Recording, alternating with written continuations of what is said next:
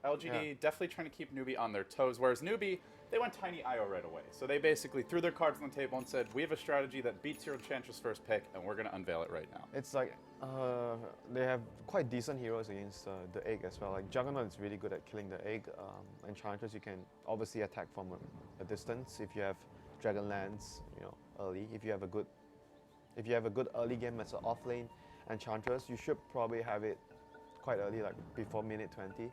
You have drums. Usually the build is like you get phase, you get a wand, you get a drum, and then you go for the Dragonlance. So they have good answers against the egg. So Newbee definitely has to be careful with the positioning of the Phoenix egg by too late here. So he's gonna place a ward here, quite a common warding spot for the offlane to scout out rotations from the supports. It's not gonna block any camp, but it's gonna provide good information for the offlane. Yeah, aggressive TP there by him. Doesn't look like LGD had anyone remotely in the neighborhood to scout things out, and at the same time, we also see a ward getting planted down near the Dire, the Radiant Ancients by the Dire squad. So they've got some aggressive vision, maybe able to spot those. Enchantress rotation should RTK leave the lane early on. I mean, it's still rather unusual for this ward to be placed around the Ancients. There's no hero that farms them right now. There's no Bristleback or Tidehunter. And sometimes you see teams do that against probably maybe a Earth Spirit, or tasks like the heroes that can middle. Like right now, LGD doesn't have that, apart from maybe you're talking about the Enchantress rotations. But I feel like if you're Enchantress off lane, you generally want to focus on playing your own lane as much as you can. You want to get the most out of it. Because like I mentioned, it's very similar to Brood. You want to deal with your lane first.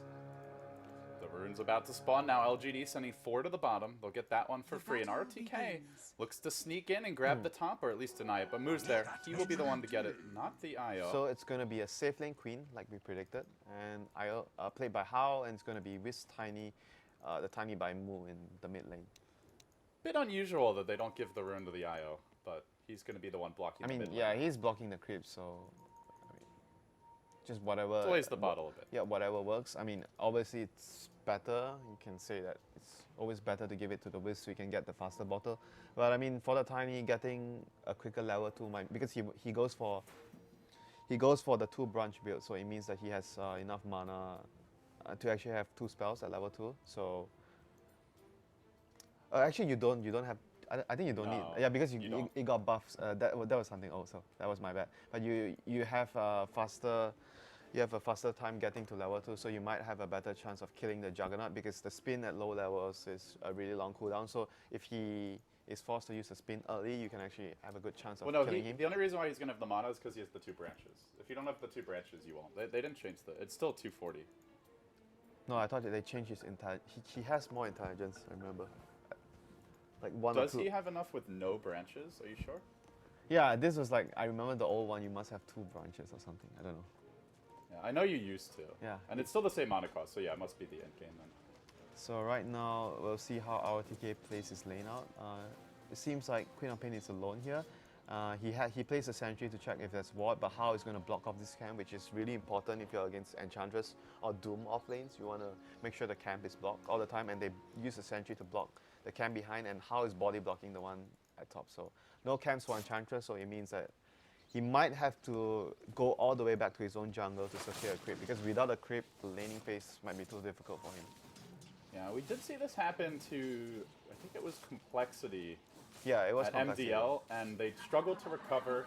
The Enchantress movement was rather ineffective, ultimately changed their indoor support as bottom lane. The Phoenix will end up going down first blood here to LGD. But LGD pretty quick to react. Wow. Already RTK heading into the woods, and looks like he is going to try to put pressure on mid. He didn't even use his dive. Did you catch what happened? He just got nuked down, I believe, by the last tick there of the Disruptor. I guess he was just being a bit too greedy, but at the same time, he's going to get the lane push, so he's going to get some experience here. At least he wasn't some bad stats. Phoenix at Shanghai Major. Offlane 1-0, support 1. I mean, it's offlane now, so... Okay, well, E-Home ran him a bunch, alright. So let's not go thinking Phoenix isn't a good hero. Crazy to think that E-Home's starting the lower bracket, but so they are. Shit happens, you know. DOTA is really unexpected nowadays, and if you don't play well, you lose to anyone. So, 2-minute rune gonna spawn, Newbee's gonna head towards top lane, Moo's gonna run up, here comes the spin, he gets the toss off, so probably gonna secure the room for the Wiz here. Don't think there's anything much MMY can do in this situation, and RTK here denies his own creep. They're going to look to fight this perhaps, though. Maybe, no Blade Fury actually. Already used it on the wave. So the cam is finally spawned. To say I'm able to block it with the hero here. So he's gonna get a Hellbear Smasher. So it's gonna help his lane. So looking at the overall development of the lanes, Winter, you have a free farm Juggernaut mid and a free farm Spectre safe lane with a first blood to LGD.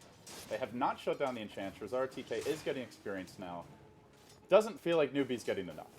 Yeah, I think we mentioned this during the panel. If you have a Spectre, and usually when you have a Spectre, you expect, okay, I'm going to have a tougher laning phase, but I'm going to make up for it. But if you ever have a Spectre and you have a good early game, you know that you are in a really good position in the game. This is very dangerous now for Too Late. That level 2 glimpse is online, so he's going to have to be careful about when the dive comes really, out. really good versus Phoenix in the laning phase. I would say it's him. Silencer probably the best.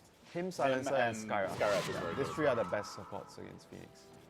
RTK. Oh, they're going to go for the Phoenix here at bottom lane. They're going to Too Late, getting caught out now, and although he has the dive, just perfect timing, it looks like. Yeah, they pull him right back in.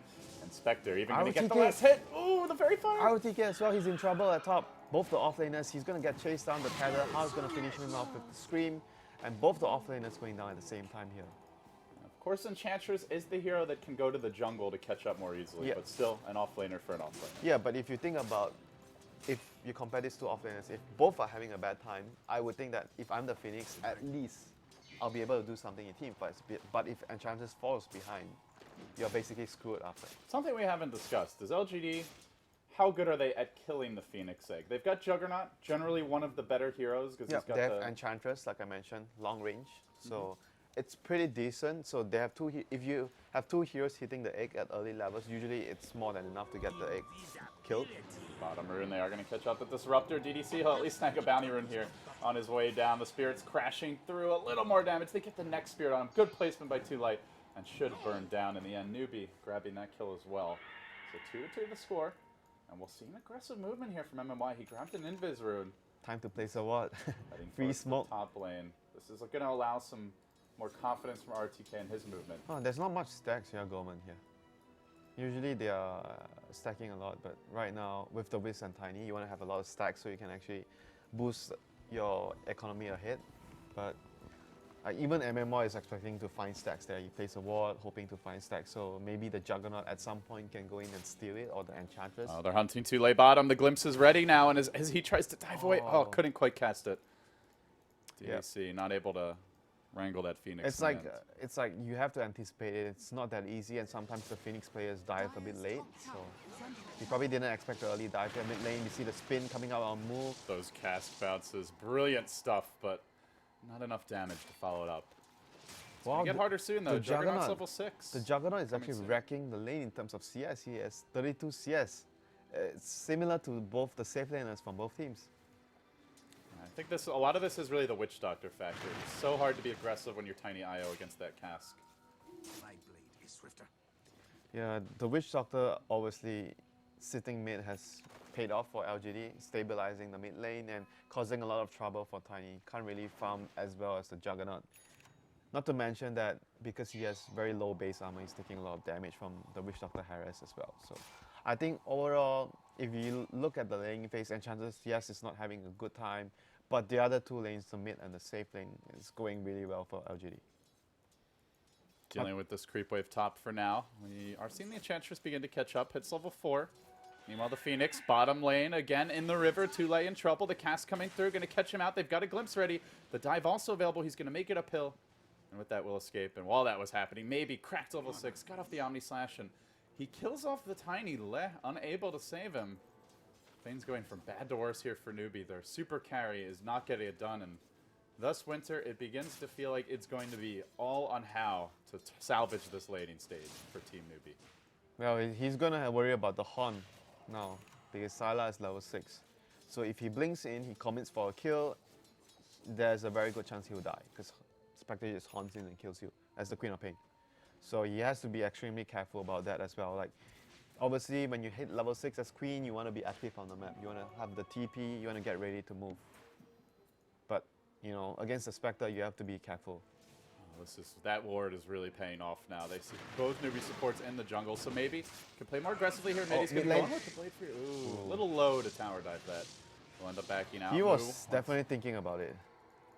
Here comes the Queen of Pain. Are they going to commit for this? There's a horn from the Spectre. Scream comes through, the quad bolt over the top, not enough to finish off maybe, though he keeps it running, but the Chuck will find him. The trade comes as Sylar starts cleaning up the dive, brings down the quap, who blinks forward aggressively, looking for more, but low on mana. Up the hill they go. Chuan's going to turn, gets off that first nuke.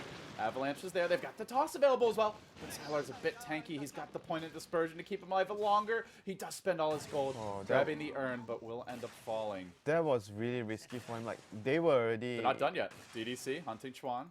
Glimpse. Finds him. He's Pulls him alone, into though. The kinetic field.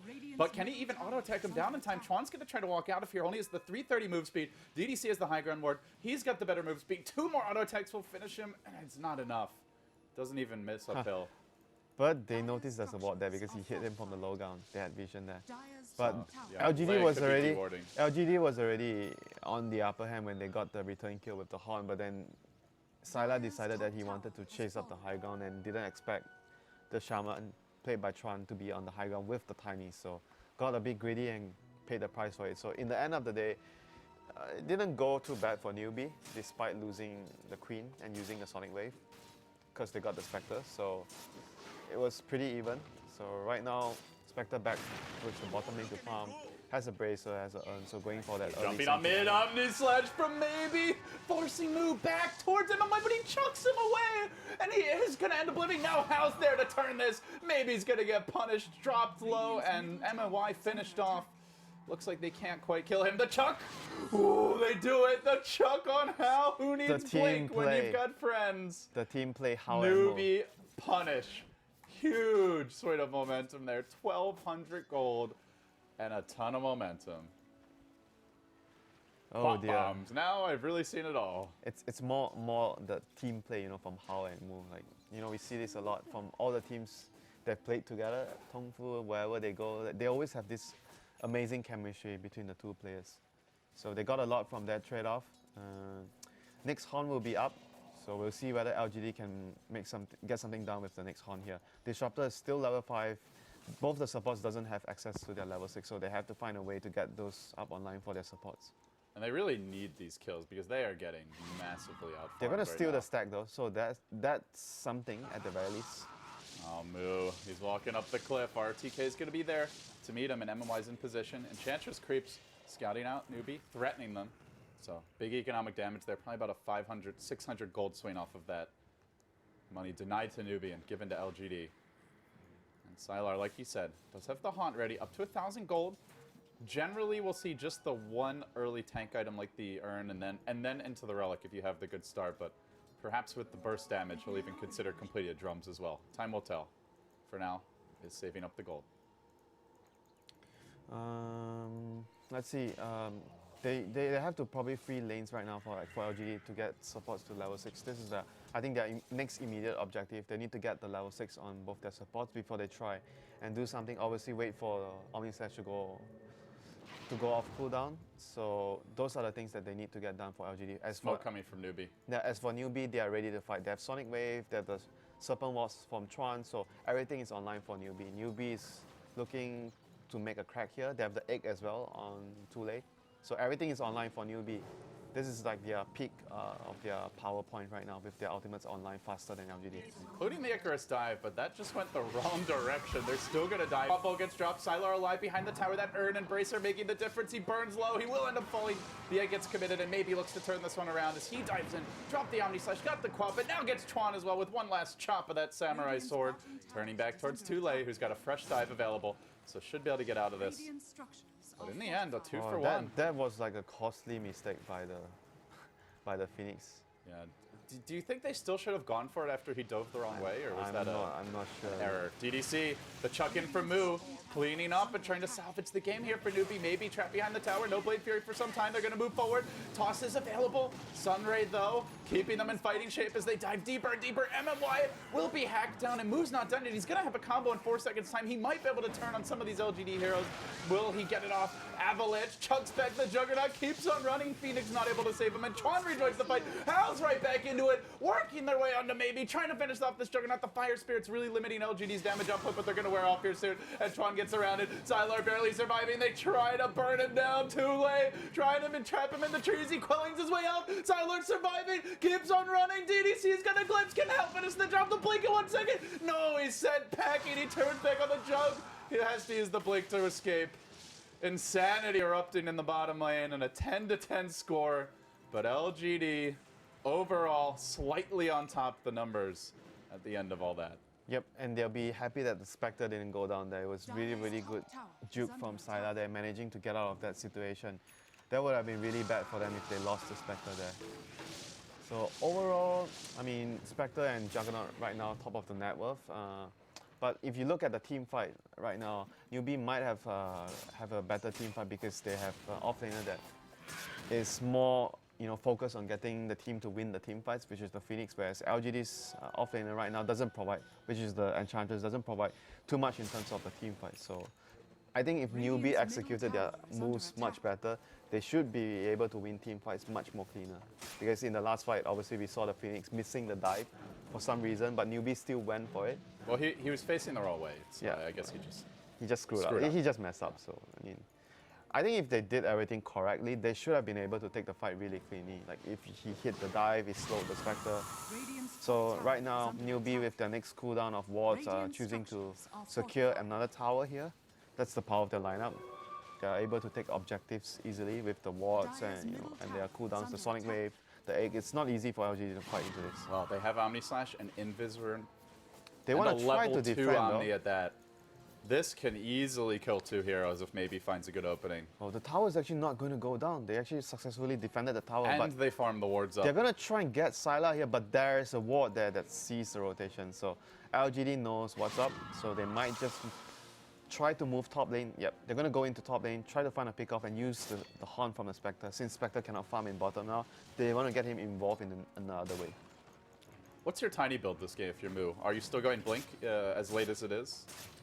I think so. I think Blink is pretty good versus the squishy heroes. Like they have 3 squishy heroes. We said that during the draft. Disruptor, Witch Doctor, and Enchantress. You want to be able to actually just pick them off right from the start. Well, this could be a big item. Tule hasn't had the best Phoenix game, but he is going to get the mech now. What a time for it. As top lane, DDC, Smoke about to break, but moving into position. He's got the Static Storm Rip. He will be forced to back in the end. Still the tower denied by Sylar. Just look at the wards from both teams, Gorman. Like they have like wards covering enemy base. They see a lot of stuff. Like for LGD, they see the mid lane. They see a little bit of the top lane, and they have a deep ward in their There's a bottom lane. haunt. Great play by Chuan. He's going to hex the illusion there before they can actually jump in with Sylar. So instead, Sylar tries to go on haunt towards relocating on mid, but they relocate into a Static Storm as well as a Death Ward. There's the That's a mech mech. too late to try and turn this fight. Will end up going down anyway. LGD were ready, driving through his move, but he can't get the kill. The Sunray comes through a long-range imp, gonna crash into him. And he gets pulled back by the glimpse. Moo may go down as well. The relocate turns into an ambush. It's a trap, and LGD end up grabbing 3 when it all settles down. Spectre now. LGD keep on searching that forward. was like the supports having their ultimate now. This time it's much better for LGD because the previous fight, their supports were a bit under level, so compared to the Newbee supports right now, with that 2 ultimates online, they have to be really careful about their relocating position. They have to consider the fact that they might be relocating into a Static Storm or a cast from the Witch Doctor. So they need to be careful with that. And of course, when you pick Tiny IO first, it's not like LGD didn't have opportunities to counterpick for the relocate. So you just have to understand that and play more carefully. Yeah, they still have really good team fight since the Phoenix went for early mech instead of the Wisp. Because sometimes why you don't see Phoenixes going for mech, because you generally have mana issues in team fights if you are going for the Sunray build, because it costs mana, a lot of mana, and your spells are also costing a lot of mana. So very rarely you see players go for the mech build unless it's absolutely necessary. And he's going for what it seems like a Veil next, which is a good item considering their team composition. They have Tiny, they have Shaman, all these heroes deal a lot of spell damage. So I think that's a really good item for the Phoenix next. Speaking of that Tiny, he did opt to grab the point booster, so no Blink Dagger. Just gonna all- focus on economy while top lane relocate? they wanted to relocate, but maybe he's able to Blade Fear out before Chuan can get in range for the Hex. Yeah. And now they might even counterplay this. Oh, the toss. Disruptor's there, they chuck forward, he drops the Static Storm though, Moo trying to chase him down, he gets trapped inside the kinetic field. DDC juking and biding time while the reinforcements can come in, there's the relocate, they toss back the illusion, again the Spectre illusions being turned against Team LGD, but Sylar's still finding kills elsewhere, will finish off the Shadow Shaman while Moo drops low, being pursued out, the Imps coming from long range, almost solo killing Moo, but he does make it back to safety, a 1-for-1 support trade. A lot of big ultimates getting expended there. Just a crazy back and forth game. If you think about it, if it's a back and forth game and Newbee with heroes that arguably have a better team fight, if they are not getting ahead and LGD has the Spectre, you're going to be happy with it. And now Sylar has the Relic. He has enough gold for Relic. So when the Radiance comes online, good luck, have fun with the Sylar Shaman. is 5, 2, and 7. The team is 14 kills, and he has been in 12 of them. I mean, He it's a Spectre. He so- also leads in CS. So he's kept his farm up. He's been in every fight. And it just comes back to the lanes. They gave up an early kill on the Phoenix. He wasn't pressured at all.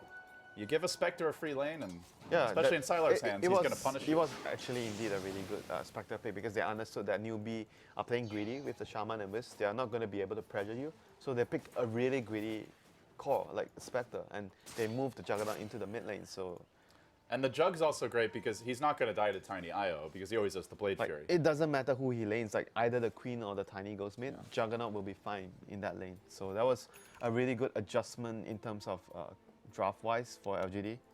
And Wow. right now, Newbee with the next wards up. Let's see what they're going to do. Are they going to try to go for Roshan or try to go for the tower? I am still feeling like a lot rests on Hal's shoulders. He's managed to grab the Orchid, so the first major item after the mech. I mean, Can he find pickoffs with he it? still dies so easily though if he gets caught by either the Spectre. Chuan wants to get Sylar. Sylar, not only does he have Relic, but he's got 670 gold. He's going to get the Radiance soon. Like if the And fight, let's check Newbee's HP pools. You've got Les sitting at 940, Tiny pretty healthy this at does not 1700. look good for Newbee, Gorman. Like if he gets the Radiance before the next fight, they're just going to get run over by They've the got Haunt. 3 heroes below 1,000 health. So you look at the Haunt damage, and it is going to bring Yeah, those heroes you down. talked about the Orchid on how it's like. So what if he has the Orchid? He's going to die like easily if he gets Glimpse. And if Oh, he, they found RTK. They get off the shackles to start this, but can they even kill him? They're going to hex him as well. They nuke him down, trying to finish the Enchantress, but Bambi is not so easily dealt with.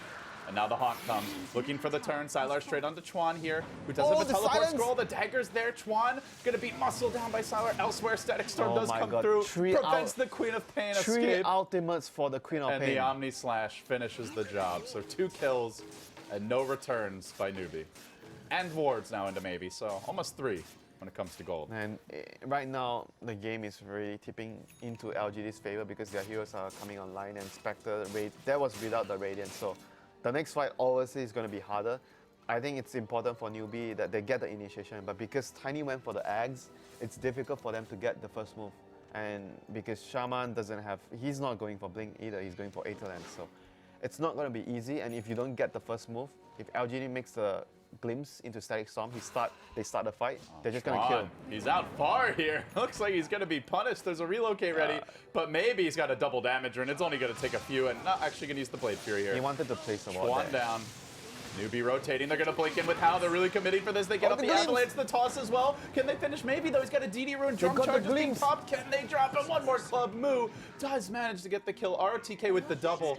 But Newbee, they find that Juggernaut. That's a big one for them, and they do it at the right time. Still RTK.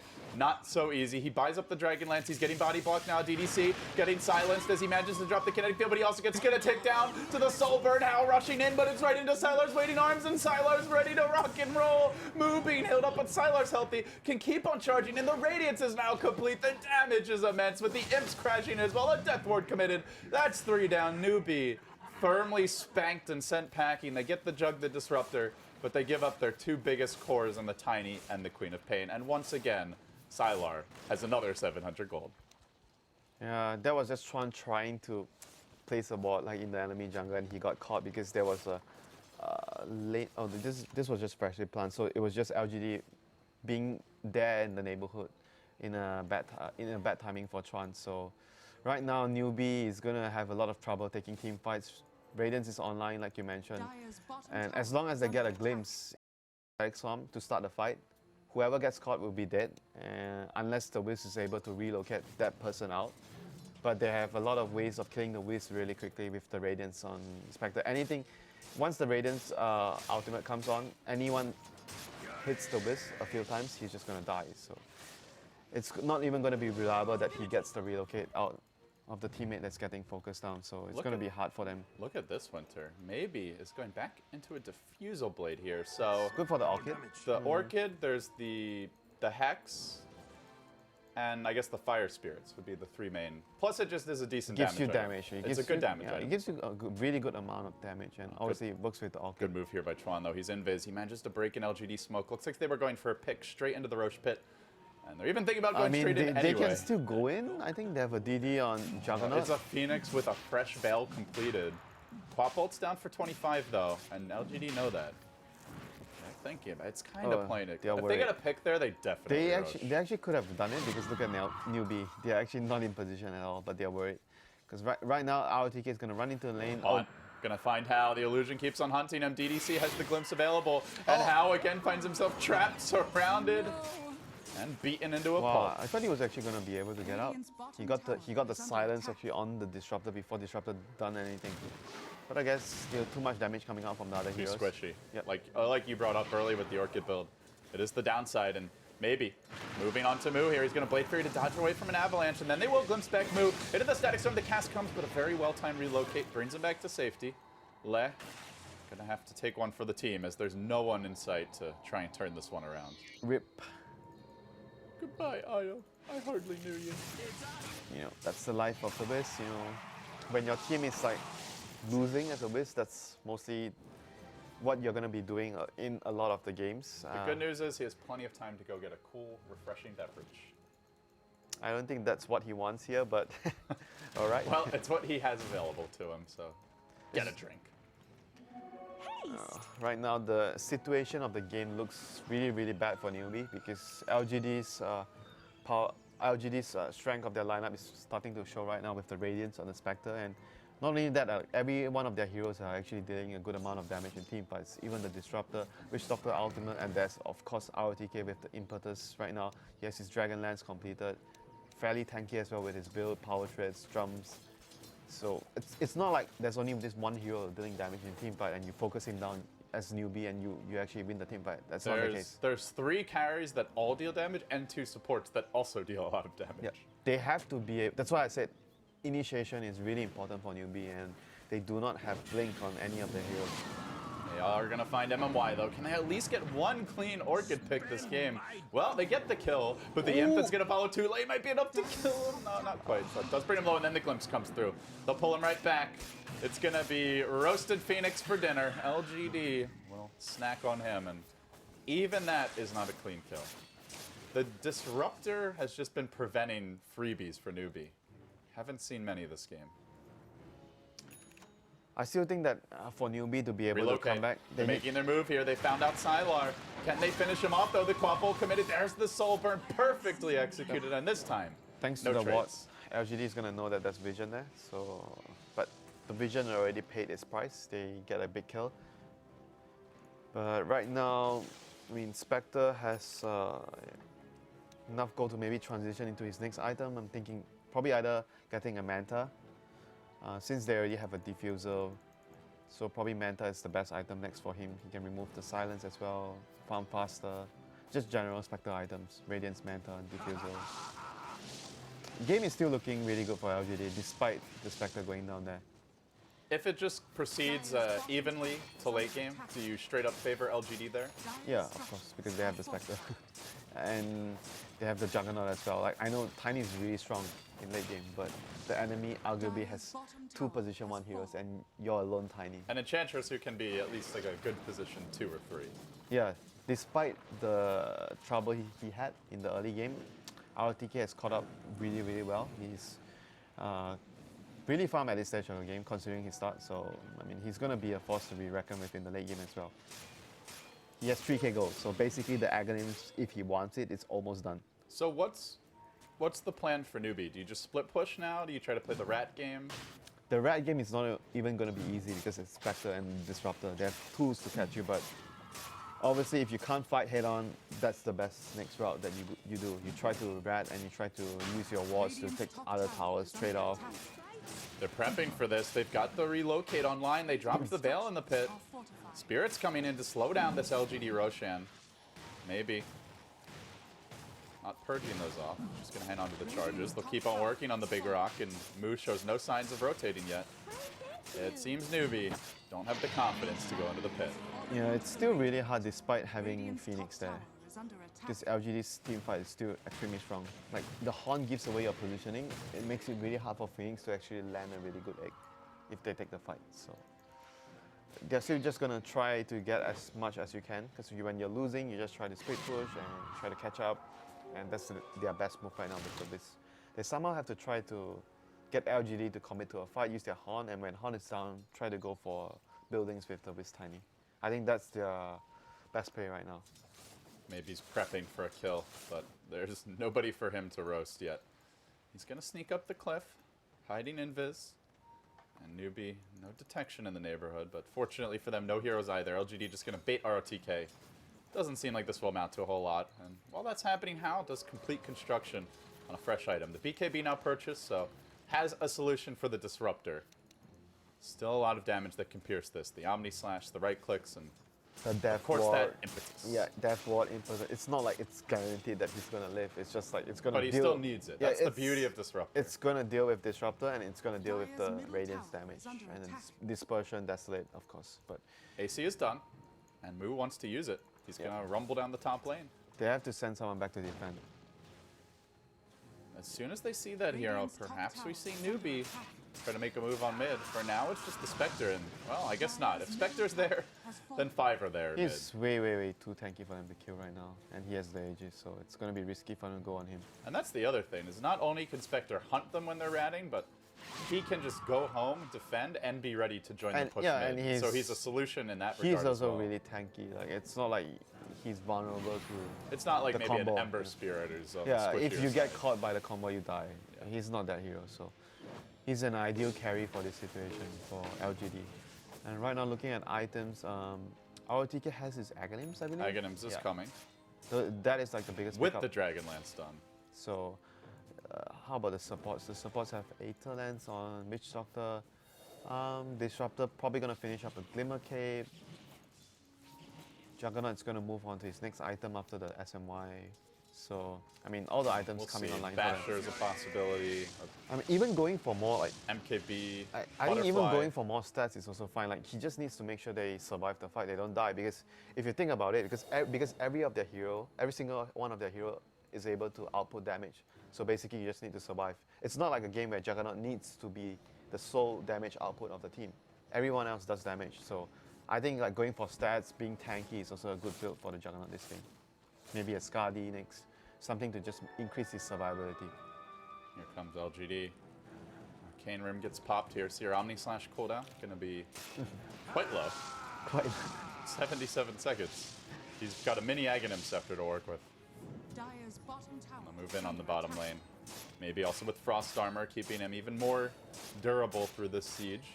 They'll bring down the tower. They're leaving the Spectre top to prevent any counterplay. And they've still got 2 minutes on the Aegis. So perhaps LGD, perhaps they'll Are they even gonna force- threaten high ground. They're moving Yeah. on mid though. They want to try to go at Sylar here. Avalanche toss. He has Aegis though. He's turning. He's charging after Hal. Lei's hiding in the trees. They had the DD rune on Hal. I think they they got the quickly glimpse. realized that's a mistake, and now Moo's gonna get trapped out. Static Storm, Omni Slash, but he got relocated. Omni Slash gets blown, but it's an Arcane Rune Omni Slash, so relatively low cooldown there. Oh And dear. they should be able to collect their They- IO they, ac- prize. they actually had the right idea that they wanted to scout out for the Wisp, but the Horn just came a little too late. So they couldn't actually scout out the Wisp early enough. Lei, is he gonna live? No, glimpse back the other way, and IO running. Story of my life, says Wisp. I'm saving my bro and I'm paying for the price. But it's all for the greater good. All for the greater good. Hopefully, You just keep hopefully telling the- yourself that, Winter. Hopefully the Tiny can carry me this game, he says. Come on, it's just life of a support when you're losing. Spoken like a feeder. Spoken A true feeder. I guess you don't play Venge, you know? Even if you've ever played Venge, you're not going to swap your teammate. I don't feed Winter. You don't support Gorman. That's true. Sorry. Even when I play support, I don't. I mean, I'm on yeah. my wards, but I'm not supporting I am support. playing support hero, but support hero is use support. I don't buy wards. I don't do anything. I'll buy wards, but only when I'm happy with my items. If I'm not happy with my items. No. Sometimes you gotta take them. You remind me of FY. Doesn't buy wards, you know. Eyes on the Bat Rider buying wards for his team, you know. You're just that support You player. can be the Fenrir to my FY. Here comes Bottom lane, Moo. there's the dive. Moo, aggressive positioning here, and he is gonna get caught out. DDC still holding the glimpse, and Moo's down for the count, trying for the split push. We'll get punished there. Lei not able to get in range to help that one out, just gonna tether himself back. So they lose their tiny, and things looking more and more desperate for Newbee by the second. Jug for maybe going back for BKB, so you mentioned stats. This is a similar idea, just Tank. a survivability item. Just to survive. It's still good because it allows him to, you know, just run in, right click, because all of Newbee's heroes does a lot of damage from spell and obviously disable, so it's still a really good pickup. I totally forgot about that because it always strikes my mind. You're Juggernaut, you have spin, you don't need BKB, but you know, in some games you need. So right now, LGD's Sylar just ferried himself a salve at 33 minutes and immediately gets it cancelled by neutrals. But you gotta love the efficiency attempt there. As Newbee will smoke, but it didn't actually get too late, so it looks like they want to bait him. they're gonna just need one hero to push the lane. They are trying to hunt, because basically against Spectre, it's like Wisp Tiny. You want to hunt the Spectre. You want to go for the Wisp Tiny. Because if you go for other lanes, the Spectre can haunt to the other lane. So right now, LGD, are they looking to siege? Or I think maybe they don't really need to rush things. I think they can actually just wait for the next Roshan. They have map control, so I think they are actually just more comfortable of waiting for the next Roshan. Get a gem, you know, devote the map, secure your advantage, increase your advantage, control the map, and just go high ground with the Aegis. I think that would be the safest play for them. And they get the gem is actually on Newbee, because if you're winning, you want a gem to extend your lead, and if you're losing, you want a gem to try and come back into the game, because you remove the enemy vision. Because they are controlling the map, they probably have deep wards in your base, so you want a gem to actually remove that too. A gift from the tempest of battle. Gems are indeed out now for both teams, just being purchased, maybe. For both teams. Yep, there's one on the Shaman as well. Chuan has grabbed one. Is there And one? Sylar also holding one. Oh, Sylar has a gem. Spectre with a gem is really dirty too, because you haunt and every hero is immediately scouted no matter what. Glimmer Capes ain't gonna keep you safe, Invis Runes. It's just like Naga with a gem. Well, it's worse, because no matter where you are, they always find you. How is that worse? It's once every 2 minutes. It's- Naga has it all But the... when it's happening, it's worse. It's more intense pain for a shorter period of time, Winter. That's actually a good question. Would you rather experience incredible suffering for only a few moments or light suffering for a long period of time? I'd rather get it over with, especially passing with you. You know, I'd rather get over with. Oh, don't worry, buddy. We can get you out of here as quickly as possible. I've got a one-way exit for you. There's a window. Feel free to take it any time. But meanwhile, bottom lane, Sylar moving on to Moo, who's committing for the siege here. Illusion's coming in, Oh, relocate top. and they are going to relocate their way out of there. All right. We've seen this story again. And obviously, I hope you appreciate your life more this time, not by dying again after I save you. Appreciate my life a lot more if you had a mute button. Oh, the Golden glimpse! Glimpse Charity! Oh, GD. The BM glimpse back, saying we don't need this kill. We'll win anyway. That was not a BM glimpse. I know. That was, I messed up glimpse. Relax, you're doing fine. Relax, you're doing fine. When you're supporting, my chat will be, we need wards. Every single direction is what we need words. Oh my. Things getting a little silly here, but LGD still consistently maintaining their edge. They're up by 8,000 gold, They're waiting for the Roshan. 10,000 experience. They're waiting for the Roshan. It's basically it for them. If you look at item-wise... Oh, they got the glimpse off on how BKB is going to be used here. And he blinks in. He's blinked in. Did they see the blink? Can they kill him off? he Did they dead? punish? Does the impetus as well as the death ward? What are you doing, Hal? Meanwhile, they following too late. That's about half his health. Instantly gone, and they see opportunity charging with the drum charge getting popped. The relocate gets committed again. Lei spending a lot of time saving his teammates. Is he gonna get a charity glimpse again? I don't know if they see. Oh, I guess okay, they didn't see it. They didn't see him. Okay, they didn't see him. So that is already charity. They didn't see him. So he's gonna live. And right now, Hao is down for another 45 seconds. They're gonna commit the wards to actually buy time for Hao to actually get up. But is that going to be enough? The healing ward is going to then sustain. Okay, they've got Sunrays. Even Spectre doesn't like the frickin' Sunray. He's gonna have to back a bit and reset here. Spectre is dark matter. Dark matter doesn't like bright matter. So yeah, that works. Oh, but it's rat action top lane. They're gonna find Moo here. He is gonna get the take out Rex! Rex. He got the TP Rex! out, and there's no bash. There's no way to stop that BKB TP. Oh, the plays! LGD, some mistakes starting to pile up here, and opening the way for Newbee. Did no one actually have a TP? I don't think they expected him to commit. Wait, no one had a TP on the course? Except the Spectre? Oh dear, Enchantress didn't have a TP, Juggernaut didn't have a TP. Well, they knew relocate was on cooldown, so they're probably thinking he's not going to risk that when there's no save. Oh but dear, that was huge. it was a gamble by Newbee. They have to be able to... If Newbee can actually get the Roshan instead of LG getting the Roshan, they might actually put themselves in a good position to come back into the game and buy enough time for Tiny to become the beast that we know. And remember, they also have a Shadow Shaman, and a pretty good hero in these potential ratty games, but he's a little bit light on items. Still, you see a Hex on Hao now, so pick off potential amplifies. Newbee, not entirely out of this one yet, and a head-on fight, very unlikely to win, but if they can play more evasive, finesse Dota, they might just have a chance. They need to, dodge, try to buy time, and, rat. Like, just try to avoid and take the fights that you can win. Get the numbers fight, you move them around the map. Only take fights when you have the numbers advantage. So right now, they're currently positioning their Wiz Tiny bottom, trying to, trying to hide and wait for because they don't see the LGD heroes on the map, so they're really, really scared. But LGD moving in the right direction, they might actually get a pick off here. If they can actually kill the Wiz first, that would be huge for them. They're all hiding in the trees, maybe. Just like HY told everyone, just hide in the trees and you'll be fine. So they're actually going to be fine. Well, someone was listening. No one is getting scouted. Well, Daryl didn't learn, it seems, Newbee. They just might have. But LGD are just going to brute force objectives here. By the way, Butterfly on Tiny. So he's going to kill your base if he gets the chance.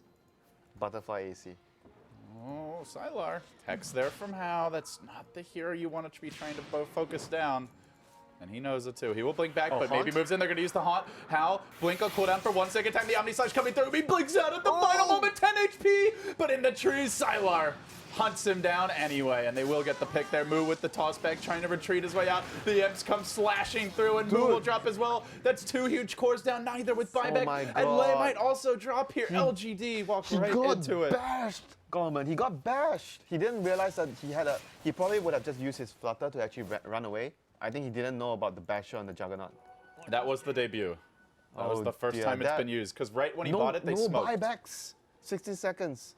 This might be the bailout LGD needed. Just when it looked like Newbee, we're going to make things interesting. 2 crucial kills going the wrong way.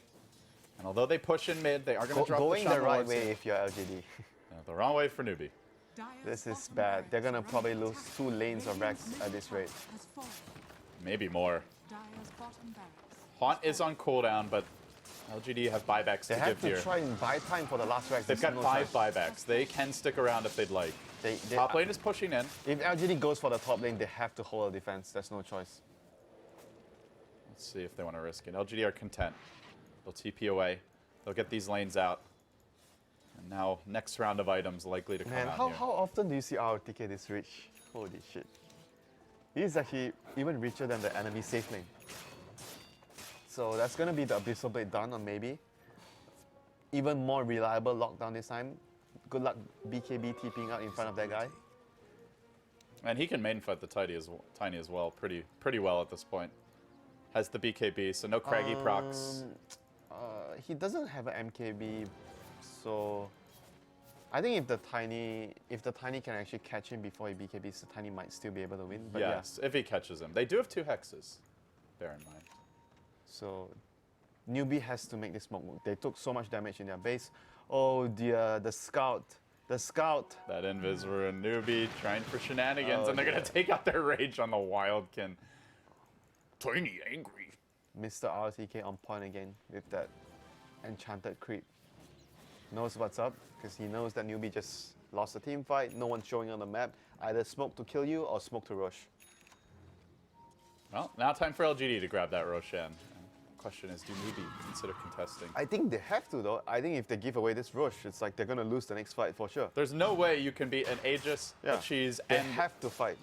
they have to know there's a Spectre buyback. Sylar has not gotten an item in a long time. Let's go. Moo's gonna BKB, run into the rush pit. Let's go. Maybe he's going to run out of the Roche Pit, and that first imp, it's going to do a pretty hefty chunk of damage there to Moo. They'll glimpse it back just a little bit, slowing him down now. There's the tether. They get off a very good Veil, but maybe just goes to work with the BKB. He's getting cloaked down inside of the ward, so turns on the Omni Slash, working on Moo together with the Death Ward with the Aether Lens range. Moo low, but not dead yet. The imps finish the job. ROTK really dishing out the damage. Maybe cleans up a third, and Sylar hunts for a fourth. Too late, Purge, and dead as well. And Newbee, after a back and forth brawl, end up dropping game number 1.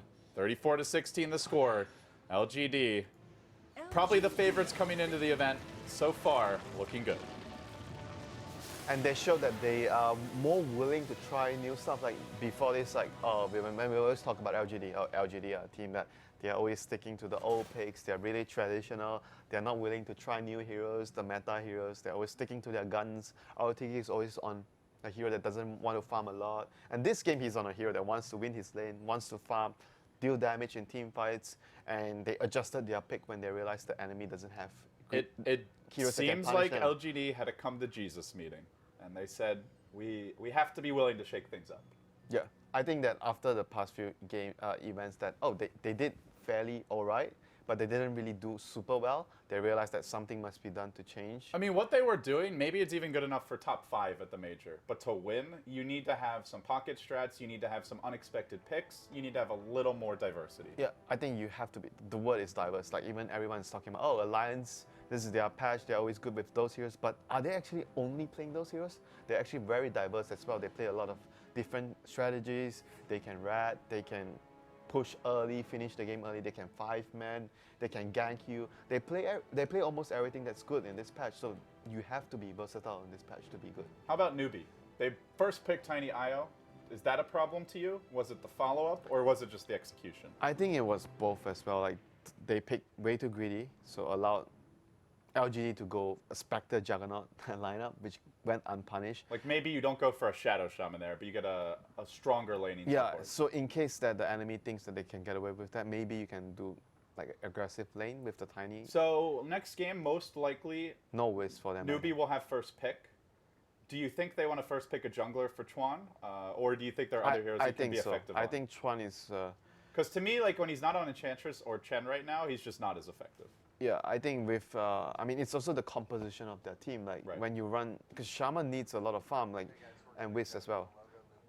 So I think that they need to have a support that gives Chuan more, so Chuan can do his thing instead of just going so greedy. Like they just went too greedy with their supports, and they went for Phoenix as well, which can't pressure the enemy safe lane. So these are the few issues that I have with their draft. Any final closing thoughts here, and any tweaks that you want to see from either team, or last notes before we head towards game 2? I think for Newbee, they just need to pick up the pace. They need to play the game faster. They need to have a faster tempo. And this is a team that's known for it. I mean, Yeah, Hao is they- known for offensive carries. Chuan's known for early roaming aggression. For some reason, this game is like they're playing a very timing-based lineup, and they didn't go for blinks, daggers on the Tiny. That was also the reason why the tempo felt really slow. Well, with that, guys, game 1 is wrapped up. We're going to cut to a break here, and when we return, we'll see if Newbee can force it to a game 3 or if LGD will advance 2-0. Stick around. You're watching the Shanghai Major presented by Perfect World.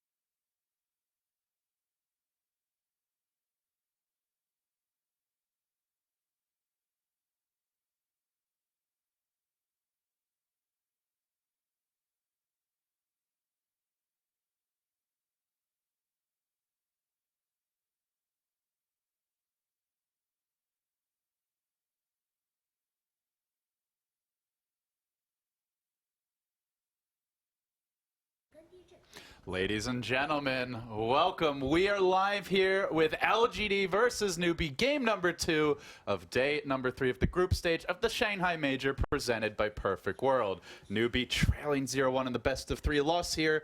They won't be out of it, but they will await the loser of OG versus Archon, currently going on the second Dota Major stream. Here we go, Winter. LGD looking good in the first match. How are you feeling about the second?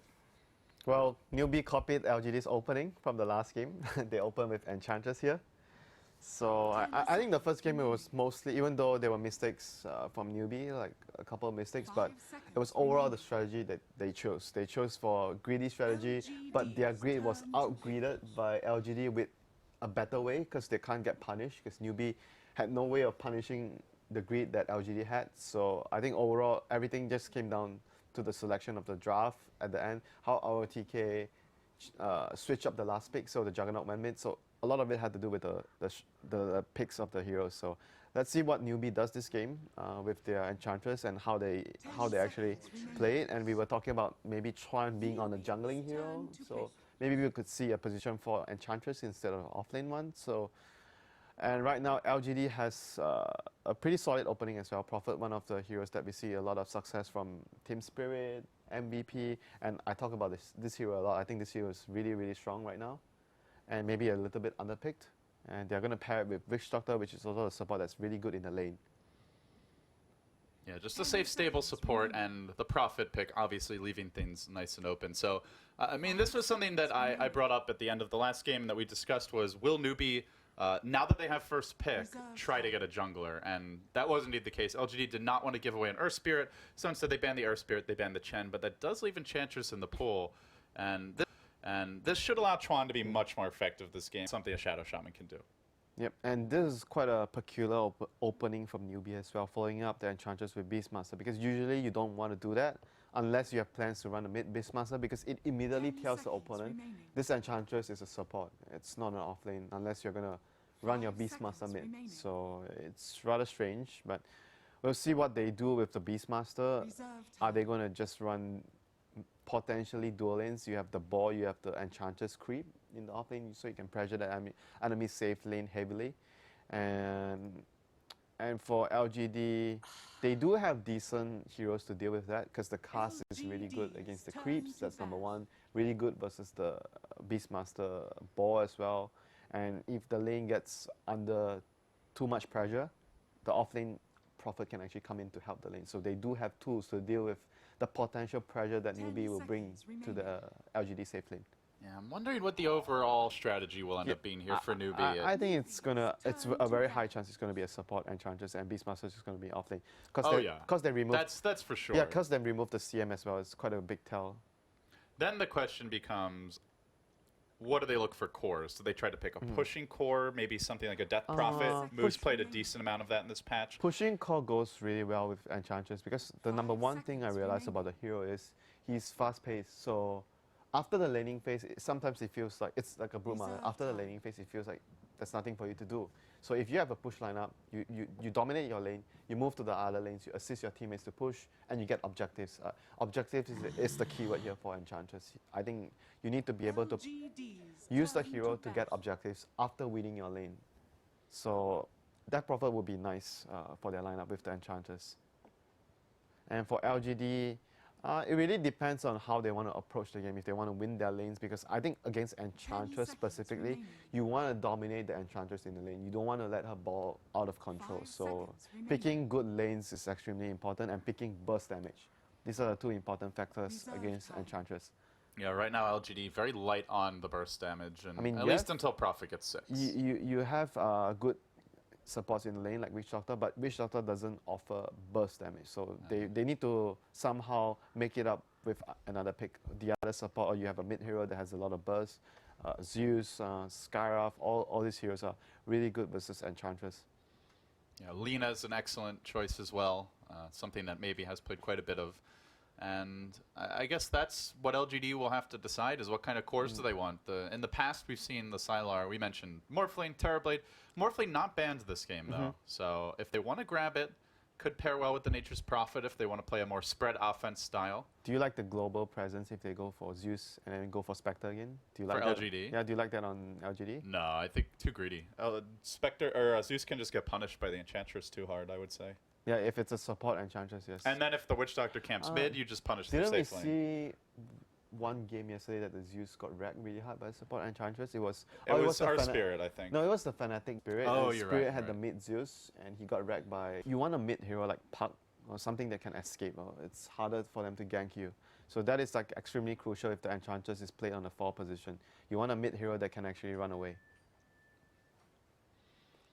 So let's see So whether. they do ban the IO LGD. Yeah. That's an interesting. I mean, they're probably worried that the IO can be used to gank the Prophet because Prophet is not very good versus the relocate ganks, because one of the beauties of Prophet is you are really mobile and it's difficult for the enemy to catch you out. But with relocate, it kind of changes the game a bit because you can't really push aggressively.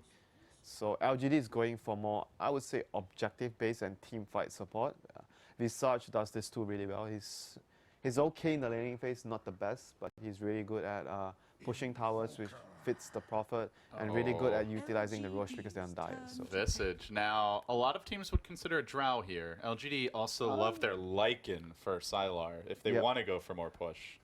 But against Beastmaster, maybe not the best choice. But it fits their lineup, and the other thing is it's going to make their lane strong, which I stress, really important against the Enchantress. So it could be the hero that allows them to go ahead in the laning go far ahead in the laning phase and make the Enchantress less useful. So we'll see whether they do that, and obviously it helps with the Roshan, because they're on dire. They go Puck. It's the Puck, like I mentioned, because you want to have a hero. It feels for them. like a Lycan or a Drow now. Yep, but those two would fit really, really well. Which one would you rather? It's better with their lineup, but for their play damage. So they're already you could do and like not go for either of those, or Lycan and the Drow we mentioned makes and a lot weaker, but it's still feasible. But obviously the Drow and Lycan. Newbee quickly. We've had some long days. It will be unless it's a weird Sven support that they are using. I think I've seen it one game. Iron Talent, Beastmaster jungle. No, it's from Offlane Enchantress. It's from LGD. They did Sven support, and he just max Warcry and stun, and he built max. EG also runs support Sven for Fear. Yeah. They're one of the teams that pioneered that. I mean, it's still pretty good against the birds, the familiars from Visage, and obviously the right clicks from Drow. The birds. The birds. It's actually the bats, the gargoyles. The gargoyles. Gargoyles. Okay, I suck. Okay, gap closer against Drow, that's really important. You want to have a gap closer to remove the marksmanship, so you can actually kill the Drow and remove their damage. And then now they have Warcry, they have Snowball. They've got a lot of ways to get in close. Yep. So their lanes are going to be a bit weird. Wait, how are they going to lane this? Tusk, Van safe lane? It's an Iron Talon. Nah, not Beastmaster? No one is going to go Iron Talon. They're going to contest the lane. Enchantress and Tusk are just going to roam, I guess. Sven safe lane. But they can't really contest, Drow, Witch Doctor, and Visage. That is extremely strong lane, and they have Nature's Prophet TPing in. You're not going to contest. Do you think LGD would go aggressive here even? Or is that too risky? Because then your Prophet gets a 1v1. Could get the fast level 6. It's possible, because they can win. If you look at it this way, they can win all their lanes. Because if it's indeed a Prophet versus Beastmaster 1v1, then he's going to be able to have a good time. But I doubt that it will happen, because Enchantress would be roaming to to try and give his team an advantage in the laning phase. So even though I think that they can do it, but it might be risky. So I'm not so sure. going to place a ward here, but DDC's already scouted him out. What's up, bro? My homie. Get the hell out of here. Both of them have 2 wards, so they know what's up. But neither has placed one yet. So. You can see why they're doing this, because both teams understand that how important it is to scout how the enemy is laning, because they want to have the right lanes against the right heroes. Yeah, let's see. Are there any clues, Winter, as to how they want to lane? Prophet boots first. Doesn't really reveal too much. It looks like he's off lane. You can go anywhere with boots first. It doesn't really matter. There's no Rain of Protection here, so it looks like it's going to be a standard safe lane tri-lane for LGD. I mean, it's just they don't really need to do it. Like, they just need to be able to get their levels, get their objectives, get Roshan. That's like how a Drow lineup works. You don't need to be risky. You just need to get your levels, make sure your early game is okay, and you get your objectives. And the reason why you pick the Puck here, like you mentioned going for a global strat, is the Puck can't really be ganked by an Enchantress unless he screws up. Basically, So the most important thing is the pressure coming up from an Enchantress. Puck can survive the pressure. Prophet can scout it, and also even if he dies, can always get back to the lane quickly, so it doesn't affect him as much. So I think they have good... When you run the Drow strat, you want cores that don't need help, because she needs a lot. And they do have it. And obviously you want a hero that right-clicks, because Zeus doesn't right-click, so you don't really use the aura from the Drow that much. So right now, Rune 1 apiece, so pretty standard opening. Let's see what ROTK does with the Treants. This is really basic stuff. You use one, the second summon one of it, you use it to block the pull cam, and then you use the other 3 to pull the lane away. Some players will pull it in the direction of the enemy tier 2, but some would try, because if you do what ROTK is doing right now, he's pulling it towards the jungle. They might actually be able to, drag the lane creeps towards the left-hand side, so you actually pull the creeps back. So that's something that How can do. That's why you see some players, they do it the other way. They pull the creep towards the enemy tier 2 tower, so you actually stack both waves together, so they push. Oh, Shark Trap here on RTK. This is What? going to hurt off the bat. He's in a lot of trouble to lay. Might not go down here, but he's going to be very low. He's the boots able build. to get out with the boots. The shards are cooling down, though. Lei could go for this. The boots build saving his ass there. Man. That was pretty dangerously close. How had not skilled anything yet. Huh, maybe if they had Sunstruck on Invoker, they would have actually been able to kill it. Or if Hao gets in range there and he skills Warcry, Lei could just chase him down with another shards, but... It's a lot of ifs, so basically... It's risky. Yeah, basically right now, okay, Prophet didn't die, but Sven is still farming the lane. We've seen this a lot, like the max cleave, you go for Clanging Blade, and you just keep farming, and you stack Ancients. So that is like... Yeah, Mushi did it the other day. This is the way that Newbee is going to pull ahead with the Sven, and LGD is going to try to play a fast-paced game to not allow that to happen too They want to take early towers, get a ward up in the Ancients, don't let Sven play the farm game. Yep, so right now Tron is situated at the top side, so he's going to be able to help the Beastmaster soon. He has a fairly decent crit for that now. First blood bottom lane as Newbee combine here. Snowball with the shards and an earlier Stormhammer to set it up gets the kill. I'm looking at this mid lane though, Winter, where maybe has 74 damage to Moo's 53, and he has been bullying him. DDC is going to be run down by Bambi with the superior movement speed, not going to be able to escape. They actually had the cask there, but weren't in range to use it. So right now, both lanes getting 2 kills for Newbee, like 1 apiece. And Newbee is going to look to pull ahead in the laning phase, because if they don't pull ahead in the laning phase with the Enchantress, they're going to have a hard time stopping the 5-man. And the other thing that they adjusted as well is, I was talking about the lack of Sunstrike, was because they went for a Quasvex Invoker to defend the push against the Drow. DDC backing off into the cask, which will prevent any further follow-up. So yeah, How is maxing out the cleave, as you mentioned. Already 2 points picked up in it. He's going to grab the robe of the Magi here, and he does so to ensure that actually no, sells it. I thought he wanted the mana for a Stormhammer, but he's going to have it anyway. I want more damage for last hit. Yeah. Instead of more mana. He still has mana for a stun, so... That would be a pretty sick play if you buy the robe and then you've got the Stormhammer mana, turn around and get a kill. Good luck microing. Did you see the Arteezy play where he disassembled the Dominator to get the little golem? The double stun from the golem. I still think my favorite play ever was the Dota 1 play where he... what was it he did against the side shop where he got his own neutral to kill him? Oh no, he dominated the creep as it was coming, so it was deny instead, right? The projectile was going to him and he dominated. And he dominated it, so it became a deny instead of a kill. Yeah, so right now RTK trying to drag the creeps back to his lane, but it's not going to be able to do so. How is not going to do that? Oh, RTK in danger He's here in the bottom lane. Teleport's available, but he's too slow. There's still a snowball, so there was no way that he could have got out of that situation. And things are going really well for Newbee. They need to be able to win their lanes, because otherwise the push will come really early. So this is what they need to do to be able to take this series into a third game. Win the laning phase, slow down the Drow with such Fury and Temple, and try to They're get moving more on top items. now. Smoke gank from Chuan, and they're going to find out DDC here with the Boar going to work, as well as Chuan with the auto attacks. They can just get a rage for a stun for the Centaur. It'll be sure death for DDC. Gust comes through, but they keep on chasing the Centaur stun slightly short. They turn, throwing out a nuke onto Chuan, and now Sylar slowly working there with the frost attacks, the arrows.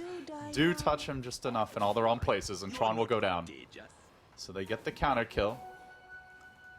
They're still farming their spend. It was still alright for Newbee. I mean, they still, you know, in the end, they still like pressured that the lane because Visage, like you don't want a Visage to get the early level 6 as well. So killing him was still a big deal for them. But right now, LGD, because the tempo is... Snowball on mid. They're moving on to Maybe here. EMP coming through. They get the Shards Trap. He dodges it. He gets off the silence. Maybe's not out of this one yet, but he is going to have an orb. Can he make it? Oh, not quite.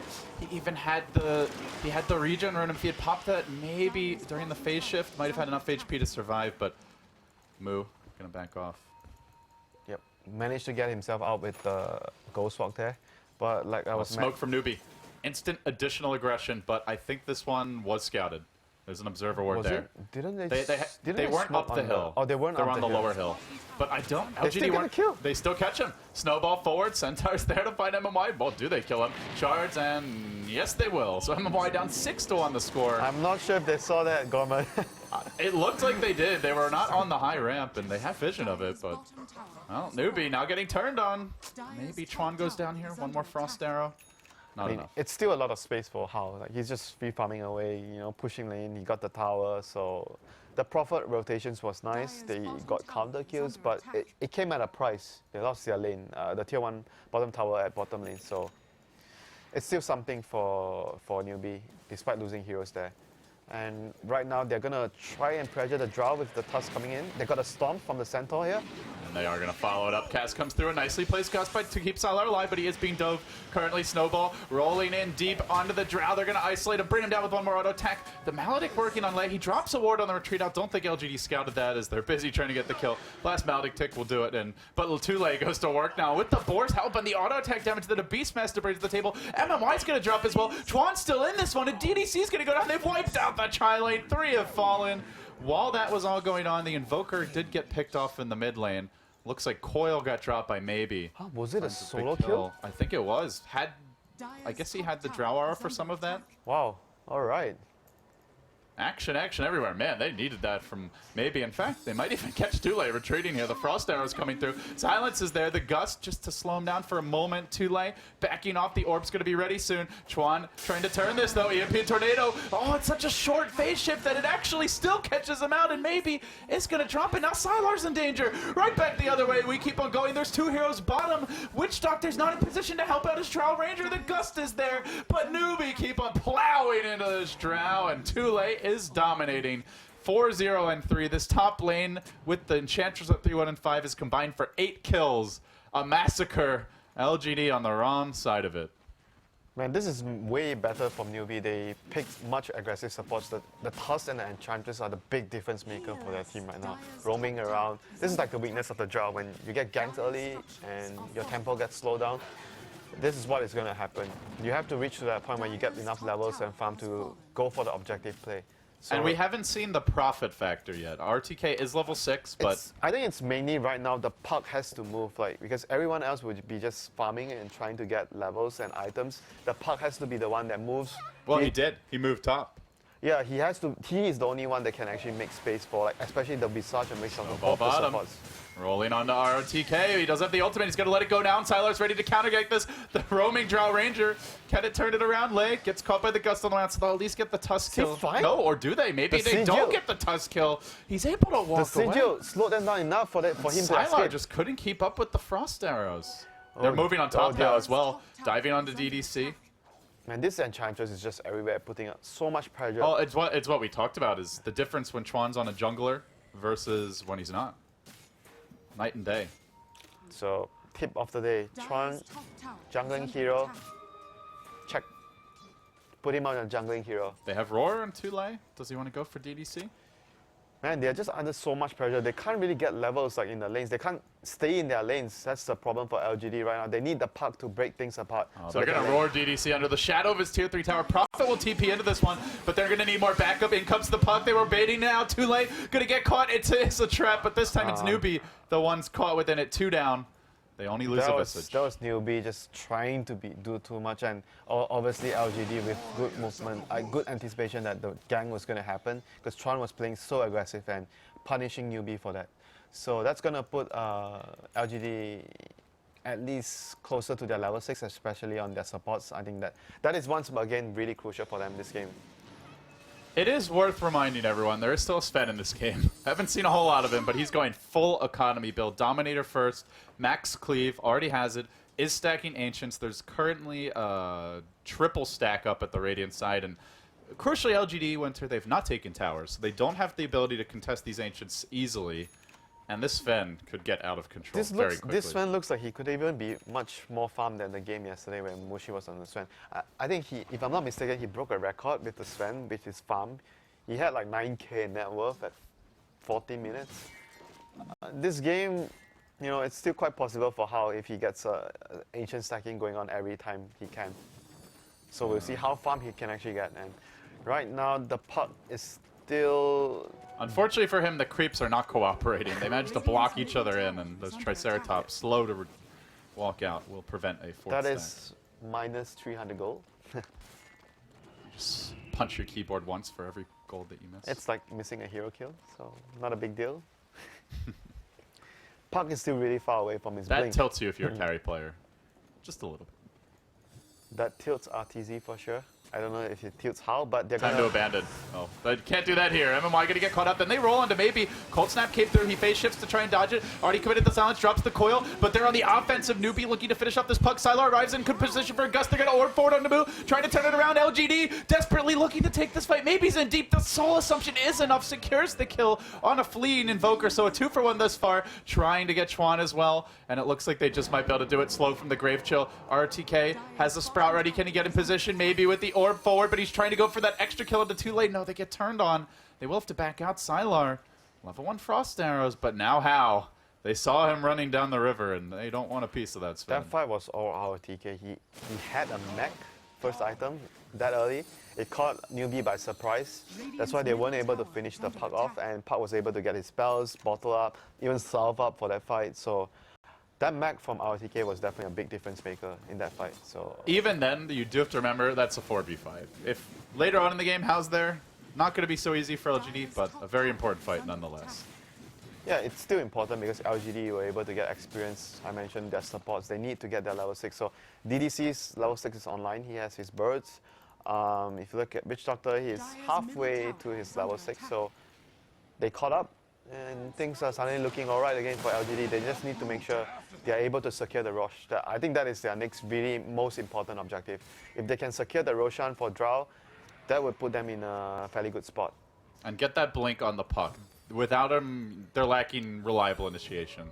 But maybe he's closing in. 700 gold or so to go. A little bit less. And meanwhile, RTK grabbing his Gloves of Haste, so it looks like he may transition back into a Midas now and I think he will. So, try to give them a little bit more late game insurance. but do you want to go late game against those heroes? You definitely don't want to go late game. Like, I guess mid-game insurance would be the...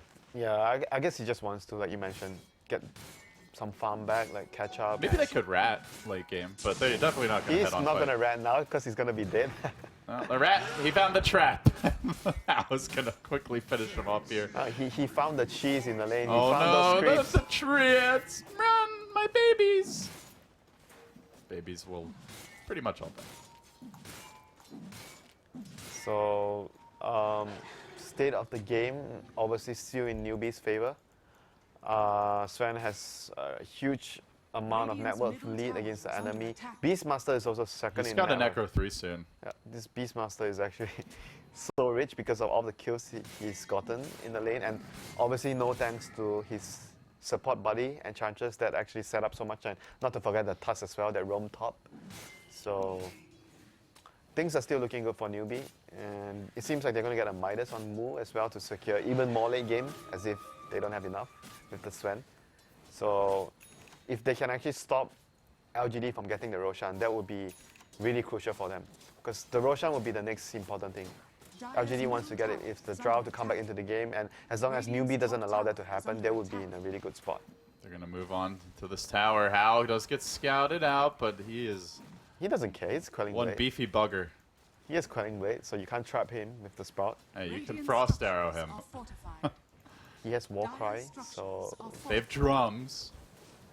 And that is something worth pointing out, is the Drow Ranger has not been able to rush the Yasha or the Newbee Dominator. is coming in from behind Gorman with a Here smoke comes with the a flank. haste. Maybe it's the one in front though, and he blinks out RTK a little bit close, runs towards them. They won't commit for this. Instead, they're going to roar DDC. Let's see if they leave him. Prophet ult comes in. Looks like they're thinking about fighting this. Jumping forward. Coil's there. It is only going to isolate Tule. Can they finish off Chuan through this? Not quite able to do so. Now Siler's on the run. The Stormbolt comes in, and Sven gets to work, hammering away with the Warcry. He is able to tank the vast majority of that Death Ward damage without taking too much in his own right. How backing off, getting earned up. RTK going to fall as well. That's 4 down, and now it's just maybe. Last man standing. Couldn't find the Dream Coil that he was looking for, and Newbee now into the pit. Alright, Newbee has just taken full control of the game by securing that fight, securing the Roshan. They could have backed there and just sacrificed the Vista. That fight was also, and they did kill the Visage first with the Raw, but it was also further behind the fight that Mu got a 3-man EMP, I'm not sure if you caught it, that this allowed the other heroes to participate in the team fight, so it was all around a really good team effort, again from Newbee. Maybe trying to come in and contest they're this backing off Roshan. though because they don't have God Strength to finish the Rosh. Actually, LGD maybe can go for this soon. They'll have a Prophet ult in 20. They're pushing that top lane to try and draw Newbee back. But Newbee not cooperating. Dream Coil is ready as well. The full complement of spells available for them. Beastmaster Roar also online. Tornado up. This will not be given freely. LGD are going to fight tooth, nail, and claw for this Rosh. And meanwhile, RTK is just going to farm top.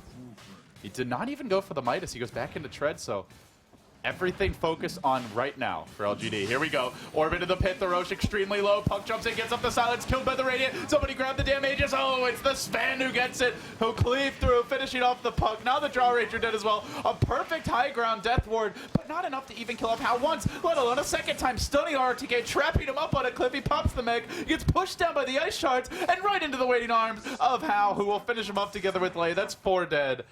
It almost feels like they've lost already. LGD, another 2,500 gold swing. The worst late game lineup, going fairly all in terms of item selection with drums on Drow, mech on Prophet, no Midas, and still losing these fights and the Rosh. They're probably going to try one more fight, I think. If they lose the next fight again, I think they're just going to call it, most likely, because, like you mentioned, it's a Drow lineup. You can't get your Roshan, you're losing team fights, you lost your lanes. Invoker has a Midas. Everything that can go wrong has already gone wrong for LGD, so they might make a last stand here, and if it doesn't work, I'm not going to be surprised if they just call the game. So RTK, not even that farm, so they need to find at least a good fight, maybe a smoke with the next Dream Coil, or maybe, and try to start a fight on their own terms. If they can do that and get a pick off at the start of the fight, they might stand a chance in a team fight. Even with a loss here, they'll still have a game 3 to try to salvage things. Wow, there's a mech on Chuan. Rather unusual pickup on Enchantress, Yeah, but he has Arcane Boots, so it's like a... he's got the mana for it. It's like he's playing the Enchantress like a champ, sort of, the supporting hero. It's also given the rest of their lineup, they actually have the kind of lineup that can use the mech to break the base. He's a mobile fountain. Hal's very happy about this. Gets a Clarity Potion. Gets the Arcane Boots. The mech is there if needed. Not really needed. That's the dream of the carry. Yeah, you wish your supports were like this every game, Gorman. I'm here to mech you, I'm here to give you Arcane Boots. That's why I like playing with Dakota. He just picks Cuddle and gets a mech. And gives you Chakra Magic. Yes. Give me more. And you don't even need a TP scroll. Exactly. Middle tower Dakota, I need a recall. The only thing better might be a really good IO. Because then you can kill people too. Cuddle not so much. And He's a good support. you can never be contented with your supports, Gorman. You want everything. Well, ever since you left me, this hasn't been the same. Maybe someday I will return. We'll see. Just maybe. But today is not that day. Today, It's the day. LGD fight. Today is the day. LGD and Newbee series goes to a third game, hopefully, for everyone's sake, so everyone can have more Dota. But it seems like right now, LGD still needs to find a way back into the game, to find an initiation from the park. RTK, he's doing his job, pushing out these lanes, but perhaps gonna be punished. The blink surprise from Hal. 1, 2, three.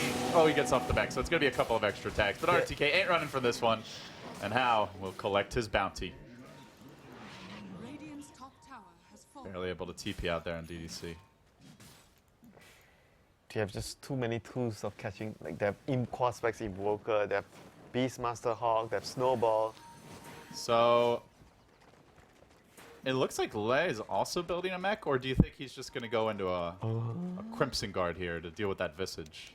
He has a headdress, so I guess he's changing his plans. Okay, he's building a Crimson Guard as well as a pipe. We're fine. That is like what OG did at Frankfurt. Oh, okay. That's like the support equivalent of CTY's Anti-Mage. Get a Hyperstone, get an Ogre Club, get 2 parts of the Battle Fury. Come on, it's just they didn't realize they had 2 mechs. I'm not saying it's a bad thing. So you're saying it's a good thing. Dire's middle That tower they- I'm not saying is it's a under good thing attack. either. Let's not get crazy here. Radiant's bottom tower So is you're under saying it's attack. just a thing in Dota now that Radiant everyone should do that. structures are fortified. Because it's neither good or neither Why is everything black and white with you? Why can't there be shades of gray? 50 Shades of Grey. Here comes a maybe jump forward. He got off the coil. There's the roar, though, to counterplay him. And Lei just rolls right in, punches that puck into the next universe. So we'll finish him off. DDC now getting man-moded on by Tron. This Bambi's got some legs on her, and she'll keep on going on to RTK. One more hit. Actually make it 2. Should be enough to finish the job. Tulay's going to help out with the 4. Sylar next. That's 4 down. Newbee, quick, decisive, and brutal, are slaughtering LGD. In front of their base, they'll take the tower. Hao hardly even in that fight and not even needed. Now with the God Strength, gonna go to work. They throw the Alacrity on him. His attack speed enormous for Sven at this stage. Over 2 attacks per second. A familiar stun here and there, but it is not enough. LGD thoroughly beaten and battered. Will limp into game 3, unable to close out Dire's Newbee. middle barracks. Hero of the series so far, Enchantress, I have to say. Every series has... This series, Enchantress is the hero. First ban, first pick. So who is gonna have first pick in game 3? Is it just They're- gonna switch here? I believe they're going to have another coin toss because from what I understand that they don't want someone who have won the coin toss to have an... I think if Newbee get first pick, LGD will ban. Whoever gets second pick will ban Enchantress, most likely.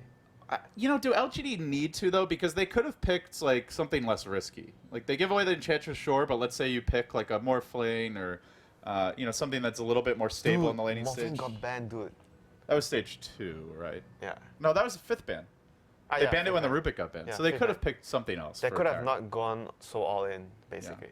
But, you know, they had the confidence. I mean, they had the lineup to do it. It's just they got crushed so hard in the early game because of the Enchantress. Because they, number one, they didn't block the camp.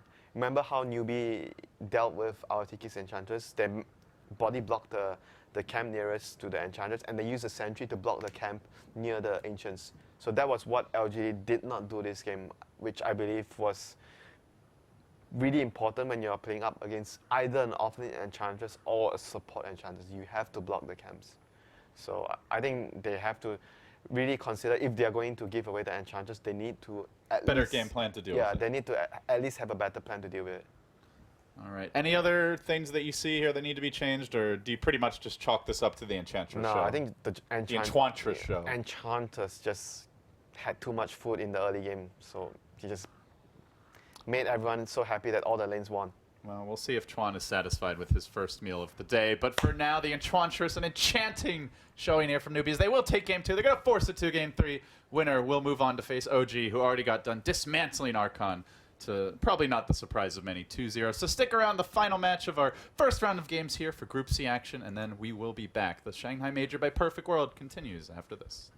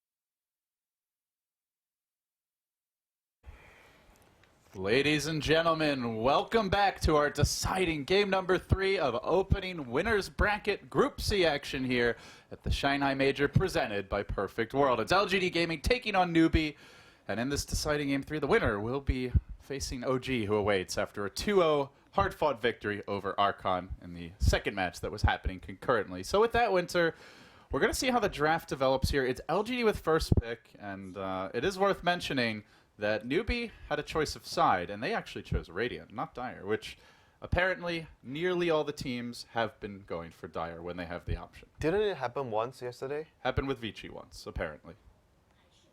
Yeah, I'm not sure why would you do that, because personally I feel right now it's either first pick or Dire. And in the past you take Radiant because of the farming patterns in the jungle, and because you don't have it anymore now, so I'm not sure why would you want to go for Radiant? So maybe they have a strat that revolves around being a Radiant, so we'll just have to see what they're going to do this game. But we talked about the Enchantress being a key hero in this series, so And it is available. LGD is first pick, and Newbee hasn't banned it. You can't give away Earth Spirit. LGD's But you turn can to give away Darks here. I wonder what Newbee have up their turn sleeve. to pick. In a weird way, LGD is also almost forced to take the Enchantress, though. So maybe, turn to like, pick. from the Newbee side, it's like, well, we know they're going to take it. We kind of force them down a certain path. And they do grab a Night Stalker. Predator for these squishier heroes, like an Enchantress. We'll grab an Invoker as well. So, last game we saw the Quaswex Invoker from Newbee Winter, but curious to see if they would consider a change-up into Quas Exort. Moo is generally not known for playing more of that, like, carry-type mid, but 10 seconds remaining. perhaps this will be the game where he switches things up. He's a tempo controlling mid 5 mostly, but seconds remaining. I mean he definitely can play it if they need him to play it, because if you're up against Enchantress, you want to have time. more burst damage. Obviously, the Exort Invoker provides the meatball plus the Sunstrike will be really helpful. And I think if he's actually doing Quaswex this game, the Night Stalker might be fulfilling a much more greedy role. Like we It saw. could be an off-lane, like Iron Talon It- Night it Stalker. could There's still- lots of options. Yeah, it could still be an off-lane Night Stalker, but I just feel like if you're doing Night Stalker off-lane and you're leaving him alone, he's not going to accomplish much. You have to either help him set up a dual lane, or you just straight up jungle the Night Stalker. Yeah, we've seen that from FY. Puppy copied that as well, and it's pretty effective. LGD's Did he grab the Rubik? ban. Rather early Rubik pick. Why Rubik now? I think this is a big tell that this Enchantress is support. It has a really big tell. Because you want to be able to roam with the Enchantress early, and if you're going for a support that does that 10 really well seconds with remaining. Enchantress, and you open it up right now, it might just show that the 5 enemy that remaining. you are going to have a support Enchantress. Even though I don't remember seeing LGD ever run a jungling hero, Reserve time. so I might be wrong. Well, they're going to ban the Sven. Newbee obviously used that very well last game. LGD's Albeit it turn to felt ban. like it was a specific counter to the heavy physical damage. Not seeing that right now It's from still LGD. a great call, like to be honest, because he farms really quick. He does Ancients really well. He pushes lane quick, and he provides a stun in 10 terms of the seconds laning remaining. phase. He's not a hero that doesn't, like some carries are really weak in the laning phase. Like Newbee's Sven is not turn really to that. ban. Spectre, for example. But Spectre still has dagger. I mean, Yeah, obviously it's not a stun. The stun is way better, but you know Sven also provides a lot in terms of late game. Like you have a lot of damage and you have a lot of armor for your team. So I think it's a very solid carry in the current meta. 10 He's also a seconds frontliner, remaining. not, compared to, say, a Drow Ranger. So he can be the man that's 5 tanking seconds everything up. remaining. What a Newbee want here. They're going to ban out their fourth hero, and then they'll go right into the pick. Reserve time. LGD yet to show any cores. They've banned the OD. Sylar's hero is all available, so it doesn't seem like they have too much interest in shutting him down in terms of When the we talk about Night draft Stalker, phase. we always talk about heroes that would benefit from the vision at some point. That Bat Rider. yeah, Bat Rider, like when you get the Aghanims on Night Stalker or even Disruptor to get a glimpse, you always talk about heroes that can utilize the vision very well. Now, in certain cases, I've seen Night Stalker with Luna. Like that was, I think, quite old school back then when we saw a lot of Night Stalker plus Luna because you have the extra night time from Eclipse, and Luna has very good night vision as well, or even Slug, heroes that have great night vision. We've also seen it the other way, where teams will pick one of those to somewhat counter the Night Stalker and give you Turn to pick. equally good or So- similarly good Night LG Vision. So right now it seems that with the CM pick, It might actually be an offlane Night Stalker. Yeah, expect an early Iron Talon. That's for sure. That's what Swindle said as well when he was on the panel. Okay, I'm on the offlane. I'm not getting farm, guys. See you later. I'm going to the jungle. I'm buying Iron Talon. Catch you in 5 minutes. I'll be a higher level than your offlaner if you don't get one in a couple of minutes. No problem. 10 It's seconds quite good remaining. versus the Enchantress because you can actually grab the creeps because LGD 5 banned out the Witch seconds Doctor, remaining. which is really good versus the creeps of Enchantress. Is this a good Morphling game? Still good. Reserve It's still time. possible. You mean for LGD? Yeah, because you already see Newbee have Crystal Maiden, very weak against Morphling. But- Night Stalker has the silence, but it's got quite a cast Uh-huh. animation and the range is low. And Invoker is decent versus Morphling. Depends on if you're Quaswax or Exort. I think Quaswax is really good because Morphling relies on mana pool a lot. If they wanted to go Morphling, what would we see? Like an RTK Tidehunter? Oh, that's actually banned. So, never mind that. What can RTK play? This game. His two big heroes in the offlane. We are ban. talking about the fact that if He's a support yeah, if Enchantress. Enchantress is support, what would RTK play this game? What is left in the pool that RTK plays? I mean, 10 there's still seconds Shaker, remaining. but we haven't seen him play it anymore. It's not really that great in the 5 current patch. seconds remaining. Do they... He doesn't play. Okay. All right. So this might actually be his hero, Turn to pick. and Enchantress might be support just because they have Rubik. I mean, it's similar like Clockwork. You use your fissure to ensure that you actually get levels in the lane. He's not the greatest at pressuring the enemy's safe lane because you generally in most situations you can't really do too much apart from securing your own levels. So Newbie might be able to go really greedy with their safe lane pick 10 seconds remaining. if they are 100% sure that the Earthshaker's off lane and Enchantress is support. 5 They're really seconds lacking remaining. on damage here for LGD right now. Like, you do have the Enchantress, I suppose, but if it is a support, Reserve time. you're not going to be getting too much farm naturally. But you see, It feels like Sila's mean, going to be playing a very hard you carry. you can still do a lot in the early game just based on your own roaming. You can set the pace of the game. You can limit the farm and farm potential of if it's indeed an Iron Talon Night Stalker. With the Enchantress around the map, it's going to be difficult for you to just keep jungling. So we'll see what they do with it. So for Newbie, maybe they would want to have more early game heroes to deal with the Enchantress. We saw. So what's good here for Hal is I mean, we've seen his we Lifestealer, saw in Juggernaut. yeah, we saw in last game that if you don't have a good early game LGD's hero that can deal turn with to the pick. roaming, then you might get punished like the Drow. So Newbie are going for a hero that has an escape ability, so you can actually run around. Newbies turn I to mean, pick. PL, like you mentioned, is a hero that they need. They need a hero that does a lot of damage. But at the same time, having the PL means Morphling has a really good replicate target in the game to either speed up his farm or do a lot of damage in team fights. I do worry a 10 bit for seconds Newbie. They don't remaining. have much to clear illusions. Invoker's really it. 5 seconds remaining. Maybe a freezing field, but you're putting yourself in a bit of harm's way there. If it's an Exalt Invoker, you have the meatball. Yeah, it's But- basically the Invoker. But I think that if you have Invoker and Morphling together on the same team, might also mean that it might be more likely to be Quaswax because Morphling it's gonna take up a lot of farm. I remember the game yesterday where we saw, I think we casted a game where they had Ember 10 and Morphling seconds on the same remaining. team. Oh, yeah. Was it Recheat? And the game It was. Yeah, the game 5 became really hard seconds because they have two remaining. heroes that can take Well, up and so they even much had a space. Tidehunter offlane who's not the most fast-paced offlaner. Yeah. So Newbie, turn to it's either they're gonna pick another support or they're gonna leave Night Stalker as support and just pick another off lane. So you talk about needing AoE clear, wave clear against PR. So support. Legion Commander? I mean, it's not a hero that they're known for running. I'm not sure if they play the hero, so I mean it could be good against the PR. Newbie, let's see. 10 Darkseer's seconds banned. remaining. But I think the other option they can do is like they run. Do they just go for the Bat Rider and they can just, run 5 seconds dual lanes. Yeah, remaining. Bat Rider might also be just good. focus on pickoffs with the Morphling more? Like have strong lanes and go for Reserve pickoffs. time. It's And- also really annoying for our Shaker, and LGD don't have good lasso counterplay, really. They have the lift, the instant lift from Rubik, Yeah. and the Shaker Fissure if they can get it. It's still pretty good against that. Until BKB comes up. It's 10 pretty good. seconds remaining. Yeah, I would say the lift is the most reliable because some 5 situations, seconds Fissure, you need a remaining. cast time. He might still be able to get his spot stuff off. Oh, they are gonna go Vici LGD's Gaming turn. style Wait, here. this morphing is off lane. Dude, is this morphing off lane? It must be. Who else would go? Unless it's a full Okay. support Morphling. So, Exalt Invoker so you can stun into Sunstrike and Meatball. I don't see another way to lane it. Yeah, this is my favorite offlane hero, I gotta tell you. Damn, he's fun. And he has a good replicate. You know what else they could do is they could do like a 10 10 Invoker? seconds remaining.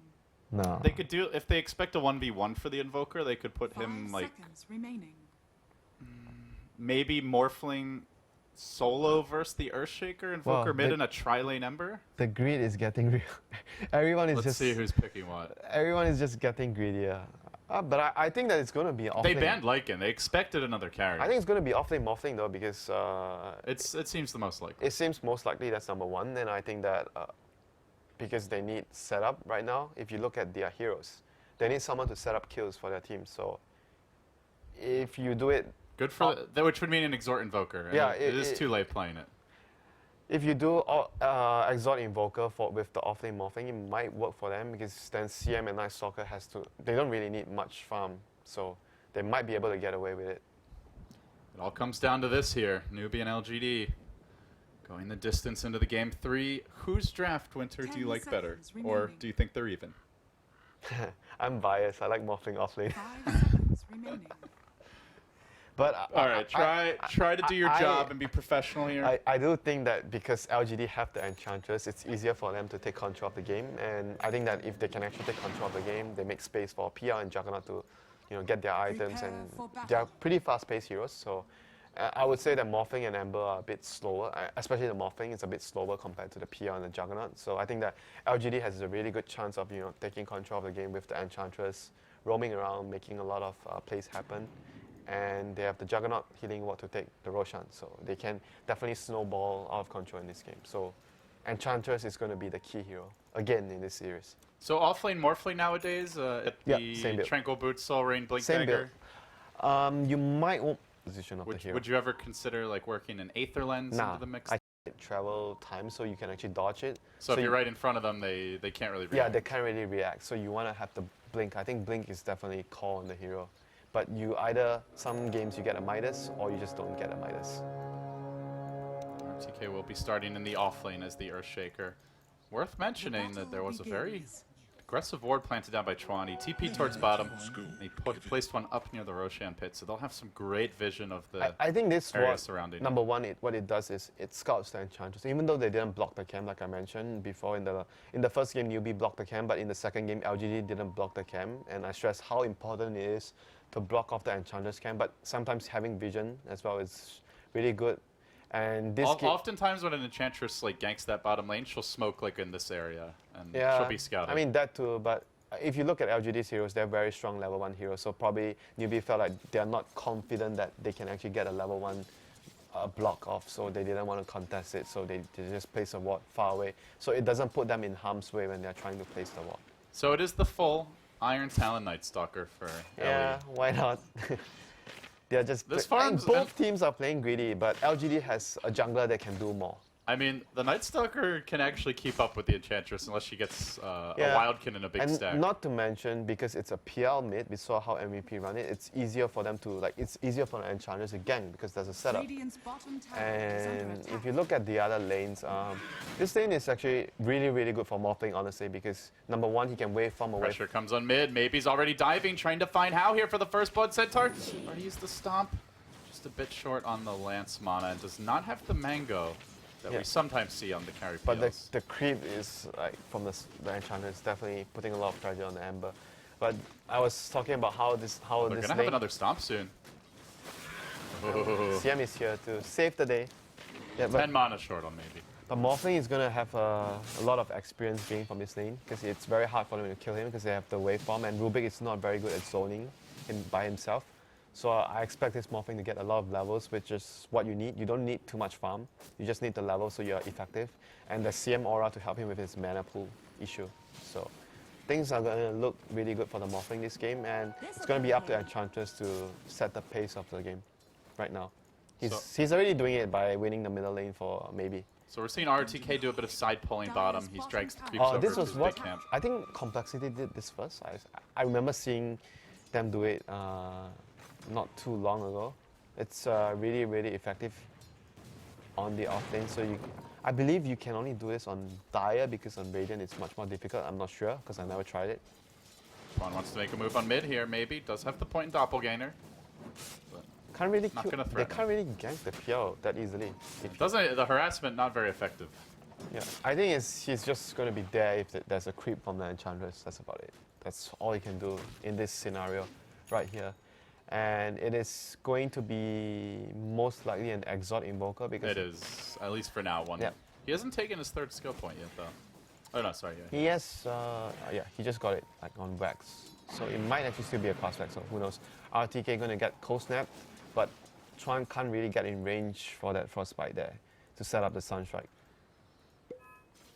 Man, mid PL off to a fantastic start. Yeah, The mid PL is really underrated. Mid PL I is feel. actually really good because he has really good animation, really good damage, good armor. You can start with Permanent Shield. His base strength is actually quite decent as well, so he's not that squishy.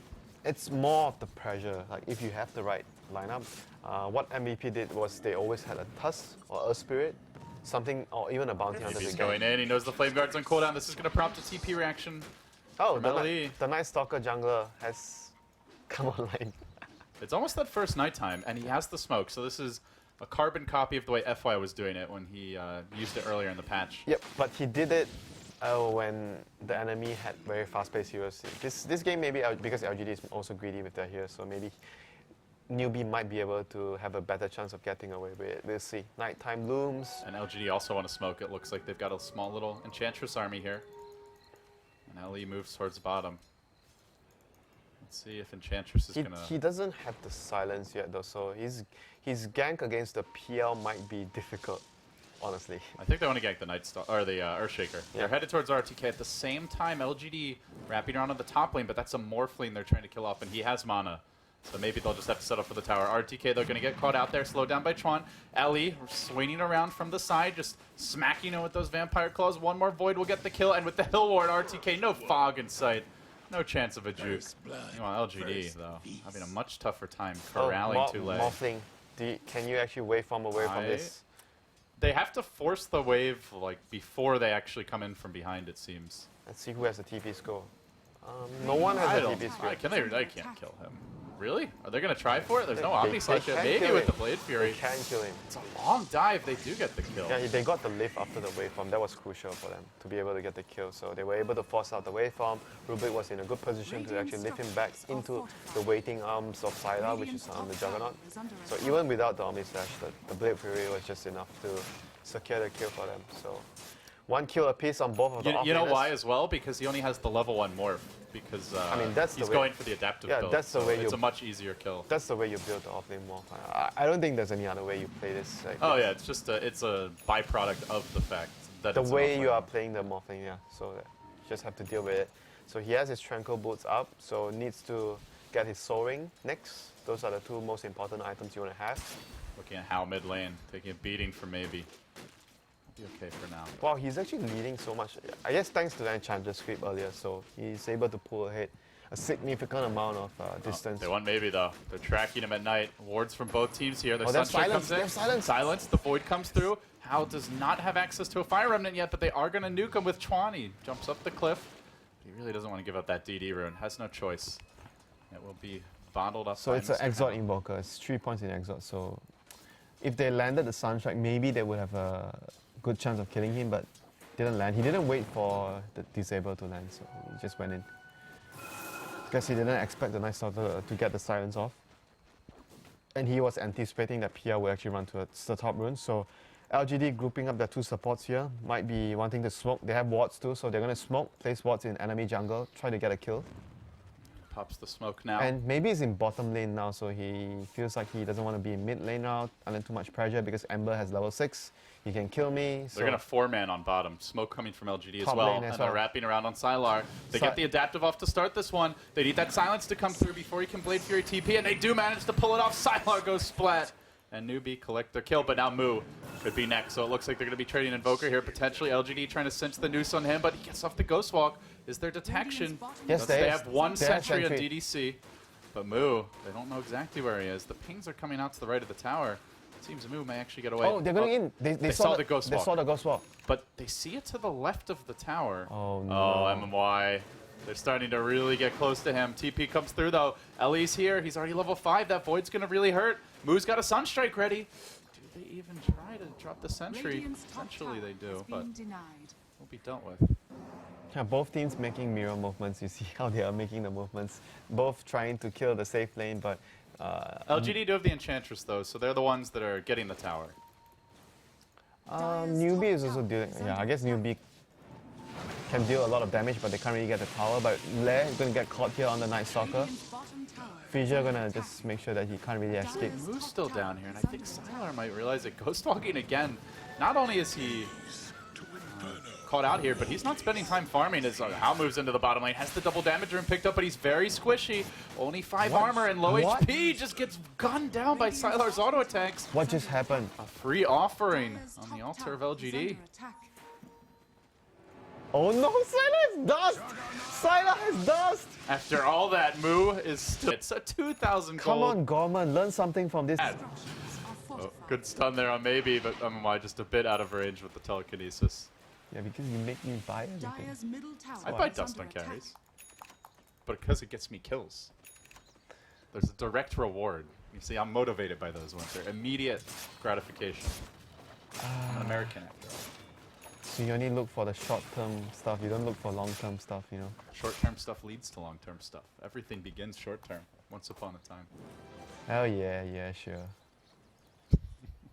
Buy your own dust. Don't make me buy any nuts anymore. Why so mad? Salt levels are rising here in Shanghai, and LGD, well, they're feeling rather relaxed at the moment. Leading 4-2. Gold going their way. Experience has swung into their favor. And maybe Morphling is online. closing on his first big items. Morphling is online. Soaring. Soaring Trankles. You finish your 1 and you get level 7. You're There's good to action go. here as Chuan is getting scouted out. Fissure from RTK. Dyer's middle tower is under Wrong attack. side of it, though. He'll back away. So he's online. They have a level 4 Exhort.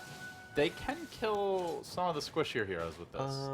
Basically, I think if they... Even if they... The Rubik, for Even if sure. the Juggernaut, they catch him out, they can actually kill him. If it's 2 heroes roaming... one hero roaming with the Morphling, like the Night Stalker, and they rely on the Sunstrike. Radiant's middle tower You is under stun, attack. you waveform Sunstrike plus a nuke from Dyer's the Night bottom Stalker. tower You can is still under kill the attack. Juggernaut.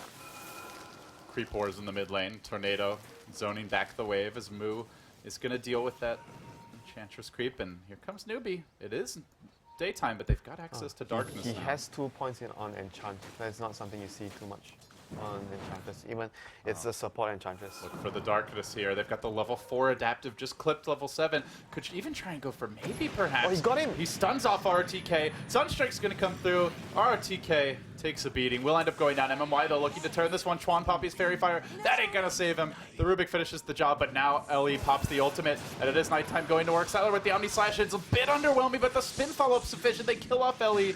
They force back the rest of Newbee. The Enchantress creeps continuing their assault. A 2-for-2 exchange here. No carries going down for LGD. And just a support trade, essentially. You're technically your offlaner Shaker core, but not expected to farm a whole lot. You can say he's a support as well, I guess. That's Earthshaker core Radiant's sometimes. middle tower If It's you're a not, 3.5. yeah, I guess so. Now, dropping the chains here. Bold move forward. The Sunstrike perfectly placed. Not spreading at all between the other LGD heroes, but Samurai with the bracer has the HP. Oh, he got the PR. Can they actually follow up? 4-second stun on him. They don't have the Sunstrike though, so they won't have enough damage. They're still a little bit light on the damage output. It's Yep. only level 4 Exhort. And It's like Ember they- doesn't really have any You know, items it's yet. like they don't have a hero like Lina or Skyraf, like as a support where once the stun comes up, you actually immediately blow him up. They're only relying on the Invoker. Only the Invoker. Yeah. And I mean, Night Stalker has a decent amount of damage with his nuke, but he needs to get in range, so Yeah, I would agree. It's where it wasn't necessarily their plan from minute 1 when they drafted. Yeah, You know, it's like they- okay, this could work here. it's like they're trying to outgreed the enemy, you know. We got outgreeded the first game, and this game you're gonna outgreed them. I also have to keep in mind it is LGD with the Morphling being one of their most, I think their most played carry hero on this patch for Sylar.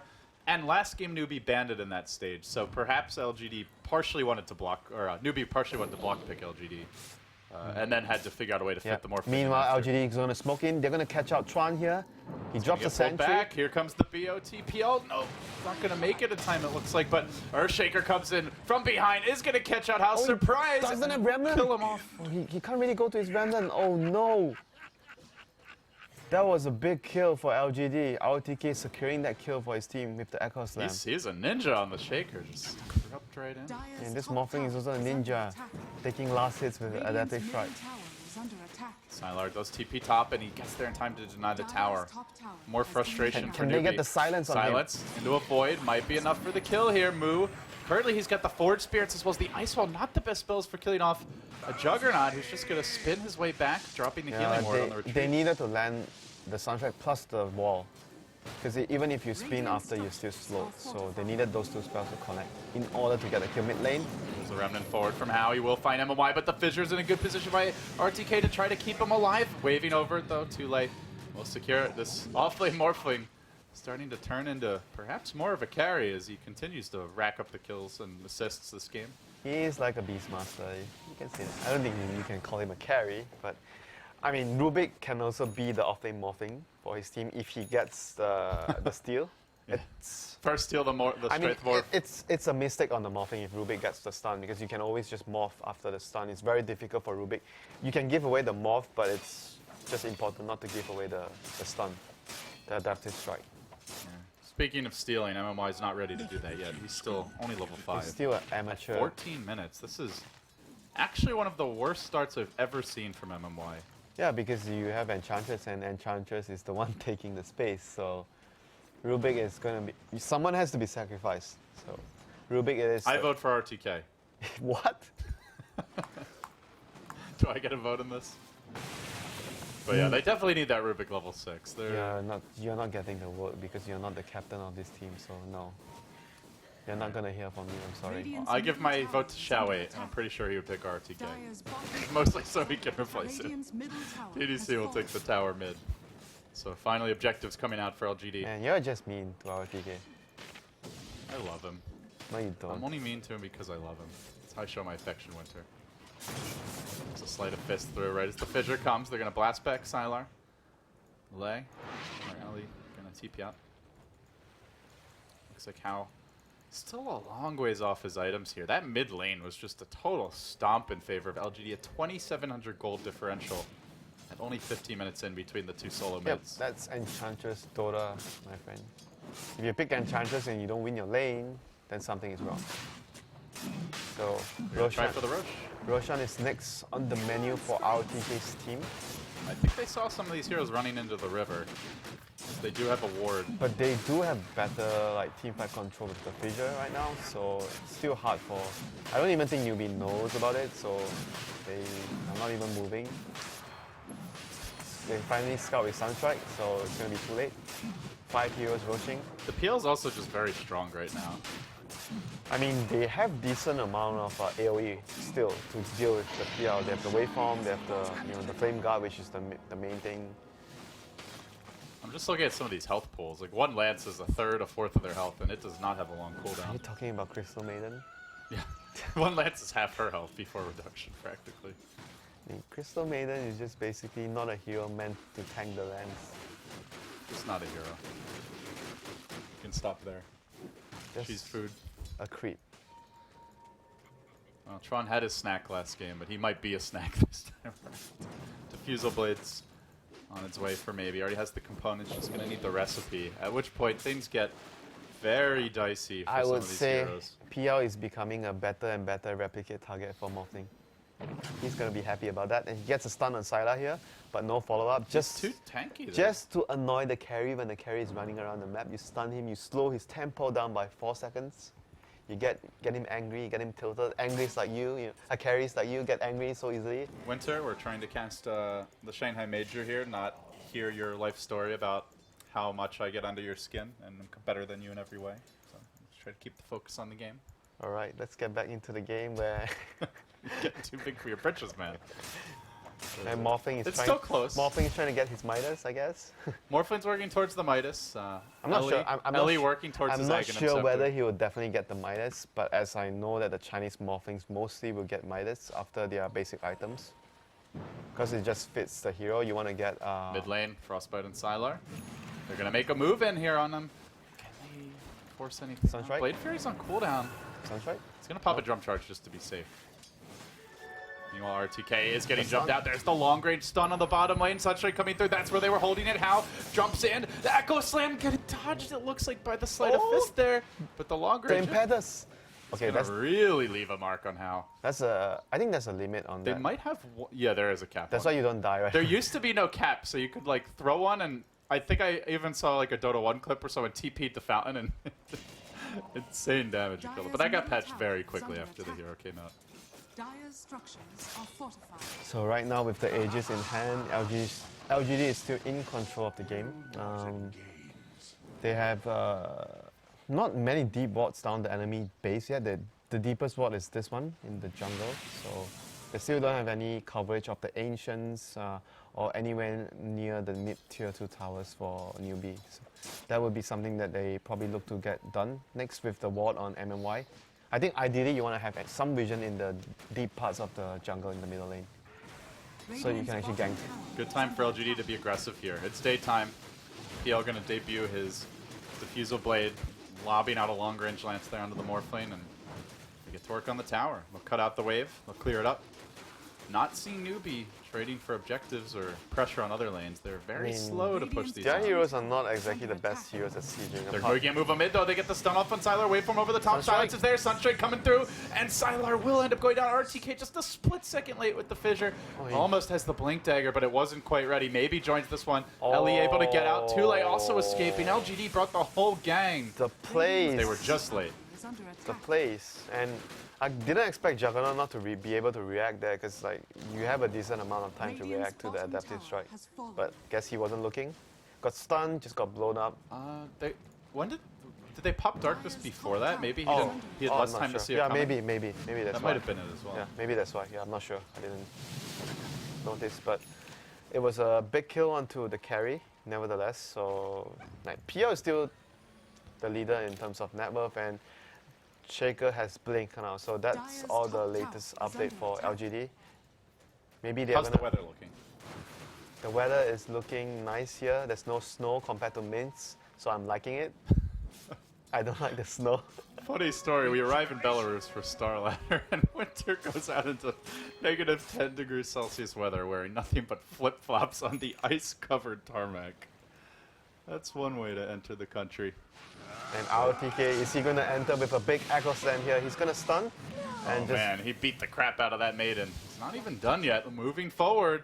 How's going to TP out? Maybe still in pursuit. Yep. He had the lance. It's swings okay. his arms. Maiden's not even a hero, so not any loss there. Oh, for this is a hero though. That Morphling, they're going to echo him, control him there with the Enchant Totem. They're really diving for this. They have the Diffusal Blade. Too late. He's already out of mana. He manages to buy his Midas, but that's about all he's going to do before they grab yet another kill. And you can see the power of the PL to punish a mana-intensive and dependent hero like the Morphling. Things starting to look a bit dicey for Newbee. They're starting to lose more map control. Radiant's top And tower yep, is under and attack. before that, MMY was able to place the ward that I mentioned. They needed vision in around the mid area. They have a deep ward now there, so they can actually understand how they should move better. And maybe it's still continuing to rack up the goal here.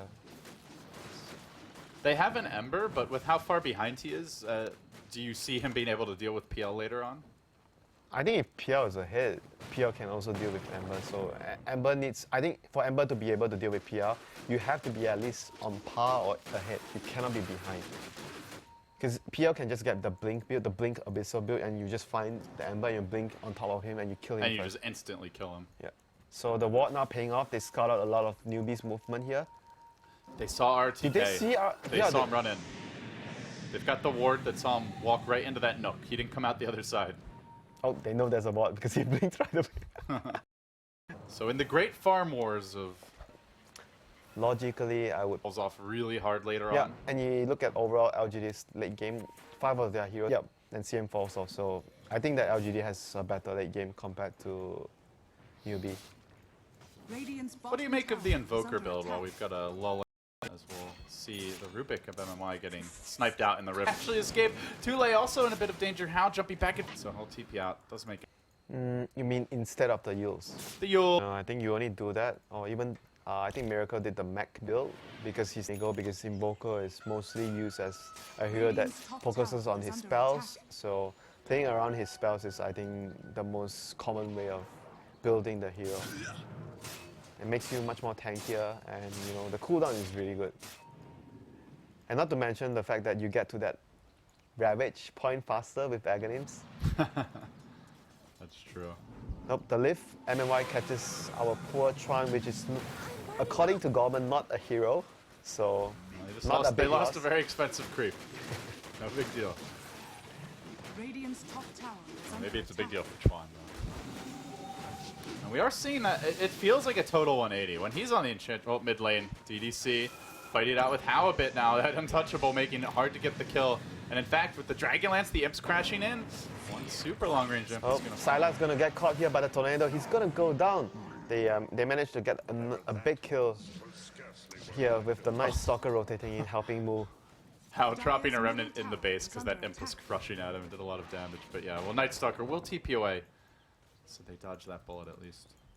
So Aghanims is online since a while ago. I'm not sure we talked about that. They are gonna have the vision control they need now. Yeah, just need that gem. It's good for the morphing too, you know, the vision. I know you mentioned Bat Rider earlier, but with morphing it's still really good. Because you can mainly get into a better position so that when you stun the target, if they don't see you, it's less likely for the Juggernaut or the PL to dodge them with their spin or the doppelganger. Man, I'll tell you though, Strength Morphlane, he's a slow farmer. That's why they get Midas. Just throwing Adaptive Strike at creeps. That's why they get Midas. Oh, he's not getting Blink, he's getting Use. So that he can actually have much more mana and try to escape the PL. Do you really need it with the Soul Ring though? And the Magic Wand? I mean, it's still a good item on morphing. I always get it after my Blink. Oh, because it lets you wait for the cooldown is the Yeah. other big thing. So you can And blast them when they're about to escape, You use have them. a secondary disable, which is also really nice for the hero. We'll grab a tower top lane, and they try to make their move on the Sylar, but he's quick to react with the Blade Fury, dodging the adaptive and backing off. Meanwhile on the river, maybe chasing towards Moo, but he blinks up the cliff. We'll be okay. So a lot of movement from both teams, but no kills coming. But I'm still thinking, what else could he go for with this staff? What other items would be useful this game? I would actually think that the other item that could be useful is a Veil against the PL, because it allows you to detect the real PL all the time. Even if he uses his doppelganger, the buff will be on top of the real hero.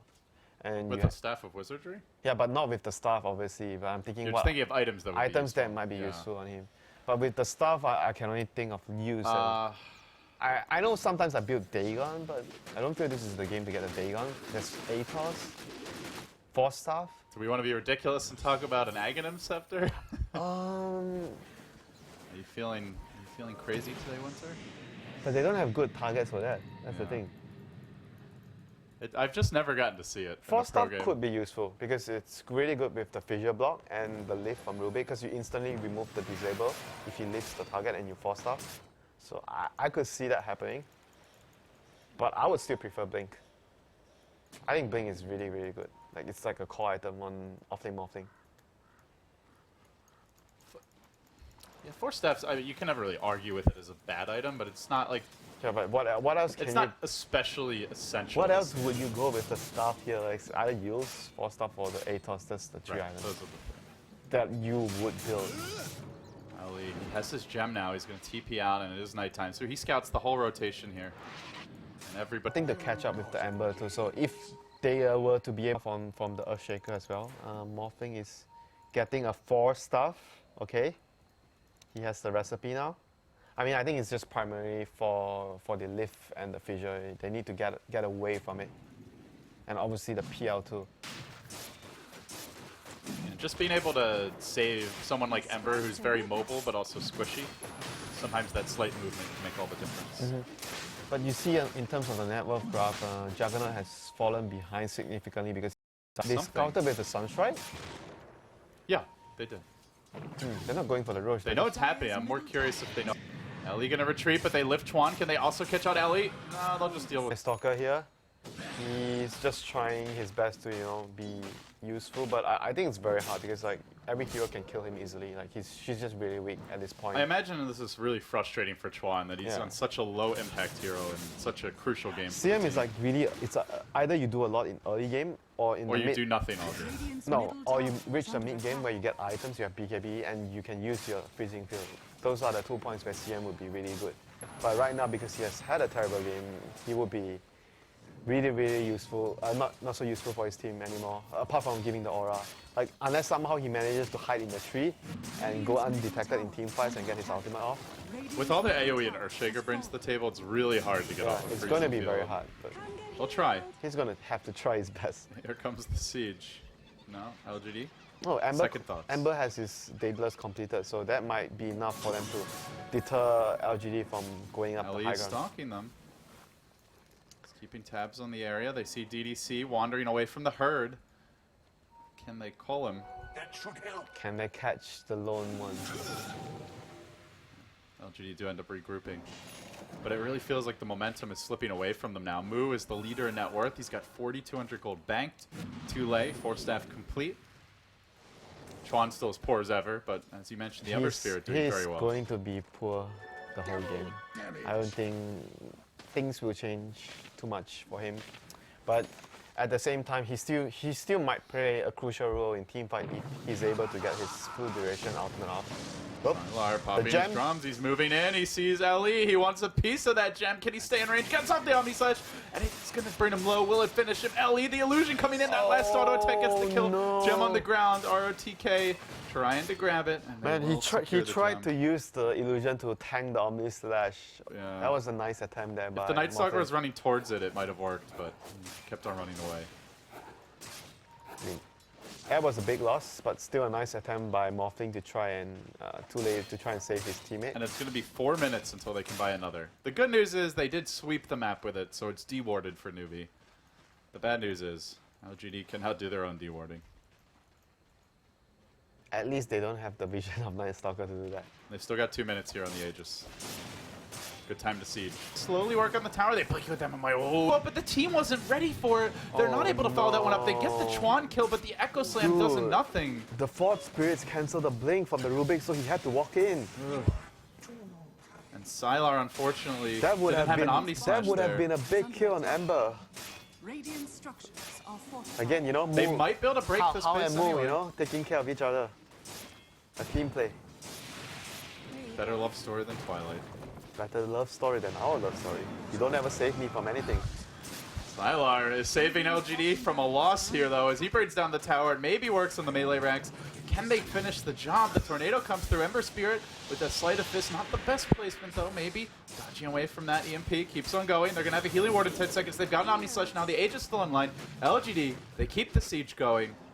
Let's see if Newbee can push them out of the base. It looks like one last shove and back LGD You out. can see Rubik trying his best. He wants to get his hand on a stun. Every time Morphling shows his face after the stun, he tries to go in. And instead, they actually had no follow-up with the Rubik being locked down. Omni Slash on cooldown. Maybe it was on the south side of the fissure. RTK is going to try it again, but he doesn't get off the enchant totem. Tornado there to interrupt it. But still, they just can't seem to kill off this PL or even bring him low. Maybe he's at full health with the heart. I think has a buyback as well if he needs it. And Sylar's just going to pop a BKB. They'll commit for the objective here. With the Omni Slash ready, they might kill someone from Newbee who chases them out of the base. Be cautious about chasing if you're Newbee. You want to get a stun. And they're hoping for that I attack. mean, in this type of situation, that's when you prefer to have a blink on the Morphling, because you can actually get into a better angle or chase further. But without that, he's not able to chase too confidently. Well, here's some extra firepower for the next fight. DDC now. 870 attack range with the completed Agh's Dragonlance. They'll be hitting hard. So now LGD settle down. They've managed to claim their first melee racks of the game. Not an insurmountable advantage, but definitely puts them in the driver's seat as they lead by about 6,000 gold. It's not too much at this point. And you're up against Ember, their high ground defense is still going to be tough with the Invoker. Invoker plus Ember. When they push later, Especially Invoker with BOT's Blink Hex. yeah, the later they push, the Invoker gets more levels, then it's going to be even harder. We saw it from mid 1 yesterday for Fnatic. We've seen it countless times from Miracle for OG. This stage of the game, Invoker, with any +1, can kill anybody, and on his own can easily kill the supports. A stun from Morphling set up everything for the Invoker right now. Yeah. Or just a Ghost Walk Hex will do. So nighttime is popped. Stalker's still not 16 yet, but LGD wants to further push their advantage right now. They want to look for even more objectives after claiming the bottom melee racks. They have all the spells ready. Omni Slash is back up. Echo Slam is back up. Any new items that they are waiting for? Sylar has 5,000 gold in the bank, still deciding what he wants to buy. What's the item, do you think, for him? I think tank ability, any stat like Scully, anything would be nice. I don't think they need too much lockdown. They have the Rubik and Earthshaker and a diffuser from PL. He just needs to be able to dish out damage and just survive. So maybe Butterfly or Scully would be nice for him. I would say out of those, Sylar likes Butterfly the best. Yeah, probably. Because it's gonna force the Ember. Oh, bottom lane ROTK. Not sure what happened. Probably got scouted hiding from the Night Stalker. So pays with his life. I think, yeah, because you want to probably force the Ember into MKB as well, so he doesn't get into his normal damage build like the Rapier after the Daedalus build. So you make him. He was actually trying to kill Chuan, by the way. He was trying dropped to the Echo Slam for him and got counterplayed. Forget about that. Rolling the meatball over his corpse and cooking it a little bit further. So it's time to split push if you're LGD. They bring DDC and MOI down mid. Chuan here to hold the line. For what little good the Crystal Maiden can do, it is at least good for slowing down these pushes. Oh, you're really trying really hard, yeah, for the Crystal. After I'm cheering for Chuan. I feel his pain. and I'm cheering for the Morphling, even though the Morphling didn't do much. We're very biased. Classic Newbee fans. From Juggernaut. Radiant's top tower is under attack. It's so hard to go Oh into no, this, though. ROTK almost, he almost got caught by the chains there earlier. Boy, you sure would like to have an Echo Slam right now. Has fallen. 30 seconds until it's up, but it seems they've got just enough base defense to force them back. And maybe it's Gamma going butterflies. Juggernaut picked up the quarter staff as well. It's the big stuff from your Ember. Maybe it was also the PL's fault that he showed him. I guess he needs to push the lane, so not much he can do. And they didn't know the Ember was about to shot by Yeah, them, it's so just like we were like, oh shit, he bought. That's too nitpicky even for commentators to say. My bad, Gorman. I take the blame. You can just leave now. See you. I don't think people will be too happy about that. That's such an arrogant statement. Also, you would rather me leave. No, I just wanted to Okay. check your reaction. I mean, I did say that it was hard to cast with you, so Yeah, well, Valve wanted me to have a challenge, so there you go. I promise to be nice from now. Visual Alpha Moo, that Echo Slam's on point. Moo will go down and too late on the run. There's nobody split pushing right now. LGD, they got one melee Rex earlier. They're looking for more now, checking out the buybacks very quickly. Enchantress, Morphling, and Invoker, the only three that have them. Up onto the high ground, maybe brings out the creep army. Invoker could rejoin the fight. He's looking for a good opportunity to do it. They're trying to chip down maybe. With the Echo Slam committed, LGD have to be careful about how they approach this one. Radiant's middle tower. Gotta realize Invoker might have it. Radiant structures. Spin, work on the tower, force out the glyph. Ellie still giving them all the vision they need here with the gem, and there's the buyback. They bring down the tower. Radiant's middle tower Her has Spirit fallen. zipping out, and maybe gonna dodge an adaptive here. We'll jump back, and Tornado looking for some fleeing heroes, but won't find anyone. This MKB is just so much value when both of them completed the butterfly. I feel like if had he gone into a Scotty, or I mean maybe he's I even think gonna they're get screwed a if he Linkage actually- there, like they're so screwed at that point. Double butterfly just completely counters the Ember. It's like BKB as well. When you get it, you want to just go fight, go push, secure objectives. So Roshan, It's a third Roshan, so there will be cheese, Aegis for the Juggernaut and the PL. And some blood in the pit, because Newbee are coming, and they're looking for it. LGD bringing the Roche low. The timing could be pristine. Here it is, daytime. They're going to pop the Darkness out, so they see what's happening. They blast back DDC. They're going to commit the Hex on him as well. They throw out the Deafening Blast and the Meatball, but he can't even finish off the Enchantress. RTK jumps in. He still doesn't have an Echo Slam, and he's going to drop here. Waveforming down and away. Got to slow them down. Remnant jumps away, so it's a 2 for 2. But they don't have an Invoker for 80, and immediately maybe into the bottom lane. He's BOT'd forward, but the Ember's there to hold him off. How keeping him at bay. LGD scrapping and clawing their way towards the second lane of Rax. Of course, in the case of LGD, one of their heroes does have a buyback available. And Crystal Maiden's a non-factor at this stage, so really it is going to be a 4v3 in a lot of ways. Top tower is It's under going to be attack. tough for Newbee to hold from here, Winter. It's really all about the Ember. And, well, that crit will do it. Thanks to MMY with the Sleight of Fist. One down, but it's not the carries they're killing. Still the melee racks fall. They've got to get something here. Sylar, The healing commitment. He's focused on objectives here. Maybe is surrounded, and he's taking quite a bruising, but he's able to jump back with the Doppelganger. Purge onto Ellie, they got trying to stunned. cover the retreat. Sylar also jumping out. Hal's on the chase. He needs this kill. Too late. Blinking forward. Sylar's alive. They managed to heal up. Pops the cheese and is going to turn. It goes back onto Too Late. Starts whacking him with the BKB. Has no teleport, though. And he may end up eventually going down, but they have still managed to grab the melee racks, even should he fall. But I think they have at least one buyback here. No, ROTK, the turnaround, drops the Echo, saves Sylar, they get two, and maybe once Too Late, this might just be the end right now for Newbee. Too Late on the one, Sylar lurching forward, jumping in again and again, back to the base will go, desperation time now, Ember forced to buy back. That's both crucial heroes, punish the group. With one fell swoop, he just doesn't have buyback. Radiant's middle barracks. LGD will be content with this, though. At least for now. Still holding the Aegis, so maybe. They don't have buyback on Invoker and Ember. It's going to be really, really hard, and Aegis is still up for 2 minutes? Yeah. They still have 2 minutes on the Aegis, so they can go back, refill, regenerate, and just go.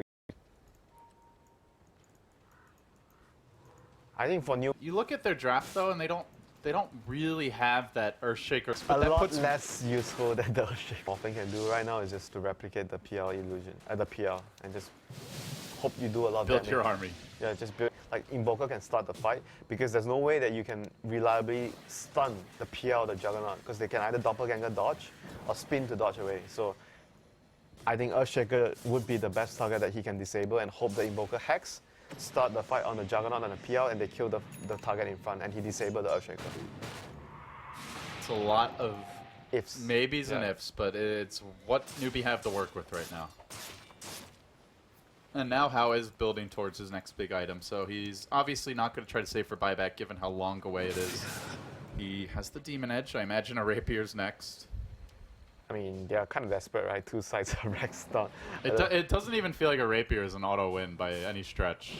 It definitely helps a lot against the PL illusions. Yes. So, but at Most the, of them will die in one yeah, good but side at the of same this. time, he has no Lincoln's. Usually the build is like Blink, Battle Fury, Davis, and a Rapier with a Lincoln Sphere. So you're not so vulnerable to like a. And they don't have defensive supports. Yeah. There's no Grave. There's no They have a Bad CM Energy, with Glimmer Cape.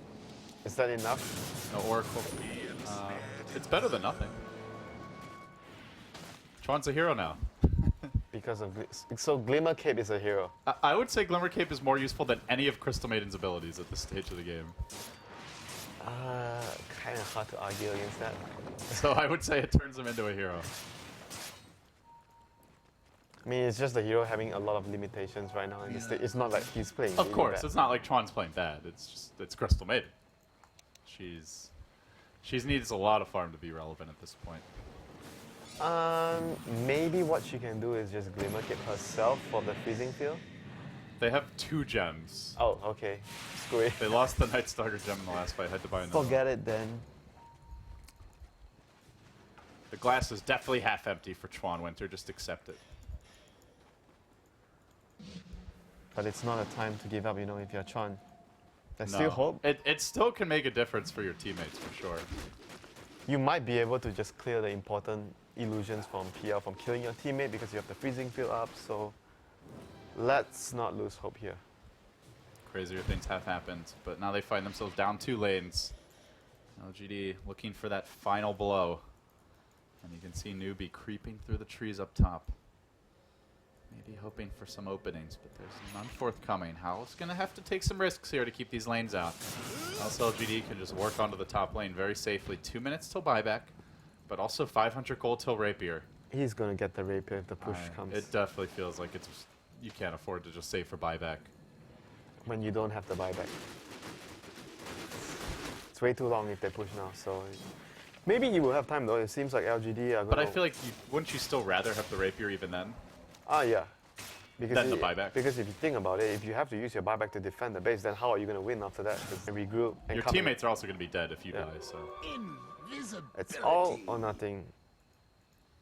LE trying to catch out some LGD heroes here, or at least keep eyes on them. And Moo's also joining him. They're very mobile. Strike force through the dire side, and there's the Rapier. Let's see how broad Hal's shoulders are. Hope he's been working out. I don't think so.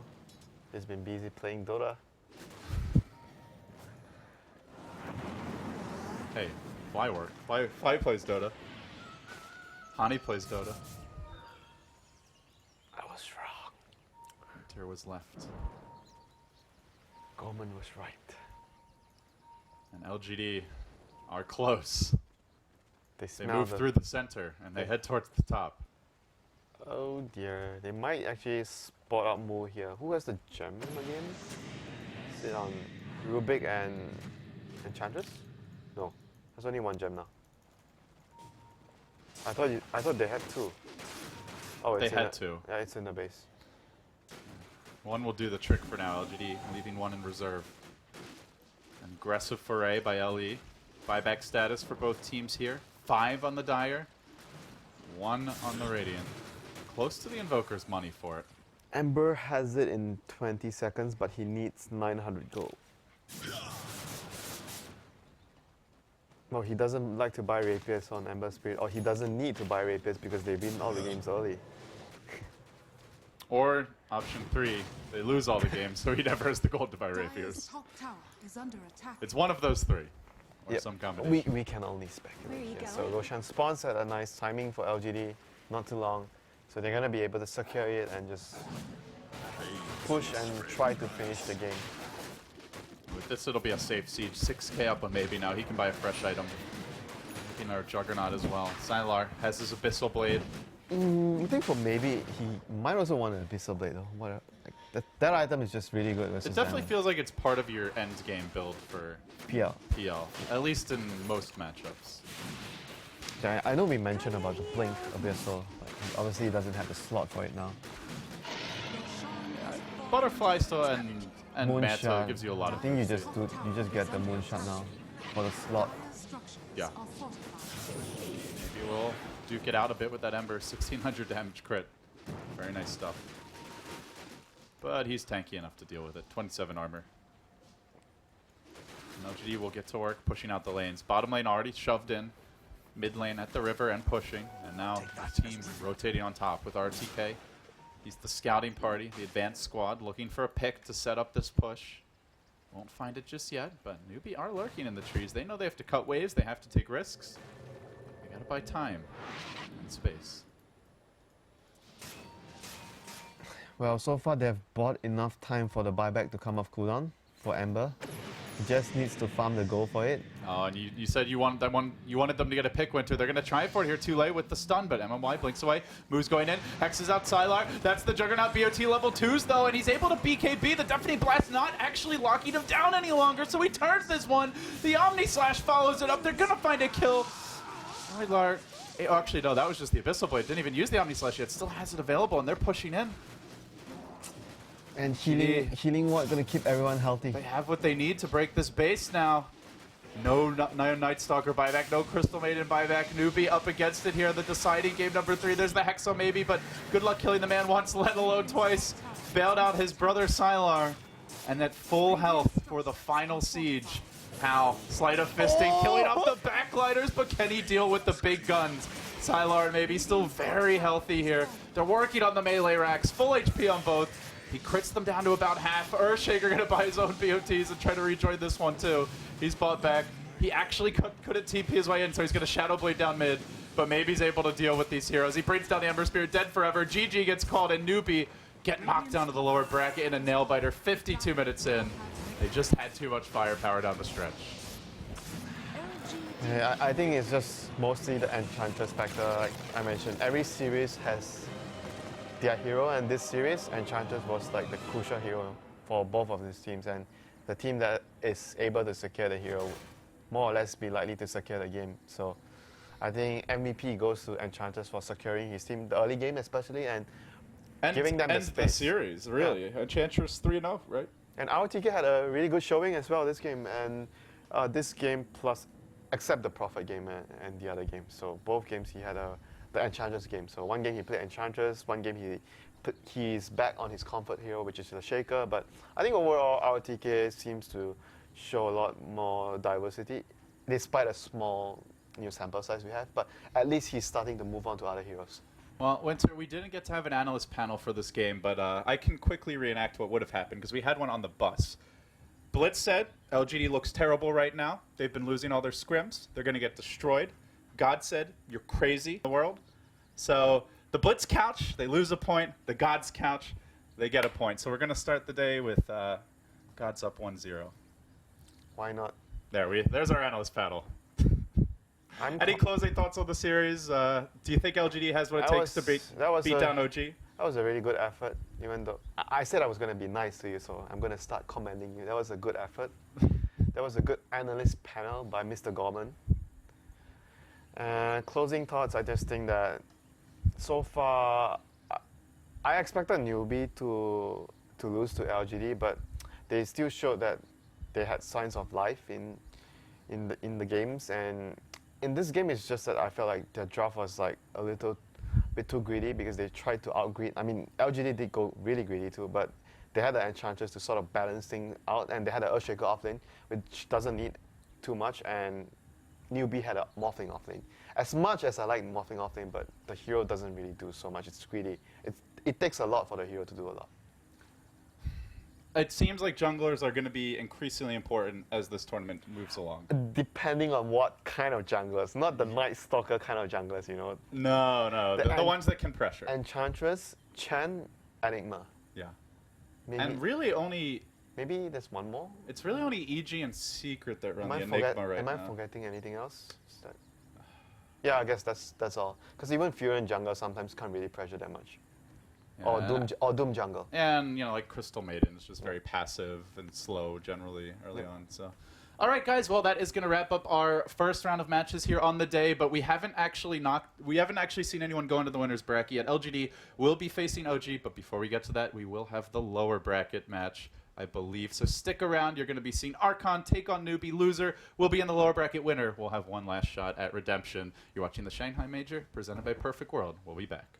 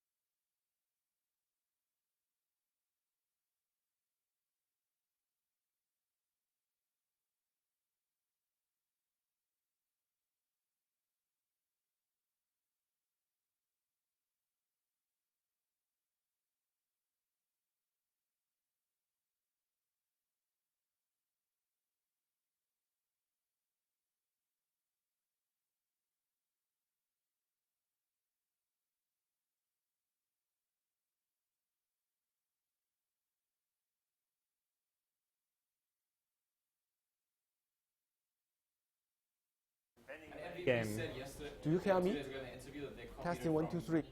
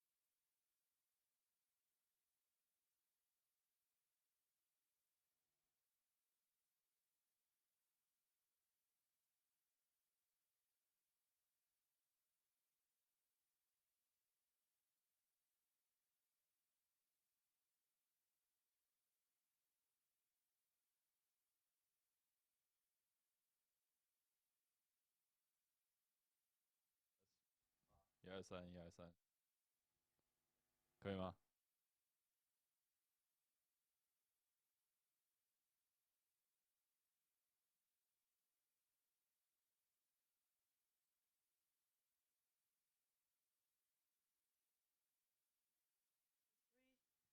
？Talking loud and clear, ready for the interview.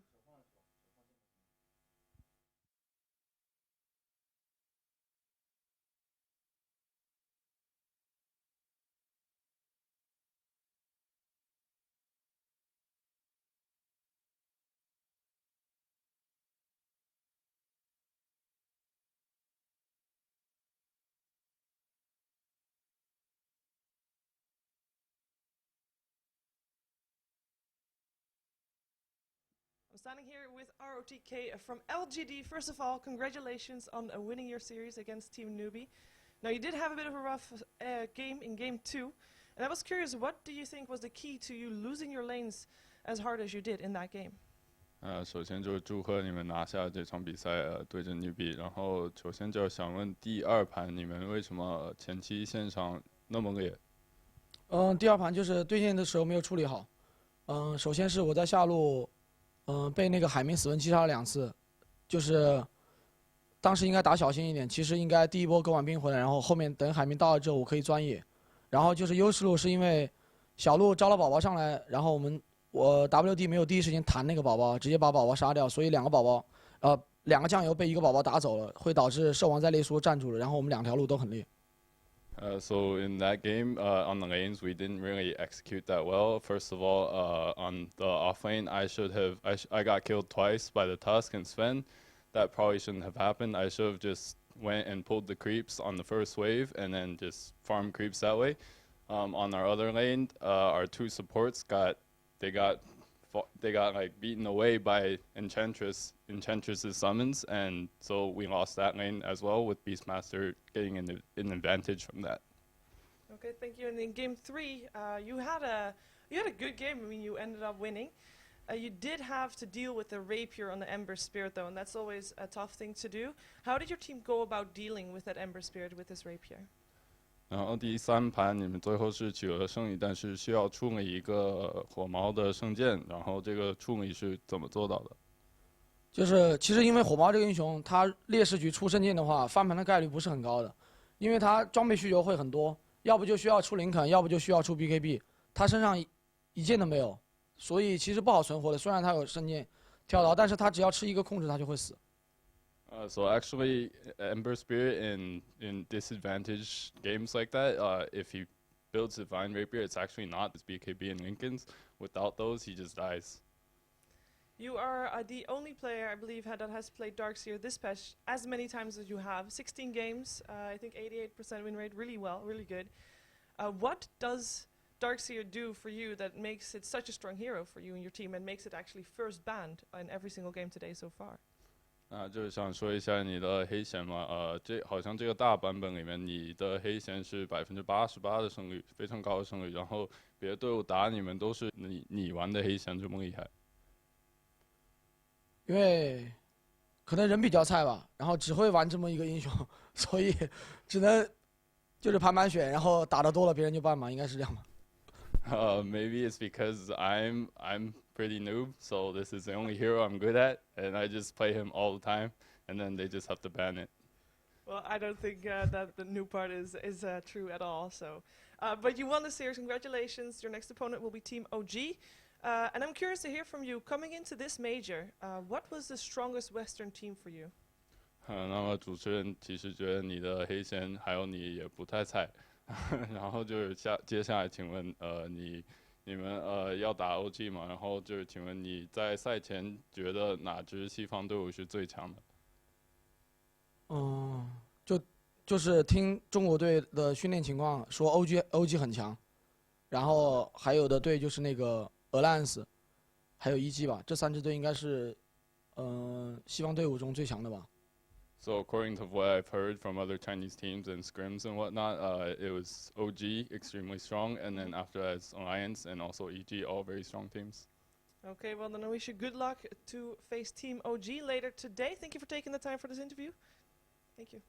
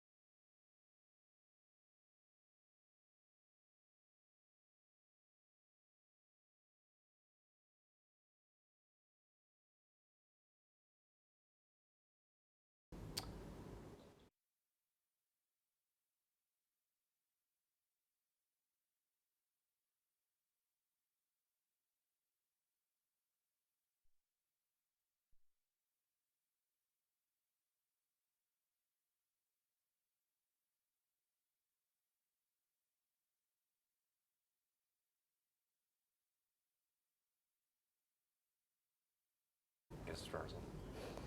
This drama is really good for Twitter 2, followers. 1. Welcome back to the Shanghai Major presented by Perfect World. We are back. The panel is here. I'm Coddle Guy, and I have now been nominated to jump into the big boy chair, right? Beautiful faces here going to be joining me on the couch. I want to start with this majors we've ever been across, but how are you feeling? And have all your birthday wishes come true? Feeling good. I said yes earlier to that, and then I got called out for having low standards, but you know. Or having having ill intentions. Yes. Yeah. Interesting wishes. Everything I wanted has come true. Well, I hope you're in for some birthday. Sitting in the middle area. Shiver. You just missed Will, is that it? I'm doing No, I need to replace Will. You're parting the sea Good. between this two couple right here. Yes, I think that actually Blitz is taking over. Look at the way he's nodding alone. I mean, he's taking over the Dawn spot right there. He's Mafia. It was his plan all along. He is actually really mad. I nominate Blitz. Blitz, please make some sense of all this. How you doing? A lot of the lyrics of... Wait, are we live? Yes. We could be. Blitz, please. Yes, this is the real thing, Blitz. Welcome to the panel, my friend. Drill. Oh. Hi. Hello. Welcome. Blitz is a little slow on the uptake. Sorry, everybody. So as you know, obviously, we weren't here at the start of the day. We've already had some Dota action, so let's take a brief moment to kind of get everyone up to speed with what's been happening so far, as if they haven't been watching the Dota action so far. Starting out, it was going to be OG versus Archon. OG, what many probably had expected, did manage to fight right there. Cap, I know you were watching that series pretty close, so I would love to hear a bit more of that later. But we just came off of all the way into their top spot, and then even Fnatic yesterday putting up a hell of a show. So my initial question coming into this, and we are going to be seeing Archon next. Gods, do you think there's any way Archon can do what Fnatic and MVP have already done? I think it's very unlikely. And Archon, they were competitive against OG, but Newbee and LGD looked really solid in their opening series. So to me, Newbee, you've got some great experienced veteran players. We saw Chuan's Enchantress have fantastic showing against LGD, even though they didn't get the win. Newbee looks solid, and I just feel like Archon, starting off with a lot of favor. Cap, you watched that series, so I would love to hear what kind of strengths they were bringing. I'm going to say that Archon are going to be playing a pretty fast game, and I think that's going to be the most concerning thing about this series is that there was two Chinese teams facing up against each other, and I think so far what we've seen out of the first two groups is that China is a little bit farther behind when it comes to the meta being established for this tournament right now. So I actually think Archon has a pretty good chance. Archon don't look nearly as clean as MVP Phoenix or even say a team like Fnatic.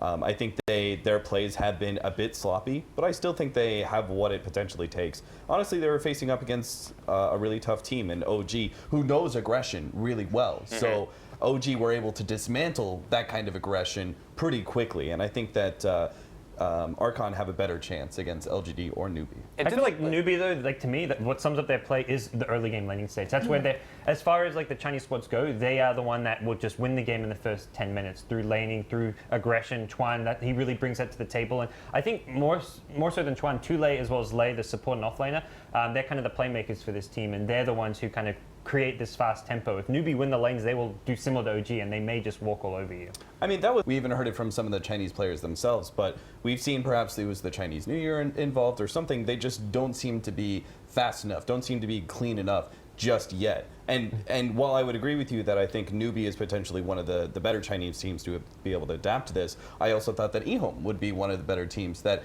could deal with aggression better than some of the other ones, and we saw how that went. So my expectations are still a little bit low, but I guess we'll see how. But Newbee, especially in the second game, they adapted their lanes instantly. They were aggressive from the start. They had that Beastmaster Enchantress off lane that completely dominated LGD, and I feel like Archon right now, their strategy is like, we're just going to try to just run at you and push you out of your comfort zone and continue to run at you.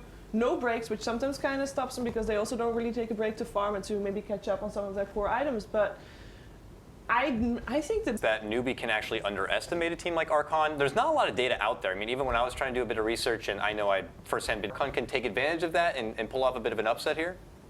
I think for the most part in the group stage, you approach it matchup by matchup. And so Archon probably mainly prepared for OG, and then if you get through, then you'll worry about that. Seeing on that, that's kind of like a loser mentality, like, oh, we're going to play Newbee in the lower. But I think Chinese teams inherently, I don't think they really care what you pick. And in some ways it's really good.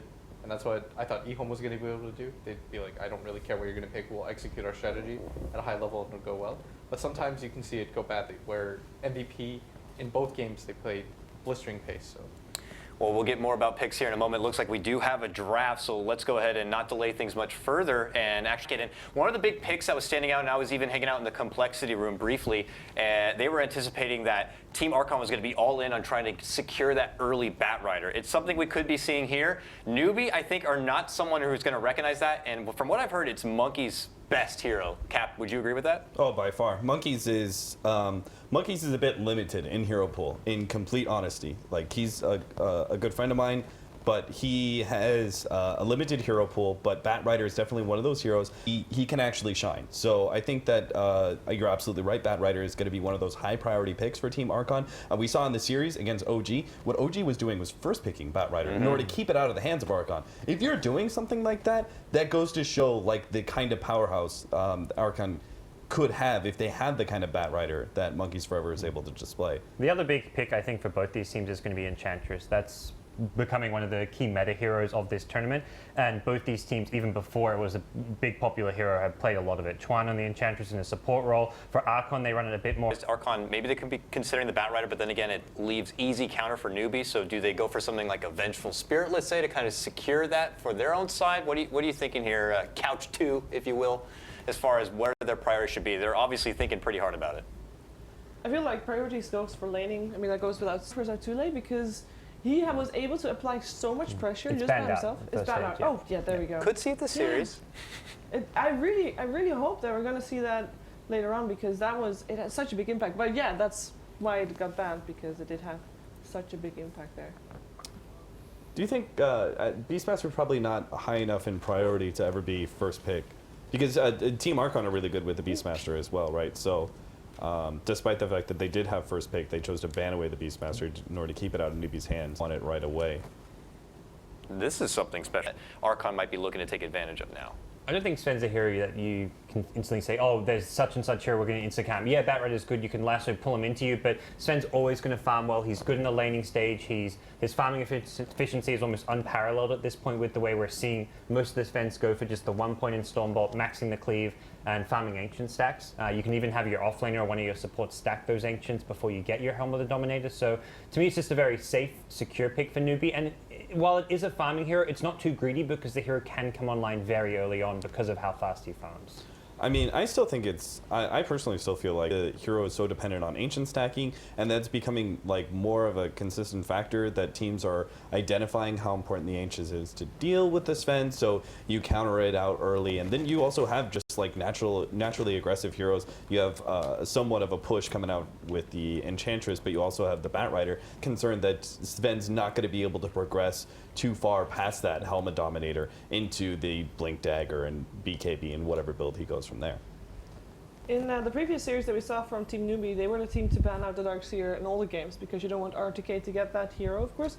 But they're actually one of the few teams that also plays it quite a bit for Zartule. Is a lane dominator? How do you think that pairs up against Team Archon? Is it going to be good? I think like the problem with Darkseer is there are just too many counters in the lane now, and I think it comes online like way too late. You have a hero that, and first you need Soul Ring, then you need Arcane Boots. There's like 50 different heroes that play up a lot faster. Like Beastmaster, you just get level 6 and you go, and that's something that Darkseer like inherently misses. It's like almost every other hero in Dota, you just hit level 6 and you can make a move. Like Faceless Void, you can do the same with. There are a lot of heroes right now that kind of have that meta established. Darkseer, the one thing that he has going for him is you sort of need 3 heroes to deal with him, unless you have an Oracle. It's like if you have an Oracle in the game, you pretty much can't play that hero. It's the hardest one-to-one counter that you can get. I think the way that I always think about it is the priority below, if it beats you, then it doesn't really mean too much. And that's why you'll often see teams Tiny has a very strong lane presence, of course, that comes online just with levels. The perfect laning partners.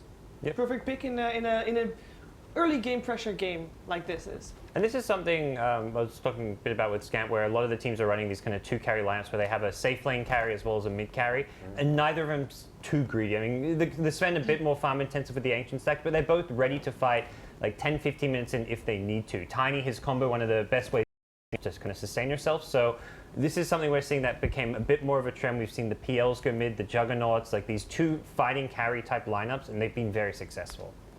This is really smart from Team Archon. Oftentimes, if you have any sort of global capabilities against Tiny Wisp, the Spectre is a pretty natural hero to run against this, because when they go for the attempted relocate, you can just pop the Spectre ultimate and you can be a part of that fight instantly. In a way, Archon can actually set up traps pretty well. Plus, they also have an early fighting hero, which is important with the way that we've seen Spectres adapt and fight early and join for these Bat Rider pickoffs and that sort of thing. But also, they don't have to have, right, that's just like MVP were playing so cleanly, they could do something like that. Team Archon definitely not. They were playing too sloppy, so they have to give themselves a little bit less pressure, essentially. Oh, speak of the devil, as mentioning, you guys were talking about a bit before, the last grab here for Newbee will be the Darkseer here. And taking advantage of one of the weak parts of the Archon's lineup, it's their safe lane. They've got a line as a support, pretty weak poor zoning here, and a Spectre who can't really contest or bully out an offlaner as well. So Darkseer is just going to be able to kind of bully this lane Archon right now. Unless they picked up the Oracle and they just ran Enchantress offlane. Yeah.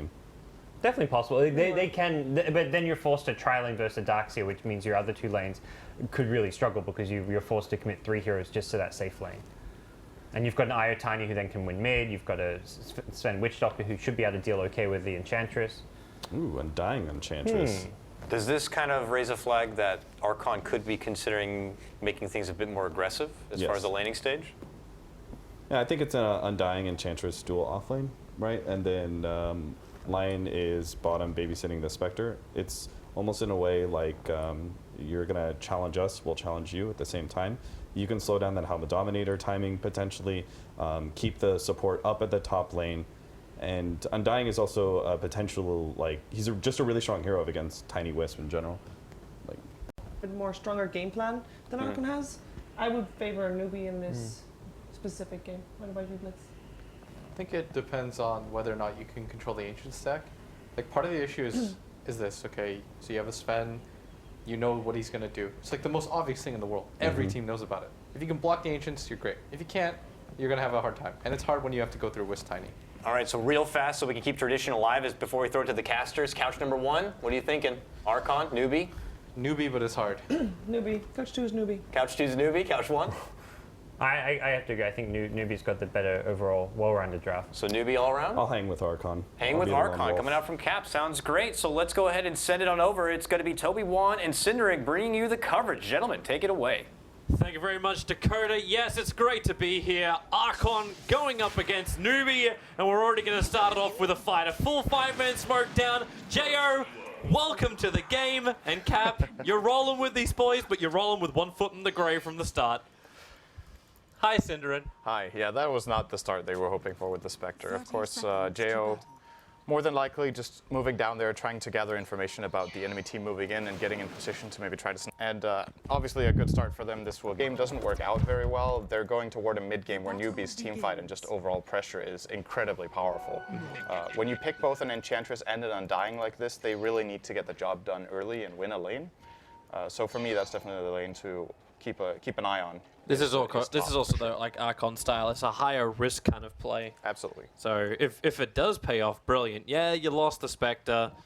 That's not terrific. But really, Jo just gives over the money, gives over the experience, doesn't lose much more than that.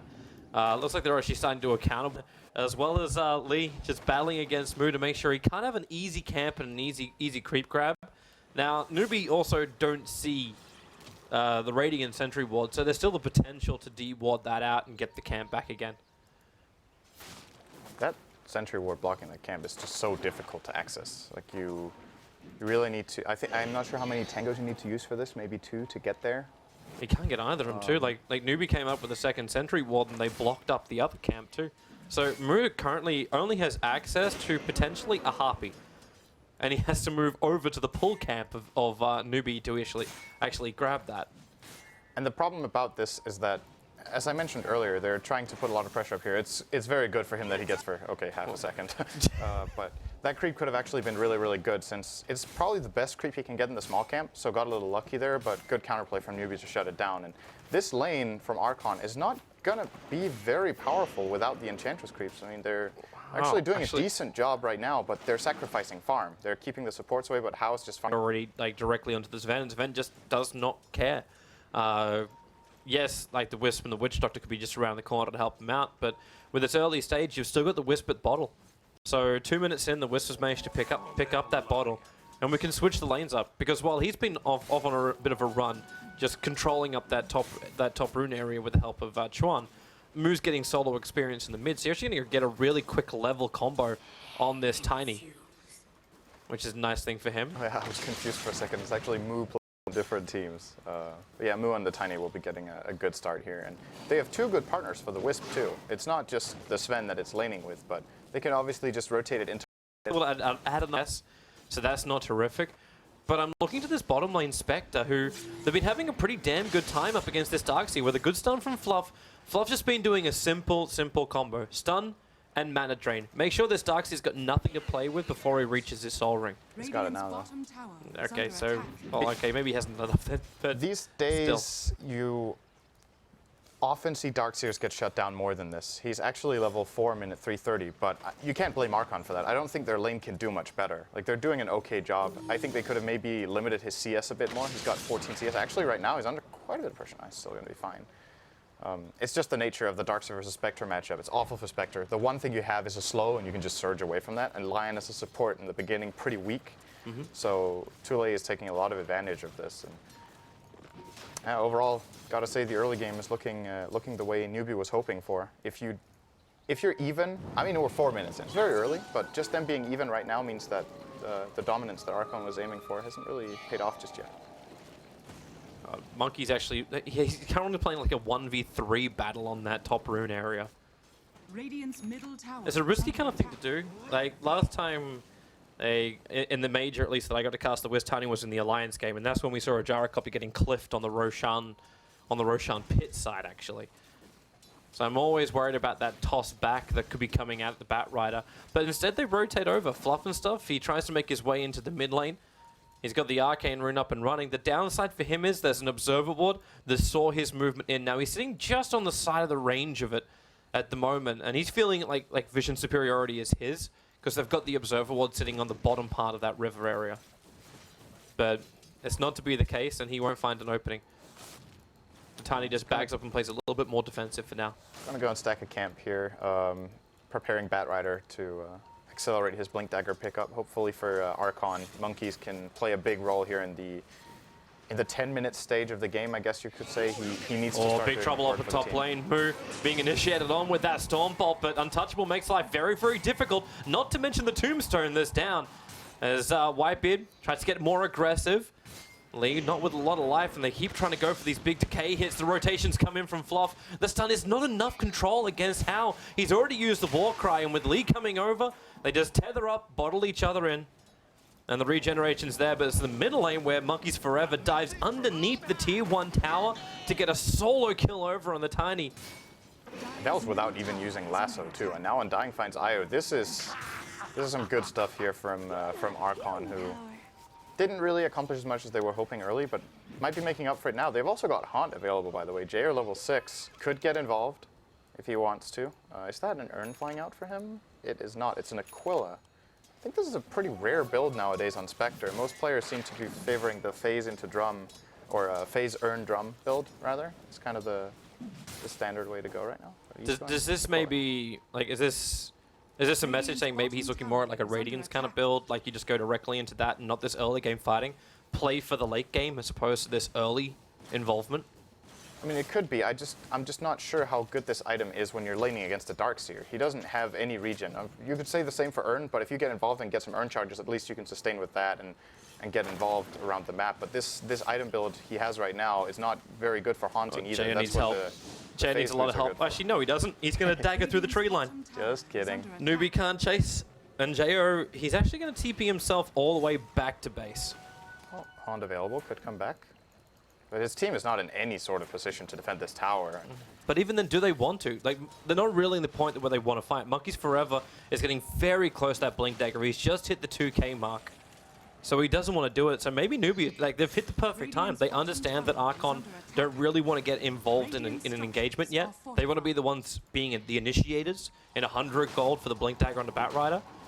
But Archon may have no choice. Whitebeard's rotated down, so is Fluff.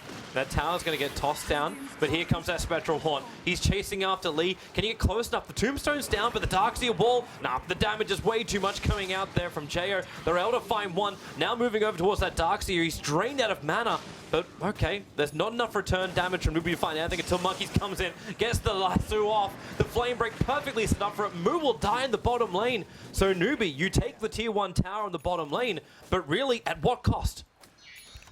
I think at a low enough cost for that to probably be worth it. The Radiant tier 1 tower bottom is really, really important for map control. And it opens up the jungle. It will probably make it easier for Darkseer to maximize his farm by just going in there and pushing out the lane and then taking those camps on the side.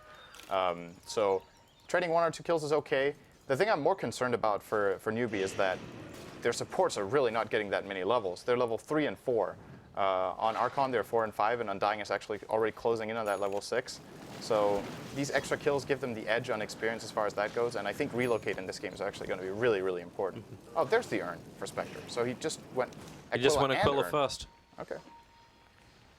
I don't know, am I missing something here? Am I remembering it wrong? I just feel every Spectre I see just goes phase urn, you know? No, you're remembering correctly, Synderen.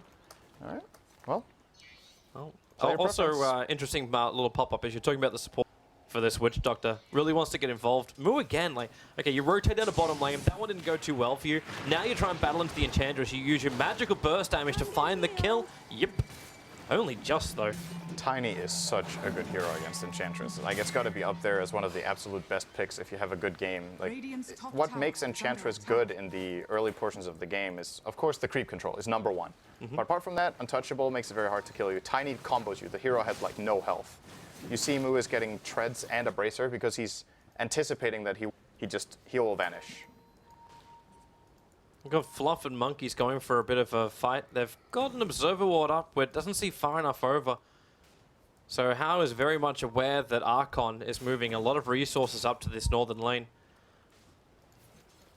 They're also... So it's the choice now. Does Newbee want to try and fight? The mech is about 100 gold away from Tule. Like damage onto the tier 2 tower and bottom.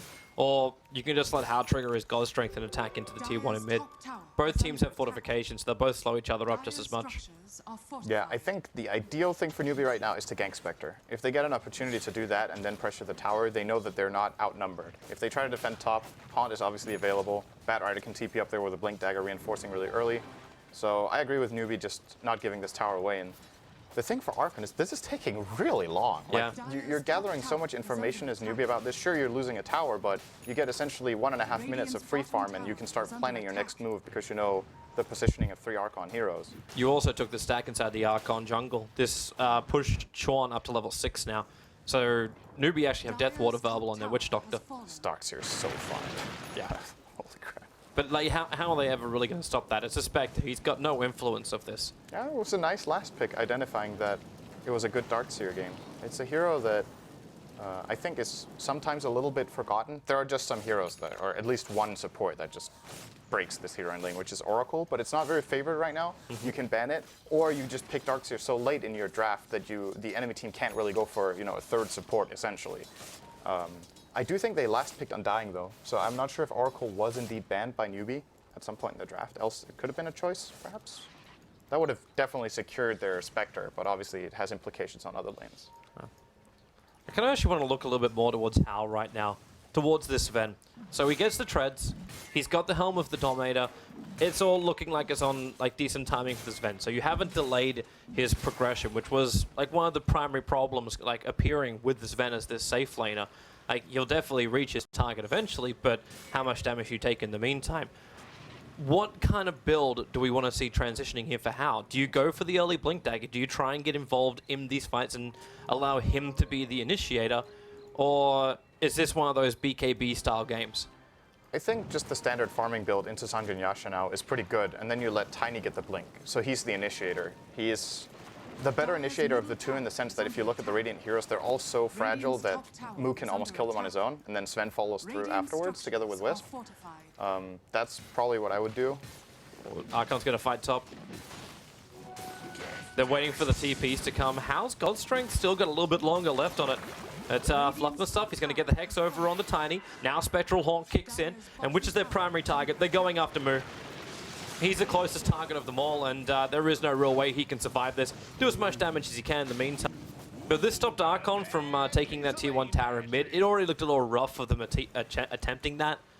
But now it's 5-2 on the board, and Newbee is getting picked off a couple of times, and Chuan's going to be no different. The Flame Break cancelling that Death Ward.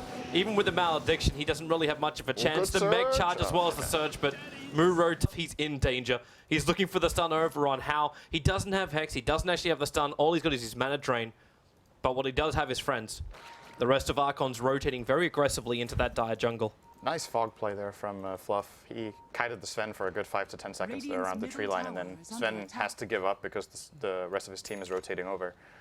So, good play. Archon still looking pretty good. I think the trades here overall, Newbee are, I think, content with giving a kill or two to defend a tower and claim a tower. Okay, you have good team fight with the Darkseer. You just want to be able to push out lanes. Then you can always look for the fights on your terms, whereas Archon's is way more skirmish-oriented. They want to catch with Batrider, they want to catch with the Enchantress creeps here in the early game, or gank with the Lion, but they don't have any sort of like very good combo as such. So Newbee's 5-man later should be good enough to get these few kills there behind. I'm actually interested to see just how well it goes later, because like if you get something like a Manta and Diffusal build coming out from someone like a Spectre, the Witch Doctor and the Wisp are going to have a very difficult time staying alive. When Spectre down those monkeys, he arrived very closely. He could have potentially stopped that tether out, but they went to the mid lane, and they're going after Mu. Flock draining out what he can. There's 2 seconds till that relocate kicks back, but then in comes Jo, just Spectral haunting himself forward. The Darkseer trying to surge himself away. Have they got enough? Yep, they do. Fingered down the Wisp, and the Darkseer as Chuan diving back underneath that tier 1 tower. The Impetus making life difficult, but actually more difficult is the Death Ward with a paralyzing cast from Chuan. He gets the now How comes in looking for some revenge. The Batrider in trouble, but bounce out the fact there's a huge Ancient stack as well.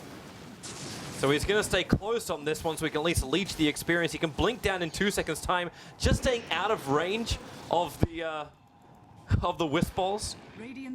Okay, now they're going to blink down.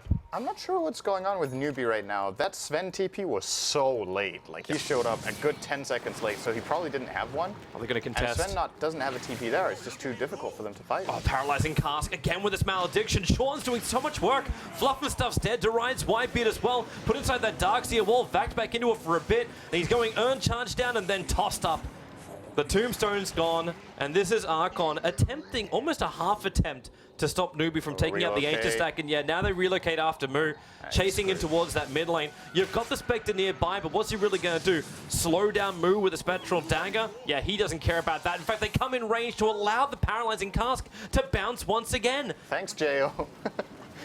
He basically did more harm than good there. I'm pretty sure Mu is dead anyway, but that was not the way to make that play, that's for sure. So Newbee, not only do they protect their Ancient stack, which now they can go over and finish, the funny thing is they probably don't understand fully the reason why Archon sees it, but they still get what they wanted. They get a whole bunch of kills, they take out the Ancient stack. That mech from Darkseer also did such work early on. Yeah, absolutely. The mech advantage is playing a very big role. I'm guessing the Undying is going to get one for Archon, but it's still about 1,000 gold away, so this will take some time. And usually they have a Darkseer just pushing out waves, so the longer and longer it goes, the more farm they're going to get. And I just don't know if Spectre has accomplished enough. Jo has been playing a good game, I think. He's 3-1-4. He has 80 amount of money he's racked up, like we talked about earlier. Unless he dies again, which is another possibility. Like, Hal went for the Yasha, and with the Warcry, they have the movement speed. He makes it to the tree line. He does no Spectral Dagger, but then they also relocate in. This is some serious hate coming towards the Spectre. And there's just so many ways they can do this, right? Like this, that's the problem with Spectre. You want to play alone and have the other 4 set up a fight for you so you can hunt in, but he's not safe There's a Newbee Dire Observer Ward that saw everything. Chuan should at least be a casualty of war here. You've already used your Flame Break. Now How turns with the stun of Vac. And then, well, of course, you didn't get the 3-man stun. They push forward with the Firefly. Chuan, he's burning up until the Firefly runs out. There's still going to be the kill as Mu can't run out of here. Another Finger of Death from Flock trying to ensure the kill so they can move on to their next target. Tule being pushed back, but Whitebeard, there's no Tombstone available. Monkeys is low on life. His 4-staff is actually on cooldown, so is his Blink Dagger. So he's not in the greatest position ever. But now he'll get away. Still a good play from Archon, identifying that they were ahead in that fight and could very easily pursue those kills. If he just gets to farm, this is probably like a 23, 24-minute Radiance, which isn't half bad. But he's just so abusable right now. 1100 health. Any stun set up into relocate with the Tiny or the Sven is just a kill. And if Archon just stand behind him and protect him, they lose the farming game. If they split up, they risk their Spectre getting ganked. So they need to constantly have good vision out on the map. But guess what? They don't have a single ward out. There are 3 Dire wards. They have really good map control right now. And as expected and mentioned, this Darkseer is just going to keep shoving the bottom lane in. This is one of the best aspects of this hero, is that you just constantly get information.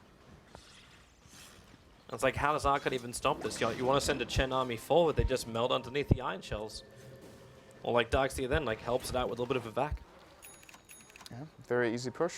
They know where the Enchantress is. And I think so far, if you look at this game, the majority of the damage output from Archon is actually coming from the Enchantress. She's dealing a lot of damage with these impetuses in the fight.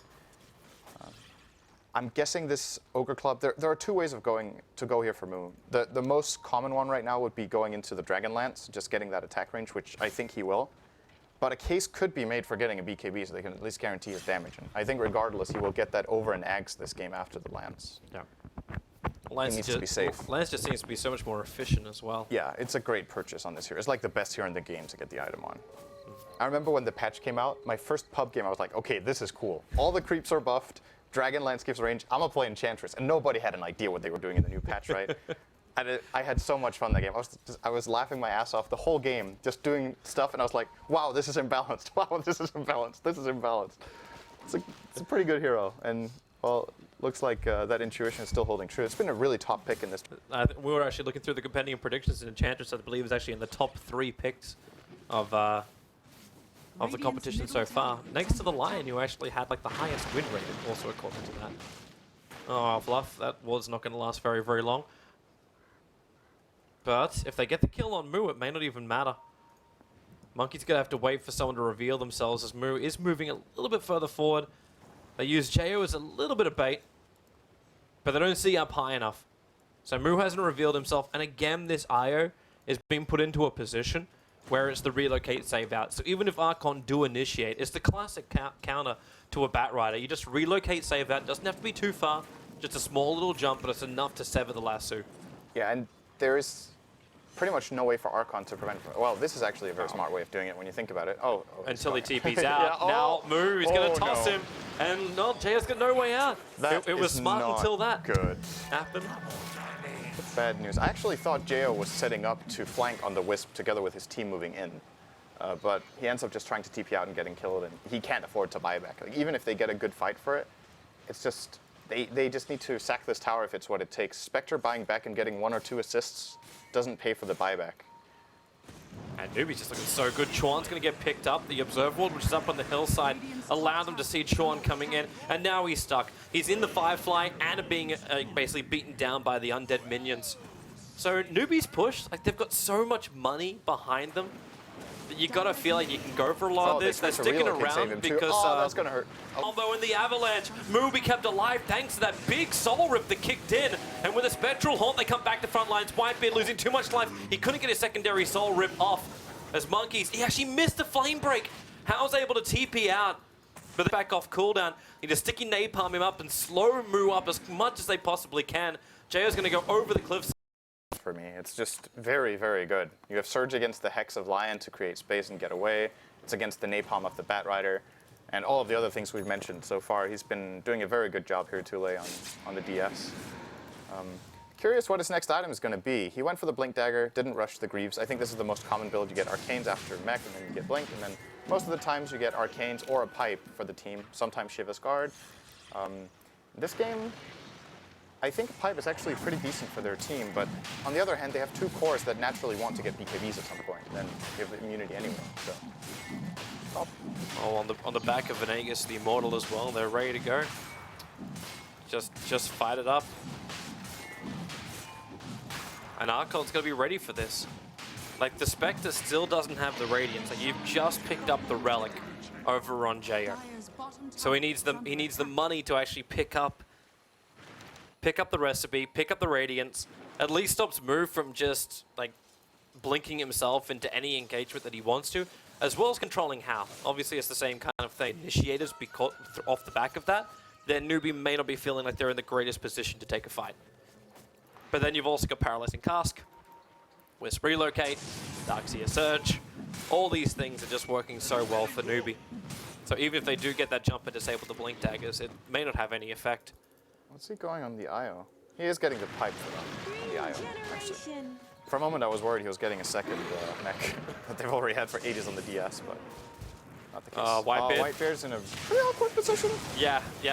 Pretty dead position. You actually, but Monkeys are going to try and capitalize on it. The Tombstone's still down, and Newbee don't want to be fighting into this one. It's up on the hillside, so difficult to reach to, but they just relocated the Tiny, and then your back wall, a huge 1 onto 4. Ellie, he's moving himself forward. Maybe they can catch up to the Enchantress. She'll be healing herself up quite nicely.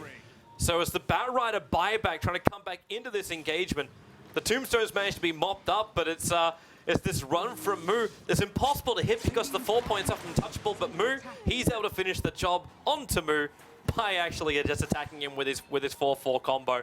Flufferstuff's also on the run now from Chuan as well as the IO. Doesn't run far. Rider of all people. That is such a big loss for Archon. They lose 4 for 1, they buy back, and they lose a gem. That's like a 3k net worth swing at least. I'm not sure if the teamfight recap takes the gem into account. I think it doesn't, because just the gold swing, right? But swinging over a gem is an 1800 change. You look at the overall advantage, you're already looking about 8.5 to 9k swinging the way of Newbee, and that graph hasn't stopped dropping yet.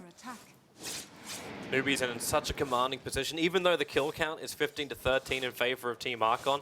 You just see the net worth, and it's very red top heavy. And most of the time, when you pick a Spectre, you feel like you're set for late game. Like, that hero is considered one of the best late gamers available, but you're not going to make late game. You're sitting with that feeling that you're, first of all, probably not going to get very far with the state of the game right now, and even if they do, Newbee actually have decent solutions. They can get a wall illusion that has the Radiance. They obviously have Sven, who is an incredible hard hitter. That's the way you kill Spectre late game. You need single target damage in spades, which they kind of have. And the rest of Archon's heroes just don't scale well. It's only really Enchantress out of the other heroes that goes very well into late game. Batrider, great initiator the whole game, sets up fights, that's great. But who's killing the target? Well, that's the point. Like, it's got to be the initiator, right?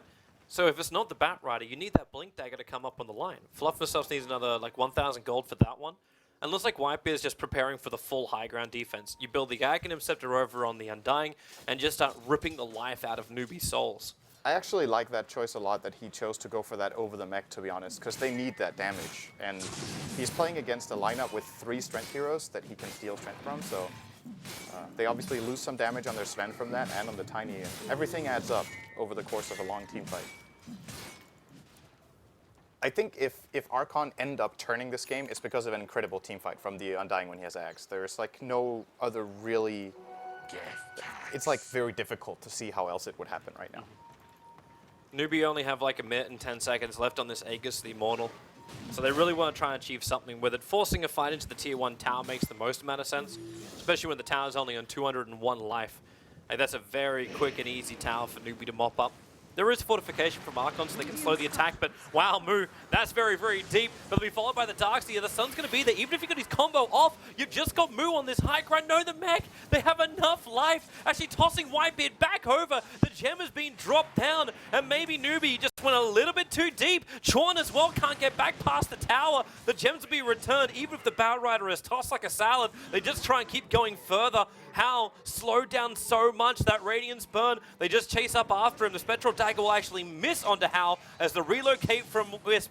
It comes in. Where is the Session relocate save out? Is there enough time to TP out? You don't get the line in time. So they dove to the Radiant tier 2 tower and ended up at the bottom lane side shop. It just stretched so far for so long. That's like the ideal fight for Archon. Newbee engage way too deep. They go on the Undying that they don't kill. He drops his tombstone. He heals the tombstone. And the entirety of Sven's BKB charge is actually used destroying a tombstone. Hurts a lot. And I guess the good news for Newbee was that they didn't lose the Aegis in the process, so they can try to fight again with an advantage still. Well, Gotta be a little bit the careful. Aegis times out in like 5 seconds, 10 seconds. Oh, really? Yep. That's why I said like they'll try That's to not force good something news for Newbee, before. then. That's not very good. Yep. They actually kind of wanted the They can Tiny. keep farming if they want. Like they Control wanted the the map. Tiny to die, and he actually didn't die. Like they were denied that. And in the fire and just Radiant's burned to middle death. tower Well, that's what he is kind under of did. He jumped in so far. Radiant's middle tower Guys, I'm is not falling. done. The problem was the rest of Newbee came with him, but they didn't have an immortal life, and Archon chose their targets very wisely. Like they knew there was no reason to kill off the Tiny. Dyer's bottom tower is They under focused on attack. everything else. So what do we got? We got a VIP booster coming in from Jo.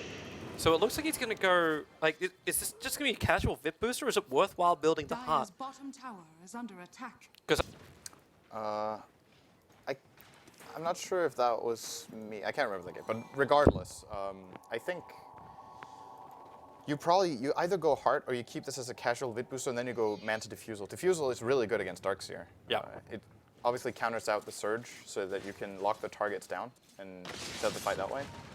But you might need to be a little more ambitious with your items right now. Just getting a Diffusal now might be too weak. So either you take damage on Spectres, that the Desolate works with full damage on the very cautious with your positioning. They die in like 2 hits from a Sven Cleave, or Tiny can just Avatos the combo the Spectre and the 2 of those are gone as well. So has to play around to kill them off early if you can. Newbee's preparing themselves for a top fight. So is Archon. Archon was scouted out though. They went right underneath the Dire Observe Ward. So I was just checking to see where that gem was. It's actually being grabbed by Newbee and sitting back on the courier inside their base. So they're not running the risk of losing it again. But Monkeys jumps in. How? He still gets the leash onto him. And Jo instantly comes in, but the relocate save out. You know it's coming. That's a 5-man rotation for a tower deny and killing off the Wisp. You know, the funny thing will is, take that any like, day. it's kind of okay because they didn't get caught out by the full movement of Newbee on the top lane. Because they were looking to punish Archon up there. That is true. At least avoided that part. And who got the kill on that? That went to Undying. He must be. He's already got the Ags. Yeah, he's got the Ags. I'm wondering what he goes for us for the team. The Vlads wouldn't be half bad for them. Assault Cuirass might be a bit too ambitious. I'm not sure. Does he move the cloak into anything? Shivas is good on that hero as well. Or should he just leave this as a casual cloak? I don't think they will benefit enough from a pipe at the point that he's going to get it. It'll be like a 40-minute pipe at this rate. Get the hell out of here, Fluff. And he just got scouted by the creep wave as well. I think he knows he's dead. Like, he bought a Blink Dagger. He does not have a TP scroll. Sean's going to come. No, he's dead. He's dead. There is no survival from this. But he at least, like, that's the Blink Dagger that we were talking about that Archon really required. They need to keep these initiations going so Jo can just slip in, be involved, get a couple of kills, get a couple of assists, and just go to town. Because right now, this Ven is still like 6,000 net worth in front. They're going to go for a relocate. They're headed in towards the middle lane, chasing after Moo. The 4-star forward from Monkeys. The Flame Break as well, trying to buy some space, but how? Just too quick, and he's also got that crit on his back. Oh, that cask flew a little bit too far, so it didn't clip Whitebeard. He's taking like the Ags is so good. Yeah, he's up to 2k life. They're going to go for another decay as well. Like, this is when Newbee's got to be very, very careful. It might be deceptive for another initiation. Moving forward, that impetus damage from Moo, it's just ripping through the Darkseer, and you can see, like, okay, Jo was moving on. He thought he could find himself a new target, and they're going to. With Fluff's TP blink forward, they find Chorn out of position. So 2 extra kills, they actually are going to catch up to him. But no, the tether forward, but JO's already there. A nice Stormbolt will give them the space, but again, this movement from Moo, he's always at the right place at the right time thanks to that Blink Dagger, not to mention the incredible range on the Enchantress. He had to buy back to be involved in the fight though. That's the downside. Still think you got to take that fight. That was like the biggest tower is opening under they can attack. find in a very long time, and it's going to actually buy them quite a bit of time here. Sven, of course, does survive, so he's still looking very good on net worth here, and sitting at 18,000 at this point, actually very, very rich, cleaning up another ancient camp here. But Spectre is making progress. The Yasha is picked up. It is going to be a Manta-style build here for Jo. I think it's a pretty good choice. It was between that and a Heart for me. Seems like a necessity. Yes, they won that fight, but as you pointed out, the buyback. If they fight that fight 4-on-5, they Wisp relocate, allow Monkeys Forever to do his work. And I'm actually interested to see now, like, so what do you even want from this? Is this a Lotus Orb style, like, is it an Ether Lens? Like, is that the play? Yeah, it's an Ether Lens build. Coming in for the Batrider. Such a good third item on the hero. Generally, you want to go Blink Force first, and then Ether Lens is just a great pickup. The extra cast range keeps you a lot safer, increases his range, Blink Dagger, and a Force Staff, so you just pull them that further away. And the extra bit of damage is also not half bad. Batrider obviously has some. Black King Bar. That does seem to be the best choice against Newbee's lineup late game for multiple of their heroes. I still think the Enchantress should be going for it. He actually went for a Ghost Scepter, so Mu is buying a lot of smaller items. He went Blink, he went Ghost Scepter, and that Dragon Lance. I think it's time for something bigger for him. And something big, the Aghanim Scepter just got completed over with the Tiny. And a full Daedalus on the Sven. Obviously, Newbee took Roshan. It happened. We watched it. And all Hal really gave up with coming out from Hal. Radiant's middle tower is under attack. And Archon just can't fight this. They actually have to let the tier 2 tower go and fight from inside their base. You got to watch these buybacks pretty damn closely because right now there's only one available and it belongs to the Spectre. And it looks like Newbee are not going to force the issue. They're just backing up, get control of the top lane, take out that remaining outer tower of Archons.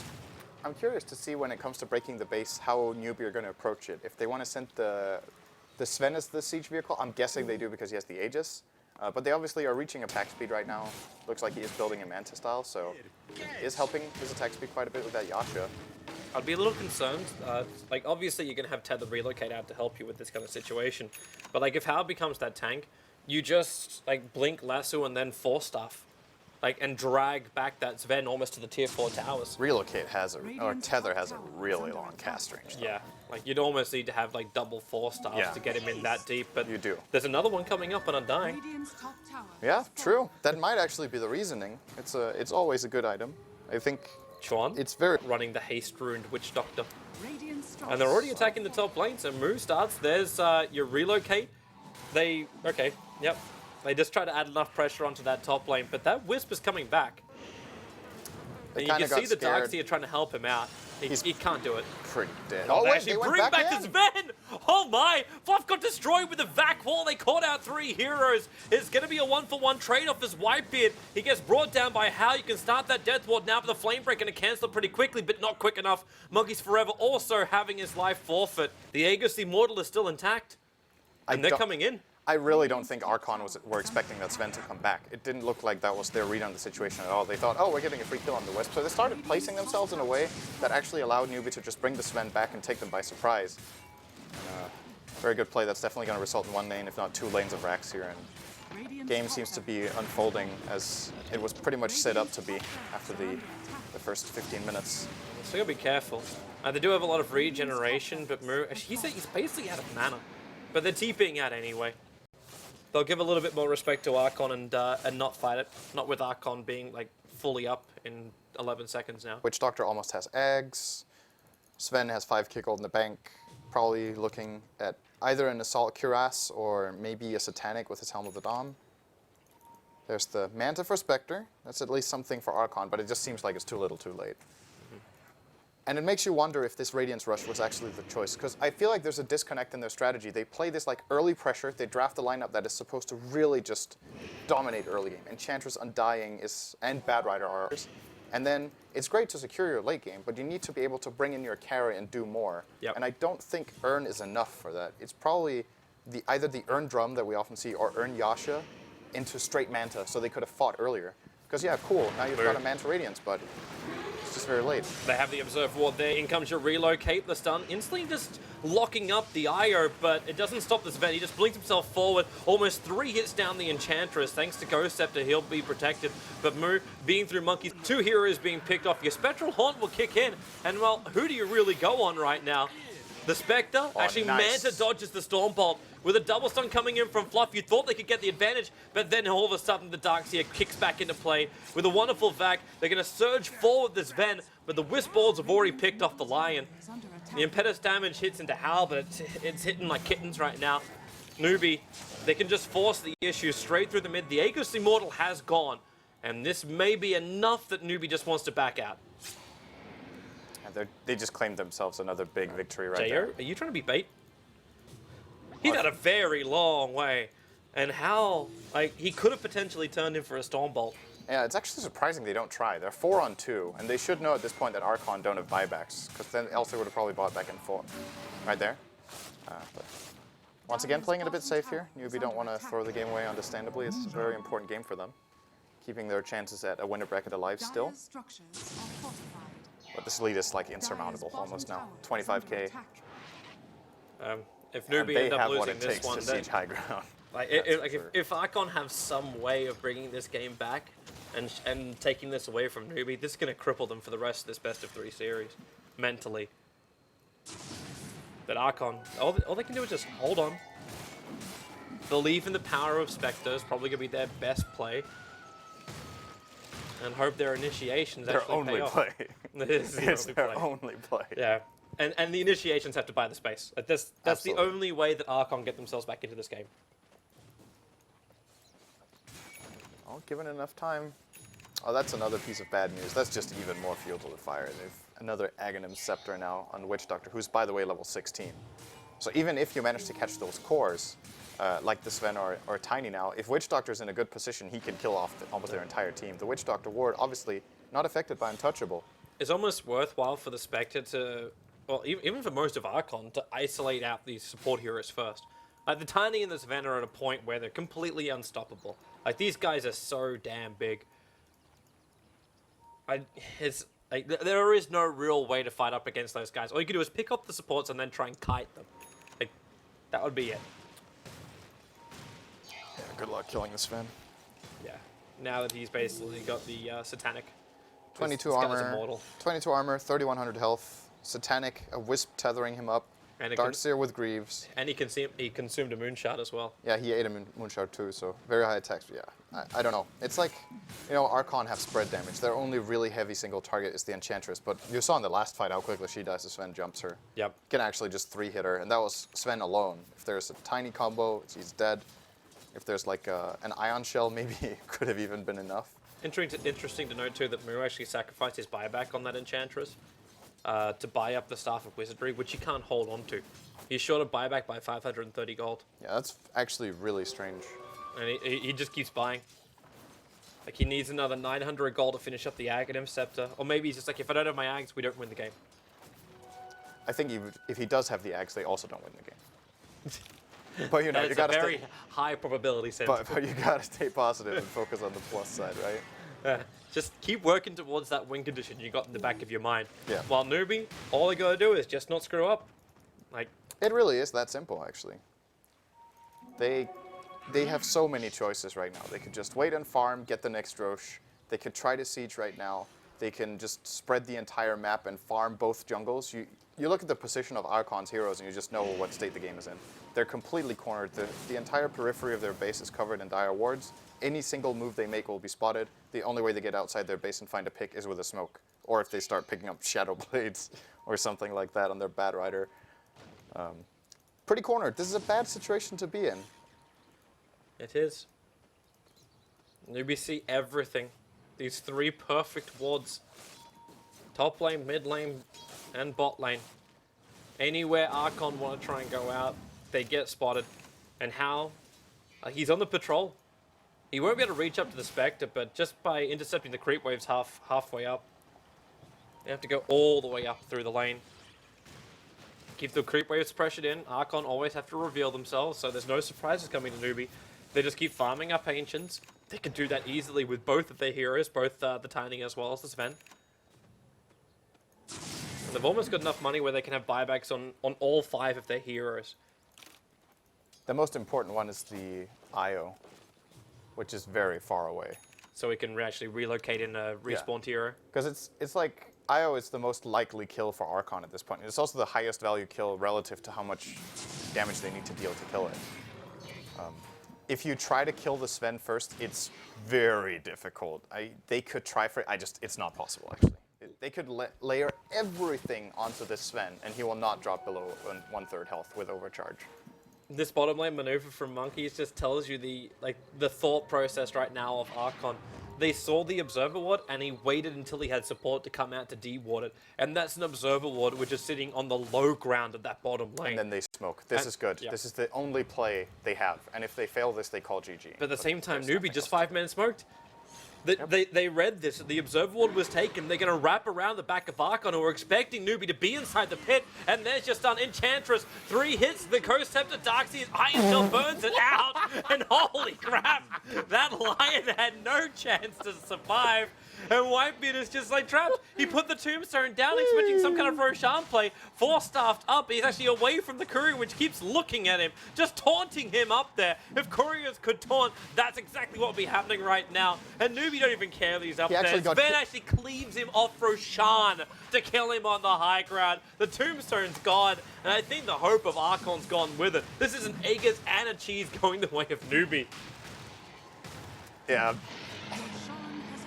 I'm not sure what hope Archon are holding on to here. At this point, it's like a formality finishing this game off, and maybe they just have this, like this mentality in the team that they never call GG until the throne falls or something like that. That they have, they play to the end. But Believe in the Spectre. Believe in the Spectre. What's he picked up? He's okay. Picked up a salve. That's not a game-changing item. Trying to heal up and run in while having a green glow. At least it's able to like dodge out that Storm Bolt. But what have you got? You got a Blink Last Suit, you're going to drag back the Sven, but the relocate save's already going to happen. A short range pull, and with the Death Ward, it bounces so much damage in combination with the Malediction. The Batrider's already down. That mid-Rax is just being disintegrated by Newbee. The bottom lane's going to follow in the same suit. And Whitebeard, he's throwing everything he's got right now. Push down the Tombstone and just try and fight. At least Moo's going to miss the Avalanche quick. They need more. The Ghost Scepter this time a little bit earlier from Moo, but then Moo just tosses Moo back over into the fight on top of Whitebeard. And really, this game is over. The bottom Rax is toast. Archons does not repel Newbee anymore. Game number 1 will go the way of Newbee as Archon stare down the barrel of a complete whitewash against them here in their group stage. I think I want to give props to Archon for actually just trying their best to play to their strengths with their picks and just look to pressure as much early game as possible. But I was a much bigger fan of Newbee's draft overall in this, unless if Archon could have stomped the first 10 minutes, and they didn't really manage to. It was an even early game, and then this game starts becoming very one-dimensional very quickly, and that's what their lineup was tailored to play for. So I really would have liked to see what happened if that Spectre went a different kind of build, and I'm also interested to see what the panel thought about that one. I know you shared your thoughts, but let's go get there. So let's throw it back over to the panel for the expert analysis. All right, welcome back to the panel now here as we just witnessed the conclusion of game number 1, Archon versus Newbee. And, well, Newbee walking away with the win. This comes with Archon being able to obtain their precious Monkeys Forever Batrider, but now we pose the question here, team. What went wrong? And let's break it down from the early start of the laning phase. Did you say Archon had a good head start with where they wanted to go? Or did it already out from the gate just seem like Newbee kind of had a good head start? It went well. Archon got their heroes, they had the Enchantress, they had the Monkey's Bat. Monkeys won the mid lane. He got the kill onto the Tiny at mid, so from there he got a very fast Blink Dagger. It was more what happened in the mid game to me, where Archon didn't find the necessary pickoffs and fights, and you guys kind of talked about it. They didn't contest the Ancients, so yeah, the Sven was over 30,000 net worth at the end of the game. I'm fairly certain like 10k of that was Ancients, which that's the thing about Sven. Like the farming, the carry Sven, the formula, it's very formulaic. When it was first being run, it was Helmet Dominator into S and Y.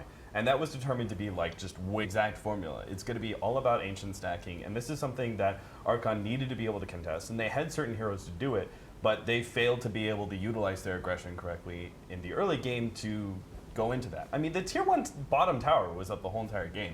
Like, that's just something that can't really happen. You're never going to be able to accurately contest ancient stacking without taking some of those towers. For Newbee, they did a really good job pressuring the Spectre, which kind of created the space, I think, for Sven to farm the Ancients. They would often send 1 or often 2 heroes to gank the Spectre and then relocate in with the Eye of Tiny. So Sven plus like a support ganks him, then comes relocate gank, and then you've killed a Spectre, you can farm your Ancients safely, which is something like a 3, 4, 5 stack. Spectre's not there to horn and contest it, so the Batrider's like, I can't really go, my Spectre's dead, let's just farm. Yeah, because they had so much control also over that bottom lane, they also were able to make sure that there weren't really any wards up around that Roche pit, so even if Sven did go for those Ancients, they didn't really know that that was the time to actually try and maybe stop him from doing so. That being said, he does take Ancients very fast, but overall, later on in the game, I felt like Archon had a chance to come back.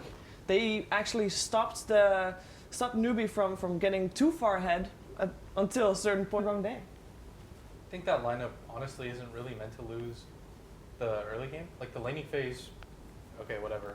But you've got heroes like Enchantress, Lion, Bat Rider. You had pretty much like a core and a half.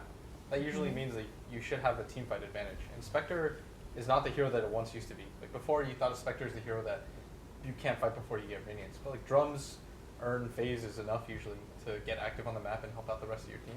And that's a benefit that no other carry can do for you. It's like you have these heroes, your Bat Rider does okay mid. Right. You should be setting up for kills with the Haunt plus the Bat Lasso. And it's so hard to fight into that, even with the Wisp Relocate. Because the Bat even got solo killed, I think, by Monkeys, right, in the mid lane.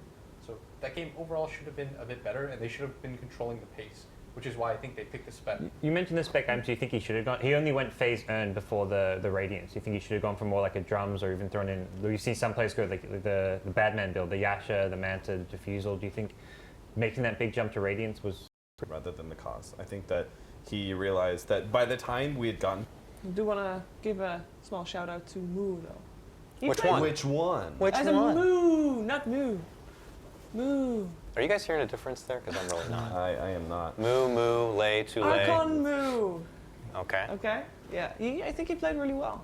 Strong player. Yeah, strong player. I was surprised by him. I mean, I know he's a strong player, but I mean, always see him in action. It's like he always does a little bit better than I expect him to, which might say something that I have low expectation. But I think this game he really pulled his weight and. I think Enchantress may be one of his best, if not best, heroes. And yeah, I definitely agree. He had a really good game, but it's not the kind of hero you can just solo carry your team. This is true. This is true. And Jo had a bit of a rough game. Yes. He was also on the receiving end of the targeted gank, because that's where it's like, okay, let's keep killing this Spectre over and over again, and he just needed to avoid and play safer. I feel like if that was a more defensive carry or just a carry with maybe better map awareness, just put it simply, some of those ganks wouldn't have succeeded.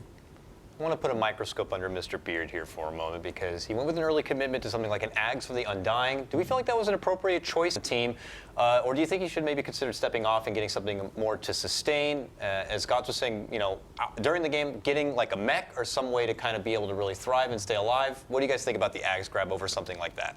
Again, more of a symptom rather than an active cause of what happens in that game. I think that I think Synderen actually said it in the fact that they just needed damage. They reached a point in the game where it was just like, okay, we've lost the early game.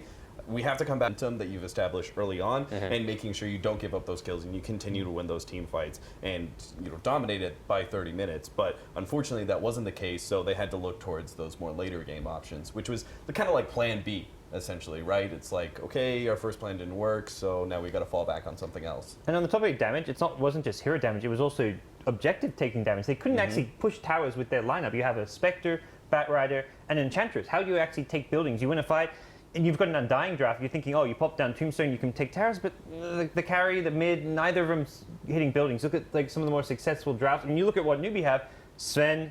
I think the opening was right. The Enchantress as well as the Bat Rider. Just it's Archon. It's their bread and butter. That the entire draft showed no signs of a nature's problem. Definitely a hero that could help with those pushes. That could also be there for every fight. Is also very mobile. For Archon, it's like you first pick Enchantress. That's Moo's hero. They almost always played in the offlane, I want to say.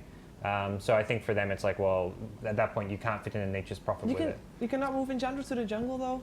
There's still that option. The thing about Enchantress is that the offlane Enchantress utilized when it's running the aggro dual lane scenario, really able to utilize the early creeps and just bully the enemy supports and bully the enemy carry early on. But the problem is that the Enchantress and Furion operate the same kind of realm in that regard. Furion doesn't need another support hero to help you out. You just do offlane Furion things. So the only time they like the series against OG, they did have that combination. I think the principle behind it was okay. Yeah, I think it was one of those like very specific. Okay, so it's not something that I think part of the problem was it wasn't something that Archon was prepared to actually run. It's something that they've dealt with, but they haven't actually played that. So I think that's part part of the problem there is that they just didn't execute that strategy very well. Wait, you don't think they've ever run that before? No. They have experienced it. That's a complexity draft right there. I have to like disagree there. There's like no way that Yeah. you're gonna play like the first game of your tournament against a guy who's a team that's really favored, and you're gonna go in and like Use someone we've else's never played this contract. before, but I mean- it kind of looks good, guys. I'm just telling you what I'm being told. So I'm like 100% certain. Like I'm not saying that they ran it well, but they having no experience with it at all. I mean, you can still have some practice with it. I think if you have experience with it, you should look comfortable. But I think you're versing OG. You're versing like the team who won the last major.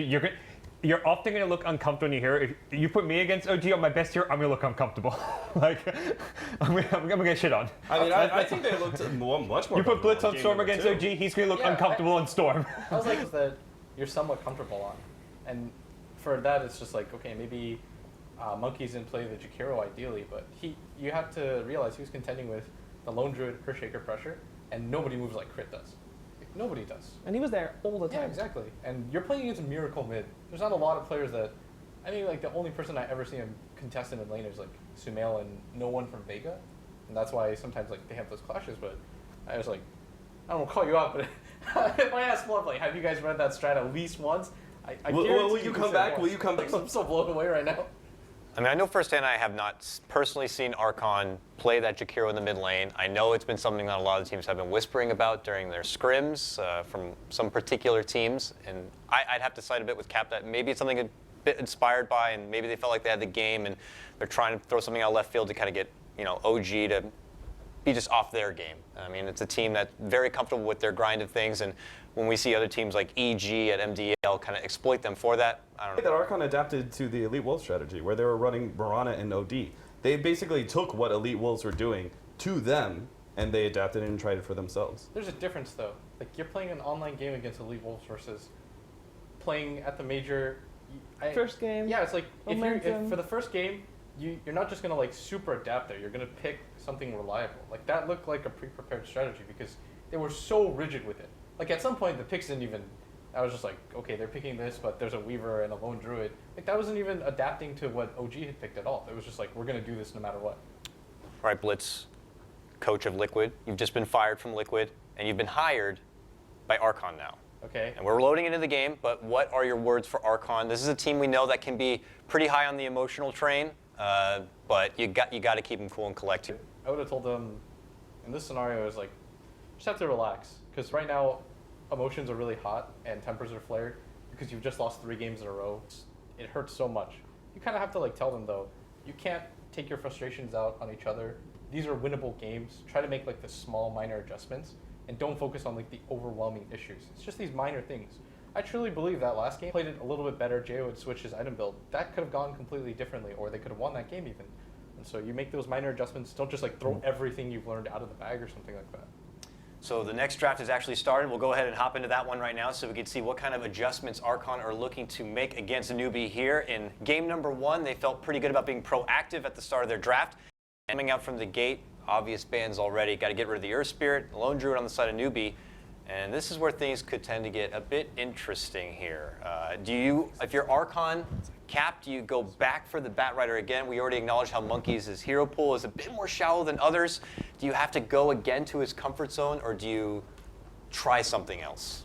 I think the Batrider is still fine. I think they just needed to pick up something that would actually take map control faster for them. Like they were so dependent on pick off on Newbee and just utilize just raw out kills to be able to control the game.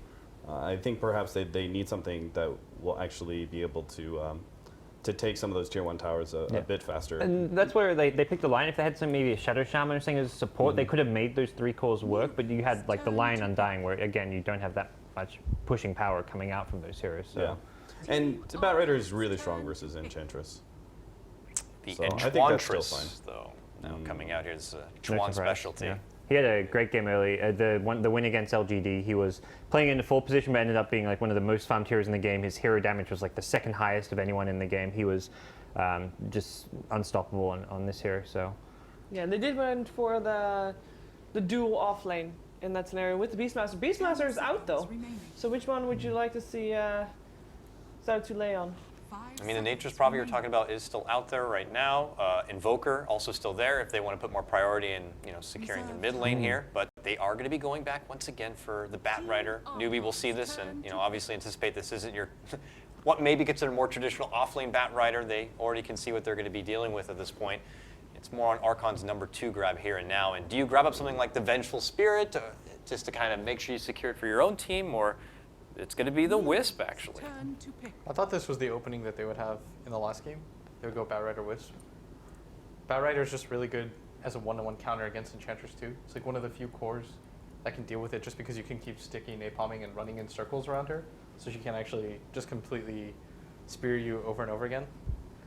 And I think it's like Wisp offers you so much in terms of map control. I know Liquid used to play it a lot too. And if I remember correctly, Fluff was the Wisp player. It was an IX Mike. 5 seconds remaining. It's just a strong opener. There's not a whole lot of like direct It is, counters. I think it's exploitable as we've seen some of the top teams do in the past, because you can pick greedy against it because you know that IO's not going to pressure your lanes. That's where teams would sometimes put like an Enigma in response. Newbee already had their jungler, but Newbee have 2 options. They can go greedy with something in the safe lane for how we saw last game with Sven, maybe something they consider again. Alternatively, you look to exploit the fact you've got weak lanes because of this IO. I think that's really where the Enchantress comes into play, right? If there's going to be some sort of potential Wisp dual lane mid or something like that, you can really bully the safe lane of Team Archon with a strong like Enchantress Night Stalker or something like that. I think they don't normally send the bat to the off lane. It's typically in the mid lane, I guess. But they can still switch it up. Team Archon are always like it's more like some of the heroes are player specific, but they don't necessarily need to be lane specific. There's more than often like you can have Moo running something in the mid lane and Monkeys is safe lane or something like that, and they run aggressive. Early Disruptor glimpse against the Relocate, always a useful tool, and it gives Newbee just some team fight when you see that Relocate coming in. Even having the Static Storm is another option. So Newbee just looking to cover their bases, and a very good laning hero. The Thunderstrike early on, just the best level 1 harassing tool there is. And get rid of the Tiny. Obviously, the common pairing we've been seeing with the Wisp here now, but Archon are going to have to forego that kind of option here and pick up something else instead. 5 seconds remaining. I'm actually not a big fan of Disruptor. If they're directly going into the banning phase, like I feel Disruptor as a support against Wisp is quite strong against Tiny Wisp combination, most notably. Maybe like it's probably good versus Wisp Chaos Knight as well, but like you're going directly into the banning phase, so you know they're not going to be able to get that kind of combination. Team Archon could just as easily run like a less like full-on initiative type Wisp combination that is going to be less affected by the Disruptor. Like Wisp can just sometimes be just a strong support that is able to save heroes. But I think at the same time, Disruptor can just be a strong laning support at the same time, who's not all about the glimpse as a counter. Like you find the pick off, you win your lane. It's kind of similar, maybe a slightly worse version of, let's say, a Witch Doctor in the laning stage. My problem with that is just the fact that I would have liked to see a support that was better versus Bat Rider. Because I don't think that Glimpse is that strong versus Bat Rider. I agree. Blinks in, he force staffs you. Like, if you're going to send it back, he's already kind of done his damage. So I guess that's my bit of problem with it, especially if there's they don't have another option for a support if this Enchantress is the 4 position. Could be the off lane, but highly doubtful with Newbee. Newbee with the secondary ban there also get rid of the Sven, which Newbee found success with themselves, and then Archon now ridding of the Morphling, which has been a popular pick amongst the Eastern teams. One of the heroes that Moo has been playing for Archon is actually Dispatch Slardar, which I'm not a fan of Slardar Dispatch that much, and I think we talked about it a little bit yesterday as well. That is not the strongest of heroes, but out of all the teams, I think Archon is the one that actually prioritizes it a little bit more than others. They're 2-2 with it so far. Is that something that we can see him on this game? I mean, he pairs up nicely with the IO, and maybe you free up Jo to go for a different style of carry for him. I don't think so. I think it's really bad against Enchantress in general. Like, you're trying to sprint away, that Pest's going to follow you, max damage, you get blown up. It's also physical damage based, which is not what you want to go against Enchantress, because the Untouchable's just going to mean you're not taking much right-click damage in general. So I think it's a pretty suboptimal pick here for Archon. That Crystal Main, by the way, has a 0% win rate so far. Yeah. 0% win rate. How many This games? tournament, 3. 3 games, 0% Not a win rate. fan of Crystal Maiden. I don't think it's a I'm going to say some of And Chinese teams that Oh, have yeah? picked it. I believe even only Chinese teams, yeah. I mean, where did they continue to find the value? I feel like from one of the games recently, I think it was just in the Newbee LGD game, they had picked it up against the Enchantress, and even like a PL happened to be grabbed. And I feel like those are two great, things to be going against as a Crystal Maiden. You have one option to be able to easily get rid of any sort of Enchantress, creeps that are roaming in on you, and then a good way to deal with all the pesky illusions of PL and isolate where he is. But here, the Archon are going to be the first Western team to be going for it. Yeah, and that's going to be food. Woo! Crystal Main's going to be food for Night Stalker. That is. This is definitely the lane. That's why I talked about it in the first one too. Night Stalker Enchantress is one of the vision that it's offered, and the natural vision of Night Stalker is very strong versus Bat Rider as well. And even pre-nighttime, like in that first 4-minute phase, you can pressure this lane super hard. Just the Void alone is still pretty good during the day as far as the damage slow and just pressure tools. So I think Archon are going to have a lot of trouble dealing with this. What kind of heroes could they pick up to deal with that, Blitz? Take Ursa. Take Ursa, stuff like that? Yeah, I'm almost certain Ursa's the pick here. Do you like Ursa over? I think Ursa with Bat Rider, with Wisp. if you take Ursa right now, it Against offers an seasoned teams, but Ursa, you can just take like a really early apart that Enchantress like so quickly. Zeus is going to be the grab here for their 4th pickup right now.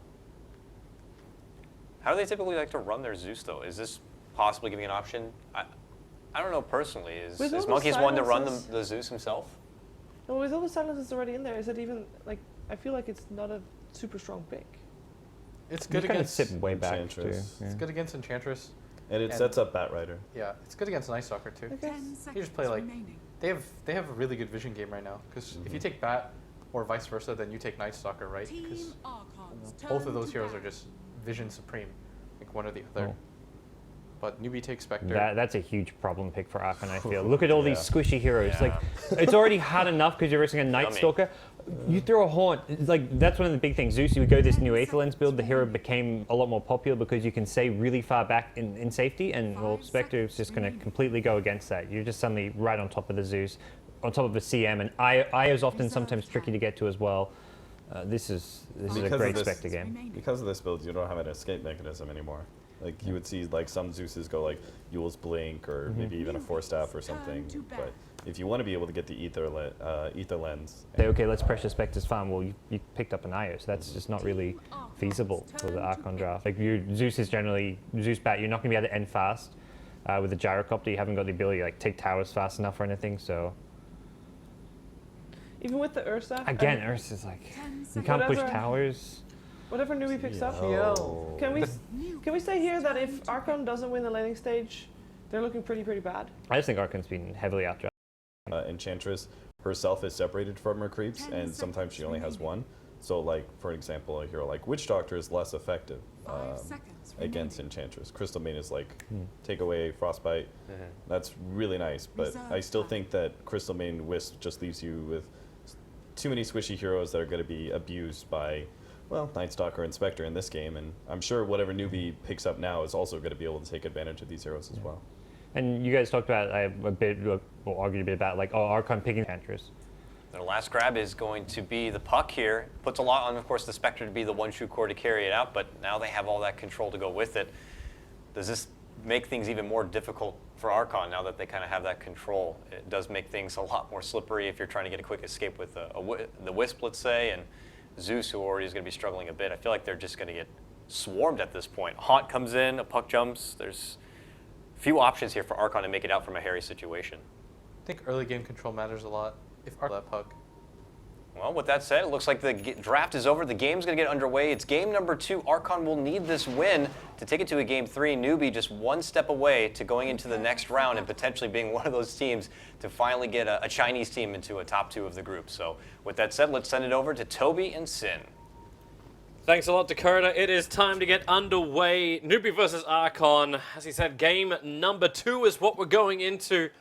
And Archon, an interesting draft. The panel was begging for some higher level of physical damage. The PL was a last choice up here from Archon. Is it going to be enough, Sint? Is it going to work for Archon? Blitz was saying like the laning phase is going to be one of the critical parts of it. Yeah, I think it's going to be the critical part of it. I feel kind of similar about this game as I do the last one. In a way, they're less all-in, you could say, but again, as far as scaling goes, they have a Batrider, they have an IO, and a Crystal Maiden. So those 3 heroes better get something done early, because else you're going to reach a mid-game where you're fighting into heroes that just flat out scale better and provide more in general. Get the synergy with IO, it's pretty good. Pretty much any carry is good with IO in a way, right? Ursa just seemed like such a solid pickup. It's great against Enchantress. It's great against the Night Stalker when they pick that. Especially when you're on the Dire side as well. Like you need Dire. any advantage you can get in this game. You're on Dire, you have good vision with your early picked up Batrider. I thought they were building up for that. I was like, this is looking pretty good. And the lanes work, they have a good shot at it, and it looks like they're actually running something that looks half Team Spirit-esque with an aggressive Wisp trialing. It does. Also, just one last note before we move on. It was the ban from Archon. The 5th ban doesn't make as much sense to me. Like, when you ban out a Juggernaut, like you ban out the Juggernaut and then you pick into a PL. Like, the Omnislash isn't obviously as great up against the PL, and PL is actually still quite good against the Juggernaut. But, yeah. Just feels a little odd that they're going to start with the aggression, so Whitebeard and Jo trying to keep Thule out of this bottom lane. Right. I'm very happy to see Puck, by the way. I'm a big fan of that hero right now. I think we haven't seen it picked enough. The only pick that comes to mind that was S4 yesterday for Alliance. There might have been one more, but pretty underappreciated for how good it is right now, I feel. Yeah. There's just so many other heroes which are being like thrown around in that mid lane. Like the fact that we've even had like PLs going middle lane as well. Like it's been a very dynamic kind of lane as far as hero selection. So you talk about Archon going for their aggressive dual lane. Then Newbee's set up, with something which is actually very similar to what they tried, like what Archon tried earlier today up against OG, running with this aggressive Enchantress. The difference is, Monkeys Forever is trapped. He's going to go into a Firefly, Hal's right behind him with that Desolate. He can't reach him in time, however. They don't have enough follow-up damage, but also Monkeys Forever is trapped here a little bit. He's halfway through his Firefly duration. He has to come back in again. The Tornado is trying to chase him. Hal, now he's got the mana for the Spectral Dagger. Throws it up. Flufferstuff's going to create a little bit of space with that Frostbite as Hal actually gets bumped back out of the trees. What? They do not find the kill. How did he get out of Spectral Dagger there? That I don't know. The dagger really was weird. The dagger was still moving, but he just seemed to like fall off the branches. Crouching Tiger, not hitting Hal. Yeah, he just lost his phasing there. I guess he ran too far to the right and it just expired. But I don't think he gets the kill anyway. So good play from Monkeys Forever, to be honest, to stay alive there. But they still get the pressure out. They establish some very good control up in this lane. And I guess at the same time, Archon is in a similar position bottom, so fairly even so far. The bigger difference is the fact like PL is just getting so much more CS than the spec. Like Hal's doing it so rough up here. Like it can change later on, but just keeping your eyes on that. The fact that Whitebeard as well as like Jo, they basically own this bottom lane. And the Night Stalker's fighting levels, but he can't find much more than that. And it looks like both Lee and Sean are going to make their way into the Dire jungle. They're going to leash the experience out from Fluff and potentially find the kill. Sean does have his level 2, but... They have Glimpse? That they do, but it was a level 1. I don't know if he actually... He definitely had the range, but I think they're scared of... they're just assessing the risk-reward. They're really deep into the enemy jungle. The kill is going to take them a very long time. It's just a lot of things that could happen. Got to keep our eyes on middle lane right now because Moo actually gets hit by that illusionary orb. But it's the rotation coming in from Chuan. He's bringing in, like, obviously most powerful creeper in the game, Set Banisher.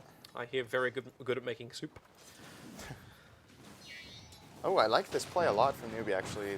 They move in, they realize, okay, Moo is ready for this. Move up again, Chuan immediately smokes, but he smokes alone. So they're going to give Moo a false feeling of safety. Unfortunately, his bottle did come back, so I think they're just going to cancel going for this kill. Or are they still thinking about it, looks like? It's dangerous to do it. Like, yeah, Puck's DD is out. No, yeah. It's not happening. Yeah, Puck doesn't really have the damage. Like, he's so close to Dream Call, then it would be possible.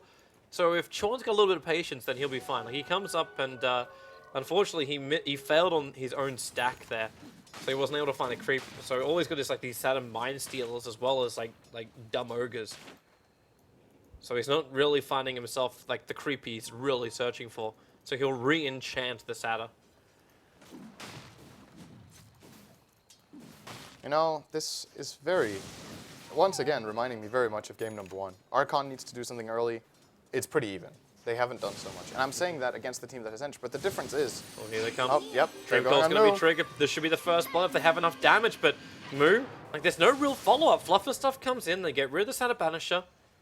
That second TP that was coming down ended up being cancelled.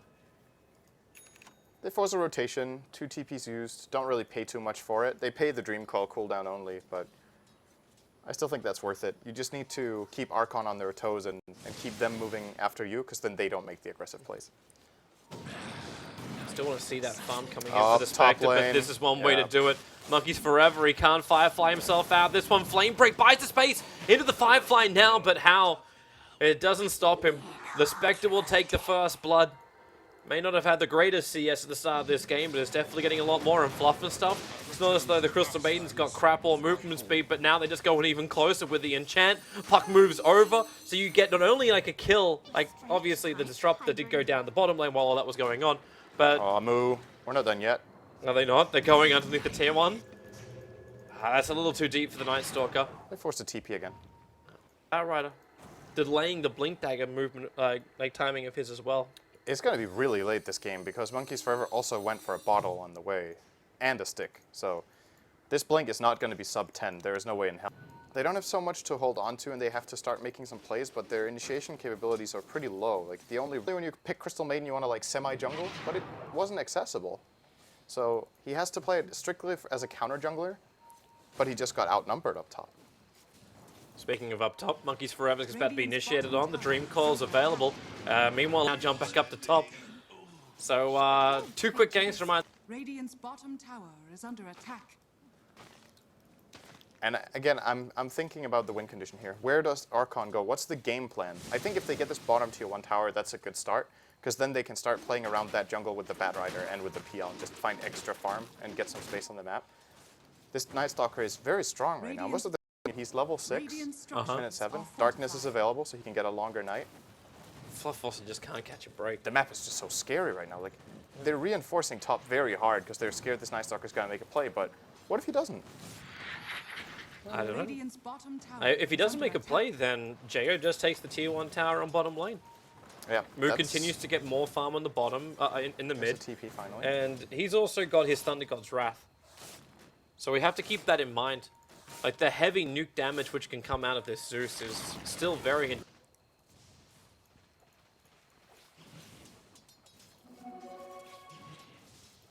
so Archon, they're left alone to their own devices on this top lane. Just let Monkeys farm up. He really needs this space. And Fluff is just leeching experience. Like, you've got a Crystal Maiden that's so scared to go into her own jungle. And there's every right to be scared. And he finally has boots, and you're like, yay. And then you realize a Crystal Maiden with boots is slower than an Enchantress without boots. A little bit more comfortable as the Crystal Maiden, but You're even still then, slow. you're still... But Fluff was one of the guys that persevered with the Crystal Maiden. Okay. Okay, that's a nice little hit. Monkeys Forever will come in with a Dream Call. They catch out the 2 supports. Night Stalker will die, but for a big cause. It's the Newbee cause. Good dodge in the flame break, but he's going to take a lot of Zeus damage. The Thunder God's Wrath, the Plenty 1 of stick charges, as well as the Fairy Fire. It's fine. I just realized, if you want to have the same move speed as Crystal Maiden, as an Enchantress with boots, you need boots of travel. Then you're even. Then you have 380. It's pretty ridiculous when you think about it. Maybe that's the build you should go. Just straight GOTs on that CM. That's good. No. To be a CM, man. Unless you're able to like ensure space over your own jungle, but how do you even do that? If you're looking for a team where you get a feeling, like there's one team that I feel very confident about when they pick Crystal Maiden. There's only one team right now, and that's Evil Geniuses, because they tend to find a way of picking it when it's not too punishable. And PPD is there. Fluffy tail is touched, but at the same time, you just lost the PL on the bottom lane. Again, Moo being involved. Like, he's been involved in 5 out of the 6 kills that Newbee has managed to achieve, and they're going for more. Fluff's going to get glimpsed back a very long way. If life wasn't hard enough, How keeps Dream Call catching out to How, as well as the rest of Newbee, are all... That's an easy kill. Definitely see what's happening to them. It's very clear. Life is not going to be an easy game for them. This game is looking way grimmer than the previous one. And it's not because it's like a big gold lead. It's 1,500. You're not, 11 minutes in. That's okay. It's not too bad. But you've just got that feeling that the rate at which these two newbie cores, the Puck and the Spectre, are growing, it's just it's too much for them to handle. They've got to need to find some kills. And they finally find one mid here for Zeus. That PL has to be involved a lot. He can't split push and just farm bottom because they're getting overrun and initiated on every step they make. So they need to be even in numbers, if not outnumber Newbee to take these fights. That's so difficult to do though, because you can just Spectral Haunt in. It is. It is very hard. You Like, can get with the Spectre. That would be nice. Notice to the farm on Spectre. Like, it's just. Yeah, he's a hard kill. Yep. Already. Even like this casual Vit boost early on, which maybe, because this is the difference now in the build. Like we see the phase boots, the Ring of Aquila is there, but you don't see the earn build. Instead, he goes in for this himself the entire game. He's buying all the support stuff. He has boots and a wand. Actually giving Disruptor a little more priority as far as items go. He has the Tranquil boots at the very least. So. But Tron is still performing the role that they wanted the hero to have. They just wanted it to be a pain in the early laning stage, secure a lane. And it's working. JO's dead. The Silence going to do its work. They do actually have the Storm available, and the relocate save. Very important play. Just in time for Whitebeard, but Archon are coming to fight this. Yeah, Newbee weren't really ready for that either. Spectre had Haunt, but they have Enchantress in the mid lane getting level 6. Maybe weren't in the best position there overall. Still, there's the Darkness. No reason to risk anything once you lose your Static Storm. This is still pretty good for Archon. They almost get this top tier 1 tower. They avoided a key kill that could have come out on the PL because of the good relocate from Whitebeard. Now the next step for them is to make the next play. I think you want to smoke now and look for a pick, possibly around that mid lane. You see the Spectre posing here, and actually Newbee, I think they actually aren't seeing this rotation. Now they are. They see them top, and this kill on Fluff is probably not going to happen. And with the intel they just got, this is when you make a counterplay. You have to go and do something around the enemy jungle, I feel, in this kind of game. It's not happening so far. Now would be the time. Monkey's just getting that last bit of cash to pick up the Blink Dagger, and then Archon's got... And then they've got Initiation. They needed this Blink Dagger so much onto Monkeys forever, because without it, there's just no jump. Like you can Phantom Rush in the Phantom Lancer, but that's not really the position he wants to be in at this point of the game. Maybe later on when he's tankier. Even with the support of Whitebeard. Looks like they are finally. I think Whitebeard earlier, just like 20 seconds ago, drew a big circle around the Radiant jungle and like a path down there. And that's what I wanted to see. I think he was calling just, we got to move down here, take advantage of this part of the map. We've seen them top. Split the map, find a pick if we can. Just buy time and look to get something done. And this is where it comes. They're going Bottom for lane. Howl. Left that Spectral Haunt, but where's he going to go? Like he could potentially move on to Monkeys forever. Fluff actually thought that he reality'd onto him and used Freezing Field. But I think, this kill is so important that you just secure it, right? Yep. If he somehow gets away, you're gonna... Monkeys now. Feel really stupid. But the bigger thing is going to be that relocate in, allowing Whitebeard as well as JO to go to town. They'll chase after the Night Stalker. That mid-tier 1 tower will also remain alive through all of this. But it was the early burst damage. Night Stalker, Fluff and stuff, he won't get there in time to get the Frostbite off. So that looked like a very odd initiation in from Monkeys, putting himself in the middle of a Static Storm. But they still get 2 in return. Yeah, it worked out for them in the end. That was not the plan.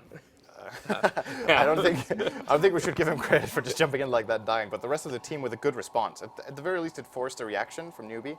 And sometimes that's all it takes. Archon just want to take fights on their terms. The Zeus is really strong right now. PL, at this point in the game, actually does a pretty significant amount of damage. Are they going to go for Howl? But Howl's the one taking most of the damage with the Doppelganger. 100%, because of the last 2 plays they made. You see the swing. This is looking very good. They're going to find one too.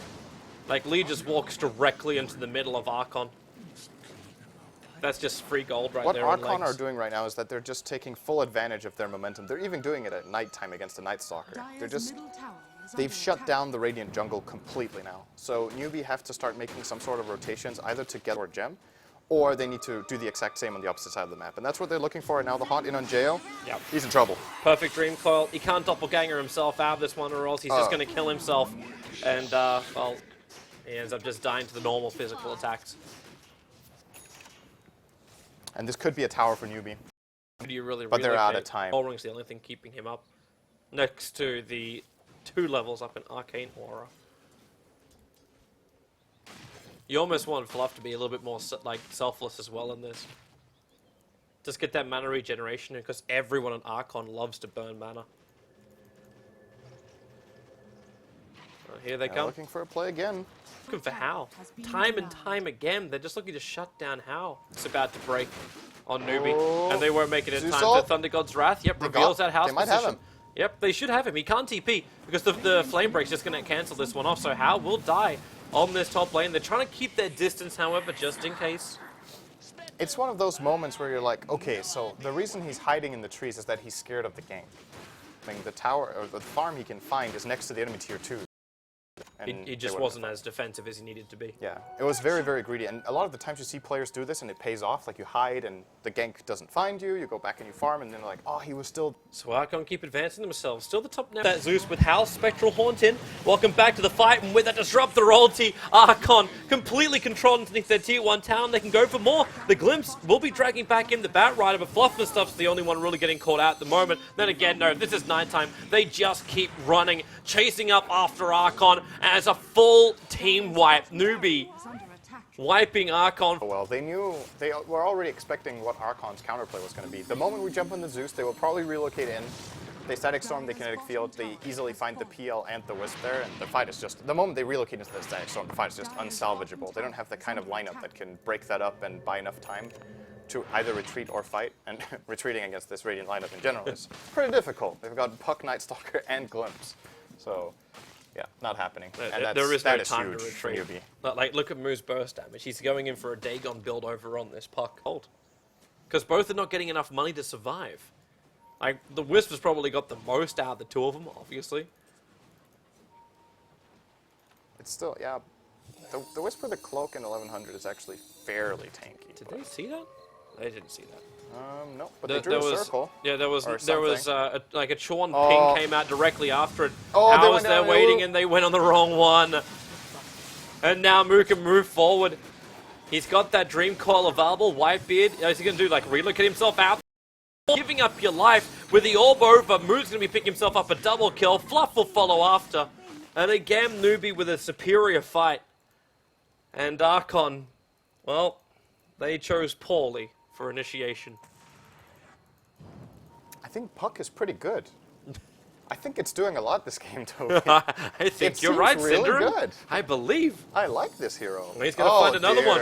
Orbs up. They glimpse the Bat Rider. He can't get team wiped. The two sole survivors of Archon did not bail out. They remained. And Newbee, they're just rolling with the punches right now. And there's nothing Archon can do to deflect it.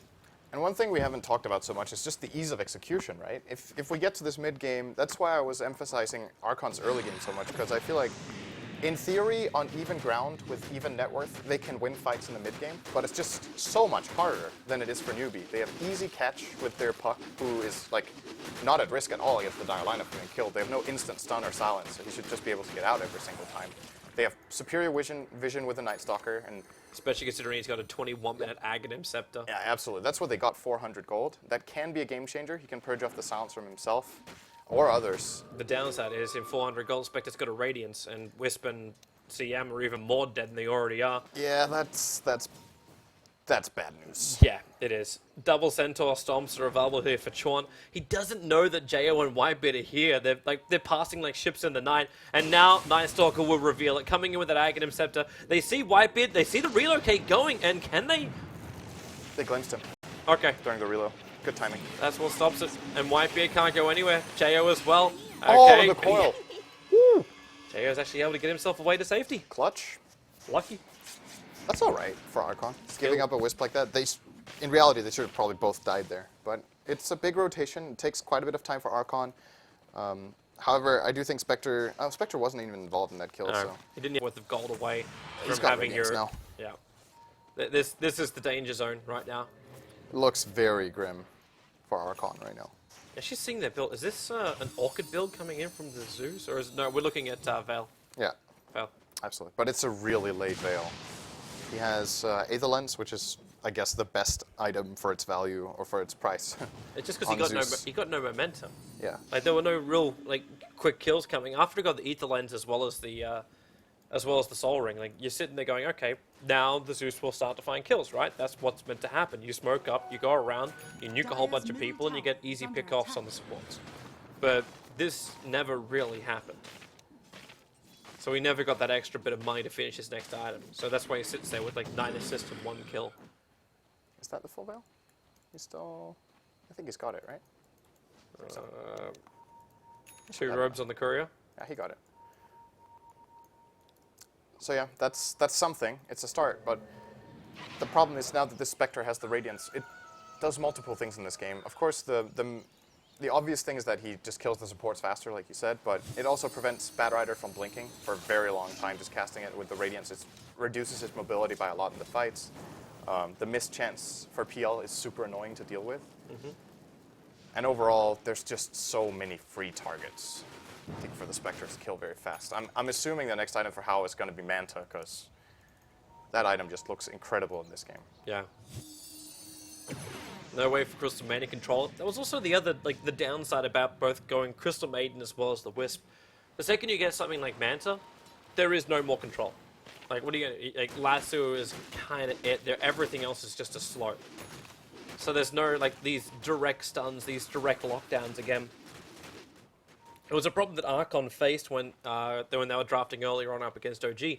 OG had a Weaver, and he was just, like, Moon was free to go wherever the hell he wanted to. Because there was just no control. Archon now have to use Thunder God's Wrath to try and find Newbee on the map, because they can't keep vision. There's an Aghanim Scepter Gem Night Stalker running around for Newbee. Well, they're going to try. They won't get there in time. The smoke runs out in 2 seconds.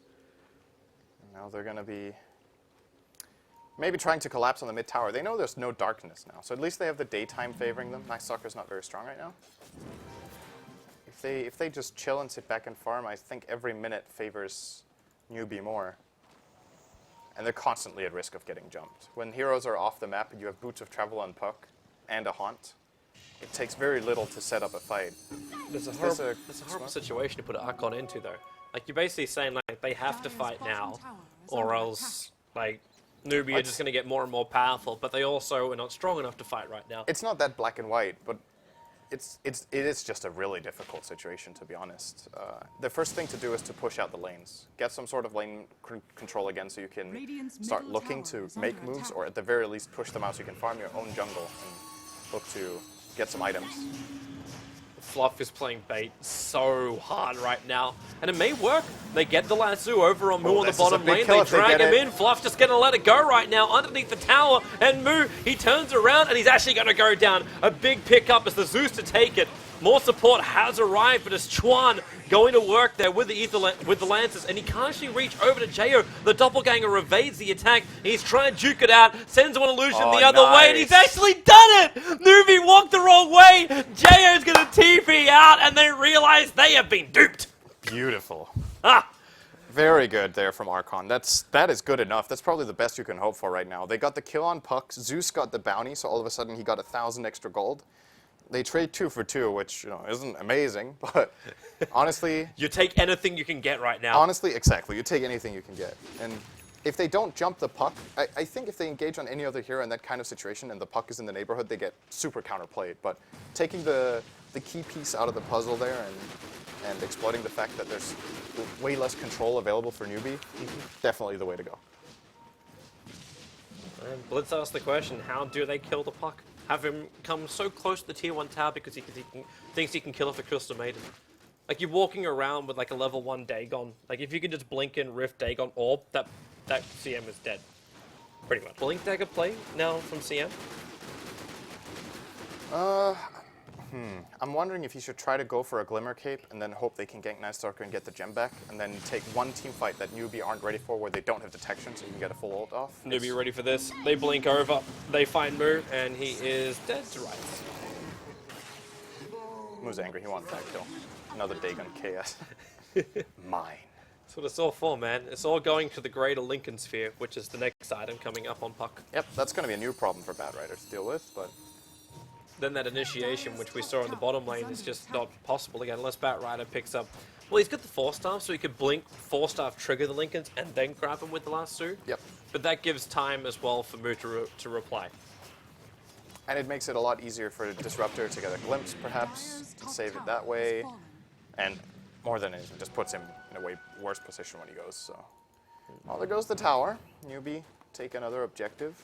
This PL, though, like, he's starting to get stuff. He is. He's got Manta as well as Diffusal, rapidly approaching his level 16 as well, so we can put that third point up into Juxtapost.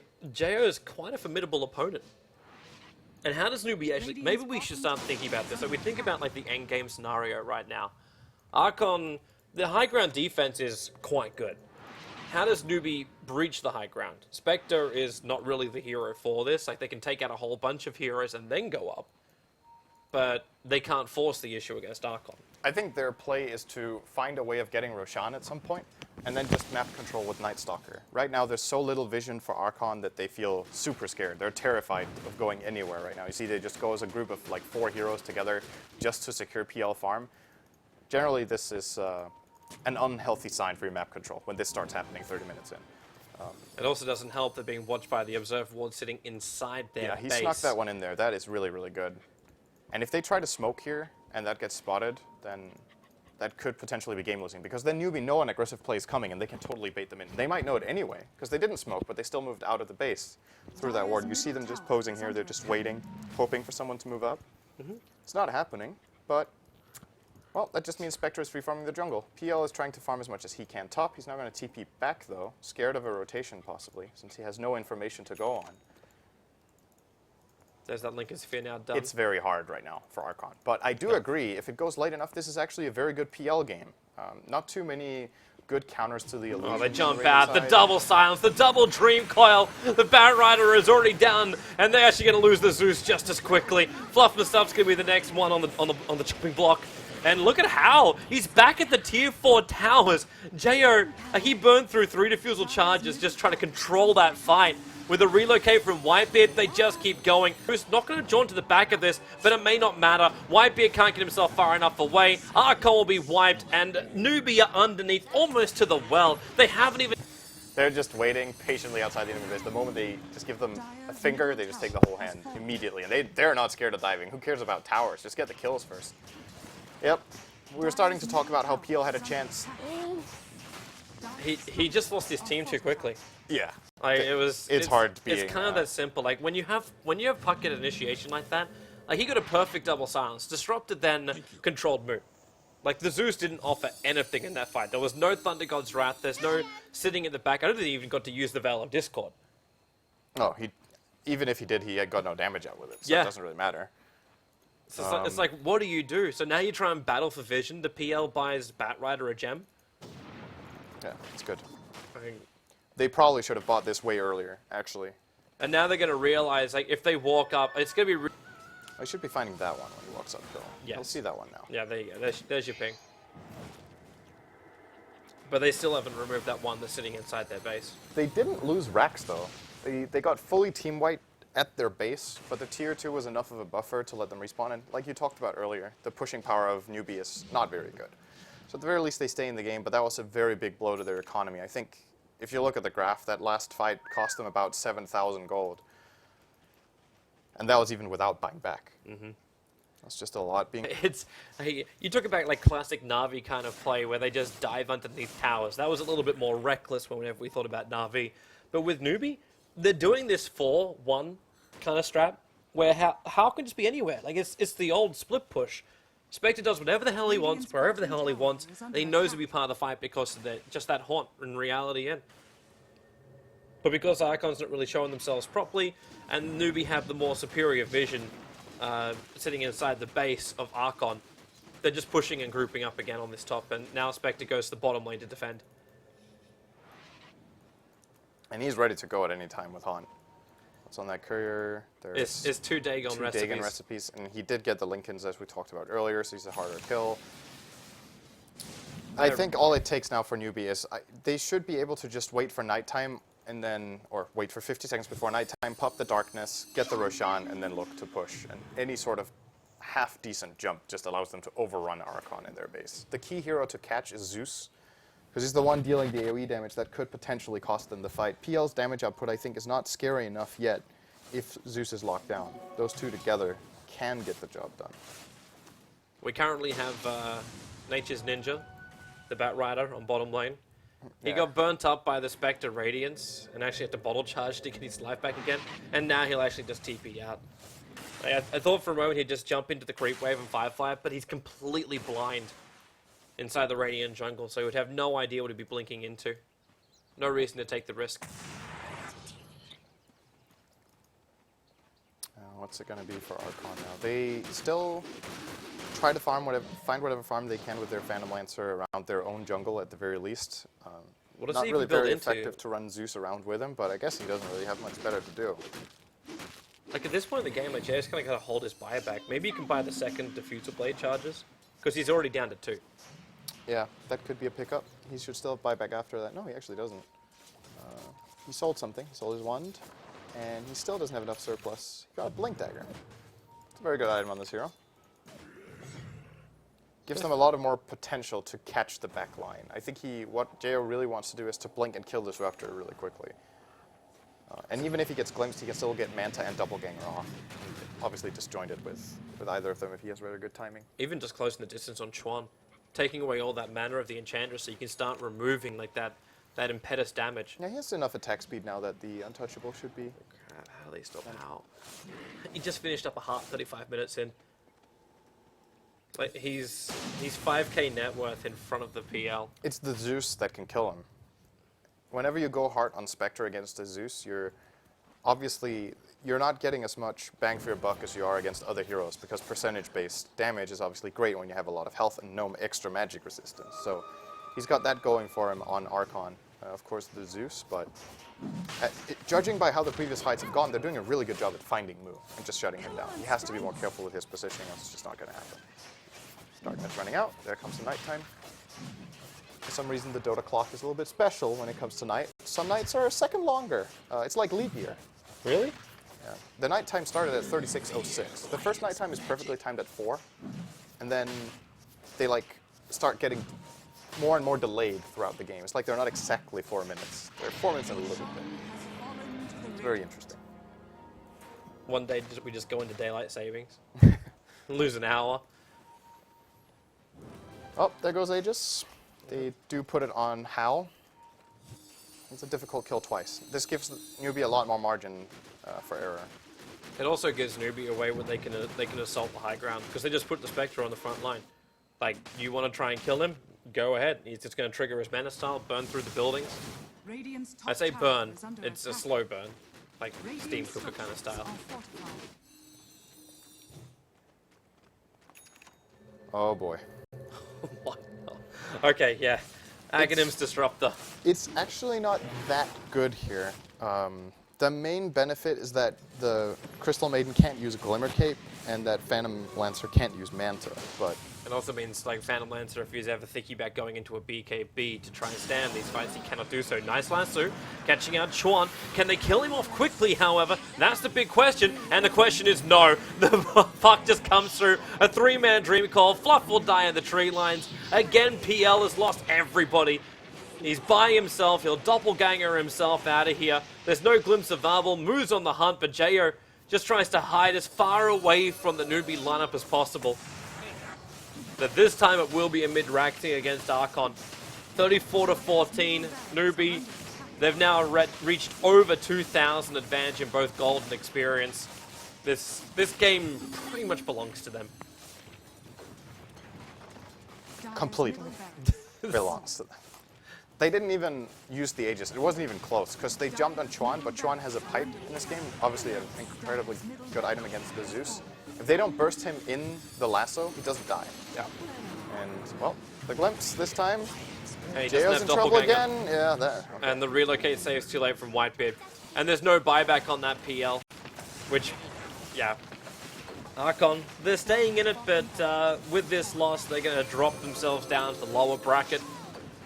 And they will remain winless throughout this group stage. I think they've shown, in both the games we've seen in this series, they've shown some promise. But I definitely think they need to do something about their drafting. I feel like both drafts have been... Yep. They have a significantly different drafting style that's much better at it and is it's like ease of execution. And it's not only that. I just think their picks overall were just better for doing that kind of stuff than Archons are. If you look at this lineup, Archon's not giving up, man. Nope, they didn't give up in game 1 either, but this is one of those YOLO smokes, you know? All in. They actually don't even have their PL. He doesn't have boost of travel. He can't join. And he loses his F. The Spectral Haunt, they see everything. And the Disruptor ulti, Batrider as well as the Whisk get caught in that one.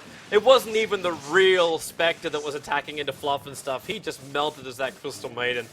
A 1-8 life for the Crystal Maiden was not a nice one. But they call the GG now, Archon. They went for one last YOLO play. But, well, they got 2 lives and both were taken from Newbee in this best of 3. Yep. That's pretty much it. So, congratulations. Newbee will be able to advance, and this doesn't secure themselves a spot in the winner's bracket. They still have to battle through the next round. Of course, that's what's coming up next. And of course, the people who know so much about the competition, to break it all down for us, it is our panel. So let's throw it back over to them. All right, then. Welcome back. As you can see, a very happy Newbee squad as they're able to shut out Archon 2-0. And I'm sure even S4 was giggling quite a bit at the performance from Moo on that puck. It was pretty damn ridiculous. Would you say that it was on him pretty much to kind of lead to the success, the path? I mean, Howell didn't even really need to do much. As Blitz was saying, he was pretty much the insurance policy for their team.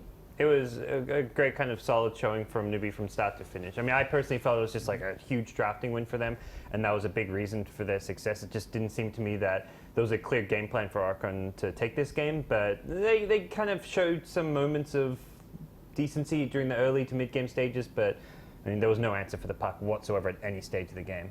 Yeah, they pretty much had to show a lot more than just decent in the laning phase. I think they really had to take it in order to make sure that puck wasn't such a big threat, right? Because they had so few answers to him, they needed to be able to establish that it was going to be Archon starting on the right tempo control of that game and slowly ceding it away in the mid game to Newbee. But instead, it was like, okay, laning phase was and then of course, not terribly surprising with Night Stalker, Puck, these kind of heroes, immediately it's Newbee jumping into the pool. They take control of the game and they never really let it go. Like eventually, if this game went on maybe another 20 minutes, you could see it kind of filtering back to Archon, but it was just obviously never going to happen. They did try to make the movements happen. At least Archon, they got some smoke ganks in. For me, again, same as game number 1. It felt to me like in the mid game, their wards just weren't there to support their need for aggressive play. So they at some point smoked up, went high ground, didn't know where anybody of the enemy team was. Their PL was not in the smoke, and he was by himself, died while the smoke was happening, and didn't really get anything in return. And they just couldn't really play the plan that they had because of their lack of vision. I think it was like a two-part thing. I think the draft was okay-ish. Like I kind of agree with David because I could see that there was almost no counters to the puck. Like I mentioned it while we were just watching the game. Like this puck's gonna go insane because it's the dream puck game. Even the Batrider's not that great against it because you can play reflex DOTA.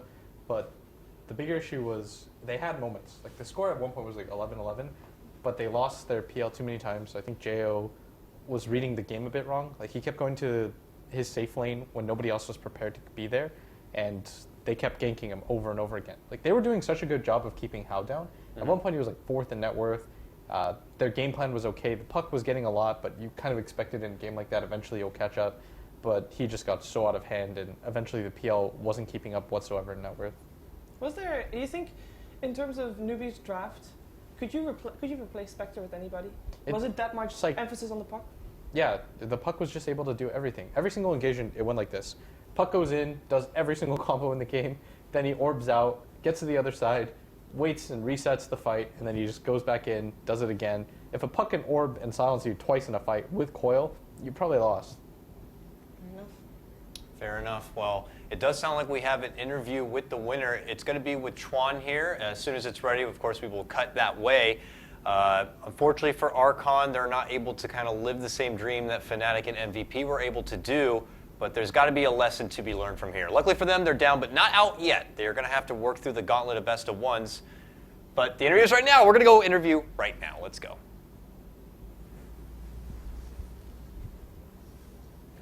The headset is like right behind you. 打他们的话，因为他们比较新队嘛，所以也没有打算怎么研究他们，就是看他们比较擅长的一些英雄，然后打好我们自己就行。I hear an interview. I only know one of their support players and their captain. They're a relatively new team, so all we can do was to look at heroes that they're good at and their previous matches. So every major tournament changes how teams understand the current patch. So coming into this tournament, how has the Shanghai Major so far affected your understanding of patch 6.86? 每一次的大赛都会发展一个不一样的战术。你对这次特锦赛有学到这个版本什么不一样的看法吗？这个版本很好玩，很刺激，我喜欢，但是需要队友的配合。So finally, on a lighter note, there's been a lot of talk lately about Chinese New Year, which recently just passed. How did you celebrate your Chinese New Year? 不久之前是农历新年。匆忙的过个新年，又匆忙的赶回来，就是两头不到岸的感觉。It wasn't really celebrating because we were so afraid. Everyone else were practicing and we weren't really practicing, so it was just rushing here and there. All right, so Ian, as we know, IG had been a bit limited in their success. He's broken away from that group, which was a TI winning team at one point, and has found this new squad. Do you think that there's a chance that Newbee could continue to move on forward with that positive energy and have some huge success here in this major? They're huge on the team on a huge upswing right now as far as just going through MDL. They had a pretty good performance there. They surprised a lot of people with just how well they did. And I think the fact that Chuan kind of talks about like they're enjoying the new patch, that kind of speaks to the kind of, I think, just the team atmosphere right now. Like they're having fun, they're doing well as a team, and overall going to perform better. So it's good to be excited about Dota and not RPGs. So I mean, that's a step in the right direction for Newbee, that's for sure. Yeah, it's kind of interesting to hear him say that they were a little bit afraid during the Chinese New Year because everybody else was practicing, but they weren't practicing. And I wonder if he meant with they were practicing, meaning all the teams that didn't celebrate Chinese New Year and the Chinese teams that did, or if he meant their own team and other Chinese team might have been practicing. Yeah, I mean, from what I'd heard, for the majority of the teams, they were taking the holiday to kind of, enjoy it a bit and not really participating much from this match. And a dominant performance, of course, from Newbee here. And I was talking about a bit before we had to cut to the interview, for a team like Archon on the other side of the ring, who are now going to be down and didn't have that same success as the underdogs of Fnatic and MVP. What lesson do you have to take away from this to be able to try to fight your way back out of those bottom best of ones? And you're going to be going against, potentially some other Eastern teams like eHome or even Vici. This is game one, by the way. Yeah.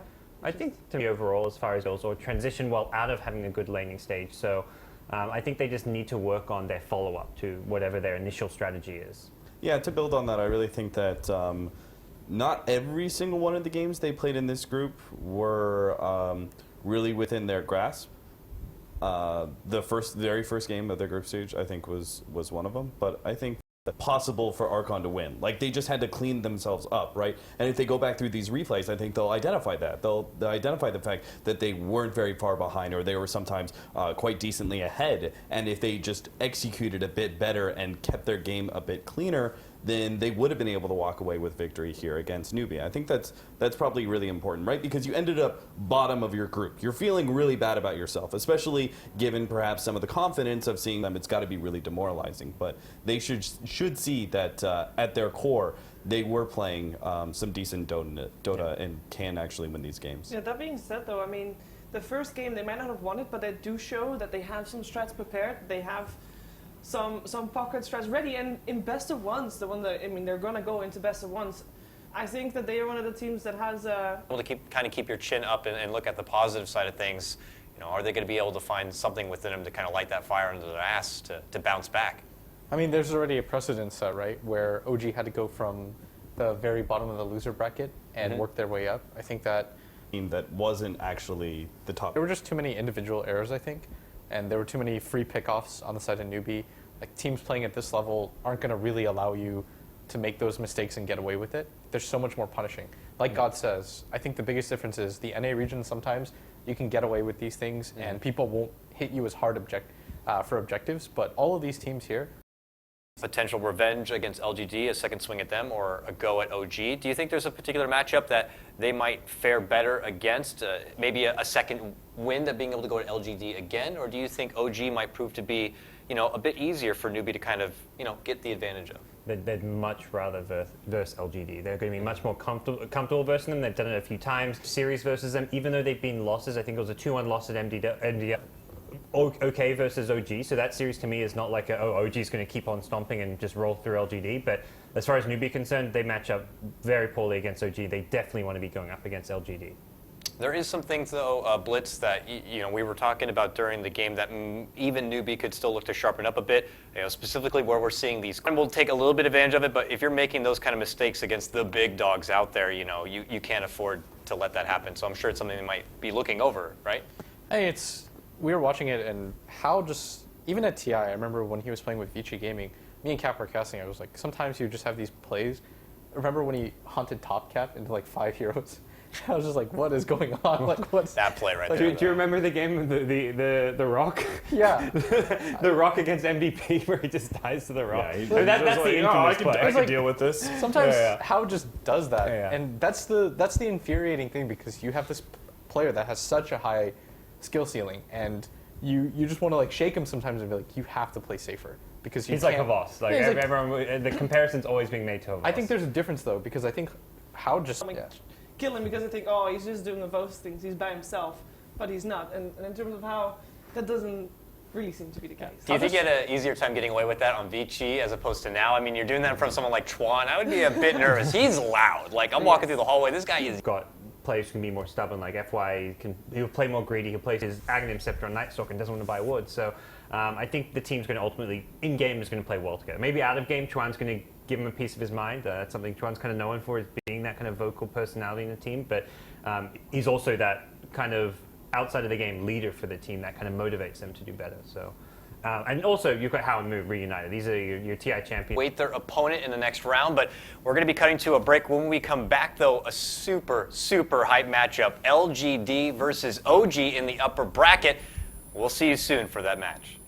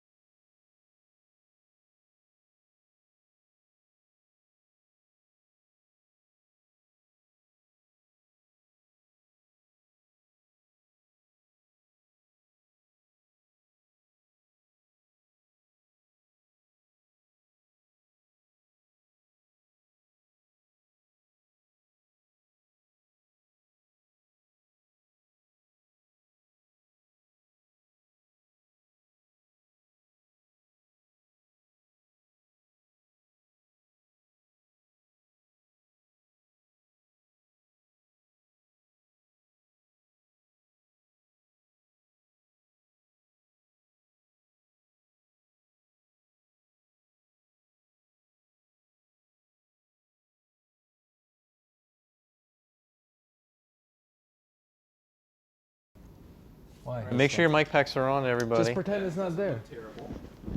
We're getting ready to go. I'm hyped for this.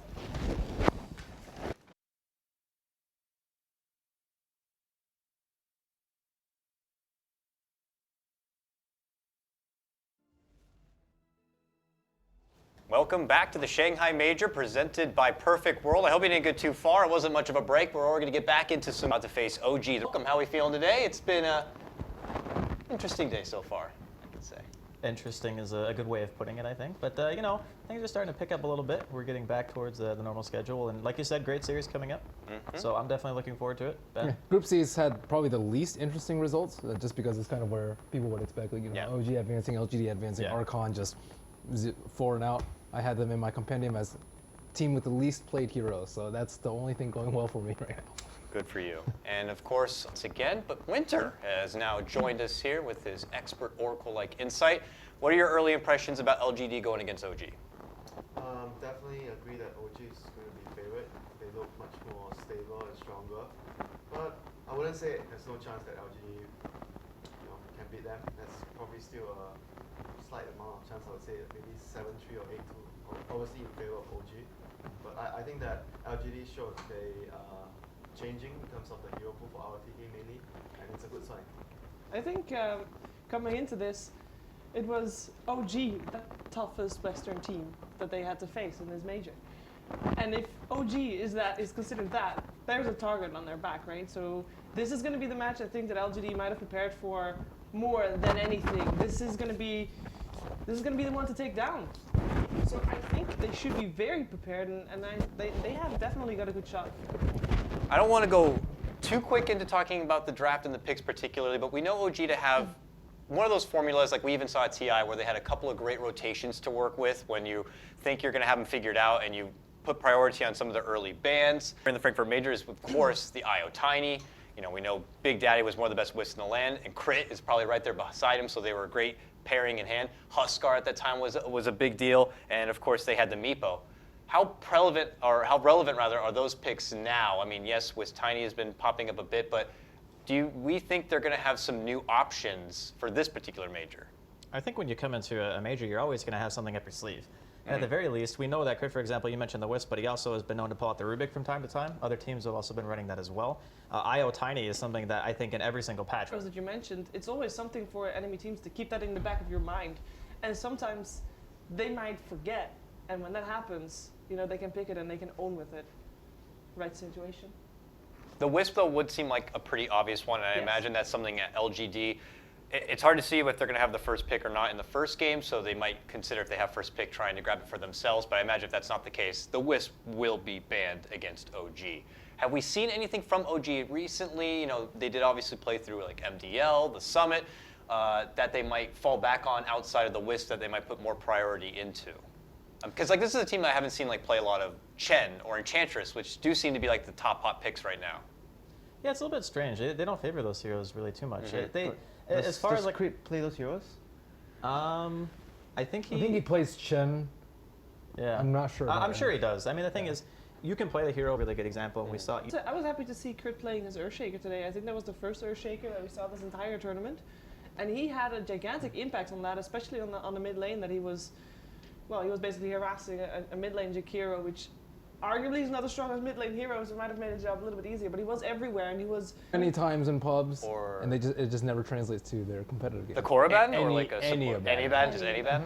All right, fair enough. I'm surprised that fell off so quick. Alliance picked it one game, so I like the way they picked it though, because it was a slow siege lineup with an Abaddon. I think that's probably one of the best scenarios to put him in, unless you're playing it against like a Bat, for example, or something that you need a strong dispel for. Yeah, but the thing is, like, if you pick that just specifically for a Bat, like Oracle would have been able Oracle to, would be, would be better in that sense.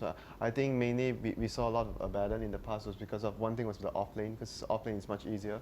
And it was used to deal with the Bounty Hunter Slardar because it was so popular, Bounty Hunter and Slardar. That's why you want something that has a much better cooldown than Oracle. So Abaddon was pretty popular back then. And I think that Abaddon, you need to pair it with like a pushing lineup as well.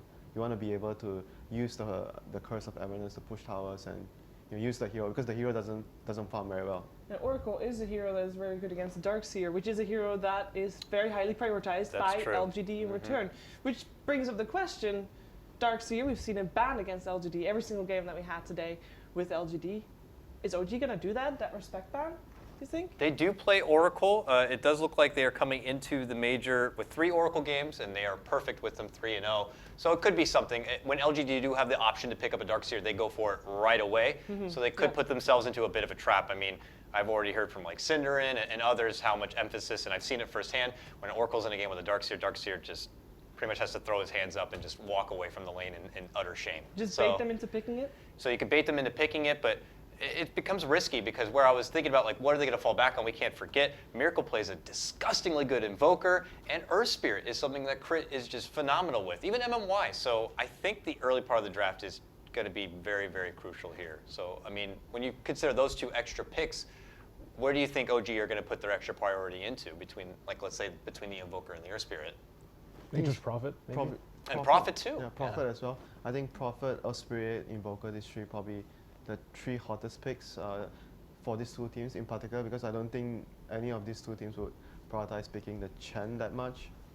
I think we saw one game today, LGD played Enchantress in jungle, was it? And no, it was RTK playing the Enchantress. It was a switch up. There was the first game. He actually played an offlane Enchantress, and it worked out really well for them, despite not having the Darkseer. And it was like something that I feel like they are starting to switch up his hero pool.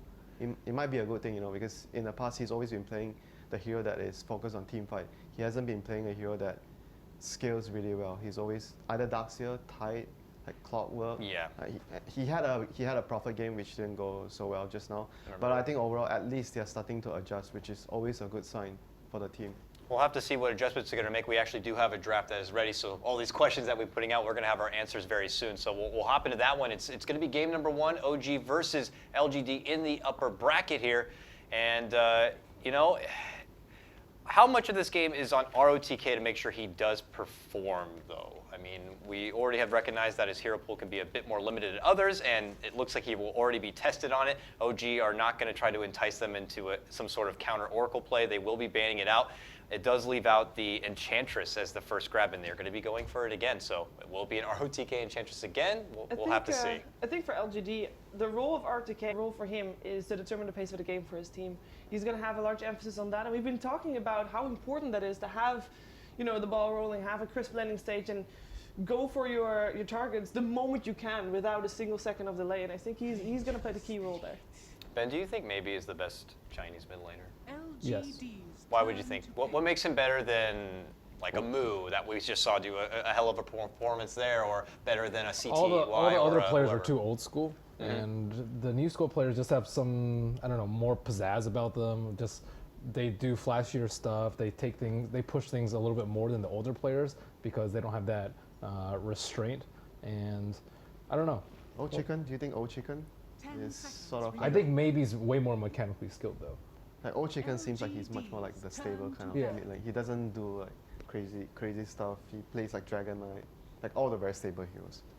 I think it's good to have an impact player who takes the right amount of risks, you know. Yeah, because for Old Chicken, his teammate, he already has CTY in his team, someone who is very risky. So you can't afford to have 2 core players that are like this. You have to have one guy who is much more calm and collected, and one guy who takes risks. For example, he had a disgustingly good Lesh at TI5, which was pretty much non-existent in the Chinese teams in the mid lane. I saw Super play it, failed terribly. I saw Shiki play it, that pretty much lost in the grand finals. So, and he actually, I think, went beyond God like in like 10 minutes. Wasn't it against EG? This guy's really good. I saw his Ember too. There was some of the specifically to roam with the Enchantress in the early game. And we already saw that the opener coming out from OG here as we watched the players get focused and ready. Something that they had in both of their games against Archon earlier, the Bat Rider here, and securing it, of course, with the Vengeful Spirit. So we didn't see them play much, if any, Bat Rider, I believe, at the Frankfurt Major. They're finding that seems to work out nicely. I mean, they don't even know who they're going to be going up against, but they want to secure that lockdown for their team. We see a lot of Bat Rider at MDR. We saw a lot of Bat. I remember at MDR. He's back in top, like really high priority offlaner. The only problem is Venge is often picked a lot, as well as Oracle. But if you have Venge on your team and you're, you know, a lot of teams actually don't play Oracle, even though I think he's one of the better counters versus Batrider. He's great. It's just that I think Oracle is like a bit more limited in what he can provide to the overall team. Like you pick Oracle specifically to counter something, whereas if you compare to Bench, yes, Bench can counter the bat, but he can be used in also use Bench as a good babysitting hero for a carry. Like there's a lot of purposes of when you pick a Bench. Whereas for Oracle, you're picking, yes, he's a great zoner, but it's mostly for a specific spell that you want to counteract. Should LGD still find something though to have to deal with this Batrider, or are they already banning shit Rubik's because actually not that bad. Rubik's okay. Yeah, he's got the It's an lift. instant disable, so that's like the one thing that's really important. If you don't have counter initiation in some way, having the insta lockdown is a great You can way to also stop just it, have honestly. cores that are really resistant to Batrider. I think Morphling and Ember are the ones that come to mind, especially when you're talking. He has good luck and happy on his shoulders. That's actually very cute. Oh, is that what that says? It says good luck and happy. I mean, it's bent. It's bent now, but He should really read his before sweater. He that- never looks happy. So he always looks I don't so know if it angry. says the same thing on the Yeah, other I was end, looking at his facial expression, and Shiver Like, looked good luck sad. and happy. His clothes. Where are you getting that from? He's like, sullen and downtrodden. Really No, good, he's really focused. really good observations. I can't even look at the words. She's got phenomenal eyes. What will ROTK's hero be though at Is this that point? tight? I didn't pay attention in the ban list. No, they didn't ban him. It's back on.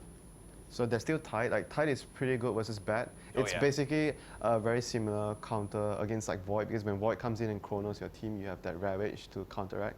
And it's also hard to justify lassoing a Tide, because you could just Yeah, crack because in of and then Kraken. you can't kill Yeah, him. you can never unless you can somehow burst him in one go with something like a Reaper. But usually you can't really do that. 10 seconds remaining. So that is one of the heroes that ROTK still loves to play.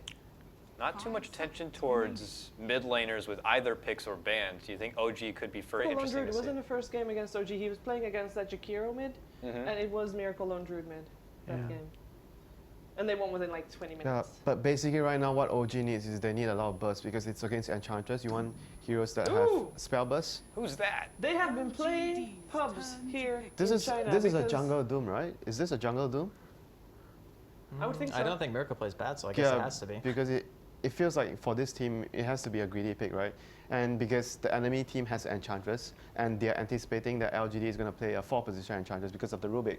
So I neutralized the Enchantress pressure in the early game. And at the same time, I'm actually more greedy than Enchantress because I'm going to scale better than the Enchantress later. Suddenly he's got his mask now. I was gonna say, I like the way it looks. Oh, That's cool. That was the Chinese stream, I right? really, Yeah. I actually might prefer Low the gore Chinese version. He looks like version a little Shredder bit. from Yeah. Ninja The Turtles. reason I said they were playing pubs is that Doom pub jungle, game. Doom Doom jungle. China jungle, Doom? get a creep, Yeah, level China 2, Doom. come out of China the jungle, go creep, go gank.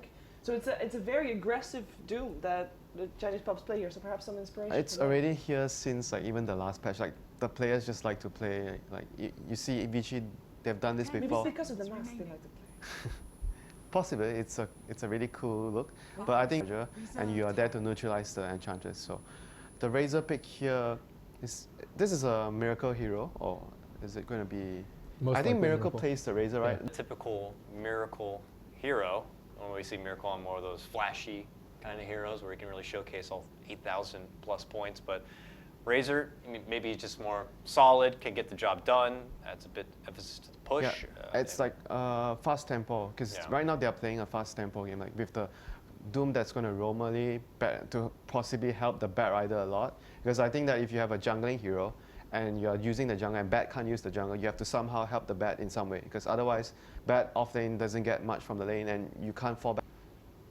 Yeah, look back to the side of LGD now coming off of their Beastmaster grab. They have the map control now to work with. You know, you're on Radiant's side. OG, if they tried to throw together a bit of a Roche kind of a lineup, you now have eyes on it. And they're going to be moving into a tiny grab here. And what I like to say the a la carte tiny, as this will not be paired with the Wisp. We saw it a lot at Frankfurt, actually. And I remember even that crafty play from Secret when they had the Pylai die mini. Don't imagine that's going to be the same case here, but why? Independent of having the IO is still a pretty fast tempo hero as well. As long as you have mana to combo and a few levels, you don't really need items. You can just get, in the initiation, you get one stun, you can kind of blow up a hero. And I think that kind of sets the pace for the fight in the early game. And I think that they know that OG is going to be looking to take early opportunities, try to get map control. And especially when you have a bat, it's really bad to lose control of like your safe lane tier 1 early on into the game because it just opens up way too many opportunities for OG. So I think they just wanted something that could fight and doesn't really, like obviously having He's going to struggle a lot this game. They don't have any defensive heroes. It depends for on him. how they lane it. You He has a little bit of think attack it's safe speed. lane? It might be safe lane. Yeah. 5 seconds remaining. I think regardless, it's still a bad matchup for him. Like Tiny is just generally pretty darn frail without the IO, especially like with a Batrider threat in the game. Like he can get bullied a lot this game. I think maybe they wanted something that can scale a little bit better, but can still siege with the Beastmaster Ench if they so desire. It looks like LGD did not expect there to still be a core coming out and betting out Enigma. But Slark for OG. Is it so? It's going to be Jungle Doom? No, Big Daddy playing Razor, Miracle Slug, or am I Jungle wrong? Doom is the one that they might have copied from the Chinese folks. Yeah, but how about the Slug? Is that a no-tail hero? Or? Yeah. I guess it is. Because Miracle can No-Tail play plays it the too. Ember, so I guess he would play Slark too. Yeah, but based on their roles, I would say, because Miracle would take the hero that needs the most farm in the team. And this is fresh for them. I mean, looking over their recent hero history, and I know they haven't picked it earlier against Archon, it's something they have not grabbed. Full list here, he's not shown. So Yep, so it's Miracle going to play the Slug. Because I understand the way the team runs is Miracle will always be on the hero that takes the most farm. So which is, in this case, the Slug. And indeed crit Doom. So Doom, I would maybe imagine we're going to Tiny. see one in the jungle. Wow. With a Talon. And so what, do you guys like the last pick we were? Like, It's tough versus Doom. Mile enough to not have to worry about Slark in the late game, because Slark kind of. that's why the Doom has to be the one that is going to decide how the early game will go for the bad. Like how much he can help him in the lane. I still think OG have a better draft though. Yeah, I mean, that's what it sounded like from all sides here. Would both couches agree that OG might be the favorites coming into game number one with that draft they've already put out? It's easier for them to execute their draft, but at the same time, LGD heroes are still really fast-paced, like you guys mentioned with the blink from Tiny. So we'll see how they fare from there. We'll see indeed. Let's go ahead and send it over to our casters right now. Gentlemen, take it away. Thing entirely down. The Alpha Wolf. And single time you do that, it's go to the left. They know she's going. Advantage is taken away that 100 experience. So our Tiny's at even. It's a physical damage here. Filled with, he's made a via pops the healing salve, gets a bit of heal, and is going to gets a free level LGD. But is it going to be enough to kill No-Tail? Doing everything. extra time, man. Like such a high duration of disable between those two. The tether of Slark being one of the harder abilities for offlaners to deal with solo. Yeah, and this Beastmaster ROTK, he's going to have to primarily focus on using the side wave, just because even with the board, it's hard for him to contest into this dual lane.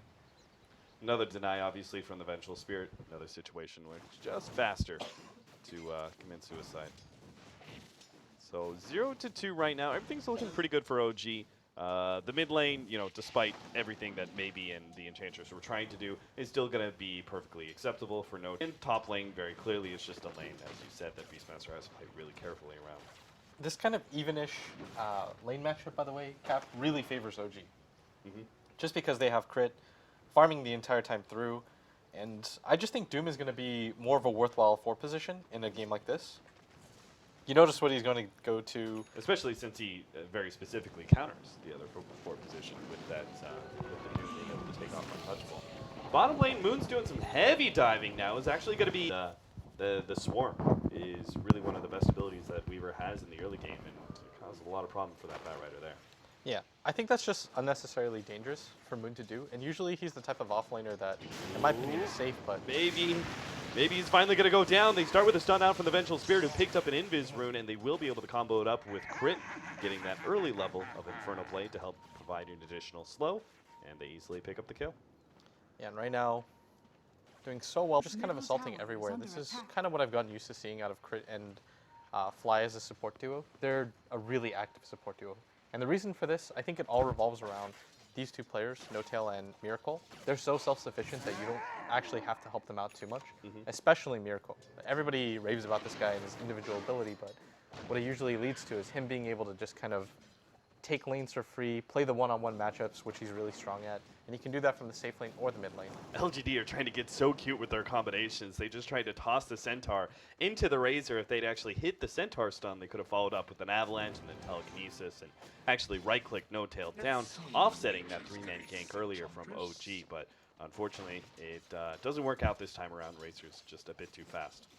But 2 levels of unstable current, but they may still be able to get him. Avalanche goes out, toss forward, Centaur stun. Again, boots plus 2 levels of unstable current seems to be too much movement speed for Centaur to actually hit that stun.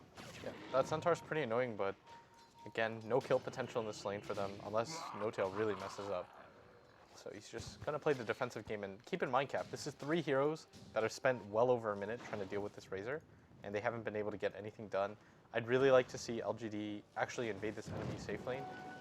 But Miracle's level 6, so I guess mid is the default. As No-Tail is a little bit low, and he might feel cocky because he survived the first few attempts, but everybody going to sandwich here. Oh no, this is going to be real bad for LGD. They do manage to get a nice 2-man Centaur stun. Maybe he's going to try and follow that one up. He doesn't even throw out the combination, though. I think he realizes he's not going to be able to kill anyone from OG, and he just hopes MMY was going to be able to get out, but not the case. Still, though, Moon had to use Flaming Lasso, so at least it was not the worst thing in the world for LGD. That just as easily could have been 2, maybe even 3 heroes dying there for them.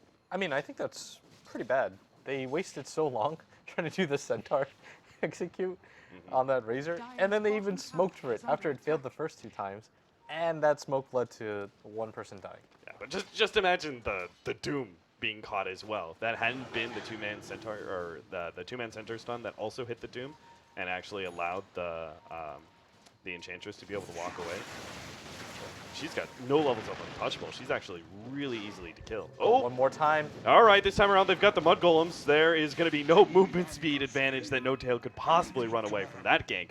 Good setup by Maybe. But again, LGD are committing so many resources to try and shut down No-Tail that everywhere else on the map, OG is pulling out the big W's. It's been a really long time since I've seen an individual player hated on so much in this game.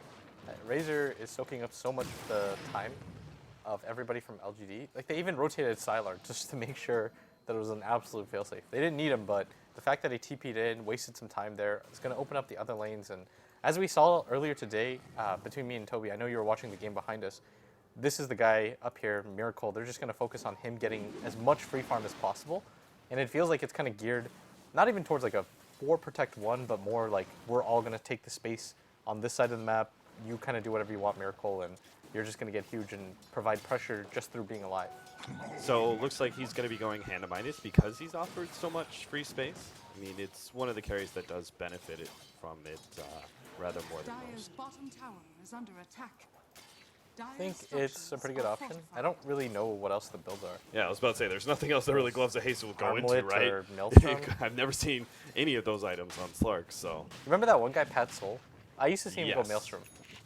Oh, really? Yeah, I thought it was kind of legit, but I think there are better items. Just an early attack speed item. I mean, obviously, that's one of the biggest benefits of Slark with his passive is attack speed is damage. Gives you a more ton so of than attack most. speed and Yeah. damage, and the chain, or the chance or whatever, procs pretty often. Yeah. I think it's kind of redundant because you can just get like moon shards and, you know, you can get a basher, like brand items out there. But another 3-man smoke, this time they're going to bring Maybe along. I kind of doubt they can kill Miracle here unless he messes up on spell usage. And they can't really afford to waste this game. They've wasted so many smokes. They've got a Haste Rune. This is definitely going to be a big advantage for Maybe. He's going to be able to come in. He's going to miss Miracle, unfortunately, with that Avalanche. Obviously, the free kill on Fly. But as you said, unless Miracle messes up somehow, he's not going to be going down. And sure enough, his reactions are perfectly fine. During this time as well, Crit has rotated to the bottom lane. He's been here, parked himself down here for quite some time, and you can already see the benefits of having this Doom. He's well ahead of the offlane Beastmaster in net worth alone. 700 more than him. They haven't even taken a tower yet, so this is pure just net worth. And in mid lane, No-Tail's going to get gone on, but he does have the Invis Rune. They casually walk that off as Fly comes in, but absolutely no chance to kill him, and he's pressuring the tower at the same time, though. You gotta be a bit careful here. It looks like, oh, he knew ROTK was completely out of mana, and Enchantress isn't level 6 quite yet, so there's just no disable and no damage. So Moon is able to come up to the top lane, challenge this kind of, you can't really call it a push, it's just kind of like a poke, and we'll be able to finish up his Blink Daggers. So OG very rapidly coming online. That's going to be the first of the heroes. Crit, what do you build as this Doom? Do you also go a Blink Dagger just for the opportunity to take Doom or Weaver out of the fight instantly, or the way do you that like a different kind of build? The way that we used to see it when we were playing in the Chinese pubs is like Tranquils, Drums into like Vlads and just become really tanky and become a utility hero. The recent Chinese pubs that feature Doom have been going like blade Radiant's mails, top tower like is under attack. drum blade mail. But that sounds terrible. I think this is I think this is a very different kind of Doom that Crit's running. There's like very few heroes that I'm a fan of blade mail on. I don't know if Doom is. It's like Legion Commander, X. The heroes that you're like forced to hit. You can just be like, Doom, I'm gonna completely just run the other way. This top lane gank though should be successful, and ROTK, he's got to kind of be wary of this. He's level 6, so the bounty on this is okay, and it's going to lead to the safe lane tower down as well. And Miracle's just setting up for it, making sure that nobody's around here. This should be 100% successful. He thought he was so safe with the Hawk sitting there and everything else, but obviously the smoke and the Blink Dagger initiation just offers no option of reprisal there from the Beastmaster. Meanwhile, Sylar is actually trying to push down that bottom lane, but No Tail is now going to be able to rotate over and put a stop to that one. What do you feel like the game plan now is for LGD? So you've lost your lanes. We can say that pretty comfortably, right? Oh yeah, Moon was able to every split single one of kill their and lanes support. was won by OG, right? Yeah. I think for LGD, they anticipated the lanes to go a lot better. Anytime you pick an Enchantress, this is a hero that enables your other lanes.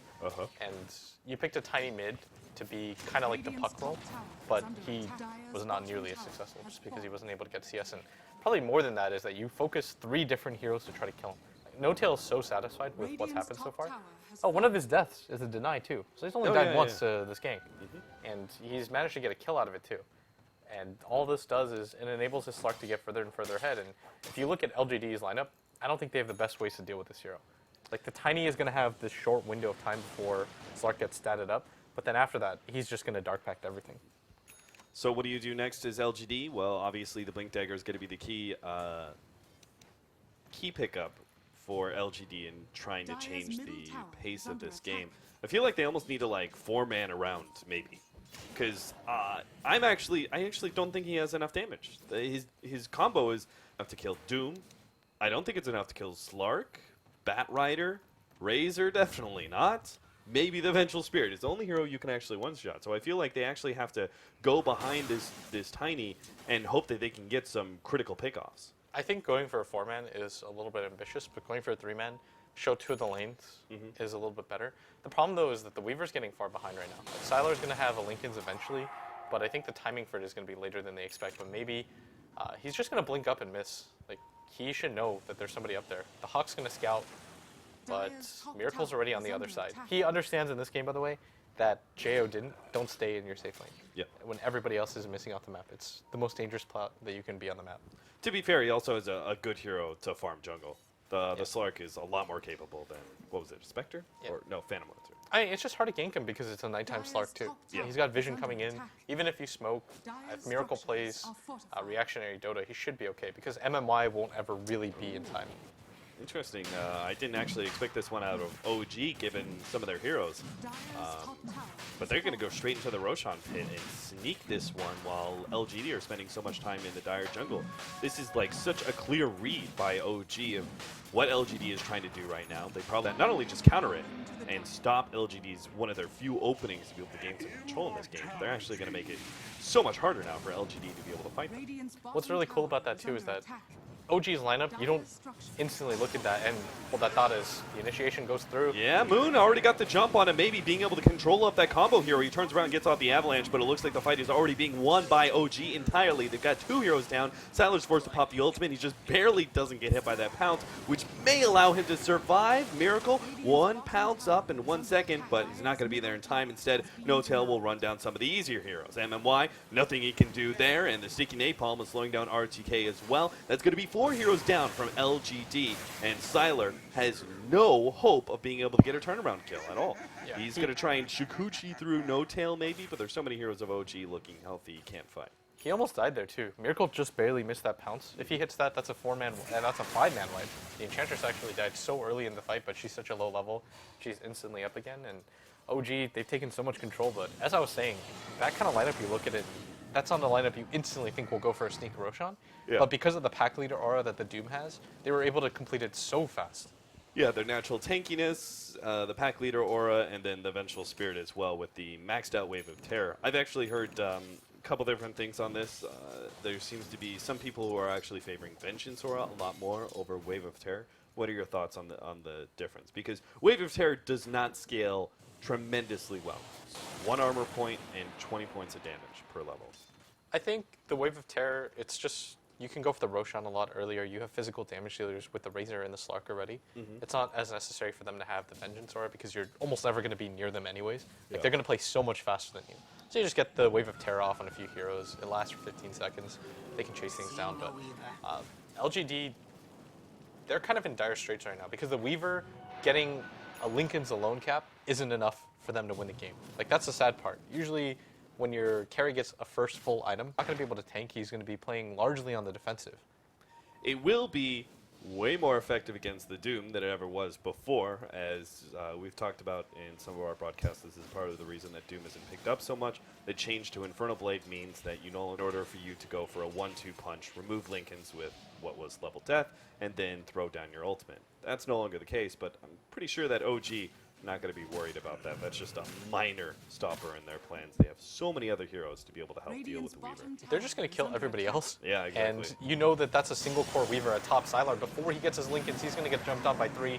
The Doom goes down 2. Crit's going to get that one as Moon gets the last hit, but such a farmed Bat Rider. It's a Blink, 4-staff. He can afford a gem anytime soon too. And once you have that, all the map control goes away. And LGD, they're running a single core, make no mistake about it. Like, the Tiny is an enabler. He's not really a true 1 or 2 position because of that Blink Dagger build. He's even going to go for the 4-staff next. Like, this guy has to actually do so well. In the LGD are going to try and get into an early fight here up against Miracle. They're going to be able to almost pop him, but almost is not good enough. Miracle pops the ultimate, starts healing himself up, and the rest of OG surge forward. They're going to look for the kill on Maybe first. No-Tail actually takes out the Rubik, turns toward DDC. That's going to be a harder hero to kill. Maybe, meanwhile, targeted by Moon, and Fly is going to be going down. No-Tail not quite able to pick up the kill. Miracle looks towards DDC. They don't have a stun, as both the stun from Vengeful Spirit wasn't a range. 2 hero kills. Considering that was another LGD smoke initiation, it just seems like LGD have no hold on this game whatsoever, and that's not really going to change unless OG makes some serious mistakes. And that's kind of your avenue of getting back into the game, especially with this Tiny. When you don't have any map control, I'd really like to see OG just pick up the early control, pick up a gem, deward like crazy, get some vision. It seems that Moon just kind of favors this Aether lens though, before he gets to it, and maybe he doesn't even feel like it's altogether that necessary because they're so far ahead in the game. Because that's really if you can get both the gem and aggressive vision up, the only way that LG really surprises you at that point in time is with smokes, right? We just got done talking about how there are no. I think it's okay for alone. Like, I'd expect them to just have a ton of sentries. And Vengeful Spirit has 2 already, so Miracle can just tell his team, okay, I've been spotted here. Probably, there are pretty common ward spots for Radiant, especially when you're behind. Like this one over here, probably the most common, right? Yeah. But they've now, actually taken control of that. This is really like vacation time for OG. They already did all. Let's do Roshan. Let's take tier 2 towers, tier 3s. Let's go high ground. This isn't that kind of lineup. OG are going to be spending probably the next 5 to 10 minutes a little bit more farm. Get the Scotty on Slark. I mean, at the very least on him. Maybe some of the rest of OG can play more aggressive, but this is definitely not. The move into LGD's jungle, get even more control, and make them play even more defensively. His crit does go for that build, by the way. He drums into the Vlads, just purely tank up, become an enabler for the rest of your team. His right-click damage is not that bad, though. 170, and he's got the pack leader. Where would you go as a kind of mid-game build? Do you still like the Blink Dagger eventually, or what about Ags? Is that no longer that Ags just isn't the item anymore on Doom? I don't think it has been for quite a while. Yeah. It used to be that if I saw in a pub a Doom go Ags first item, I was like, I won, like 100%. That guy's not getting a Shadow Blade or a Blink. I knew that the game is pretty much over. I don't know if you could really go for a Shadow Blade, but because of the way that LGD's lineup works, they have 1 core, and they're holed up in their base. They're just watching each other farm, and this is the easiest way to get far behind. And that's why OG just hit and run them, make them scared, but don't do anything. So you're kind of in panic mode as LGD at this point. What do you do? Because there are we've actually gone over so many of the avenues of ways forward essentially for LGD that are not available to them.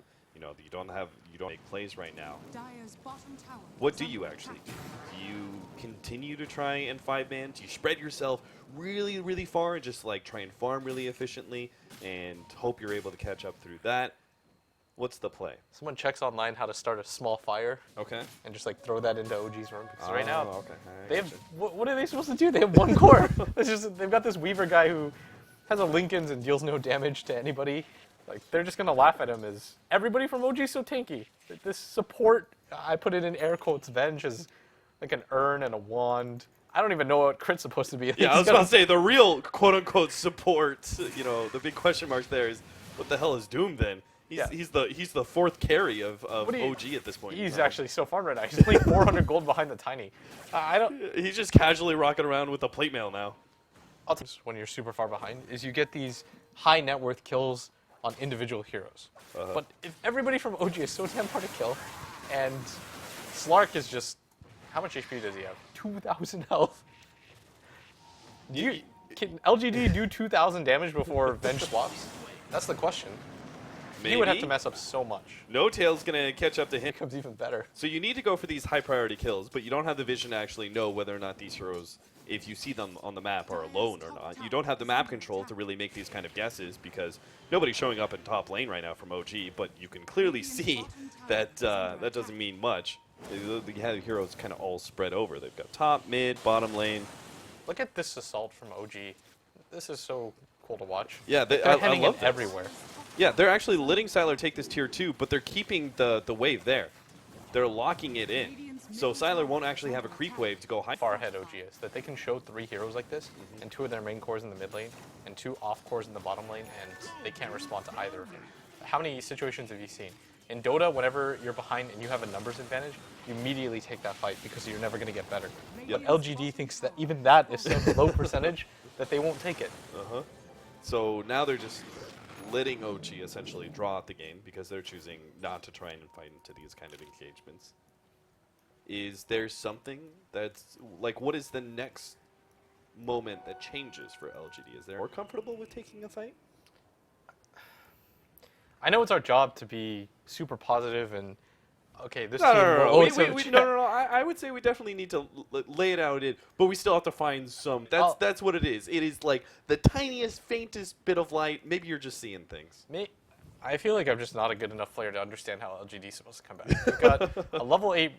You've got a level 8 Enchantress, a level 7 Rubik. It's 24 minutes into the game, and you're against a Slark that has 1,100 gold, a Blink Dagger, and a Scotty. So you're saying right now that us as latest minds of Dota 2 that are currently down there scrimming, practicing, doing whatever, assemble, you know, the best captains and you know, just good and analytical type players, bring them all into this room with us and have them theory craft a way out of this for LGD. Because LGD, I think there was a time period like 10, 15 minutes ago where maybe they could have taken more chances and just used the Beastmaster Huck better. I will say that. I think they didn't really use the Beastmaster Huck to set up for the Tiny. They were over-reliant on the early game smokes that just weren't working out. How many times did they try to smoke mid on No Tail? Yeah. You can't waste it like that. Those have to be guaranteed. People don't understand.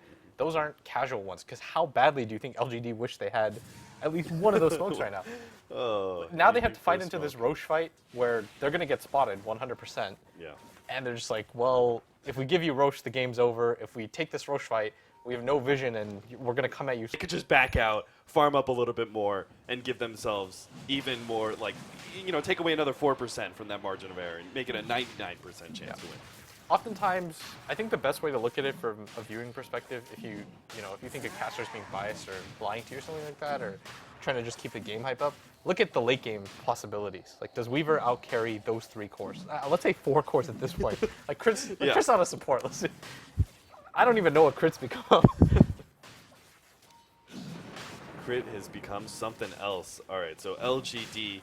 But at the right time, oh, he's actually just going to force Staff the hell out of there. Sylar's going to try and go for the Aegis, but Miracle's actually managed to pick it up. Sylar pops his ultimate, gets the hell doomed up, and he should be run down. R2K is actually body blocking up pretty decently, but Sylar's still going to be caught up by Miracle. Maybe is trying to TP out, but of course all of his allies on the left-hand side of the jungle are all dying. R2K is going to be not the last one down. DDC will still be caught by the sticky napalm.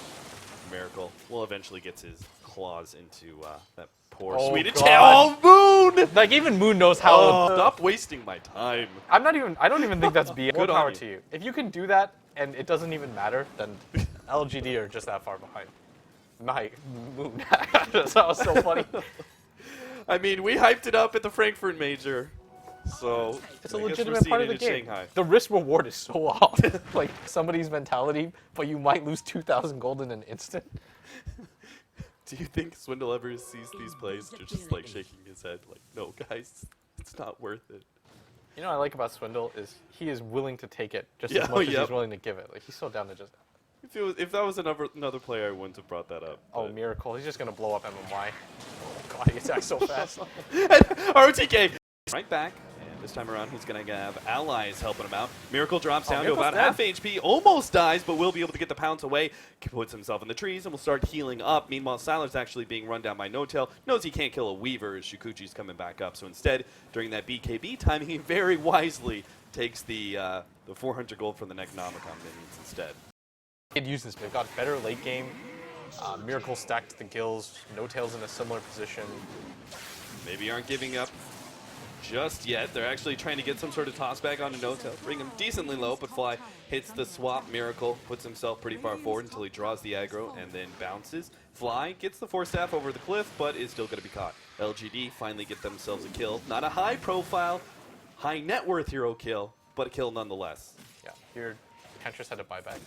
The overall net gain goes in their favor just because OG is so far ahead right now, but no disrespect to LGD, you know, I wasn't making fun of them or anything. It's more just OG have just played this game so well. Like everybody created space on the map for each other. There was a time period where you saw like 2 people top, 2 people mid, 2 people or 1 person bottom, farming out everywhere and hemming in. And because they were spread out in such a way, open consolidate their forces into a certain things, execution. But what percentage would you really lay this game on? Would you say that it was more of the draft or more of the execution? Because I personally am lying more in the draft pool. It felt that the Tiny had to have a good time in order to really start things out good for LGD, and he was matched up against a Razor 1v1 mid. I mean, his blink dagger timing, if you remember correctly, wasn't even that bad. No, like all these cutesy things, like every single cutesy thing in the book of Dota, they did in that mid lane in order to help maybe succeed. And Oh it God, still wasn't Moon. enough to win the lane. Maybe is going to be initiated on by Moon, gets the grab. They've already taken out MMY. The gem is dropped, and, well, OG claim even more bounty. Their safe lane. I don't know why MMY just decided to give up. No-Tail too. Like No-Tail positioned himself beautifully. He never let himself get tilted. He didn't really even have that much help mid. He just played safe and always ran to the right of his tower. That's important. He didn't play on the left side where they could smoke around him. So he wasn't an option. And at that point, Crit was jungler. So the only options that you have are either No-Tail or this Bat Rider. But is it worth it to smoke 3 heroes and your mid hero down for a Bat Rider? No. Yeah. And to build on that, there is no saving grace for No-Tail, right? Like, it's so critical that he does play the positioning game correctly, because no one's going to kind of come save from OG with a jungling Doom.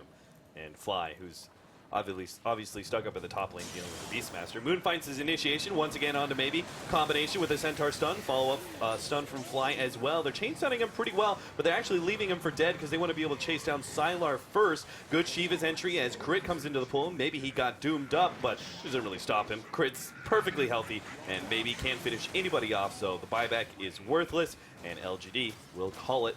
The end score being 6-28 by 31.5 minutes in. That's almost a kill minute for OG. They were completely on point here. I think it was, though, a combination of the draft. They had nobody to kill, like I outlined, but at the same time, they definitely could have used their time a lot better. Absolutely. So OG looking very strong in their group as they pretty much dismantle LGD in this game 1 of the series. But LGD do have their chance to come back, perhaps with a different draft and a different tempo. We can see a whole new team out of them. But that's up for our analysts to decide whether or not Game 2 is going to be a repeat. All right, so, well, a match that was anticipated to be probably the most hype match of the tournament so far. Did it end up being the most dominant match so far? What would you say, Ben? Yeah, there was some cool stuff though. I like the toss onto the mid creep, but at the end of the day, it seemed like LGD had to pull some gimmicks to even win the laning phase. when it seemed like that was probably their only shot to win the game. If they didn't win the laning phase, then they were going to get steamrolled by somewhat better draft. Can I point out one tiny little item that was very cheap that basically was in the first 3 minutes game-changing? Fairy Fire.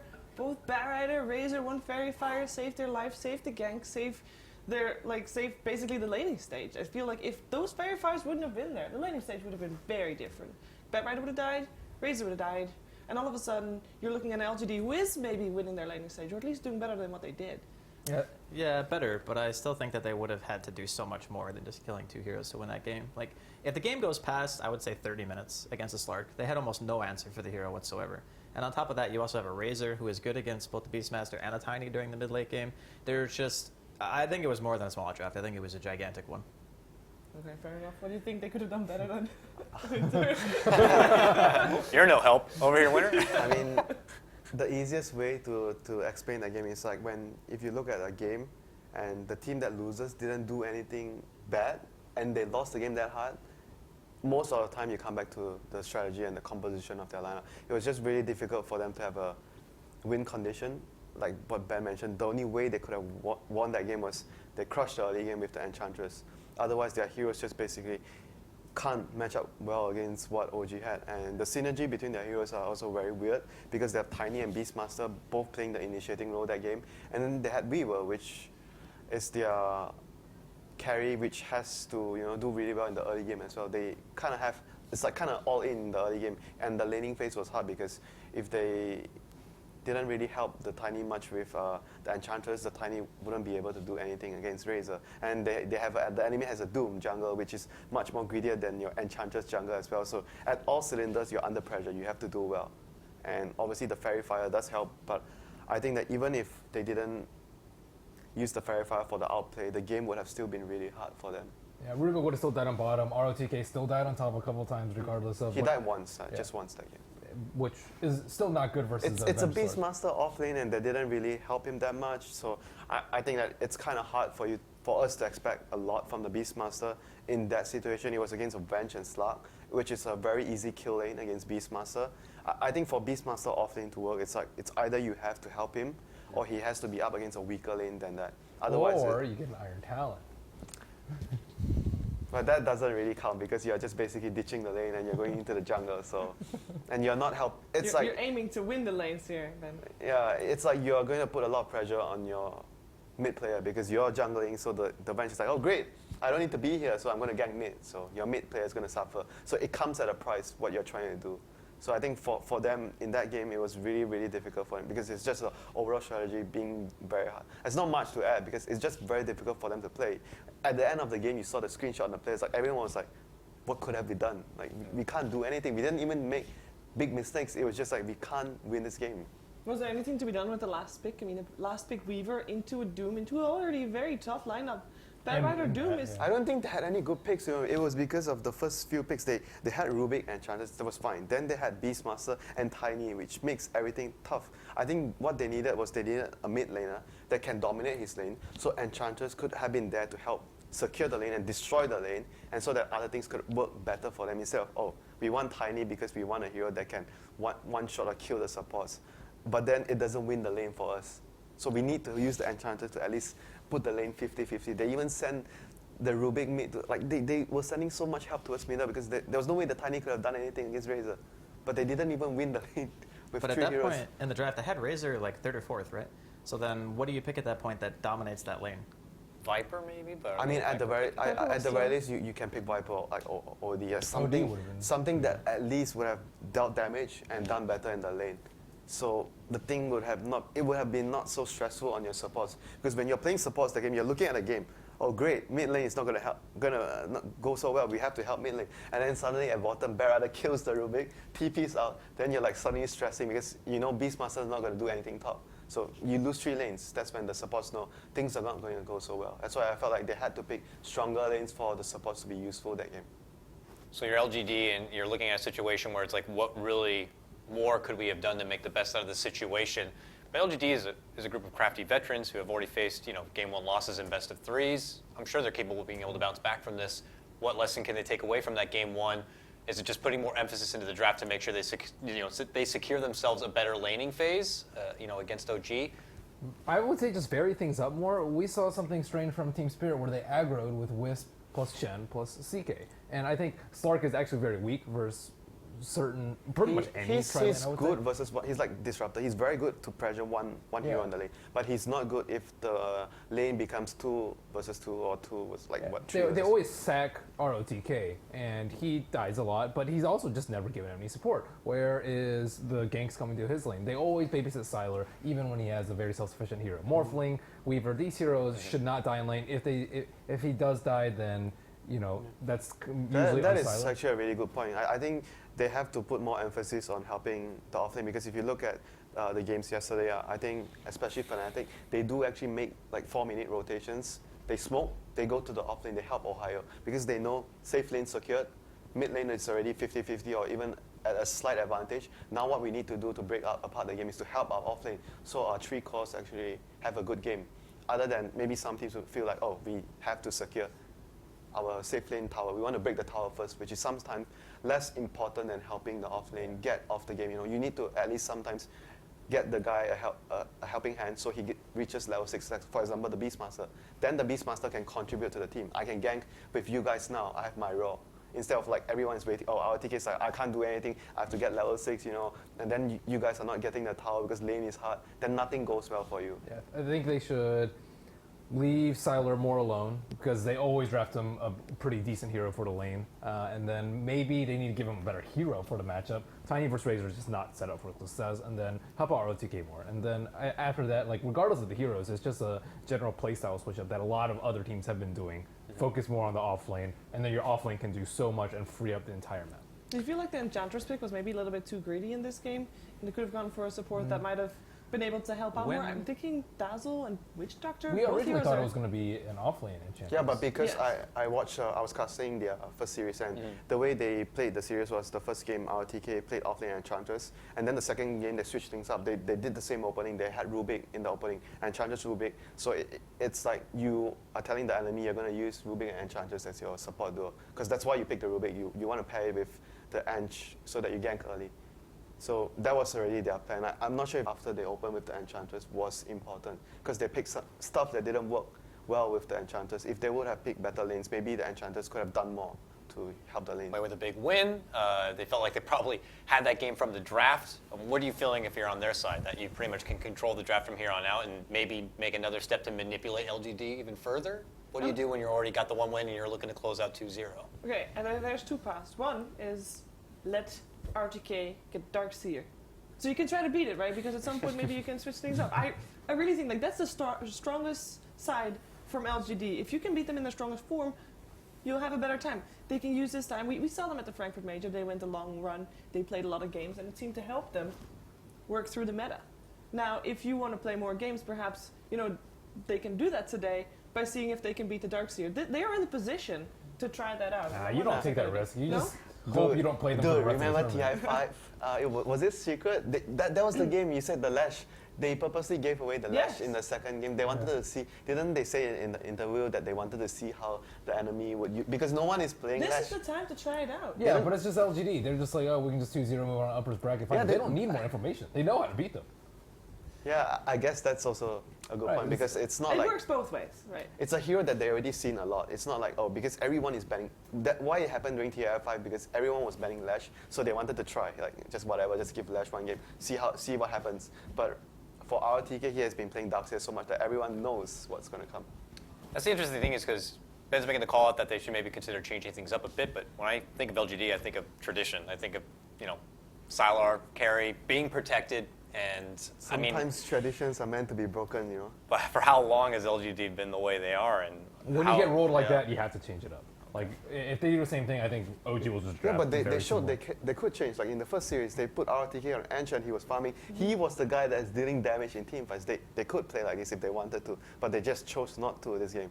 For some reason, they had a plan that they wanted to do something, but it didn't work for them. We'll have to see if Lagandier, we're going to be changing things up. It sounds like we do have a draft for game number 2 underway, so why don't we go ahead and hop into it, and we can see if the LGD tradition was going to be continuing here or if it is time to make a change. Again, as we were emphasizing at the start of the series, a lot goes into especially these first couple of bans and picks when there's a lot of high priority targets out there. Now, OG, we know, is a team that never really stops practicing. They always look, even if they're on top, they still look for new ways to try to win their games and new ways to improve. They're on the same side again. So someone actually chose. Do you know who won the coin OG picked toss? Dire. Do you know who won the coin toss? I know that LGD was first pick and Radiant last game, and this time they are, let's see, also first pick and. So OG Radiant. picked Dire, right? So OG picked Dire. So the first time LGD won, they picked first pick, and then OG picked Dire here. I remember someone saying that Radiant side's actually the side with the winning advantage right now by 56. Yeah, but then plus percent. I also remember Scan was telling me, I think today, he said that only 3 teams that actually like 3 games that were teams that specifically won Radiant. Otherwise, it's either you get first pick or you go for Dire. Those are the 2 things teams are mostly going for. So if you're Team OG and you're favoring Dire, like what does that say to us right now? Like they preferring a draft around the Roche maybe they're really trying to mind game LGD a bit, or just I think more Roche. More Roche. Personally, I think there's also another factor. It's the offlane is easier though. Do you guys realize that it's easier to, if you're trying to body block the creeps, as Just a tiny it's still like that. Because I'm bad at blocking, don't get me wrong, but I thought it was like me, and because you have your camera panning a different side, that I thought that might have been the reason, that it might be more difficult to do the it like creeps up move. rather They're than so down. slow. You know, there's a point where in the offlane where the creeps will go fast. In the Radiant side, it's earlier, it's faster, but on the Dire, the It's right creeps. next to the tower. Yeah, the creeps run faster, slower for some reason. I don't know why, but. Okay. Exact same draft. Is this a replay? From game number 1. No, but LGD would probably do something else. I kind of second pick Tiny. I kind of feel they won't do the same thing anymore. It didn't work, and it was evident that there was something wrong with the overall strategy. Oh. The course, like I don't know. If they go for the same course, I'll be really surprised. What do you think there, Draskell? I don't know. I mean, the last game, the way the OG draft in general, and look at him. He's like laughing. They're doing the same thing. yeah, I think they're It's quite like pleased with the opening. Like, all right, we've seen this before. We can deal with it. But I think we were talking about it during the game. Is the win condition from OG's drafts are typically very easy. Like if you watch the dynamic of the last game, it was extremely slow paced for quite a long time, and it really didn't feel like LGD had any opportunities to do anything. Winner even said they didn't make any huge mistakes. It's just that their lineup it had an almost impossible win condition versus what OG needed to do, which was literally just farm. We won all 3 of our lanes. We keep farming. We auto win. Cast your spells. There's use your abilities. Like you can't lose. And I think that's just attributed to the fact that Fly has a very good understanding of the game. And as a captain, if you can give yourself a very easy win condition, you always want to. What the hell's happening? So they are going to be opening with the same opening here on LGD's side. Of course, we got to say that there is a plausible concept that ROTK could take this Enchantress to the off lane, but otherwise LGD are kind of putting their hand out there as far as a support duo. At least they're banning out Razor, so they're not going to be dealing with that anymore. I mean, they know Yeah, the draft but- that OG had previously, right? Then they think like we can deal with it. If it was just a little bit different from OG, we can execute this draft better than we did previous game. But I think that Razor can be replaced. Yeah, Do you guys think so? Viper, Like, OD, you can just pick- kind of lane dominators that I'm could not fill in. disputing that, but I mean, it seems like LGD is confident that they can do it with that lineup that they have. I mean, you should always have faith in your team's ability to execute, but at the same time, there's a limit. Like you can't be super stubborn and allow them to get the same kind of thing they did last time, and that's why obviously why They picked up the won't Razor. pick the same lineup. Yeah. But I also would like to see RTK on something like maybe Tide. I feel like that's a comfort thing for him. Yeah. And I also feel like it's just good against teams who want to pick Bat and heroes like Venge as well. They can just doom him. Yeah, I mean, they could just doom him. But that also depends on if they want to pick Doom again. Yeah, that's why if you have a better early game lineup, maybe OG would think twice of drafting a greedy jungler like Doom, you know? Yeah. Because if you have strong lanes, they might consider, maybe we can't really survive the early game if we go for a Doom jungler, so we have to pick more conservatively. So that will probably be an important factor in deciding whether they go for the Doom or not. I want to say Aether wins LC. I also feel like the way the OG are picking... Sorry?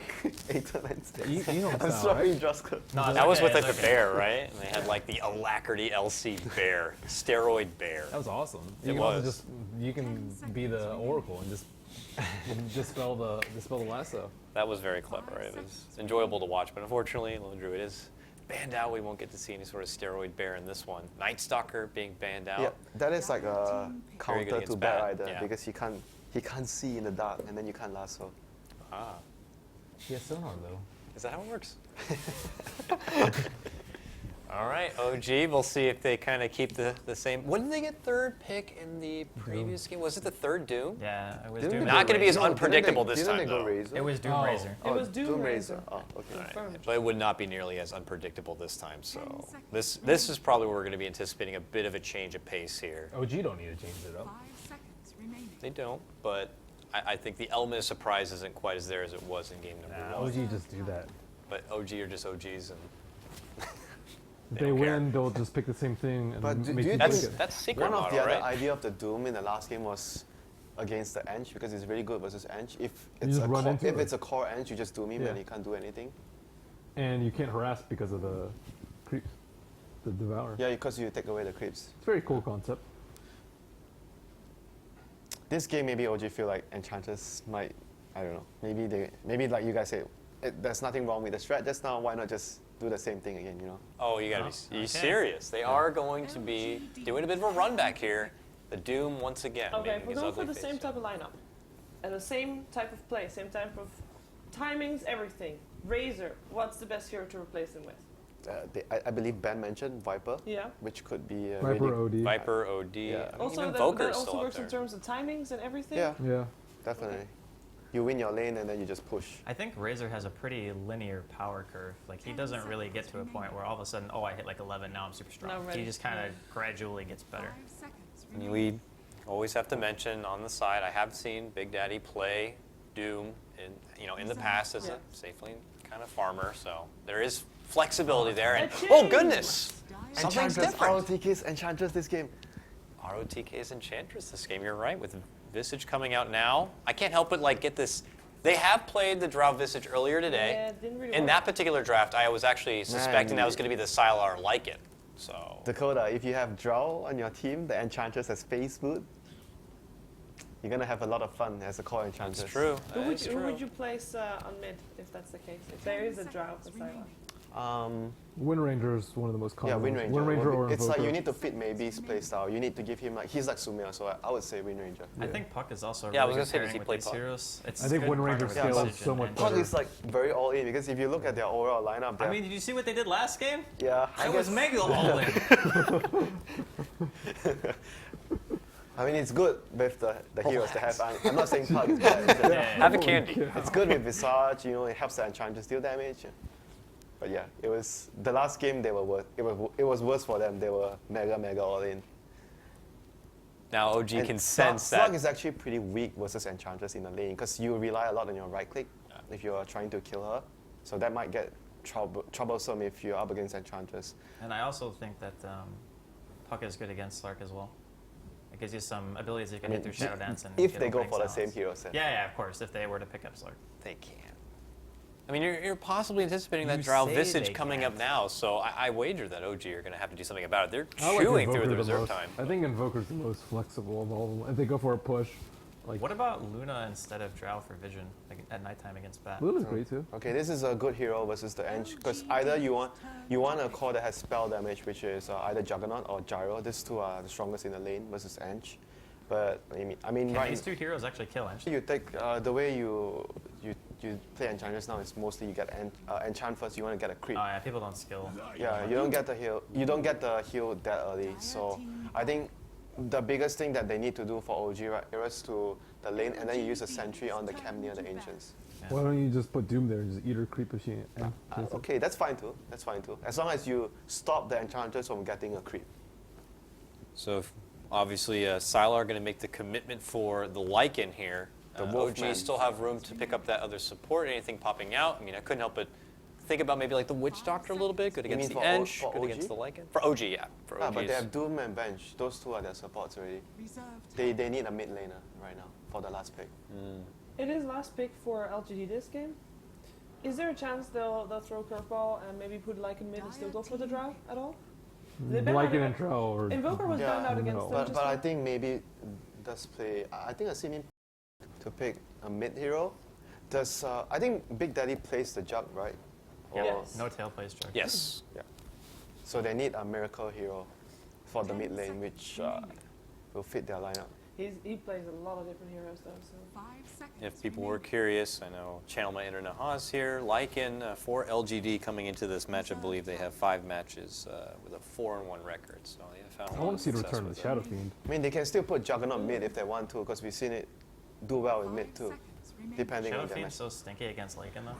You just get wrecked. Oh. Wait, this is, I think this is No-Tail's hero because he played the He's Brute done it mid lane. Yeah. mid or safe lane before.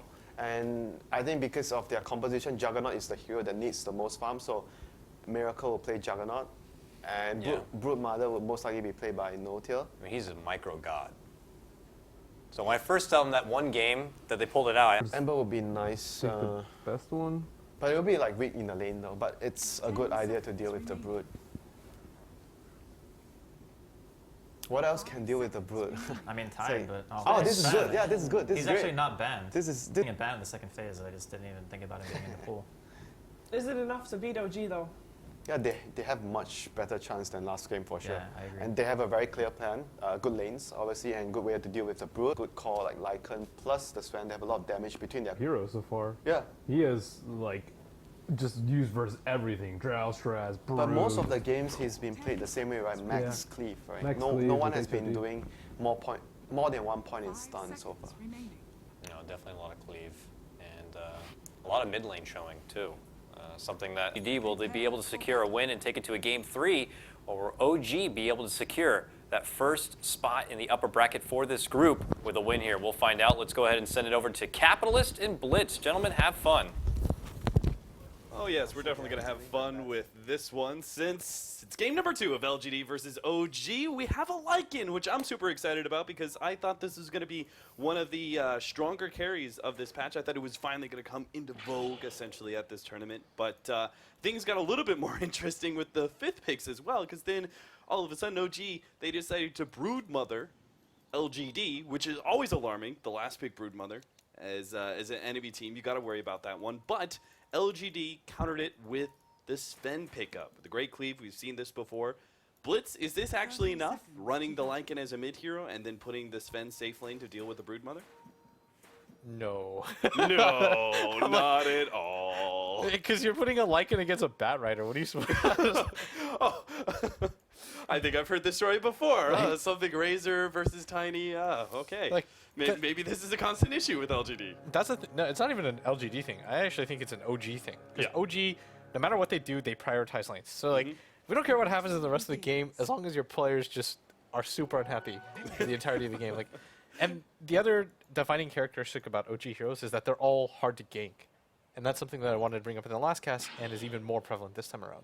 Think about the nature of their heroes. How many heroes does it take to kill a Broodmother? Like 2 minimum, 3 to be safe. A Juggernaut, there's almost no guarantee of getting that kill, especially because they have no BKB breakers, right? So they have nothing that pierces spell immunity. So Jug is such a low percentage kill, which means once again that No-Tail is your only option. And because Crit's so deep into the jungle, it's literally limited to this one hero. And I wanted to bring that up because I wasn't able to this time around. So expect No-Tail to get hated on, like time and time again. Well, right now, LGD are going to be spending a bit more time trying to shut down the Broodmother, who's currently hiding in the trees on this right-hand side, staying well away from this little clutch area, as we already see MMY has laid down the counter ward. And I like this coupling ward with the Broodmother, to be able to see the supports and their rotations and potentially where they lay down their counter wards. Moon's just soaking up experience for now. He's kind of doing his job. The supports are staying at this bottom lane, and that's the best thing for them at this point. As obviously, if they don't rotate mid, then No-Tail's just going to destroy the Lycan. Yeah, No-Tail should get more or less free farm out of this lane, and that's what we're seeing right now, as he's pretty much going to be uncontested, which is going to lead the Enchantress this time around to just send the creep. And I like this move by ROTK, because last time I felt like they almost devoted too much to trying to shut down No-Tail because they knew he was their only gank target. This time around, they're just going to play things a little bit more passively. And I felt like that's what they had to do. Like they were saying, we have to do something, guys. Right. Like we have to gank this guy or we're just going to lose the game. It's also a nature of the matchup, right? You do need Sven to at least get to like level 3 even. Yeah. then you're okay. But I know you don't play Broodmother much, but I presume this is fine. Like, he'll just get levels. Once he gets level 3, he'll get 2 in webs, and he'll be fine. Yep. I mean, he's going to have pretty good access to the Radiant jungle. He doesn't need to keep the Spiderlings in lane. That's the worst thing for you, right? Is that if you do have a good hero that's able to passively deal with the Spiderlings, you just got to make sure you don't feed them away to the carry. And you can get some extra farm out of the jungle. And this is still going to be able to scout out the support rotate anywhere. They're obviously ganking mid. Do you see what the Bat Rider's doing, by the way, during this time period? Because nobody's harassing at the bottom lane, and because Moon's not really being messed with, he's probably telling Notel, like, be a little bit careful before you just play on the high ground and harass this Lycan. Yeah. Like, wait for the creep wave to come on your end. And Notel's doing so, and everything is pretty good so far. But this time, he's going to go on Sylar. Both the MMY and ROTK are nearby, so he's got to be careful if he dies, but he should get this first blood. Yep, he's going to be able to pick up the kill nice and early. ROTK getting Sidge, but it's not going to be enough to get a kill. So teams prioritize their lane so much that they're giving No-Tail such a favorable matchup. And what is the response from LGD? Like, you have to dominate the other 2 lanes in this case, but they're not doing so. The Juggernaut's winning pretty handily at top like we expected. The Broodmother is soaking up experience, and Moon is going to do just fine. And now the Bat Rider's gotten a solo kill on this mid lane. All right, well, here comes the mid lane smokes. They are going to be able to catch go down, but at least he was able to claim that first blood earlier. Yeah. I don't think people realize like how big of a deal it is when a level 5 hero kills a level 5 hero. You can gain so much experience out of that, especially solo. Plus it just demoralizes. Like, there's always the psychological factor that you think of. And once again, LGD's focus is entirely on trying to shut down this mid lane because it takes too much to kill Moon. There's absolutely zero hope that they're going to kill Miracle, I think.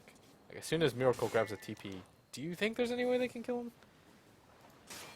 No. I mean, they would have to be... They'd probably have to wait until they have the Blink Dagger, right, on Sven. And even then, it's just, as you were talking about before, playing the reaction game, which is unlikely against Miracle. Because there is an animation to Stormbolt. So if they try and blink on top of the Juggernaut, he Stormbolts instantly. There's still going to be a small window of time where Miracle can spin and just TP out. This is such a weird decision, too. You notice that LGD have completely abandoned this top lane. They didn't... ROTK is just like, I'm going to get my own. And that's not what I feel like the Enchantress is for, Cap. I feel like this Enchant hero, you're able to actually play the one-on-two matchup. Like, I think as long as the Jug, once he uses the initial spin, the Enchantress is okay, right? I think I've played this matchup before, and yeah, the Enchantress can survive. Yeah, as long as the Enchantress makes sure you don't die from, like, the first, like, level 1, level 2 area, where you're really low in stats and they could just stun spin on you. But the bottom that's courier. what the boots first for is for. Yeah.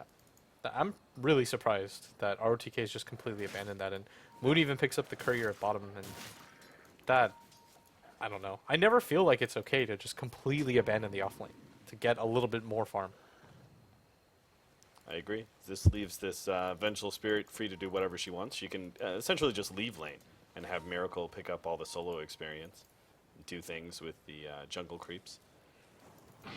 They're actually going to try and make some sort of weird rotation to catch out the Bat Rider, but he's just going to go up on the cliff, and I'm not sure what a wolf does about that. Wolves can't climb. They It's their cannot. weakness. So Bat Rider is going to remain supreme here for now. Crit seems to be caught out, though, in the middle lane. Looks like ROTK did manage to get an enchant onto him, slowing him down, and they will actually get a kill out of that Sylar ultimate. But that really just feels like a bit of mispositioning there from Crit. The only heroes that they can kill right there are him or No-Tail, which is what they're going for right now. And they probably wouldn't have been able to kill Crit if he hadn't left the jungle at some point, but things are okay right now for LGD. Much better start than it was last game, but DDC is going to get gone on. He doesn't have boots and doesn't have the churn rate to be able to go around and Grave Chill. So he's going to be pulled back by the lasso. Guaranteed kill there. ROTK, you still got to be playing careful. No-Tail is definitely willing to stay on top of you here. And in fact, ROTK is probably going to be dying here with a flame break. It's not quite enough damage. Takes him down to about 14 HP. And OG is still trying to run after him with Crit. Unfortunately, he's just not fast enough to be able to catch him with that Scorched Earth. During this time period, though, Miracle gets the tower kill at top, continues to get absolute free farm. I believe that's a Ring of Aquila flying to him. Yes, it is. So nothing too unusual about his build. I think the only thing I'm kind of curious to see is if he goes for something more fighting, grabs like the drums, or if he goes the Battle Fury, which was actually popularized by CDEC's carry, Aggressive. Yeah. He was like one of the first to bring that back into the meta. What would be the pros and cons of either side, right? The Juggernaut with a Battle Fury would be able to be more a stronger carry, but don't you have incentive to just focus on the early to mid game? But it's Miracle, and think about what his team does for him. They just kind of allow him to prioritize his own farm and guarantee that he gets his own. And in mid, DDC is going to get rotated on. Yeah, well worth the quick rotation. Juggernaut's one of those fighting carries where, very similar to Juggernaut, or Gyrocopter rather, is that you're always able to bring him into a quick fight. Omni slashes off cooldown, why not go for that quick kill at mid? Yeah. I think Miracle and the way that OG want him to play, by extension, is they kind of just want him to be that hard one position. And at bottom, maybe he's going to get gone on as... Really no response from LGD on any part of the map. Siler's trying to push down the tier 1 tower, but I'm pretty sure Miracle's going to be able to handle that quite easily. And by the time the mid lane is pushed into the tower, No-Tail will actually be back there in time to defend it. I also do that. Oh, really? Yeah. I was just like, listen to his cast so many times, and I know he's going to make one of those, like, off with his head. Yeah. That's what one of those off with his head. Predictable BTS. You just had to take it to a BTS night, didn't you? Honestly, I think BTS and Join Dota should just join forces and kick you out. Because that's all I hear from you. Man. It's like every single opportunity Blitz has the chance to be able to snipe either JD or BTS, he will take it. And they could be like a minute apart. Mid lane, No-Tail's going to be running down ROTK. The heal is not going to be enough to outdo this damage over time, and maybe comes in with a God's Strength trying to go into No-Tail, but he's only down to half HP. Turns his attention to Miracle with no spin, but actually going back to No-Tail, they actually get the control to kill him there. That being said, the whole entire time we were talking, OG was focusing on Roshan, which they were able to take towards the end of that fight. Oh god. Do they have any ancient stacks at least for the Sven? Not really. No. And I would like to direct your attention to the fact that Moon is about to complete an Orchid at 10 minutes into the game. And the whole ancient stacking idea here is just never going to work out, right? OG got so much control early, the Broodmother's naturally going to just control the bottom half of the map, and then OG can control the top half of the map. I'm not sure that even if they did have ancient stacks right now, wouldn't OG just like control it? Whether it's warding, whether it's aggressively, smoking into that area and trying to catch you while you're farming it. Yeah, I think they definitely should. And Siler's getting a lot of farm here as he's abandoned that Radiant safe lane, and maybe just looks confused right now, honestly. He's in such a weird position where he's not sure what to do. OG with great game sense, they're going to run directly into Siler as they're going to grab him with the Firefly, and the Doom's going to go down, but well worth it to bring down the core. This is one of their hopes in this game. Bouncing back with the flame break, and nice deny. Beautiful play there from Siler. Now they're actually going to go for Crit next. He pops the Mango, pops God's Strength. He's going to try and beat down Crit, and will actually be able to do it as the rest of LGD. That being said, look at OG. I mean, that was a kill that they should have had. The Lycan, they managed to take him down, but it was a deny from Siler. Farming really efficiently. No-Tail's going to interrupt maybe's attempt to do that ancient stack. And Miracle's going to come in with the Omni Slash, but no, it doesn't stay on to maybe. He still has the spin, though. Will be able to take out the one with the TP in. Miracle's not going to go for the Visage. He plays it safe, backs up, and OG will continue to play more of that efficiency game that they are very definitely winning at. Like Moon, I was watching Moon at the bottom lane, and who just TP'd away from top? Was that, I think that might have been Crit? Someone was pushing out the top lane as well. Yeah, and all the while, the game is, for OG, is always the pressure that you don't necessarily see. For LGD, they're always worried. They're like, okay, this Brood now owns the bottom half of our map. Like, he's just settled in, bought the property rights, the deed's been signed, he's got an Orchid, nobody can survive against that. Moon's gonna wait for the Sven to come in and just jump on top of him right now with his ulti popped, but manages to get the Warcry off beforehand, and yeah, that's a huge difference, right? 15 armor. All right. I was like super excited. Damage. I was like, Moon's got this all planned, and it did like 40 damage. He starts right-clicking the Sven. After 2 hits, he's like, oh, this doesn't do anything. Any other hero, though, he would have killed. They tried to rotate down, still trying to catch the Sven, this time around with Fly, No Tail, and Crit as a 3-man smoke. Did they spot that? But, they might have. Yeah, maybe. They seem to be just giving up on that tier 2. LGD sitting mid with their own smoke. Moons even came over without his webs, as they see maybe farming up that ancient stack, and they're going to make their way towards him. He's desperately going to try to run away, but his entire... Just have to give up on maybe. No, they're actually going to turn and fight this one out. Crit is going to be telekinesis, pulled back down. Moon is actually fighting out with Sylar, and Sylar's going to be able to win, but that is the Aegis. Crit's going to be the next target. Sylar is able to take him out. Now, Sylar, he's just a wolf running loose in the chicken pen. He's going to be able to take out at least 2 heroes before this fight is over. The spin from him, ahead they were. OG now have to back out. They're going to be able to keep... Looks like both Moon and No Tail alive. RTK is going to be popped by Fly as he comes back into the fight. Moon tries to go in. Is actually going to be torn apart here. As MMI with the spin. Second time in a row in this fight. He's going to be able to get a huge amount of damage out. Threatens No Tail's life to make sure he can't really pursue. A couple sticky napalms, but I think OG, they just got to cool their jets a little bit. They're just fighting too aggressively and giving up too many kills to LGD. Part of the issue, too, is that they decided to devote so much of their attention to the Enchantress. They even went so far as to doom her, and... multiple heroes are trying to right-click her. She was even orchided at one point, but that's a level 3 untouchable. There's almost nothing that's going to cut through that. And she has treads. I'd like to see her pick up a wand, personally, to make her even more annoying to deal with, but the fact that she was able to live throughout most of that engagement really hurt OG's chances. If they focus fire a little bit better and they collapse onto Sylar, for example, or they just get rid of MMY to begin with, then maybe that fight goes okay. But as it is, that fight, even though numbers-wise it wasn't the worst thing in the world, OG were just so far ahead thanks to all the towers and map control that they've taken that trades like that are never going to be worth it to OG. No, LGD is going to be really happy with that engagement. Like, they finally got some farm on Sylar. They're starting to catch up in net worth, and they opened up the map a little bit. Like, less pressure on... But I'm just a little bit afraid still for how they're going to be able to deal with the quad-ish core that they have. Maybe.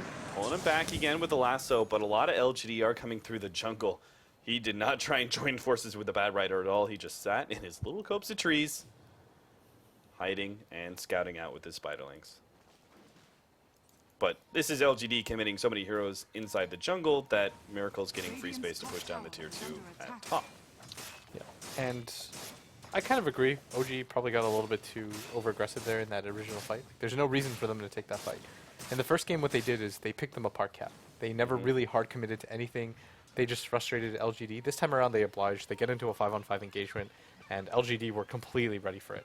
I think the best for one engagements. No Tail, is he going to be fast enough? No, he's not. Gets blinked on by Maybe, and that will be a successful smoke gank there from LGD. In fact, they're going to try and go for more, but pretty sure they can't catch up with Fly. So maybe just take the tier 1 mid. Yeah. It's already dead. Kills that matter. That's what you need if you're LGD. You don't want to just go for these individual kills on a hero like Bad Rider. You want them to lead into something. And it's going to mean the tier 1 tower, some control for them, as Fly's going to get caught out here. Yeah, Fly is really taking pretty decently against this and will be able to escape. My god!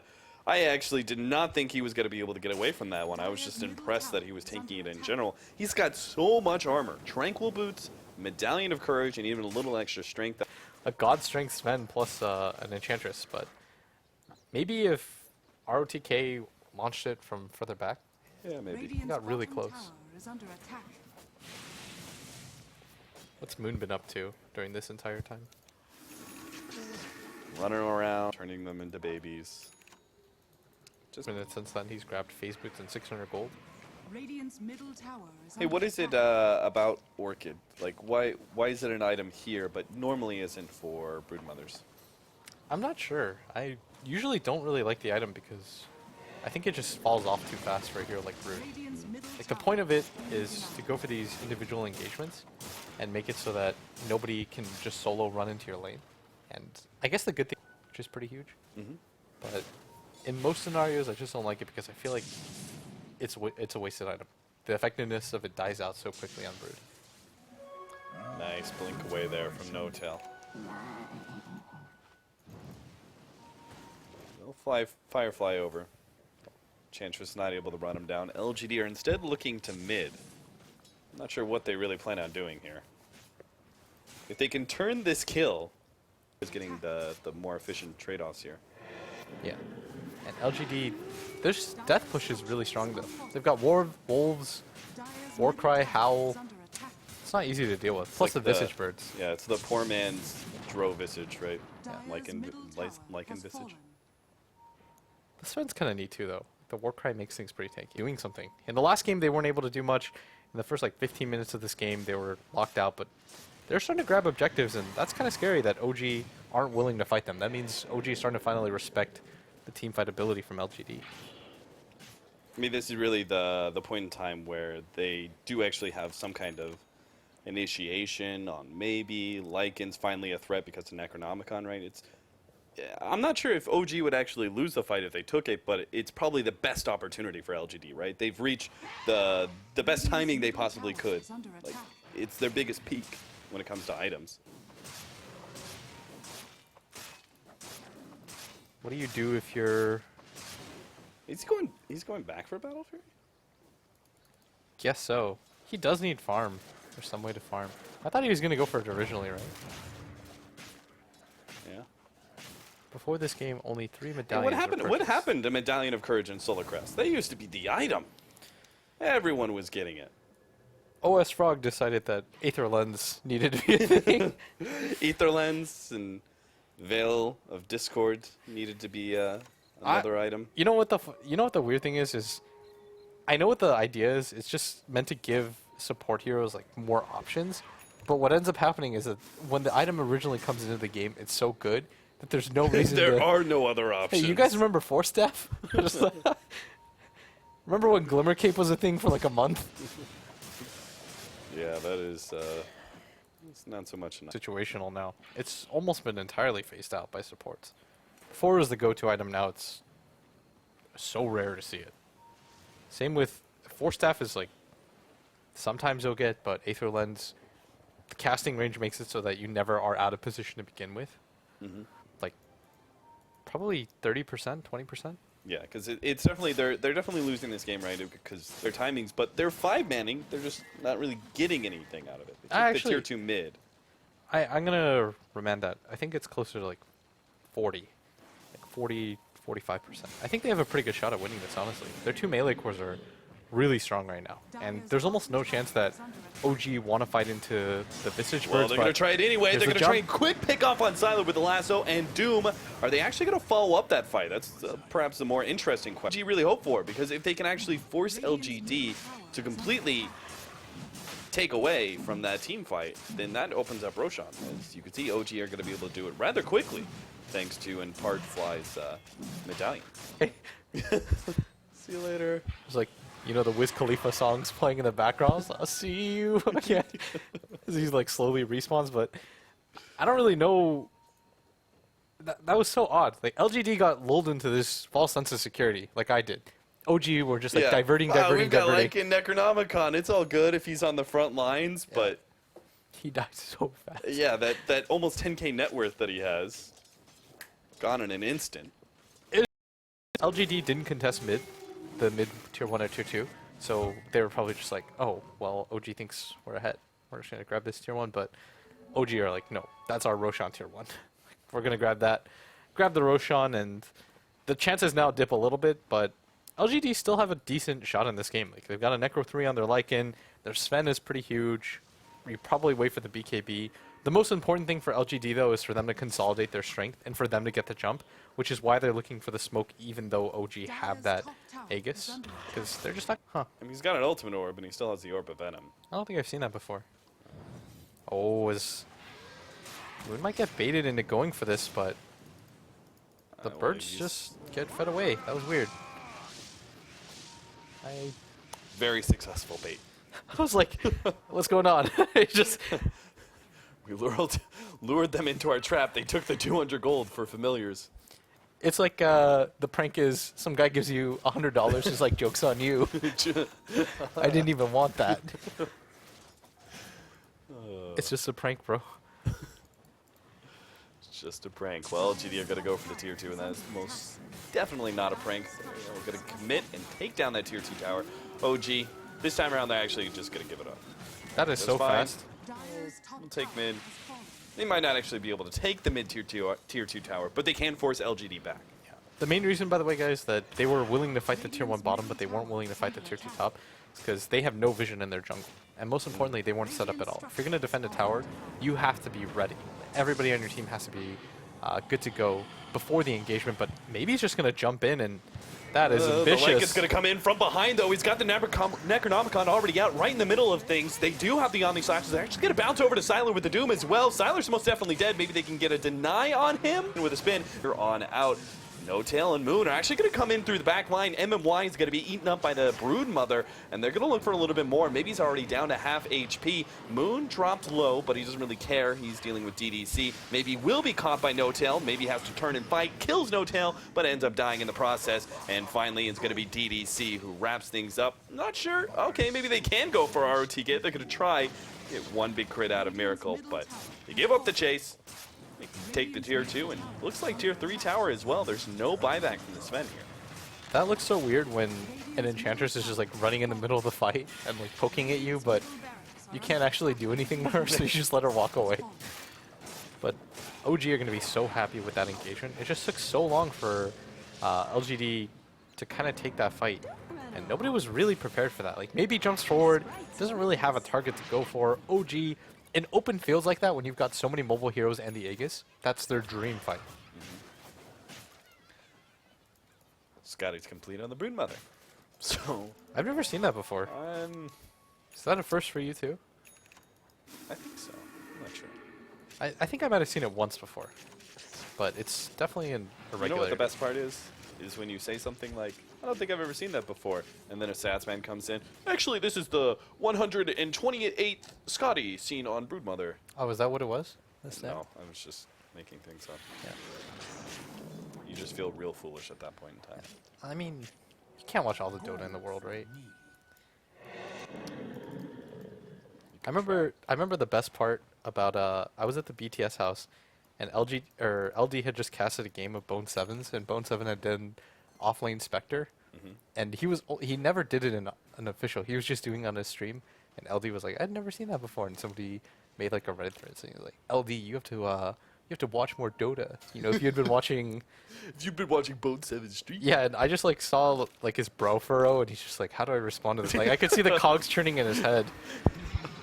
This is the third Scotty on Broodmother in 6.86, so we've missed the other two. I know I had seen it before, but it's pretty odd. I guess it works well against the Sven, right? You can kite him really well. Yeah, and the stat increase allows the Broodmother to just latch onto someone with even more focus. I mean, you're certainly not going to be seeing an MKB out of this Sven anytime soon, so that the Broodmother performing that anti-carry role just kind of disables the Sven entirely. 60% mischance, 40% movement speed slow. LGD of plus Scotty fast started running out of steam right now. That bottom tier 1 fight cost them so much. It was like the Roshan plus fight. And they do have a smoke up in 30 seconds. Maybe that's their turnaround smoke. It's also their desperation smoke. Yeah, the Aegis has run out. This is probably one of the better opportunities that you're going to get on the map right now, but item-wise, what are we looking for? I guess you get an AC on the Lycan, but chances of getting that in time for the next engagement might be a little bit too late. Desperately need a BKB on Sven. Should he have gotten that over the SNY? I think SNY is still okay. Yeah. You still need some mobility and stuff. Yeah, plenty of disables that go through. Obviously, you've got Swap, Doom. You could just have physical damage and stuff coming out from the Juggernaut. Lasso.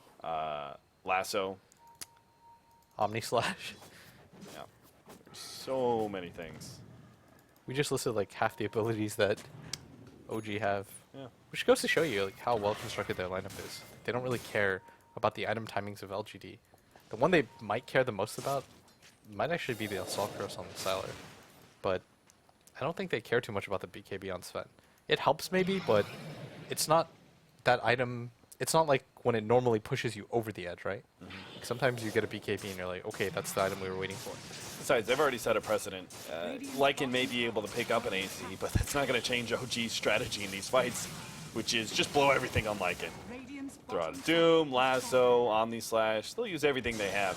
And it works too. The jump in from the Bat Rider trying to grab once again Sylar. They now use the Orchid as well as the Doom. Everything on his Sylar. Nice deny though from Maybe, and that's actually going to be pretty decent. They buy back now. He still has the wolf form, so he's going to be able to maybe catch up here. Maybe jumps forward, manages to get the stun onto Moon. Sylar's now going to join the fight, and Moon is battling it out, but he knows the lifesteal won't save. Lifesteal won't save him. He will end up going down, but he did buy time for the rest of his team to get out, it looks like. OG, maybe Fly, TPing out, revealed, telekinesis, MMY managed to get a third pick off there on OG. I want them to go for the tier 1 bottom. You kind of have to go for some kind of objective, because now you've slowed down any sort of item timing that Sylar is going to be able to get. Like, this AC is going to come online so late. He had to blow so much of his gold. Maybe he's got the BKB now, but there's almost no chance that OG are going to sit passive and wait for you to get enough time to have the AC. Yep. Ace unfortunately doesn't have enough farm to really be that big, impactful Enchantress against OG, who are tanked up as all hell. Between the Scotty and Broodmother, Miracle just having now a Butterfly. You really needed that complete Ags by now if you want to feel the power of RTK's Enchantress. How do you feel like about the Midas on the Enchantress? I think there are a lot of items. I feel like he shouldn't be putting himself as a main core. I feel like the Midas just slowed things down. Because we didn't seem really get active, right? Yeah, maybe. I mean, in my head when I'm looking at this strategy, it feels like he should be trying to get active, and perhaps the Midas was a way to make sure that he didn't fall behind while being active, but I think he had plenty of time just to be able to farm up normally, at least from the way he was playing. That's the Midas. Yep. You just pretty much never get a Midas if it's even. Alright, so their OG, their game plan is simple. Just wait for Roshan. Conveniently, as I say it, it respawns right then. As LGD, they're going to be hard-pressed to make this defense, honestly. If they give up this Roshan for free, Miracle's really stacked right now, like 19k net worth. After this, he'll have 20k, he's going to have an Aegis, and they're going to have Cheese. And you won't have buyback on the hero that keeps getting gone on. So LGD almost sort of out of options. They've got to play this next fight perfectly, but Sylar. Just throw himself at Sylar every single time. Disable him long enough for the Doom to come in. Yeah, they have buyback too on the Bat Rider. So he can just go in, do everything he can to kill Sylar, and then just buyback, TP back in. They take a 4v5 fight with Aegis Cheese. What are you meant to do there? Well, he just needs another 100 gold. Should definitely wait for it. Are there any other big items that they're waiting for? Oh, they're going to create... They've hit the sick timing. You see, like, everybody's going to get an item at once. Feels pretty good for OG. Once again, they've got really good control of this game. It just seems like they're outclassing LGD at this kind of... Know what LGD is going to be doing and have countered it. This has got to be so frustrating if you're LGD. You saw some moments of hope, but you were never really able to capitalize. You took the tier 2 mid. Things looked okay, but at some point things just kind of spiraled out, and now you've been hemmed into your base, and this is the worst possible feeling for a lineup that features a lot of control and push. Maybe he's going to push out one more wave at top, but has to start making his way at bottom. Quick spin, take out the range racks, or maybe not. Miracle has to back out, can't fully commit to that one. Still, though, he doesn't really get punished. Gonna have the jump in. Bat Rider, grab it RTK. This GD's best opportunity to fight is trying to catch OG, perhaps being a little bit too cocky inside the base. But that being said, RTK just bought back, and OG doesn't really seem to care. They continue to go for the melee racks. Miracle makes that commitment. He's going to be caught in the process on his way out, but that just life number one. OG are going to turn and fight around Miracle here. Shiva's fights it out. OG now have to back themselves away. They've already lost the Broodmother and the Vengeful Spirit. They do not want to be losing any of these big cores. That's a really good engagement for LGD, where you want maybe to be the one that gets doomed, especially if he has his God Strength and his BKB off already. He doesn't really care.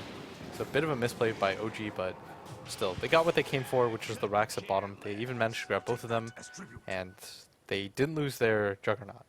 I think matters the most. I don't know. You feel like that was worth it for them? They killed 3 first lane of Rax, I could kind of consider it. A lineup like OG are so far ahead. What's stopping them from just like suiciding? They Solar Crest on him, so he's hitting the building, and the only person that can hit him is the Enchantress, because nobody else wants to step forward close enough. Yeah, like OG had that really well planned out, right? The Enchantress popped back, and they didn't all like, oh, panic, back, back, back. No, they were just like, all right, Miracle will be on the front lines. Everyone else backed away and sat defensive. Sylar pop his wolf form.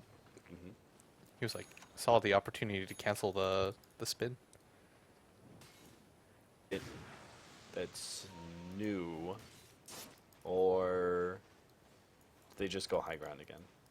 I think if you're OG, you can wait for the Doom to get like a blink. You could say that's the very safe play, but in a way, it does give LGD more time to farm up with some significant heroes like Lycan and Sven. Oh, it looks like. Yep. This means that they're getting something out of this. So if they get like 2 or 3 kills here, and hope that OG don't have buyback on the heroes that they kill, they'll have already conveniently pushed up this mid wave, and now they have a win condition. Like, I kind of like this move.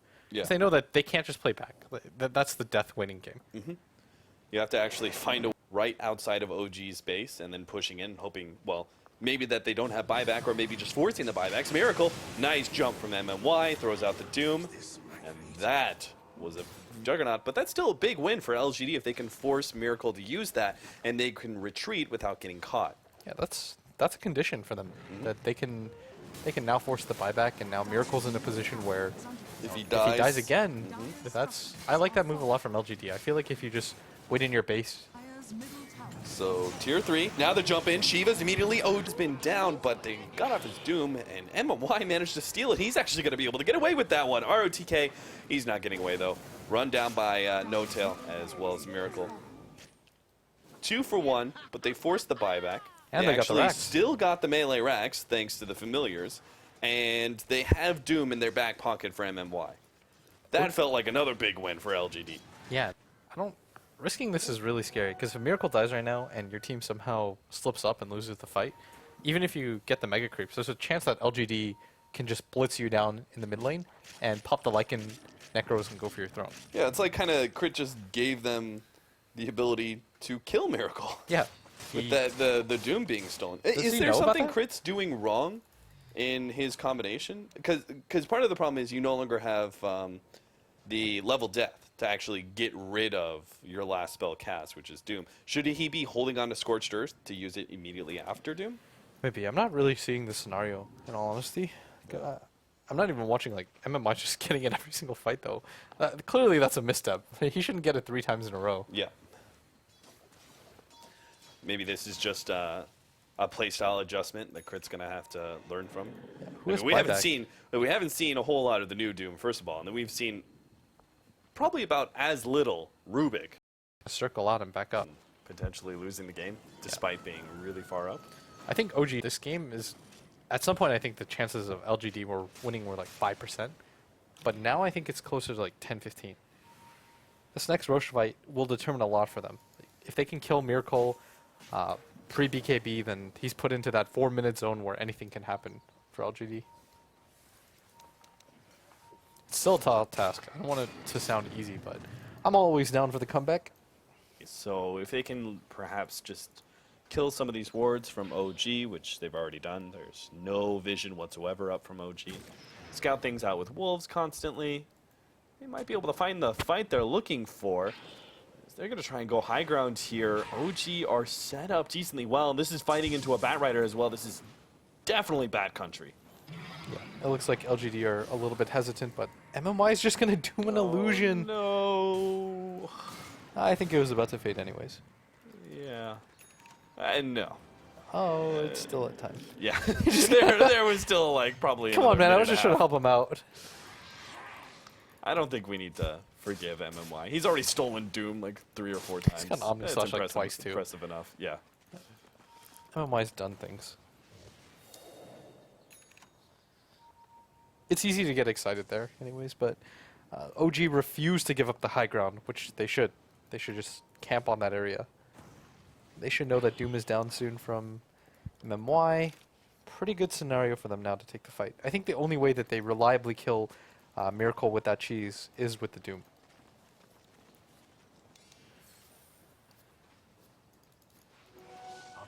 as tribute. Is he actually completing the BKB? So when he uses the cheese.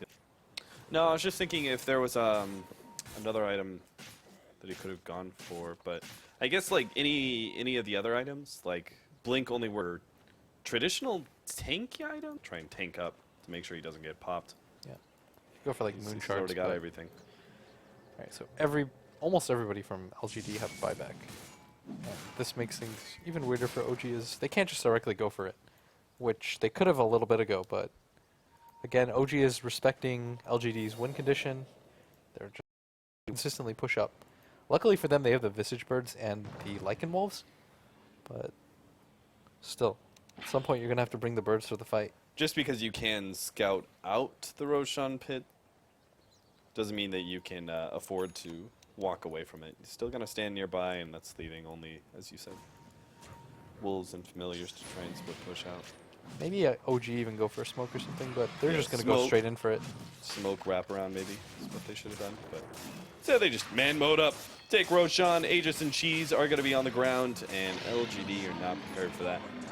Got Miracle now with an Aegis, and Cheese number 2 picked up by Doom. He's got 2 now.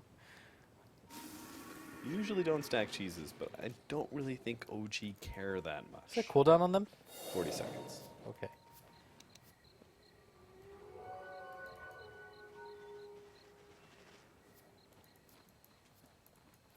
Okay, so OG, obvious objective at top, but still, no buybacks on anybody. Like, if they could kill Miracle twice, Cap, he doesn't have buyback. And maybe they should even be careful for that. But he's so far away from it. I mean, they can't go for that pickoff right now, though. Yeah. Well, they have to wait probably 4 or 5 minutes before they go for that kind of engagement. Fortunately, smoke is up soon, but... if only the smoke was up right now. They try and pop Miracle. This is so essential to be able to get this kill, but no, the Visage Familiars, they don't manage to chain it up. They finally do kill him. He is food for fodder here as Miracle comes in with life number 2, rips him a new one. Fly, he's being chased down by these impetus shots, but now the rest of his team has joined in, provided some resistance against Sylar. And OG maybe comes back in. Oh, nice 2-man stun. He's actually going at Miracle. Deal with a Necronomicon. Swap backed out though. Fly hoping to be able to save Miracle's life as OG unable to penetrate. They're gonna get him again. Defense, and they do get the stun. Miracle, he's gonna phase boots away, but the Visage Familiars are on top of him, and triple kill for maybe. The buyback, well worth it for LGD. They win the fight and maybe just take some control of this game. Granted, their base is rapidly under siege. He does actually have buyback. So it's just going to be the Venge and the Juggernaut. The Doom does have buyback too. Broodmother this close. That was an Aegis Juggernaut that they just killed twice. Yeah. They didn't lose anything for it. They lost like Sylar. Especially with maybe like I'm not sure like him getting lassoed so deep into that jungle was such a unfortunate position for him to be in, but he really. They don't have the buyback on the Sven, and I think this is going to signify signal LGD to maybe just go for it. The Lycan doesn't have travels or anything like that, but he can make his way pretty quickly down. Okay, they're just going to start. They didn't have buyback, which obviously the Juggernaut didn't. Just not enough death time still for them to actually push high ground before the Juggernaut's back up. No, if everybody else does too, you can probably hold it on OG with a decent fight and a decent Doom. That's something that Crit, I think, wasn't really able to get off. Like a really good Doom. Miracle's alive again though. 634 gold for the buyback. It realizes that Moon's already there. Sylar doesn't care if the general is slightly tied up. Another great pickoff there from LGD. Honestly, I am just like astounded at the number of times that they have avoided disaster by getting some sort of clutch win condition and keeping this game going. I mean, they've been too late. Only 12k experience for quite some time, and you still have 2 cheeses on OG. Yeah, they. Too bad you can't break that one apart. Definitely have. OG still have a lot of different ways to win. The problem right now is LGD is trying to get really reluctant fighting this. The Juggernaut doesn't have buyback. I think they're just going to give up this tier 2 tower. They shouldn't risk Miracle's life over this one. Can you imagine if ROT will actually be pretty damn insane? Yeah. That butterfly, he'll just destroy Juggernaut. I think that's the win item for them, honestly. Mhm. I doubted ROTK's Midas, but you know, Paying joke's out on big me. time now. They'll have really good high ground defense at that point in time. They'll have 2 Blink Initiators. They'll have an Enchantress sitting in the back being the Plasma Cannon that she is, essentially, with the MKB ignoring the evasion of some of these other heroes. I sort of think that she might have to be the Doom target. If that I happens. agree. Maybe and the Lycan, if they both get their transformation ultimates off, it doesn't really matter so much. It's either you get off the Doom onto Sylar or send before they BKB or get their ultis off, or the Enchantress does. 50 minutes in. When's the next Roshan? 2 or 3 more minutes. Smokes. 1 smoke on LGD. No smoke. Like 10K gold is nothing. Yeah, they took away the gem actually from OG earlier. They have better map control. They have the smoke play. There's so many opportunities here, and if they get a pick off on No Tail once again, he's forced to pop his BKB, but it doesn't matter. Oh. Sylar's just a game winner, defensive Dota. Yeah. I mean, they've been in so many situations where it's like this is the only like. What was the first time? It was when they played aggressively, right? And they were looking for the pickoff. They smoked up through the secret shop on the OG side of the map to try and force something. Yes. And they did. And it started with that. It started with that one little thing, and I was like, that's what you have to do right now. That is like the only play. And then they've done kind of like the only play time and time again. And now the ball's in their court. They actually have a plethora of options available to them. But now they have some sort of counterplay against the Bat Rider besides just Rubik. Sylar's got the MKB as well. Like, they have a lot of items to deal with this lineup now. Like, What's that gold graph? Oh, OG has really started to fall behind when it comes to items. Like Doom, he's had that Shivas for the original push, if you remember. And that was like... Should have had a minus. So now fast. Only 8,000. That's a doable. That's a workable number. This late into the game, Oh. a lot of that just comes down to like rack/tower gold. MKB complete for the Lycan, so he can actually target the Juggernaut. The worst part is, between Wolves and Necronomicon minions, there's not much that Juggernaut can actually do to turn and fight the Lycan. Can't really Omni Slash. That's Right. So, yeah, I'm kind of surprised that you went for the Hex, honestly. The MKB would have meant so much. There's so much evasion on the side of OG. I don't even think it's a control issue. As soon as Miracle spins, you kill him. But it's almost like Miracle has to... Isn't that part of the BKB, right? Later on in the game, the spin becomes rather unreliable, right? Because you're essentially silencing yourself. You can't use Omni Slash. If you actually just get targeted down during your spin timing, you don't get off Omni Slash. It's like game losing. Yeah. Right? So if you need magic immunity, BKB is actually the better option at that point to make sure you get off Omni Slash every time. the spin does like no damage. It Right. just doesn't even matter at that point. Yeah. LGD are making it out in there. Everybody's just trying to get buyback up now. I mean, you said the last Roshan, like the Aegis, and she's probably didn't matter like at any moment notice. Yeah.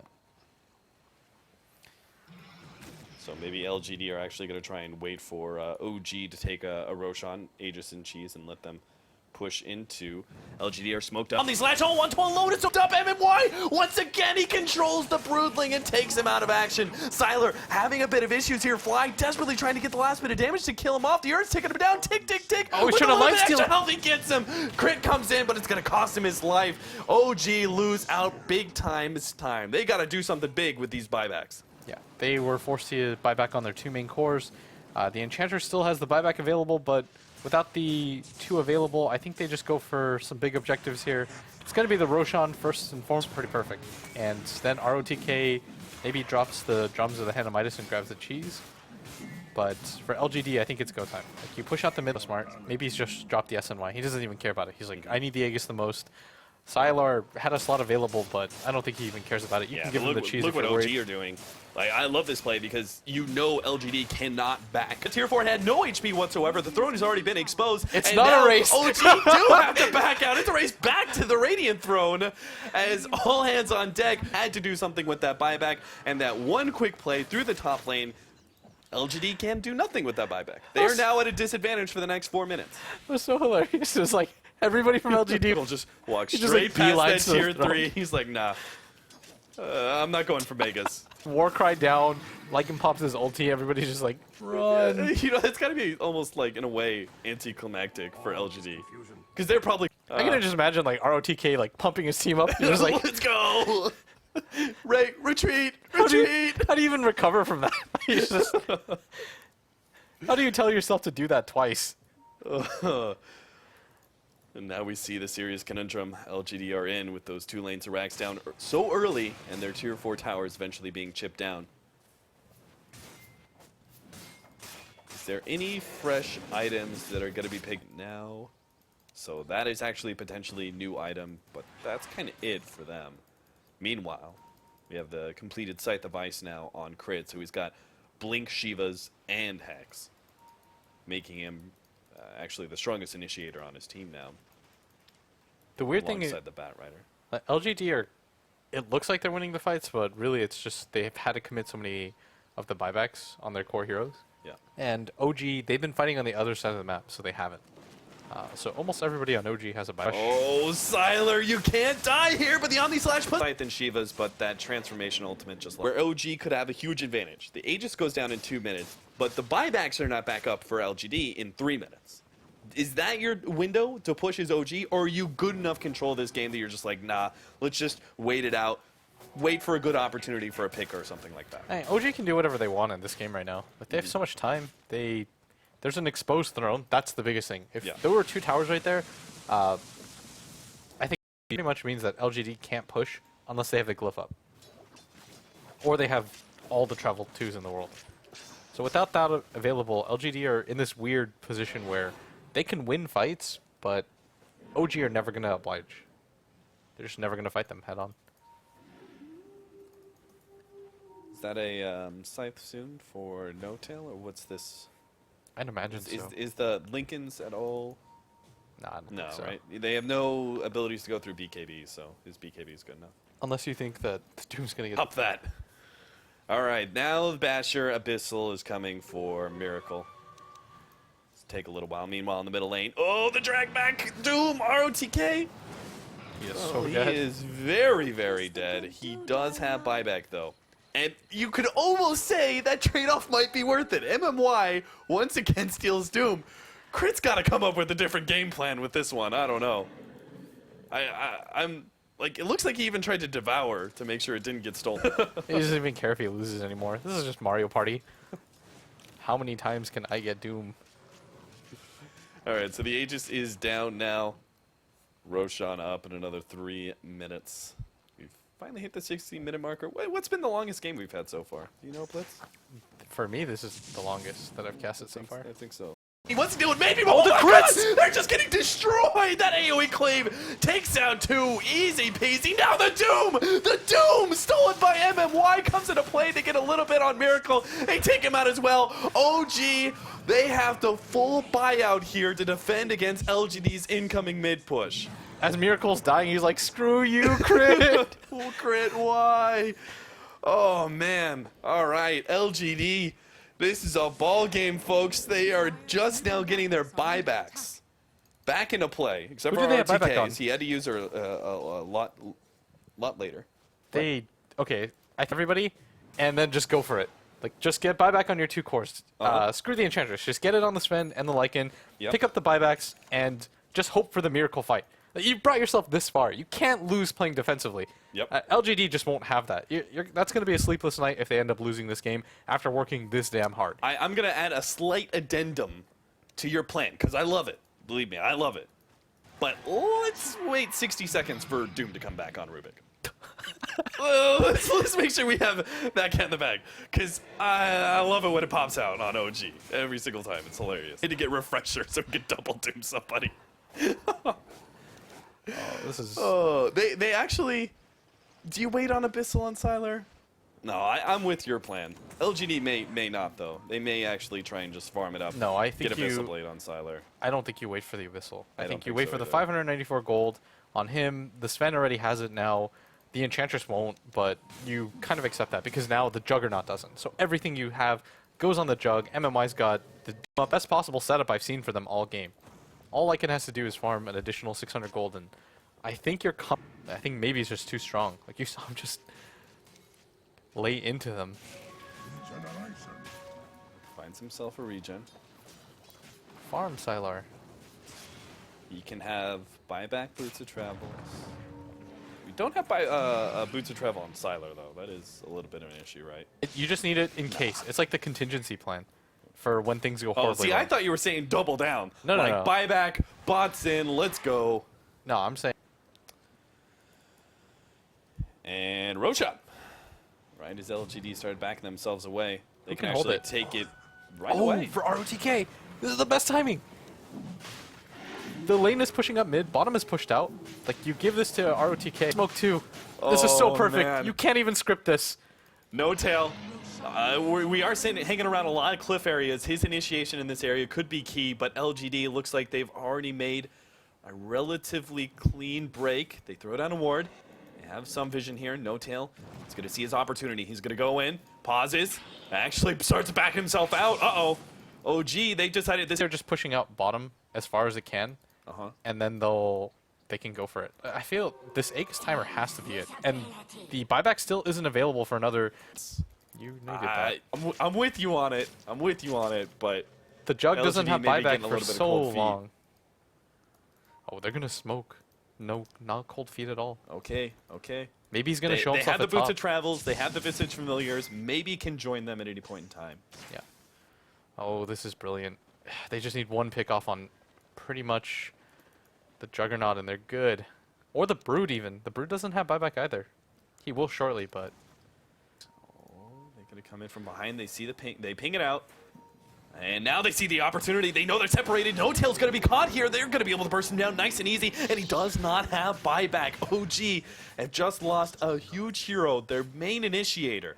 And is now going to fall on the shoulders of Crit. 2-minute Look buyback for the cooldown opening. for the Juggernaut. OG has to have the fight of their lifetime. The buyback is coming up on Batrider, though. Take gold. It is up now. They will have their full 5.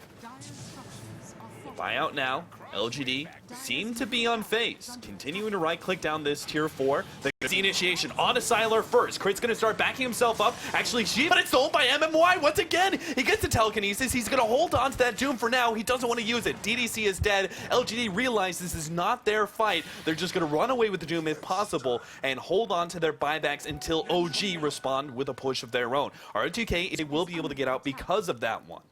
Oh no. So many mistakes. Maybe had the BKB. The Boots to travel in. Look out. Oh, the Handamitis. The 67-minute Handamitis. It comes into play for ROTK. That was like the best scenario maybe he was going to have. He popped his God Strength, but he didn't BKB. So he got hexed, and before he could do anything, he gets laid out, and all they had to do was kill any of the heroes that didn't have buyback. All right, so question for you, Blitz. Do you hold on to buyback on like... Misplayed that fight. Maybe went down without being able to do anything. That was... He needs to get that BKB off. Otherwise, what just happened. And now Miracle's got the buyback available in like no time at all. OG are feeling quite emboldened by this because they know all it takes is one little tip. Which They've is got this why game. LGD need to kind of jump now, right? They kind of got to get some sort of surprise lane, start pushing it down, and they have all buybacks. It seems like a no-win scenario for LGD. They have to get a little risky with it, don't they? I don't even know. Like, they played patient for so long. Yeah. They did what I wanted, though. They waited for all the buybacks. They had the Aegis available. The buyback was even down on Miracle. How many times is all of those things going to line up for you, and you still don't win the fight? Manning down a lane. Do you think that is too risky? Still think it's not like 100% guaranteed that they win that fight, but they do want to take it on LGD. Shift during that fight, and they manage to kill him. He buys back. What's a Lycan really going to do without Shapeshift? You kill maybe, and it's he done. has no buyback. He's all the damage on LGD. Yeah. How quickly ROTK went down. when the BKB Jug just hit him twice. Like, he folded. It's got to be maybe. Like, he's got to play this fight perfectly. Someone to peek out, see if they can grab him with No Tail first. No Tail is doing his rounds. Firefly's almost down though.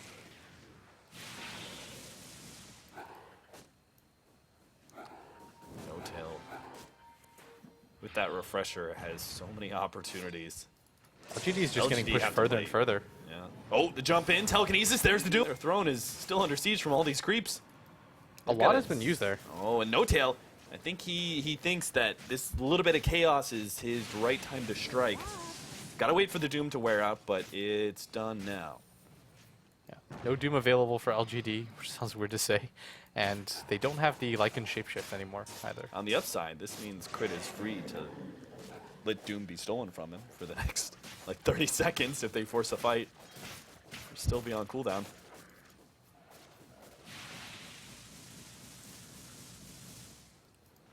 Tense These moment. spiderlings are ticking down the throne, bit by bit. The throne regen is not enough to deal with it. Like, deep south side. He's looking for that crazy initiation all the way in the background. He managed to get it too. Pops a refresher. They've gotten the Doom onto maybe. MMY stole the Doom as well as bouncing back with a Lotus Orb. MMY is trying to escape back to the fountain to see if he can keep that Doom in play. Meanwhile, the throne is a bit exposed. LGD can't sit in their fountain forever as they've already, as well as the Juggernaut. Juggernaut is bought back. The Broodmother is dead and is not buying back. It looks like OG are not going to fully commit to this fight. They poked at LGD. They killed the hero for good for 90 seconds, but they're not going to try and abuse that. They could have bought back on the Broodmother, they could have bought back on the Doom and just gone all in. I think I don't even know if you 100% win that fight though. And yeah, I don't LGD think so still either. have Glyph. I mean, you've already used your Doom, so Doom is probably not all too useful as a hero coming back. And Broodmother is Broodmother. She's good, but she's pretty dependent on that BKB, so not either. I think Miracle should have paused for a second there. Like, using the buyback was the most significant part of that entire engagement. Yeah. If he doesn't use the buyback there, then OG can just continue to play this game where they just look for that one fight.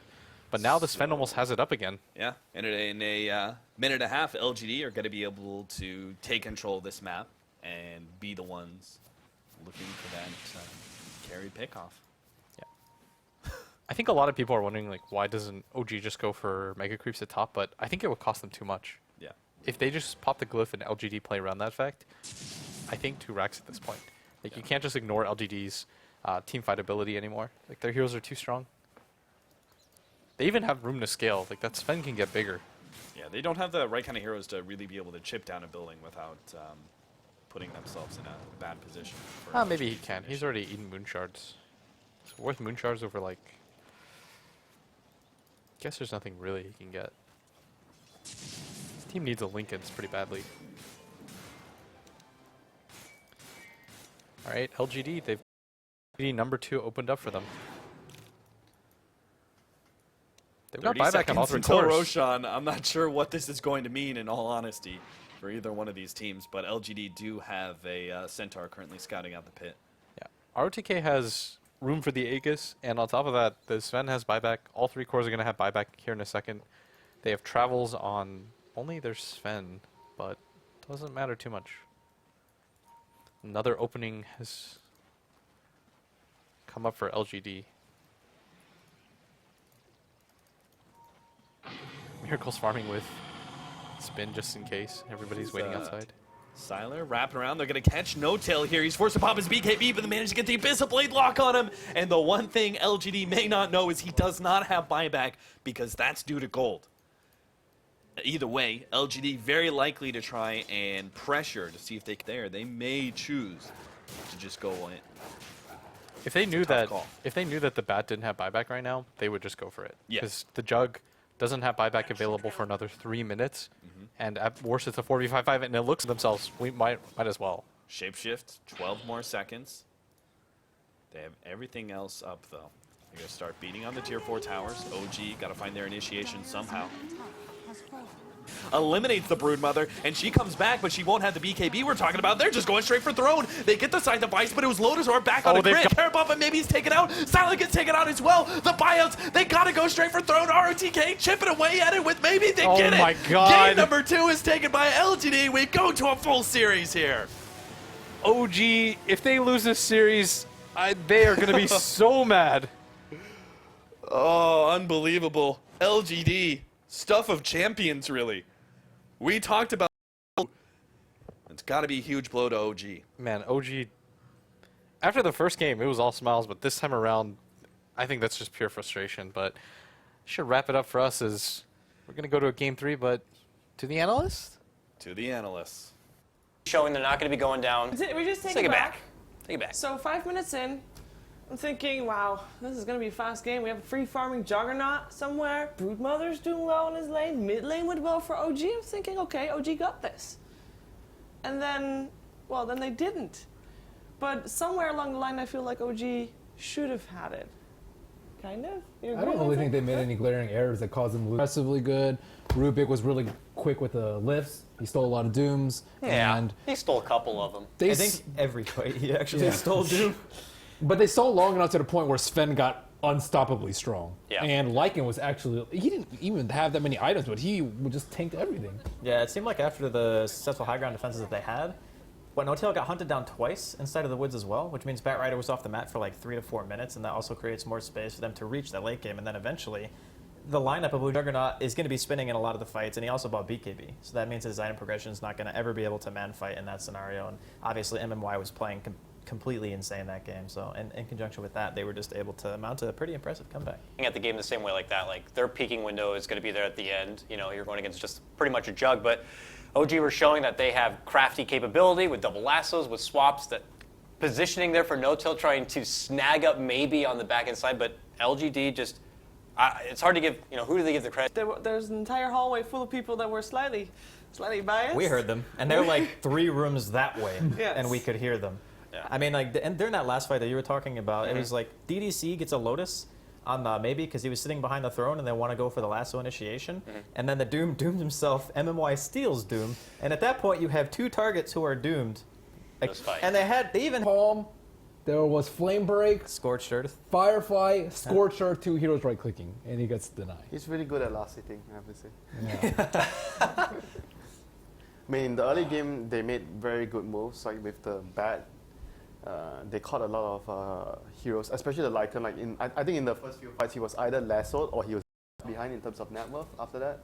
But like you guys mentioned, like MMY really kept his team in the game, and not to mention ROTK as well. Like the defense at top lane, like he was the one dealing so much damage. 60-70% of his whole team's damage. He was like on the low ground, right? He was standing on the low ground, and he was just hitting everyone the whole time, and no one could actually target him because he was at a really good position. I also didn't particularly like the itemization from OG. Like BKB, kind of necessary, but kind of not good versus Sven with tons of right click. You just immediately go on the Rubik, and then your Doom can actually Doom without getting So Doom you would stolen. go for that over the refresher? I think so. He did have the refresher play into the fountain, but overall, I think he should have been 6-slotted much earlier. That refresher play in the fountain didn't even work though, because Siler didn't end up dying. Yeah, Like, but I think like the most important point, where, I mean, all of this stuff that you guys mentioned, were obviously could be improved. But I think the biggest thing that turned the game around was just the Doom letting Rubik get his ultimate like way too many times. Like maybe once or twice is bound to happen, but he got it like 6 or 7 times. Yeah, it was just way too many times this game. Yeah. Like he's usually really on point with his play, but this game, I think if you are looking for something that really changed the face of the game, I think allowing the Doom to be stolen so many times was the biggest problem. Items could have been improved, yes, but I think that was also a really big part of the game, getting the Doom stolen. Yeah, he had a blink, so he doesn't need to pop Scorcher. Yeah, he could have just Doom and Scorcher. Yeah, every time. That's what it seemed like it had to be done. But there were a couple crucial times where like the Juggernaut got doomed while he was TPing, like all these small things that just added up. And I mean, if you're OG, you're probably thinking you can get away with those sort of mistakes, but LGD, they play a really, really tight late game. Yeah. What about Moon, though? They're always like known for being really good late game, and like you mentioned, Dakota, Moon, like he's already way past his... Yeah, so it's like, what could he have really done anything? At that point, you're just way past your window, way past your prime as a Brood. Not much. Because could he have itemized it any different way? You just feel like you're so worthless at that point. Ghost Scepter. Yeah, he did have one. He did. There was a debate. They had to control the Rubik. It wasn't really a debate. He definitely had it. Okay. Like, They had to control the Rubik more, though. They had Orchid for him. They could have lassoed him. They could have doomed him, which I don't think is that bad of a choice. Like, any of these spells to at least control the Rubik, he just... Like, this... You cannot let Miracle get doomed like that. Rubik just like did too much because no one actually focused him. Yeah. Wouldn't you he even doesn't say, have a BKB. Like, the later the game goes, doesn't Doom actually just become worse against LGD's lineup anyway? Yeah, he doesn't do much. Because, I mean, against Sven and Lycan, if you pop Shapeshift, you pop God's Strength, you get doomed after the fact. It's not really that big of a deal. I You're mean, still gonna run and hit. even in the replay, when maybe he was doomed like 1 or 2 fights ago, he was just sitting there just like one-shotting. You want him to be more farmed, though. They had, like, auras. He had Shiva's, Scythe, and Vlad's, I think. I think you want a Halberd. Yeah, I don't think the Scythe was good though, if you ask me. I think that they needed more... Because they had Lotus already. They needed more team-based items or like aura, basically, or he goes for... Even a refresher would probably even be... I don't feel like the Hex... But the farm distribution, I think, was also a big issue. Moon, he's not going to be able to do that much in late game, whereas I think Batrider could have done a little bit more with Scepter and Refresher. Let's say Doom. Yeah, I agree. Doom could have had Scepter Refresher as well, even, and that could have been a big game changer for them, doing Rubik +1. The fight where the Enchantress. Yeah, let's just look at RT. She's like a turret down there. Oh man. He's doing such insane amount of damage. This is where Omni killing Necro everybody. Book, unfortunately. That Necro Book didn't see it coming. But it forced some OG unfortunate back. bounces. Yeah. Like Draskell mentioned, they hit the point where their lineup couldn't really fight head on anymore, and that's when the game just lasted too long for OG. Has Brood even won a game this major? I feel like, yeah, every time I've seen the I've Brood seen lose, and we Brood have the same lose question like, Is it really the Brood's fault this game? No, I don't think it's the fault of the Brood. I mean, the problem Is a trade-off worth it? You win your lane. At this stage, I think that obviously LGD played very well to be able to defend the way that they did.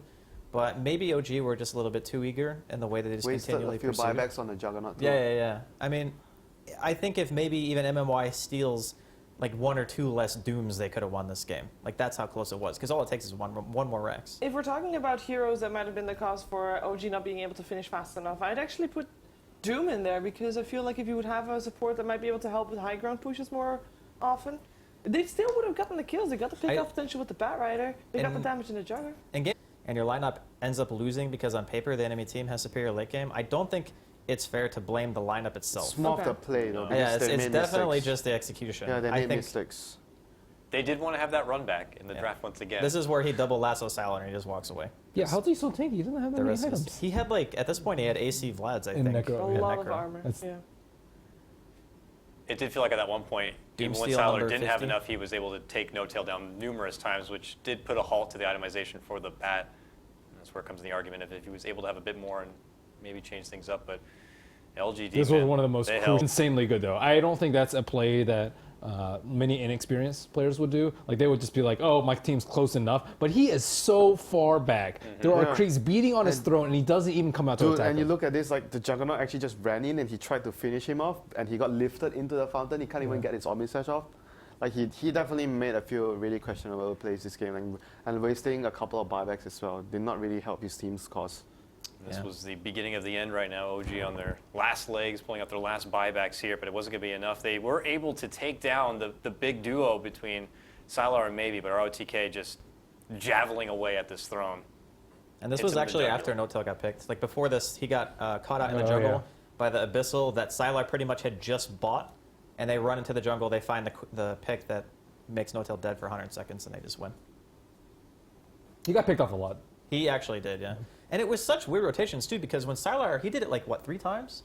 He walked into OG's jungle with absolutely no vision, and just found No Tail. I'm just like, how does he keep doing that? No, he did. It The, was the, scuttled with second, the wolves. second time was scouted Oh, with the wolves, yeah, the wolves saw him The that wolves one was time, yeah. following You're him, right. and then BOT. his teammate bought Boots of Travel. That was the last time he did And it. he didn't have his Ghost Scepter anymore at that point. Yeah, he sold for BKB. Yeah, so he couldn't. That was the debate. We were That- arguing yes. because Shiver and I saw the Ghost Scepter earlier in the game. And Ben did not. And well, Ben and Winter were both like, he didn't have Ghost Scepter. Alright. He had it. He had had Ghost it. Scepter. He didn't have it at the time we looked. He looked. had it, but not at the time. You're all correct. Have some. We You're not a knew that he diplomat. didn't have it at the time because Get otherwise he outta would have used it. Yeah, of course. Yeah. We were right. course. They were wrong. This is how Do you that feel I mean, it better doesn't. now? It's Yeah, fine. I actually Whatever. do. Thank you for Doesn't asking. matter. What was the game time there at the end? Was it over 80? 70. It was not over 80. I was 79? like, come on, end the game. Wasn't End the game right now. Penny watchers sweating it out right now, please. Don't go too long. It's a hard loss to take, though, so you got to think for OG now. You got to swallow that game and look to bounce back here and change it up a bit. I don't suspect we'll be seeing another early pick run back. Change it back. Maybe not change things. I think it was just execution. They needed to just play better. Yep. I don't Agreed. think they needed to change. They probably will maybe change something, like use a different draft. But I think the issue was just mainly execution. They needed to play better. Just look at that game. They played fairly well, but for the last few moments, they didn't play. That was how close, like the drafts. Like, when Brood runs out of steam, and you don't finish the game, the hero becomes useless. So I just think that they needed to play better. If they were to use Brood again, they just needed to finish the game. You know what they're going to do? They're going to first phase ban Rubik and pick Doom again so MMY can't play it. He stole Doom so many times. So when you're playing against LGD, as like the master team of defending high ground, do you try to go for having maybe a late game insurance policy that is a little bit stronger than the one they had this game, or should they go more all in on that early game push? Don't you think they have pretty good late game just now? Not as good as OG was LGD. they had It was okay late decent. game, but I think the Brood was more like it's a Brood. If you don't win the game by 40 minutes, the hero starts to feel pretty bad, especially against those particular cores because they can both buy MKB, like that's a natural item progression for them, and you can't man fight either of them. So it's like, well, now I have two lanes that I can't really split push at this point. Usually they can split push, though. I think normally the way you would play against that sort of 5-man is just split push, wait for them to come back, and then pick them off if they try to defend. But they had the summons. They had the wolves, the little birds, unless they had vision with those summons. So the summons actually, I think, were a crucial part. Yeah. Despite LGD winning, sorry. What? They did have a rough start, and they have been having rough starts every single game they've had today. It's LGD style. Yeah, but That shouldn't. But you gotta look at the progression path, right? You gotta improve as the day goes on. What's the next? The rough start. It was also because this game. You know how early they got the Roshan. The first Roshan, we were what? They just got Roshan with what 3 Brood. Brood didn't have ultimate. It was just Brood, Venge, and Doom, right? They did Roshan at 9 or 10 minutes with those 3 heroes, and we're like, oh, damn, this is gonna be a hard game for them because the tempo was so quick. That's why their early game was so rough because Roshan went down so early, and from that moment they had to dodge fights and they had to just try to run away because their heroes can actually, if they don't give her the early Roshan, they probably can fight head on, and the early game might not have been so rough for them.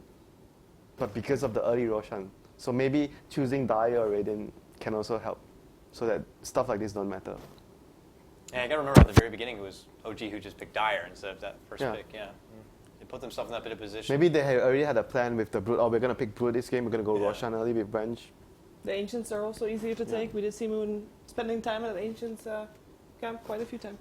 I think it's the way you play Brood now, though. It's like I watch Bulldog stream a lot too. Like the way he plays Brood is like when you take the 2 towers, the tier 1 and the tier 2, you generally don't try to stay in the jungle anymore because the enemy is going to hunt you down. They're going to place sentries. So the next transition is you want to try to get Roshan after you get the 2 towers. So you stay around the Ancients area, you're safe, you farm the 2 camps, the medium camps, and then you farm the Ancients. And whenever you feel you can do Roshan, you just do Roshan.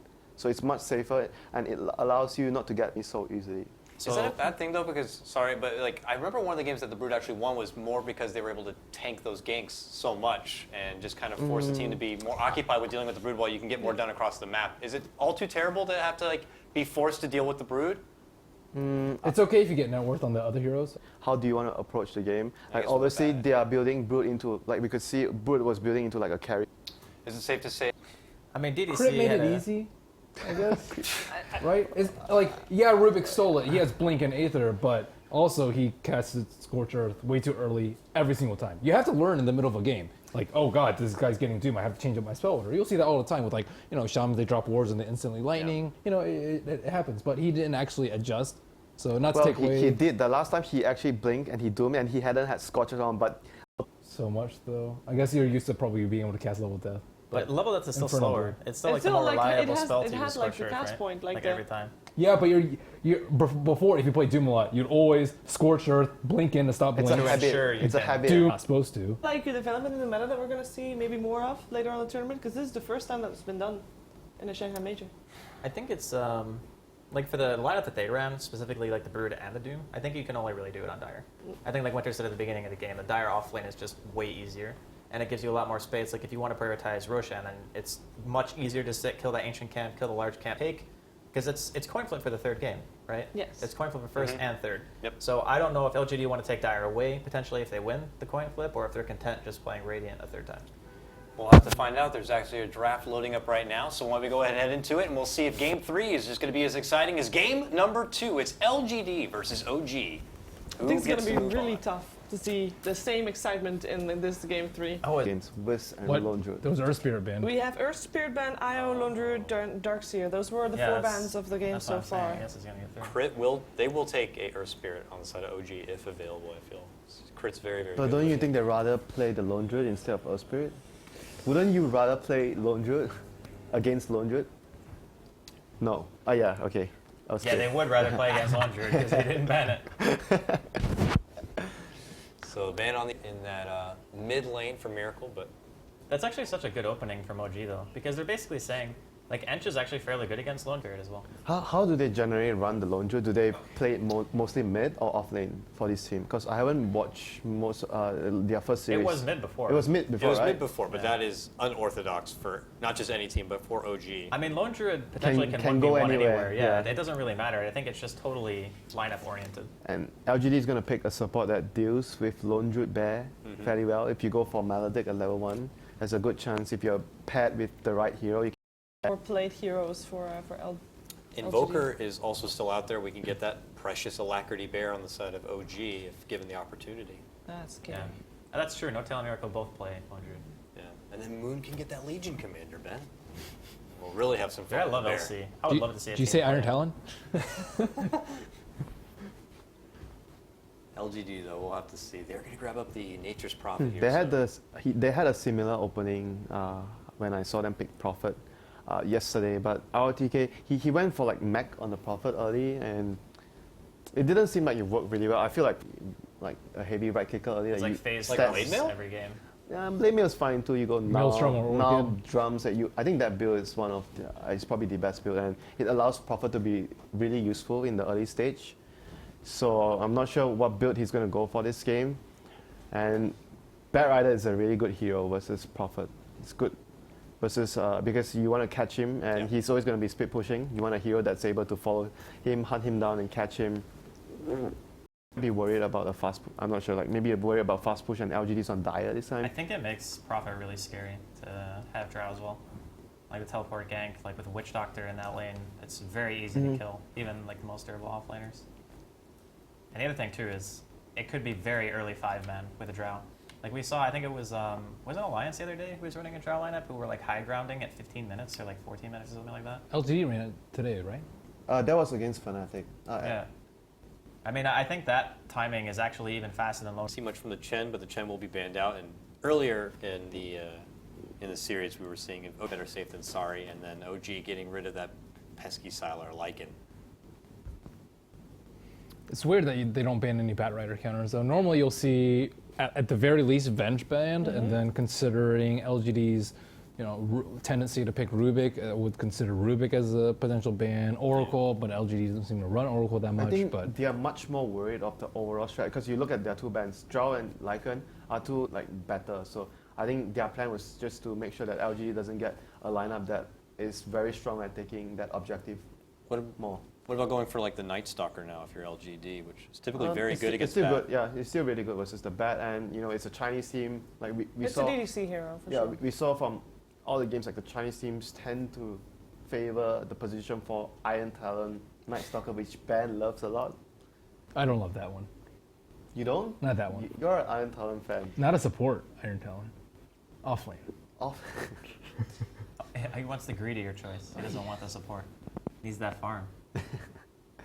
Very popular pick for LGD. In fact, their top two picks coming into this event are Witch Doctor and Night Stalker, both with 18 matches, both with 13-5 records. Do you like OD this game? Good versus the Bear? And it's so good. Good versus the Lasso, because you can prison the target? Yeah, it is really good. I also, I'm surprised we haven't seen a little bit more Ursa as well. Against Lone Druid? Yeah. Because you can enrage the Entangle. Yeah, but Savage Raw is actually super good versus Ursa. Yeah, true. And I think Ursa kind of needs a hero who can open for him. Like he needs at least one reliable disable. Cask is okay, but... Weaver is also good versus Lone Druid. Yeah, but I think Weaver kind of struggles with the timing of Lone Druid because at the time you're going to start getting pushed, Weaver still maybe only has just a Lincoln's, and that doesn't really feel like a strong team fight oriented hero. He also gets owned by Root Roar. Root Roar is like really disgusting. So we said Venge is a good hero against bad. Why does it take so long for them to pick it? Well, they're probably just thinking about how they want to prioritize. Like, picking both of your supports gives away a lot of what your lineup can actually do. I think the other thing is also because you want to use up all your time. You don't want to use your reserve time, but you want to use your... They used a lot of reserve time there. Oh, they use it on reserve time? Yeah, 20 seconds or so. Maybe they were just deciding on another hero like Oracle or Venge against Bat, and they decided they wanted Venge because of the Roche. But there are so many reasons why they're actually spending the time. It's very hard to know. Yeah, but as Ben was mentioning, it's like not banning those typical counters to Batrider. This had to be something OG were expecting. To put priority in banning out the Drow and the Lycan over this Venge? Maybe be afraid that... I wonder, yeah, OG, you're like, it seems a bit too obvious. Yeah, it's too easy. This is too easy to Well, they could also be thinking whether or not they want to run core Venge, or possibly, or support Venge. I think that's my. Have you seen a core Venge here? I don't think so. But if you don't have a Drow, if you don't have a Lycan, I think Venge is probably a good replacement for the that. next best. Yeah, if you want to run that sort of. I mean, there's still a strat. Luna if you wanted to do that, but obviously Venge is better. I think. Luna's harder to lane. So- Lasso target number 1. Yeah. I think you just have to go Dragonlance if you play against Bat now as Luna. Second shaker of the tournament. Isn't it third? RTK played one game and the other game they played. True, Crit actually This is the played. third game. Third shaker of the tournament. But where is this Earthshaker going? I mean, it It's feels like a support, but we know Moonshaker is also something they like to go I think for. it's possibly that they are going to run, I think more likely to run Earthshaker support. They're going to help the off lane, which is the Bat. I think they might actually do the same thing, put Miracle on the Lone Druid because he takes the hero that requires the most farm, just judging by their history of the way they run the heroes, and Earthshaker will just help the Bat in the offlane to get levels, or I'm not sure, like I think that's more likely to happen. Instead of running Calm Earthshaker, then Batrider goes mid and Lone Druid safe lane. It's a very typical LGD lineup. Last time OG went for the Earthshaker Lone Druid, they had a Weaver Lion together with it, and a Bat as well. So they had Lone Druid, Bat, and then instead of Earthshaker, they picked Lion and then Earthshaker Weaver. I'm liking the LGD draft now here. Looks really good for Roshan. It does seem pretty well rounded at this point. Just maybe setting up some sort of frontliner for their They team. have really good lanes too. Like they have good lanes, good support. Like if you run Venge and Witch Doctor as supports, just in case OG runs off lane Lone Druid, these two supports are also really good at dealing with the bear. Like they are ready for any possible scenario, any laning phase that OG is going to throw at them. So what do OG now look to do here? Their first three, obviously, as we mentioned, has plenty of flexibility to go behind them. But now that you see something like a Jug come out and LGD's pretty well-rounded start, they will be going once again, as Shiva mentioned, the Lion that accompanied that Lone Druid Batrider combo earlier. This gives them like an insane amount of catch, actually. Link Shaker, They Batrider, needed and the Lion. burst as well. Like when they lasso one target, they needed a hero that can take out the target. So they quickly. had Weaver as the last pick in the well with the exact same lineup basically. I think if they're running Lone Druid and Bat as core, they're gonna need another core that doesn't need too much farm. Otherwise, it'll be too slow for them because Lion at some point is gonna need a core to ditch the lane so he can actually farm his blink. Which one would you like? Which core? I mean, Weaver's pretty good in the laning phase, and you don't really need the support to actually babysit you that much, so it definitely fits their lineup. But maybe if you can also go for something like much more fast-paced, like you're not a carry like a Panda. Like I know OG runs like Panda safe lane sometimes, or Night Stalker or Beastmaster. Like you put No-Tail on another tempo control, so the Lone Druid can farm the whole map. But I'm not sure. But I still think that Weaver could fit their lineup. We haven't seen much TA either. Now that I think about it. Not like amazing against Bat, but would make Roche so easy. I mean, LGD can still put the Jug mid. Yeah, for sure. Has been the trend lately. Yeah. I mean, especially if he's going to be up against the Lone Druid, they're going to assume that is the case. It depends how greedy they want to get, honestly. If they think that they can get away, because right now it's Earthshaker Lion.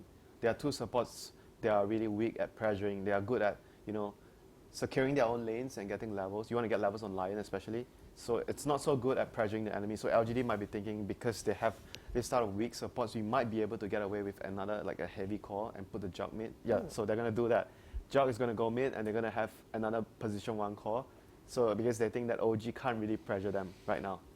So where's the weakness now in LGD's draft? The first thing I think of is this does feel a bit greedy. Yeah, but how are OG going to pressure? Like, they can't, because they only did that because they saw the two supports, Earthshaker and Lion. We know that Crit is so mobile on his Earthshaker, though. I mean, they can definitely make something happen. Who's he setting up a kill for? They can't kill. I mean, I think they have needs to be like level 5. I think they need to draft equally greedy though. Yeah, they need to go for. They need PLAM something. Morphling's like that. also still out there. And Juggernaut might be able to spin. This is nice. But he's still this going to is get good. blocked by the Fisher. It's equally greedy, like you guys suggested, and it's really good versus Juggernaut because of Shadow Dance. You can dodge the Omni Slash. But I think still the laning phase might be weak. So I'm not sure though, because LGD still has really strong lanes. This one doesn't nearly seem as obvious as game number 1, and even game number 2, we knew that LGD had thrown together a better draft for themselves, but now it's down to the pinnacle moment. Game number 3, as we get hopped into it here. What do you think? We had to make predictions for the final one. Who's going to be walking away into the upper bracket at the main event, and what team's going to have to go through another best of 3 to follow? We'll start with our close by couch. I actually heard suggestions that this should be maybe the Radiant couch and the Dire couch. I don't know.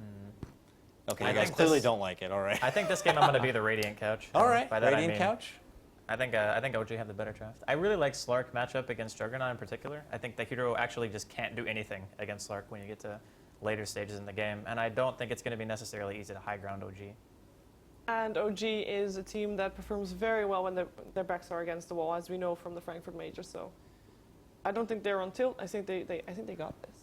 I think LGD has very good lanes, and they're on Dire. They can use the Roshan to their advantage. So LGD. Ben, before we send it over. LGD. LGD, that's a split piece there. So let's find out exactly how it's going to pan out right now. We'll send it over to our awesome casters right now. Capitalist and Blitz, gentlemen, take it away. Thank you, Coddle Guy. That's right. Game number 3 now between OG and LGD, and we've got one hell of a draft on both sides. OG developing that early Lone Druid, where we're looking at both Lone Druid and Bat Rider. We know there's still a carry left in the pool. It's a lot of like mid to late game cores, but LGD matched that by putting the Juggernaut mid here and going for the late game Spectre. Blitz, our analysts, were pretty split there on where they were going to lean towards.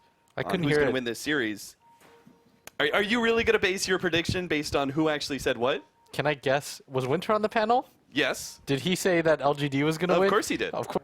Ben said LGD. Oh, this was too easy. Apparently that's going to be Blitz breaking the tie and saying that our analysts as a whole are going to be predicting an OG win here. But we'll see. There's definitely going to be some slight issues here. Winter was talking about how the fact that the OG supports are not the greatest being able to perhaps pressure, and that's why LGD were able to do something like a mid-Juggernaut. Do you see some potential weakness here in the in the previous games? I think it was against Archon. Obviously, it's a different level of competition, LGD versus Archon, but still, crit is crit. And Moon already has pulled the creep wave to himself at top, gets the first 4 CS of the game, I believe, which is tops in the game, doing quite well for himself already. Yep, gets that critical level 2. Meanwhile, middle lane, No Tail is matched up against a melee. Of course, it is a melee that over him. Moon, is he going to be caught here? Still has his Savage Roar, so seems unlikely unless MMY, he does manage to get the stun. The Roar back, Sylar is not going to be able to get any more damage, but the supports still get the right clicks in. DDC will take that first blood. I still sort of think that Moon's going to be okay with that because, and more importantly, he wants to keep both supports to be up there at all times. And now at the mid lane, as the supports can't be there just yet, maybe he's going to be in an unfortunate position. He was forced to use spin there as there was just too many sticky napalm stacks, so he is going to have to sit back a little bit unless the supports can come forward and gank for him. But it seems unlikely. They can't really. I don't think they can really go for the gank. I just don't think they have the damage without spin being available. Yeah, and No Tail in mid lane already has his bottle, so he's doing just fine for himself. And ROTK is just trying to grab the creep wave over to him. crit. Is he actually going to go for a block off here? Yeah, he is. So those Treants are going to have a hard time. Looks like they should still be able to pull. Oh no, the Fisher is actually going to cause some issues still with the melee creeps. They're actually going to be able to take out these Treants, so the creep wave goes back, and Les Furion, oh, ROTK, he actually snags it with one more right click, and will be able to keep those 2 Treants pulled back to him. This is funny how both offlaners essentially have the same kind of play style from the offlane position, where they just have some sort of pulling ability to get creep waves to their favor. That's what makes them tier 1 offlane heroes, right? In the Nature's Prophet and the... But that time is gone. Long and past, because now everybody plays it as a 4 position. There is a bit of difference between these 2 offlaners, though. If anything, it's the Nature's Prophet who's a little bit more of the aggressive of the 3 cores that they have. Meanwhile, the Lone Druid is obviously much more of the carry type offlaner. What are the kind of differences of playstyle that's going to be offered because of that? I think ROTK is probably just going to look to get aggressive around the map a little bit more than... Well, you're seeing it up at this top lane.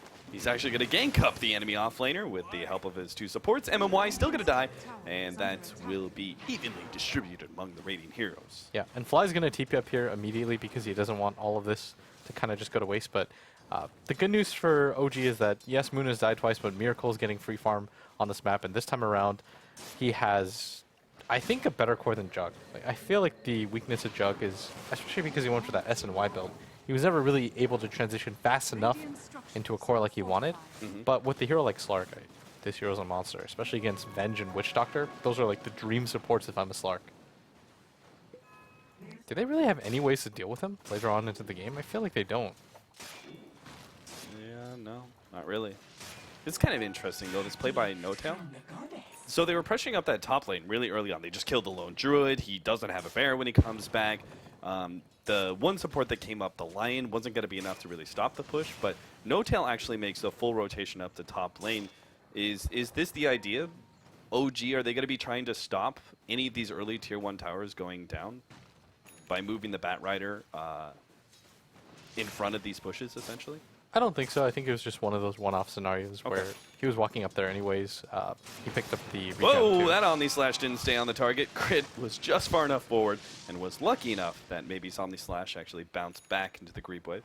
Yeah, No-Tail's stacking up so much for himself too. This should be the moment he Fireflies is after he sticky napalms it 3 or 4 times. And he's got the other side too to contend with, and this is going to boost things up quite quickly for him as the creeps can't really do too much in this scenario. You're going to go down in, like, the most agonizing way possible. Burned to death. Yeah. No-Tail's copying a lot of damage for this, though, but should be able to get all of them just neatly. I was about to say, maybe it was because of the number of troll camps. There was a lot of range creeps there, but why do you think he didn't try and, like, pull up to the other camp, like the mid camp that was also stacked? I don't think he would have been able to kill it, but probably was worth the damage at least, right? Yeah. Doesn't matter too much, though. He'll take that soon enough, and it's not like it's a difference between him and his Blink Dagger anyways. It's maybe Stun on wants the to go for this top rune. No-Tail picks up that bounty rune, is going to be able to get into the trees, but actually trying to keep Sylar on the cliff, but it's just not quite enough. That dagger does give the movement just long enough for Spectre to be able to get back down the cliff, gets the kill on the Bat Rider. That was a costly ultimate, but well worth it for a kill on a core. Yeah, that's pretty big for them, though. This means too much, as long as this guy's getting absolute free farm. Yeah. Ever since we turned away... They're running this like dual core now, where No-Tail just plays the enabling hero and allows Miracle and Moon to kind of play the 1-2 punch. Yeah. But he's already got the Midas picked up for himself. Aquila's going to follow shortly after, not even bothering to get boots because he's not really interested in fighting. Nice block off. The Omni Slash is not going to be in range. That could have been a real quick kill on No-Tail. But instead, he actually refills his bottle with the bounty ring, or the Arcane Ring. 2.25 seconds or something. Yeah, it's pretty good. Sounds ridiculous. Miracle hops away. He's level 8 already, so obviously LGD can't really do anything to stop him at this point. Yeah. Unless they get a really full rotation and surprise him in the jungle. But I don't think that's what LGD are looking for. I think they're, trying to grab the Bat Rider while he's doing his stacks. Yeah, maybe he's got the Omni Slash available to himself. This should be enough damage. Fly alone is not their target. They're going to try and transition that into pressuring the tier 1 tower, but then of course No-Tail just shows up halfway through doing his jungle and will be able to put a stop to it. If they could have gotten No-Tail and slowed down that Blink Dagger timing, that would have been great because, as you said, No-Tail because they're running 2 cores, they have 2 cores they can't depend upon to actually provide tempo to this game. So in that case, it's all up to NoTail. Oh, and NoTail's going to get gone on as DDC. LGD. Maybe he shows up at bottom, Miracle. Just trying to scare him into popping the Shadow Dance, but not going to bait. And LGD's movements just look a lot more crisp this time around, Cap. Yeah. Dire's top tower is under attack. Kind of adjusting the playstyle.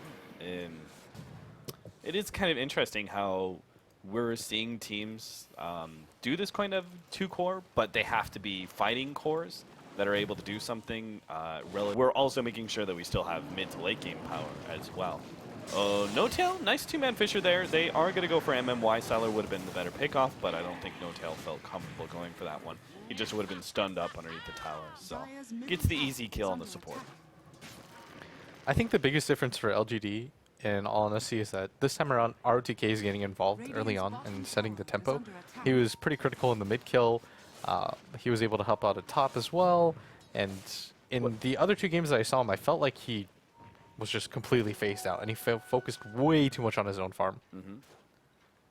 I would have actually been down with... I thought the Hand of Midas Enchantress, like, it wasn't too bad, but I really like Hand of Midas and Nature's Prophet, but it looks like ROTK is going straight for the early stats.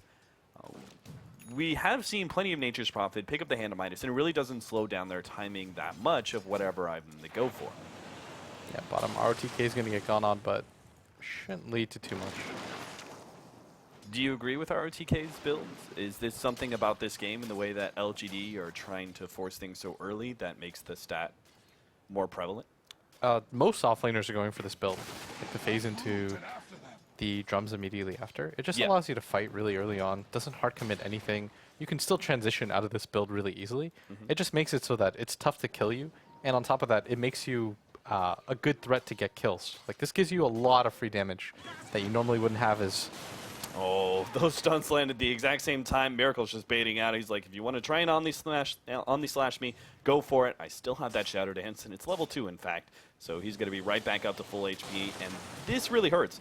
LGD, every single time they go for one of those ganks, they know it's not a guarantee, and that's really just the danger of dealing with Slark, and it seems to be OG's playstyle in general. We were talking about so much about how Spectre, not enough to kill Fly.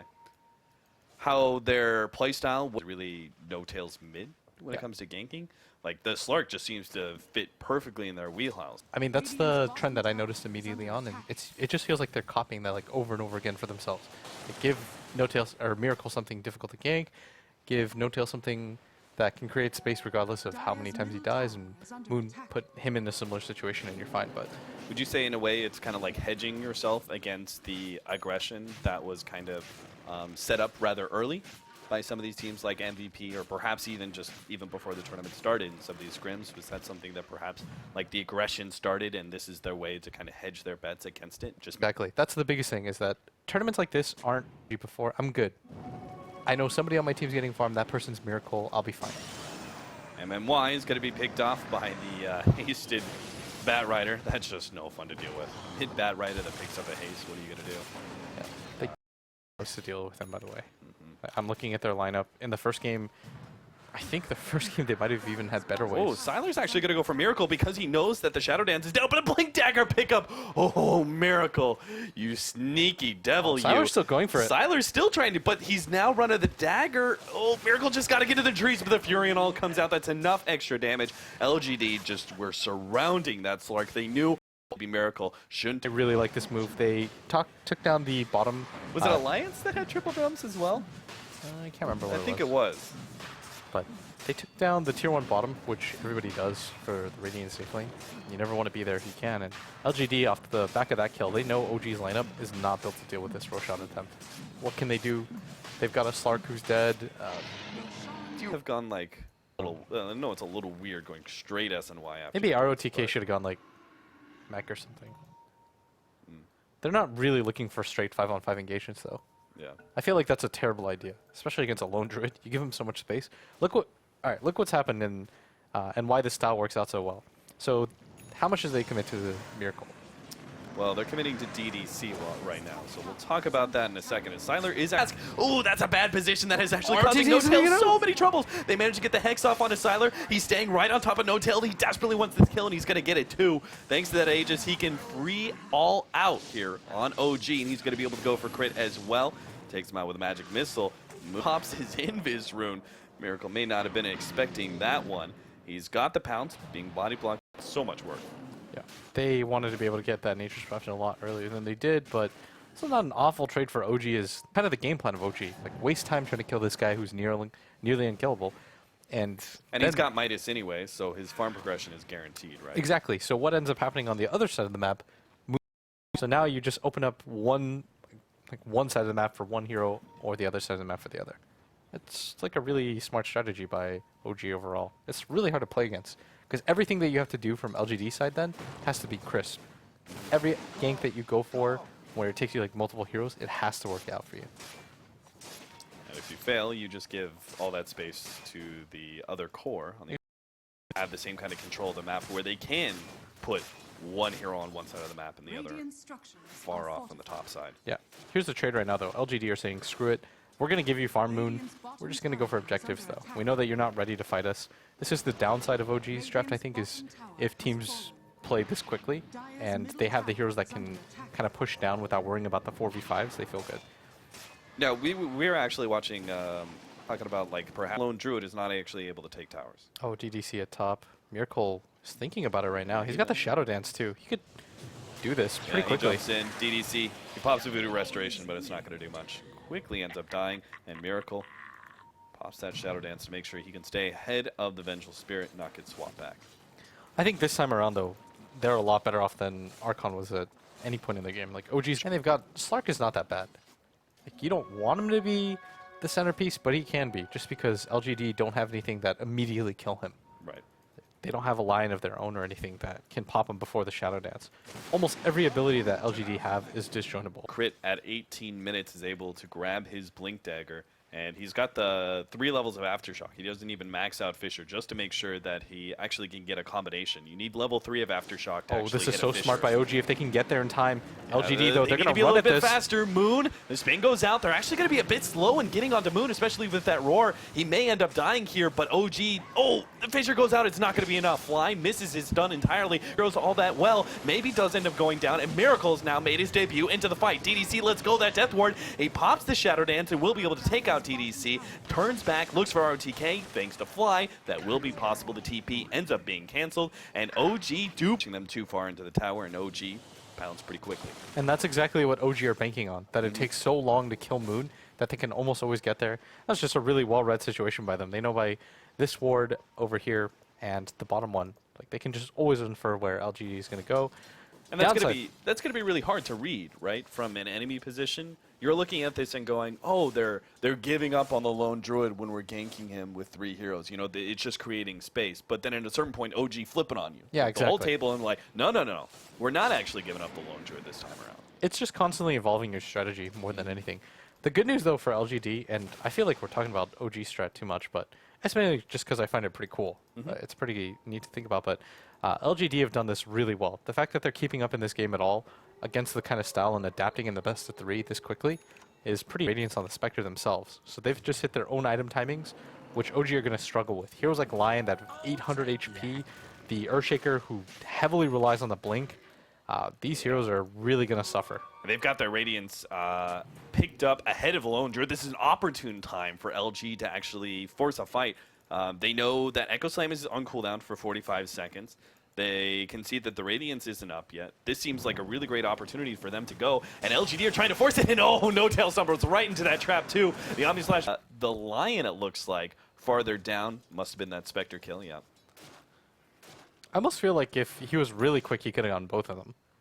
Like the Earthshaker was really low in that fight, but look how effective that Spec Haunt is at this phase of the game. Almost neither of the supports can survive against it. OG supports are kind of just food to him right now. And even though the Slark is still ahead, you would much rather have the Han right now, just because of the dual purpose that it gives you, canceling the blinks. LGD, I think, really see their timing. Blue cores have just reached one of those peaks where you just can't fight them for the next 5 or 10 minutes. Yeah, and Siler at top tries to make it go on the bear, but That That thing's said, impossible to kill. This is a really fast Scotty. 21 minutes Scotty for Miracle. I will tell you now, Cap, none of the supports in this game will enjoy themselves. What are you going to do? They pop the Ghost Scepter. It only lasts so long. The swap goes down. Miracle just stays. Actually, lock down Miracle. Stay ahead of him. Don't let him pounce away. He's getting to the trees, trying to get over. He does get on top of the cliff, and they can't actually pursue him. Now they get the lasso as well as that Lion Finger. Maybe he's actually going to go down here. Miracle comes back and strikes. Able to pick up that kill, double there. Now they're going to go for the triple as DDC's been blocked out by the Fisher. Miracle jumps on top of him as well. He's going to go from having a Scotty at 20 minutes to having some fresh item by 25 with the way this fight is going. It just, right now the Slark is going to go unchecked because there's almost no way to hard lock him down. The only way is that if Miracle messes up, but his team, they just lost a little bit too much. And they glyph up the mid as Sylar is here to defend, but he's going to want to be careful as he does have the Haunt available though. Seemed pretty desperate to almost like try and save that tower, considering how aggressively he was positioned, knowing that OG were still pretty much grouped up around that area. Yeah, and OG, you know, they're in this mid towers. They're gonna make the They want to be able to pop Sylar, but a nice swap still though. Miracle stays on top of him, and Sylar will end up going down. He still has that shadow turn and will be able to get over. Oh, But a the nice Death Death Ward! Ward! Beautiful play there. They get a little bit more damage. He has the malediction on him as well. He has another Oh pounce, my but it's not going to be God. enough. LGD. That was a beautiful trade-off that they desperately needed. Expertly well played. That was one of the coolest, like, non-flashy plays, if that makes sense at all. Casually throwing a Death Ward On with the high thanks to ground. the Ether Lens. That's all the way to that high ground. That's so insane. Yeah, He's not that, gonna he do was anything. gone. That If was he- why, right? This has got to be something else. He's got 2,800 golds. Is this some sort of like game, or I is don't that think so. Your investments. Right. So you'll get it near the end. Because most of the time it's just about utilizing your ultimate and your spin. In the So early you game. still need probably 2 more items before you can. Yeah, I would like to see at least 1 or 2 more items before he picks up something like that. But man, this game is, you know, I'm not gonna lie, I really counted LGD out coming into the series and after the first game, and Yeah, most after of that the first second game, that looked pretty nasty. Yeah, and most of the second game, it just looked like OG was gonna stomp, but LGD, it feels like they're just like heavily OGs when it comes to XP, and net worth is like 4K, but this is a doable situation for OG or for LGD. 4-man smoke up. Not sure if they're like trying to bait out the bear right now. It kind of seems like it. No tails going to the secret shop area, but this is kind of the tail end of their smoke. They will be able to find something here. It's going to be maybe MMY couldn't quite get the swap, but I don't think this really matters. They don't want to really be getting into this fight anyway. OG were not grouped up very much, and now Fly and No Tail going to have the cast bouncing back and forth between the two of them. Looks like No Tail is going to be able to get away. Our Vengeful Spirit is pretty much and is going to go down. He managed to trade it for their 2 supports, but they can't really continue to engage. And LGD shouldn't want to anyway. They've got to defend top lane where Miracle was going at it. Oh, it is going to be the BKB, by the way, for maybe, and look at Miracle just like turn around for half a second to try to bait the... You want to go for the Omni? So what does that tell you? Because of the fact that this is... Or like, most of the time when I see these kinds of like dual ones, as it started with MVP Phoenix, right? Yep. And then China just seemed to kind of pick that up on mass, but most of the time it's more of like a true, like a shared 1 position almost, not even like a 2, but with maybe, it feels like he's saying, okay, I'm gonna have to be the person getting up there so that's like 1 or 2 side items. It's really rare, I think, for the BKB Jug to come out like right after the Yasha. He's got to be both a frontline hero, and he also need otherwise the lone druid is really going to start kicking into play. He's going to rapidly evolve from Radiance, Vlad's. Go in. Miracle's to go get a Fisher block, and LGD will not. I think the Slark is just better though than the spec in this kind of game. I think the Slark can pretty much go unchecked or anything like that to take these fights early on, especially since ROTK is not getting the amount of farm that he needs to become another core for his team. So you probably just keep taking fights and hope that the early game investment was worth it. Trance, reveal that Roshan's around that half HP marker. If LGD want to go, they've got to go soon. They don't have the Spectral Ultimate. They do have another Spectral Dagger, though. Go inside the pit, get a little bit more information, and now LGD are going to start making their way Sylar, into are you the pit, really see if going they for can this? interact at the same time. God, Oh, the Echo Slam, it's still there. Somebody pick it up. Siler, yes, he gets it towards the tail end. He'll be able to turn onto crit. Miracle's trapped up onto the trees. He pounces himself back down. Siler's almost dead here, but Miracle just can't get his hands on him, and it's only the Aegis anyway. He picks up the Ring of Aquila, managed to Shadow Dance his way back out of that one. Save the ring, he says, and will be able to escape into the trees. LGD on hot pursuit here, but it just doesn't seem like they're going to catch anything. Either way, though, that was still a beautiful win there, as I'm not sure how they managed to keep that Aegis out of the hands of OG for so long. OG had it guaranteed because the Earthshaker Fissure even went down, but yeah. Maybe it pushed him to the other side. I'm not sure. Everybody was pinging it. I think Crit even pinged it and said, yeah, he did. He said, Aegis of the Immortal dropped here. He was like trying to tell his team, like, anybody pick it up. I don't even care at this point. The worst possible thing happened. So annoying to have to deal with the first time around. That was such a good opportunity for OG. Which should have been just a free Aegis for Slark. How does LGD kill him twice? Like, they just don't have the necessary disables to do it twice. But MKB is now complete. Miracle going for this, like, I mean, it started with Escati, and obviously it's just going to follow from there, but, like, immediately going for the biggest late game items that he possibly can. What does he go next? you need some kind of lockdown. You now have something to deal with the Radiance, and Miracle is deciding that he doesn't need the BKB. I think he wants to just continue to build more greedy for more damage, and I think that's the right idea. Nobody from LGD has a Hex or anything like that along those lines, and most of the things that you can get rid of are disjointable with the Dark Pact. Spectre Ultimate goes out. No tail, or sorry, Crit was the target, but he had a Glimmer Cape. Glimmer Cape destroys Spec. Yeah, because you can't. The gem wants to on Spectre. It's awful, because you're not going to just carry around Dust. Yeah. I guess they care more about the Haunt timing, and they're going to find ROTK. Swap back out, though. ROTK is going to be able to get away. They're going to have to content themselves with the kill on MMY. Siler thinking about contesting there with his Aegis, but he decides it's just not really worth it. Miracle was looking for more, but he just managed. We've almost just completely disregarded the fact that Moon almost has an Assault Current. ROTK thinks he can get the pick off here. The Glimmer Cape is buying some time for Fly. No Tail gives him a bit more with that Force Staff and the pushback. He's got a point booster. Is that Nag? Is there enough heroes? Like, I don't see these heroes being grouped up that much that you can go for Ags. The Fissure looks like this Slark is going to go for the Moon Shards. Really good item choice, I think. Yeah, that is a very weird 3-set item piece by ROTK. It's like the Fighting Nature's Prophet. LGD are not going to find anyone right away, but if they continue all the way around, they'll catch Moon here. Lead with the spin.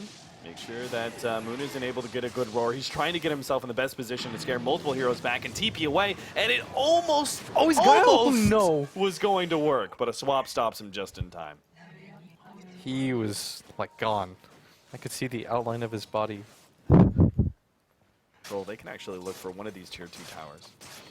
Yeah, they can decide to go for the mid one. I don't think OG, even if they had the buyback on the Lone Druid, which he doesn't, I don't think he would expend it for just this. Right. And Siler just continues to split up the map because he knows with the Aegis he's fine. Although it just fades right now. And he's got a full Manta style completed now on his main hero. So maybe he has the Blink Dagger and 2200 gold. ROTK has a BKB. They're all in fight. 20 seconds, still the Lone Druid is back up. I don't think LGD have enough time. I don't think so either. I don't think they want to fight into the Lone Druid plus Slark. If they wanted to try and get that tier 2, they had to like barrel into it immediately. And that was not going to be a wise decision. Moonshard complete form Miracles. He tries to scout out, maybe blinks on him, maybe counters with his own blink. So they don't want to get too aggressive. They've got a gem on themselves and smoke on DDC. Maybe they just smoke up and look for these pickoffs, but they have Haunt too. I don't know how much bigger they get than this. Walking around with the gem. What in your head? What is kind of obviously it's not concrete. It's always kind of fluid based on what the game is at. But oh, Siler. We'll get an opportunity to talk about that as we're going to watch Siler get picked off. That was like it took a pretty long time. Yeah, it despite did. the fact that he was like completely by himself and he didn't even get Manta till the end. It's a little bit scary for OG. Yeah. They had to use what, finger, lasso, fissure. Still didn't just go down. Radiant's top tower is under What's attack. the ideal timing? Like, or rather, what's the latest timing for LGD, do you think? Dyer's At what point do you go, all right, guys, we really got a high ground push and end this game before LD and Slark did too The good. opening for that, just because Spec is always okay. And Jesus. Jump back in, Miracle, okay. You take that lane of racks and you figure that OG are just going to try and get out without any losses, but Miracle jumps in, forces out a BKB use from... Comes to solo push this out, and they know there are no wards around the area because of no smart idea by them. Now they're going to Manta. immediately smoke up. Manta trying to bait things out, but No Tail's not taken. Yeah. Not taking the bait. The Roshan area right before that, like we can catch OG unawares. It's not going to happen. 25K on the Slark. You can see OG are up by over 12K on both the metrics. But it's a late game. Kind of work around. And the Omni Slash goes down. The Omni Slash is going to be enough to finish off No Tail. The Spectre ult, he starts actually going on to Moon. May have to turn to Fly instead, but he's getting hexed up. They've taken out the Earthshaker. Siler's down to half HP, pops Manta in order to get out of the roots, but now he's been lassoed up. No Tail reintroduces himself into the fight to make sure to grab the critical carry. The swap goes down, but they're going to be able to run him down the bear. Siler just cannot get away from this one. Even gets the root, and DDC's going to get chased down too. It just does way too Whoa, much get the damage. gem, boys. Oh, they didn't see that one. Nobody cares. Yeah, They're that's just going to fine. go for Rex. All right, go, go, go. Straight down mid. And just slide right on through to the bottom lane. Force some buybacks. They can just force buybacks and go for Roshan right Yeah. now. It's a really bad situation for LGD. Because even when they buy back on the Spectre, it still doesn't have Haunt. Yeah, So exactly. if you go for Roshan, there's actually not a very good way for LGD to contest. They've used the buybacks, and if LGD engage outside their base and they lose this fight, the game's over anyways. This Miracle just jumps in. He really wants the quick pick off on DDC to prevent that death ward. Such a huge impact into the team fights. And Oh, what a Siler's great dead Fisher again. onto 3, too. Maybe he's forced into the BKB, but away from Miracle. Siler's even going to die. That's pretty much the end of the game right there. That's 3 heroes down. Miracle keeps on going. The unadulterated aggression out of OG ends this game way faster than you would have thought. Just 5 minutes ago, you're looking at a relatively even match from OG and LGD. Anything could turn around. OG get the one pick off on Spectre and never let go of that advantage. Yeah, they had too much control in this game. Slark is a decidedly different hero than the Chuck was in the last game.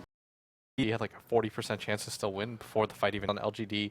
He itemized so well that the spec couldn't even survive. Great play by them. LGD just looks so disappointed, but And OG really showing their strength as a team. Time and time again, this team has seen its position back against the wall in some sort of scenario in a tournament, and they've proven to be able to come through in game number 3. And they do it again. You pass it on over to them.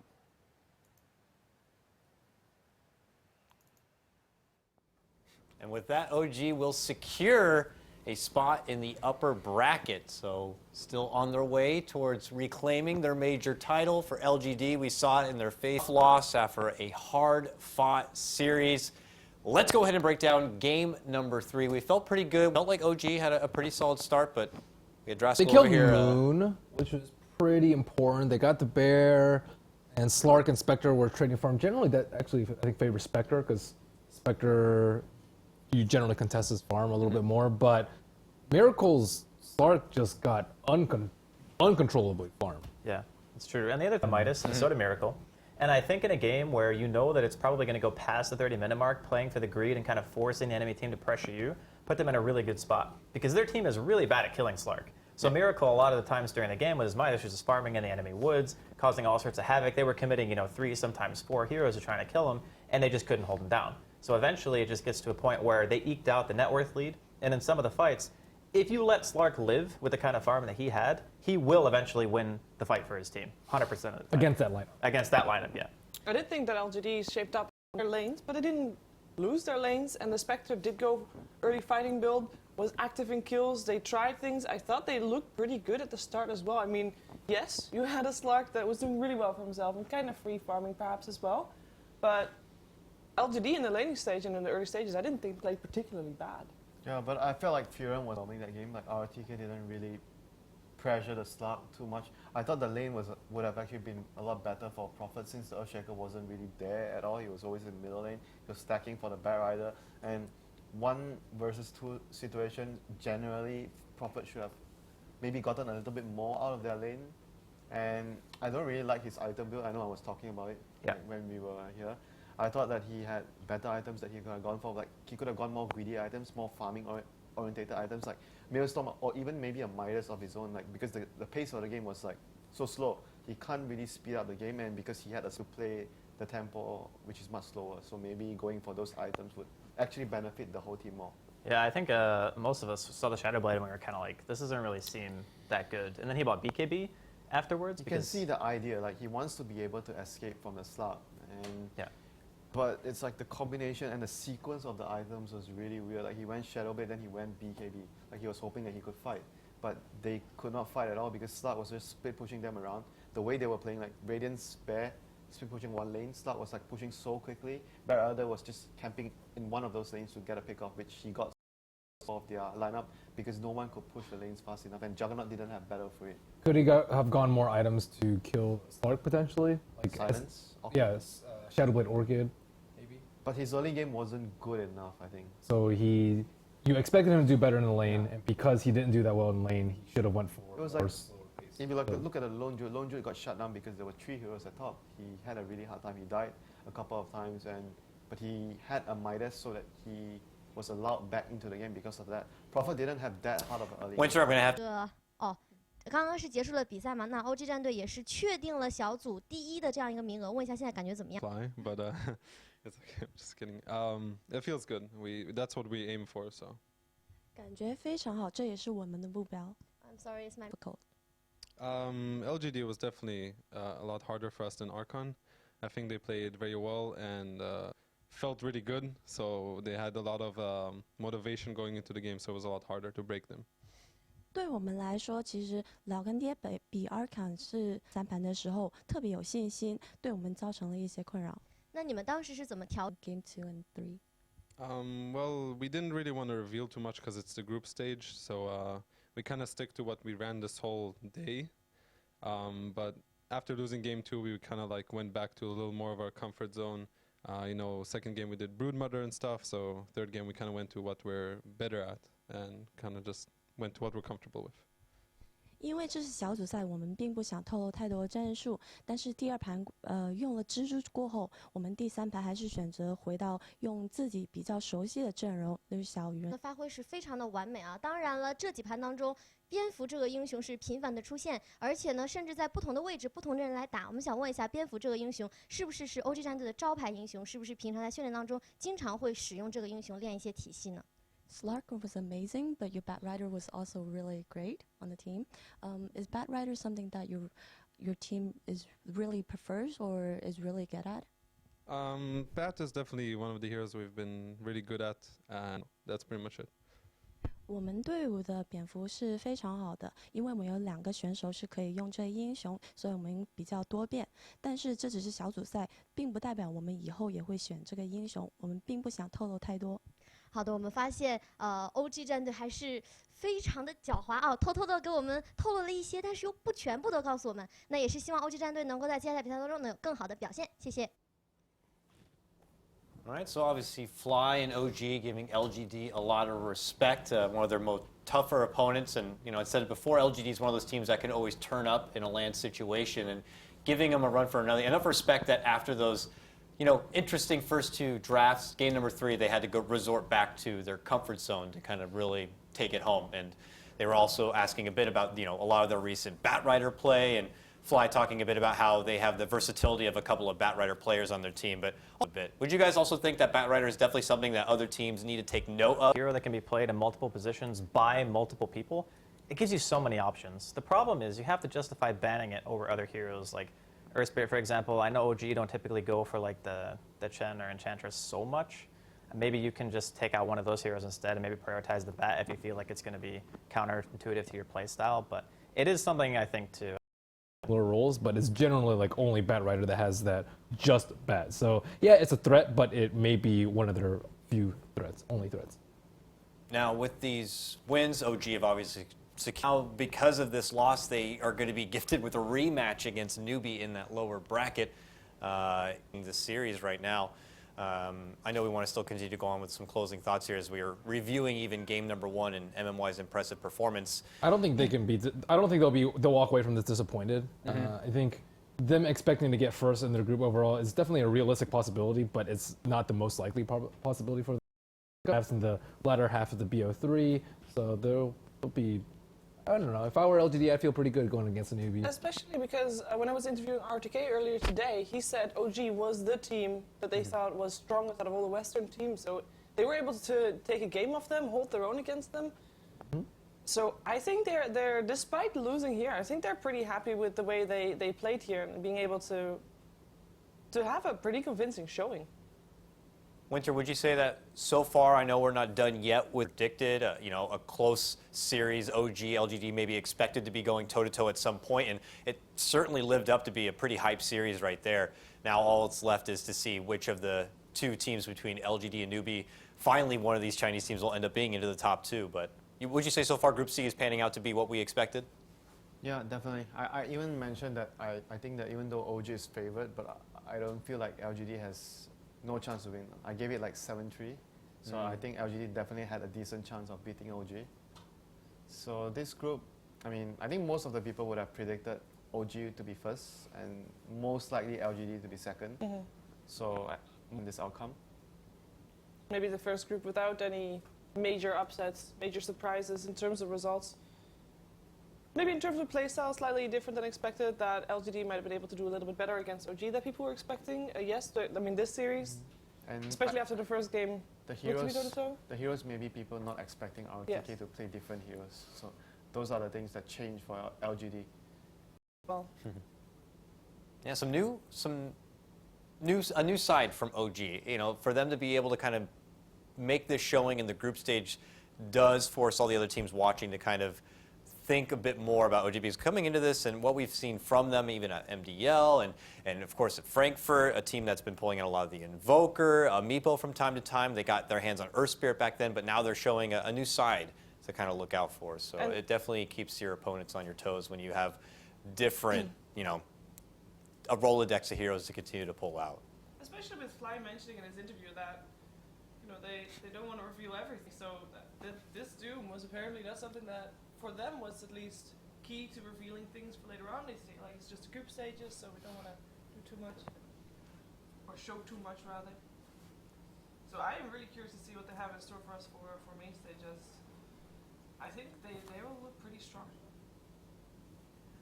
So, on the note of MVPs, before we go ahead and close things out and hop into our final series today, OG, it seems like it's always easy to put it on someone like Miracle. He definitely stepped up in that third game with his Slark, but I'd say Crit. Crit? I really like the Azure Shaker plays. I like it. I mean, as a player, it's that much more fun to watch because there's action on the map from minute 2 or 3 or so because he's everywhere. Yeah. I would actually say that a lot of the time, but I'm going to go with Miracle. I gotta go. Like just running around, making like 3 or 4 of LGD just chase him for like 10, 15 seconds at a time. And there was not really any other hero on their team who could do what he did and be able to get away with it. And I think his space creation was pretty important. If Crit didn't give away so many Dooms in game number 2, I think Crit would be a much better candidate. But the game probably should have swung in OG's favor had that not happened. But yeah, I mean, Miracle also... Characteristic if now OG don't need to battle their way in that Cinder an early inkling? I think that they performed very well today. And I also think that LGD is a very strong opponent. So I think the fact that they walk away from this series, even though it ended up going to a full 3 games, I still feel like the second one, it wasn't...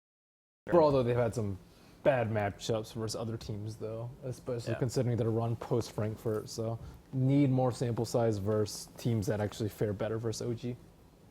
Who do you think would... I think we already asked this question, but just to kind of... EG, considering what happened at the last tournament? That was a lot of that also was like they really kind of just read OG.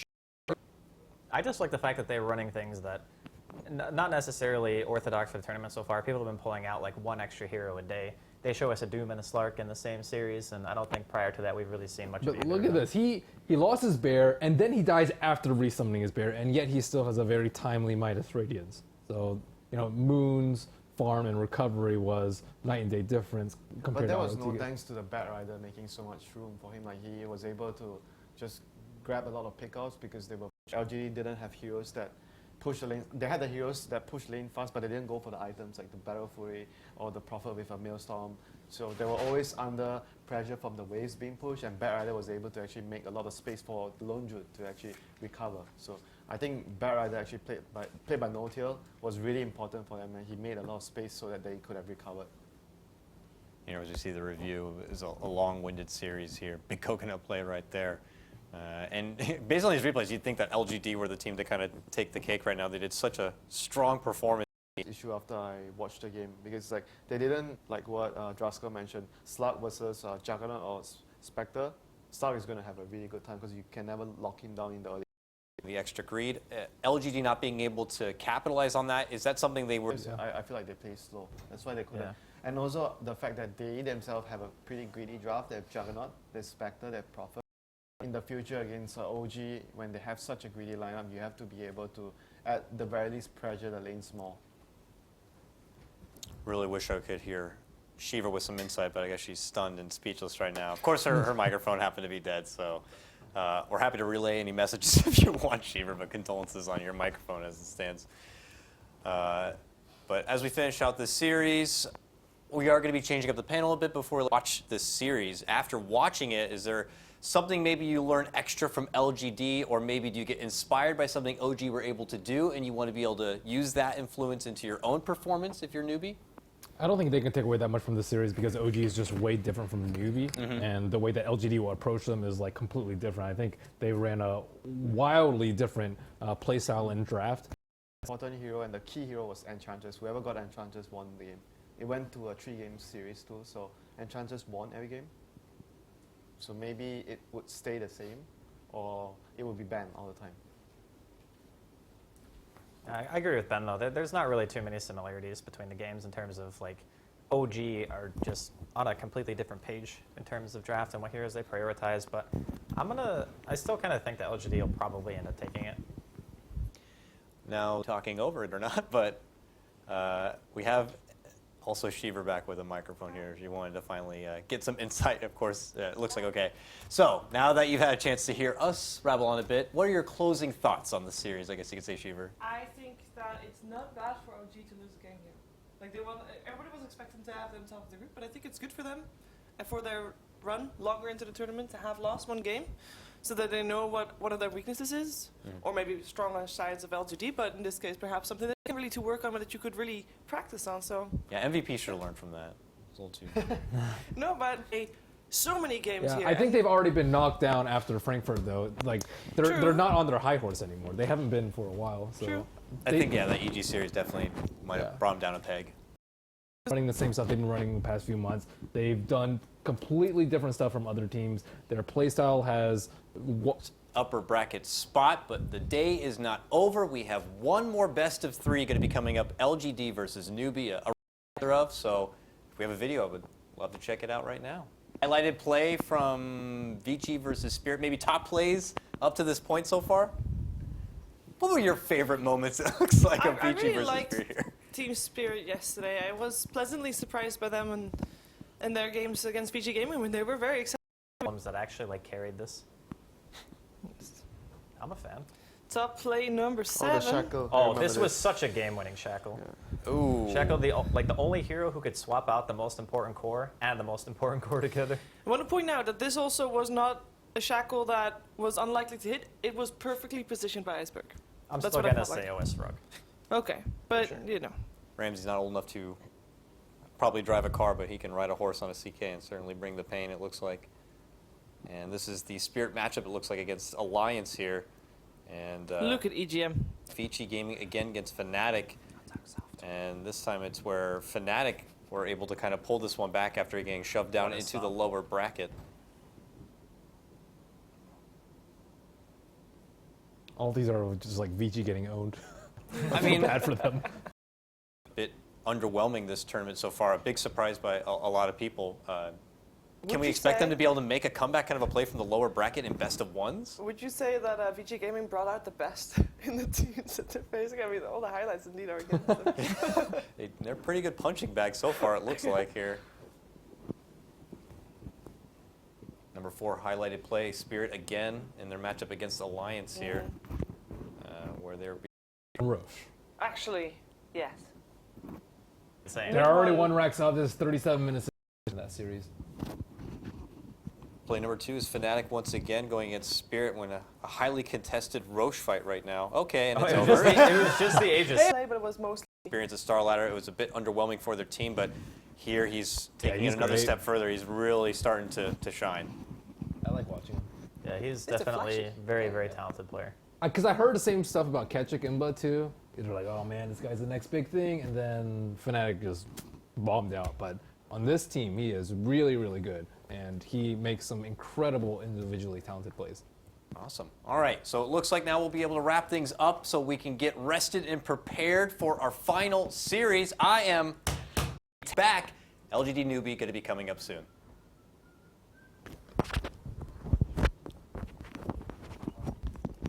that was like, wow, those highlights. I don't. We already.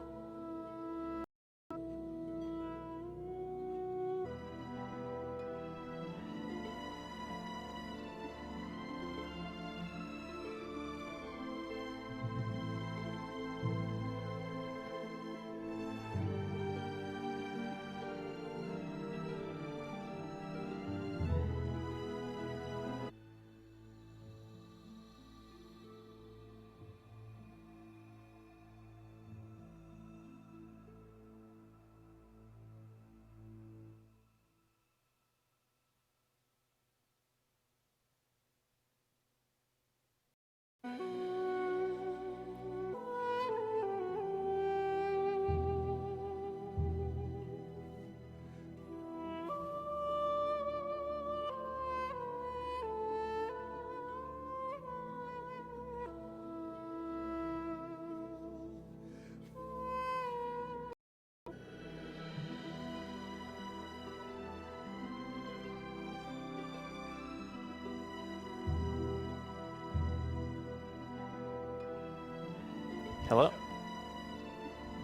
Hello, testing.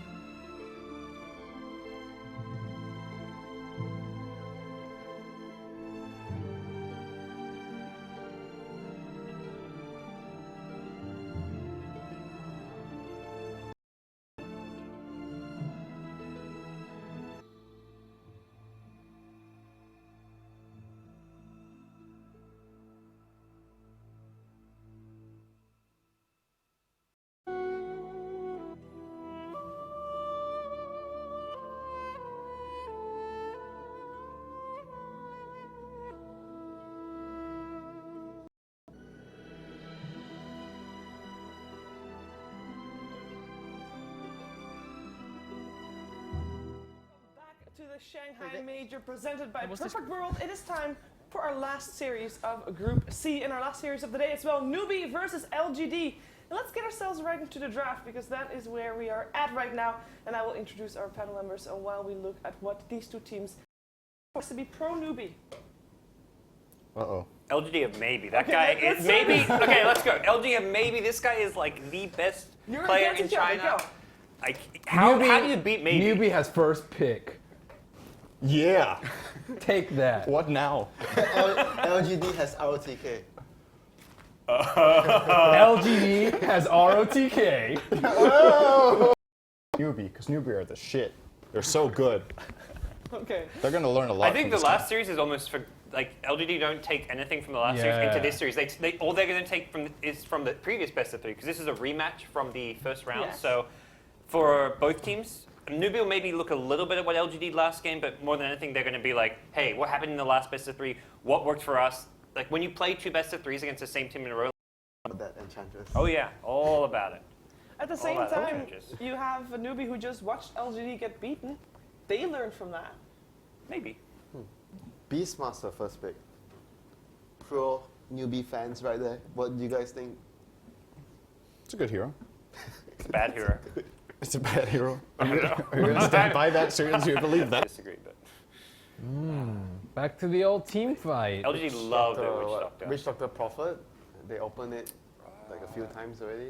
They've been picking RTK's hero very early in the draft often when they can't get the Enchantress. What happened to Phoenix? They used to love Phoenix.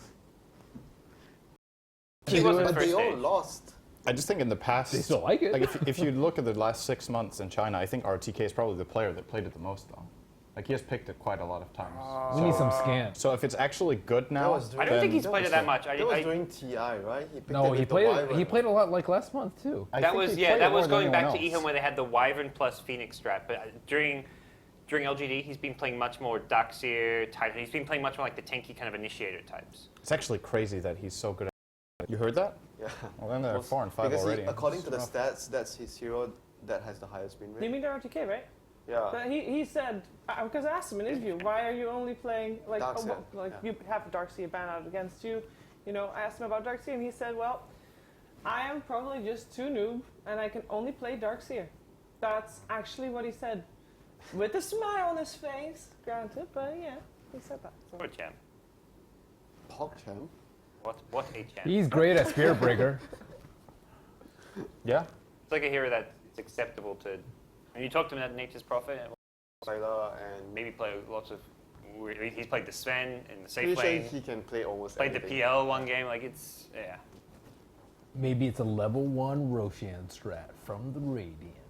That'd be way too bold. I want to see one. Wait, guys. So the one game where we had the Radiant level 1. But this is that when you have Chen, you like 5-manning towers, or at least putting that pressure early. And Tidehunter is one of the good defensive heroes against it, and they're picking it into Witch Doctor. So they're kind of willingly, they believe so much in it that they pick it against 2 heroes that are on paper pretty They're good. sticking to the plan, but you say Tidehunter is good, what you say, but if it comes, you are not able to actually defend the early towers, the first few towers. Like maybe a Razor, like all those matchups. Ursa. Ursa. Yeah. OD. Ours is good. Yeah, OD too. Like OD is those good. lanes are gonna. New people push play the OD type too. back. How's like we talked about how versatile like someone like maybe can be. How I think is kind of similar. He'll play OD. He'll play a lifesteal. He'll play all kinds of different heroes. Did we earlier today decide that both of these teams are not that great in the laning stage, or at least not? Unlike maybe LGD or eHomes, I think is another team who was quite weak in the laning stage. They're not strong enough in the laning stage to beat LGD in the late game, because if you know that your strength is in the laning stage and enemy strength is late game for LGD, you're going to go all in. Yeah, but right now I can see like the clash in styles. I think Newbee are planning for very heavy push because they're Beastmaster and Chen, and LGD could be just gearing for team fight. They have Tide and Witch Doctor. Usually, the way you teams a lot of momentum. But it's like, I don't even mind if they draft just to defend their base almost. As long as they don't like lose all 6 towers and put greedy 0 pressure. with good high ground defense. Yeah. It almost goes without saying they're going to pick some, like probably 2 carries here for maybe, as well as Silo in their last 2 picks, like a Morphling, Terrorblade type hero for the safe lane, and then like a mid carry. Do you guys like the? But Anchor Smash can be on the front lines, but against like a push, he's putting himself in harm's way then. If they want to hold high ground, they could pick Zeus as well. Yeah, Zeus is actually Pretty good against Chen. And when you have a bounty hunter helping you in mid, you can actually win lane as Zeus, which Yeah, is that's very not their- rare. That's not their plan, but they don't need to hold high ground. If they have Bounty Hunter and Witch Doctor, they can play aggressively very early on. And that's not necessarily how they needed to play against Newbee to beat them earlier. So right now Newbee has a setup stun for Beastmaster. They have the Chen to push. It's his Morphling pick, but Do you feel like it's also maybe a bit of a... I said that before when we were on the panel with Andy. It's possible, but I think if they didn't want, they more than anything they want the pick because they could just band it out. They're not gonna their third pick's never gonna be like a full-on block pick. You know, like Morphling is good with push lineups because of the replicate. Because sometimes you see the pushing lineups of tempo, like you leave a replicate behind, Chen sends you back, replicate despite back being in. a hero that's much slow paced, like if you were expecting like something more fast paced in a push draft, right? And Chen Morphling's really good late game. You can have the like send back and then blow someone out with EB and then get out. It's the fish again. Yeah, so they pick a carry that can match up pretty well against really good versus Morphling, really good versus a Raw. and they just got owned by it. Well, That's the downside of very flexible. I guess. Well, even with a gyro, I would say nowadays it's not. It's just better to pick it fourth if you can get away with it. Like imagine Newbee pick a gyro now and then they ban the. Hey, maybe the they're gonna counter do of choice. offlane Morphling. That's what happened last time. They picked Morphling, That's they actually picked PL, true. and they're like, offlane Morphling, let's go. Beastmaster, dude. Yeah, Beastmaster mid, no problem. Yeah, then I don't think they will, but they I'm just, don't have damage. yeah, Yeah, I'm just theoretically, like Newbee showed, like, oh, they're willing to mix it up. 2 super long duration stuns against Slark. Yeah, what could go wrong? And then where's the damage when he does get stunned? I think still good against Morphling. You want to be able to, you want burst damage here. So Lina has burst damage. Zeus is good too. Zeus is still good. I agree. Stabilize in the lane, but I think that with Lina you can actually win the lane harder. So I prefer that a little bit more. They And banned Viper. What do you think that says about what they might want? maybe Zeus, I don't know. Because Zeus sucks versus Viper. I think if. But it could also be because they're banning a hero that would synergize very well with the Chen. Any chance they go for TA? Quad. OD, man. You mean for LGD? Yeah, still possible. I OD is don't- still really good. If LGD They don't have any wave, like I feel like they do lack wave clear a lot still. Late game as well. that would be a pretty good pick. There's also Puck. Oh, Lone Druid. Whoa. The Wow. great, so it's Lone Druid mid. So this is like, we've seen LG done this like a few times already today. They have been always like the 4th and 5th pick. They have been going like super greedy cores. They have 2 cores that are essentially position 1 heroes, and they're just like forcing the enemy to punish you. Like they go so greedy that You can siphon the bear, so the lane, it's very difficult for Bounty Hunter to just shut down the DP. Alternatively, you get someone with some mobility that doesn't get too phased by it, and you just accept that you get harassed a little bit. And they can punish the greed with it very easily. Take down Yeah. all the towers. Yeah. Oh, the push is real. All in push. The Well, push kind is of all real. in. They still have the more thing, but Yeah, but they want to be able to get all the towers, and then once they have all the out there. So Merlini, I'm Sind, not surprised. why is your team going to win? Why is Newbee going to win? You Because can't. they all in. Because they pick Pugna. Pugna is ownage. Yeah, I think they all That's in. a terrible reason. I feel like we're going to use that reason as to why LGD is That going to means you win. could just say Lone Druid's own age. Yeah, but it's not cool. I say they fully committed to force the fight under the war. 1 LGD versus Newbee with Odie Pixel and Draskell.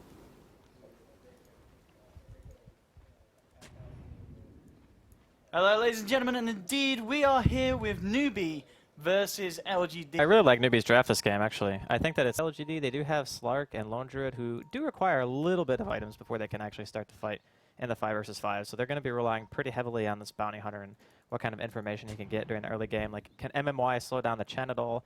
I think that's going to be kind of hit the nail on the head. Just have Sylar mid on the Lone Druid and then maybe safe lane. Slark is not really that strong of a laner, so you don't want to put him in a position where he's going to be up against any kind of ranged hero or even potentially like Chen roams. Even if it doesn't kill him, it's still going to completely stop his farm. The battle begins. We're going to see the bottom. Newbee will be able to secure themselves the bounty here for How and the Morphling and top. But Sylar will get it for the... Well, could.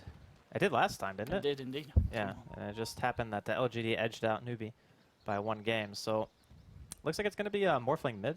Pull ahead, at least in the later couple of levels, especially once you start to get the information, harass him, make sure he can't get any creeps. And that's kind of what's happened so far.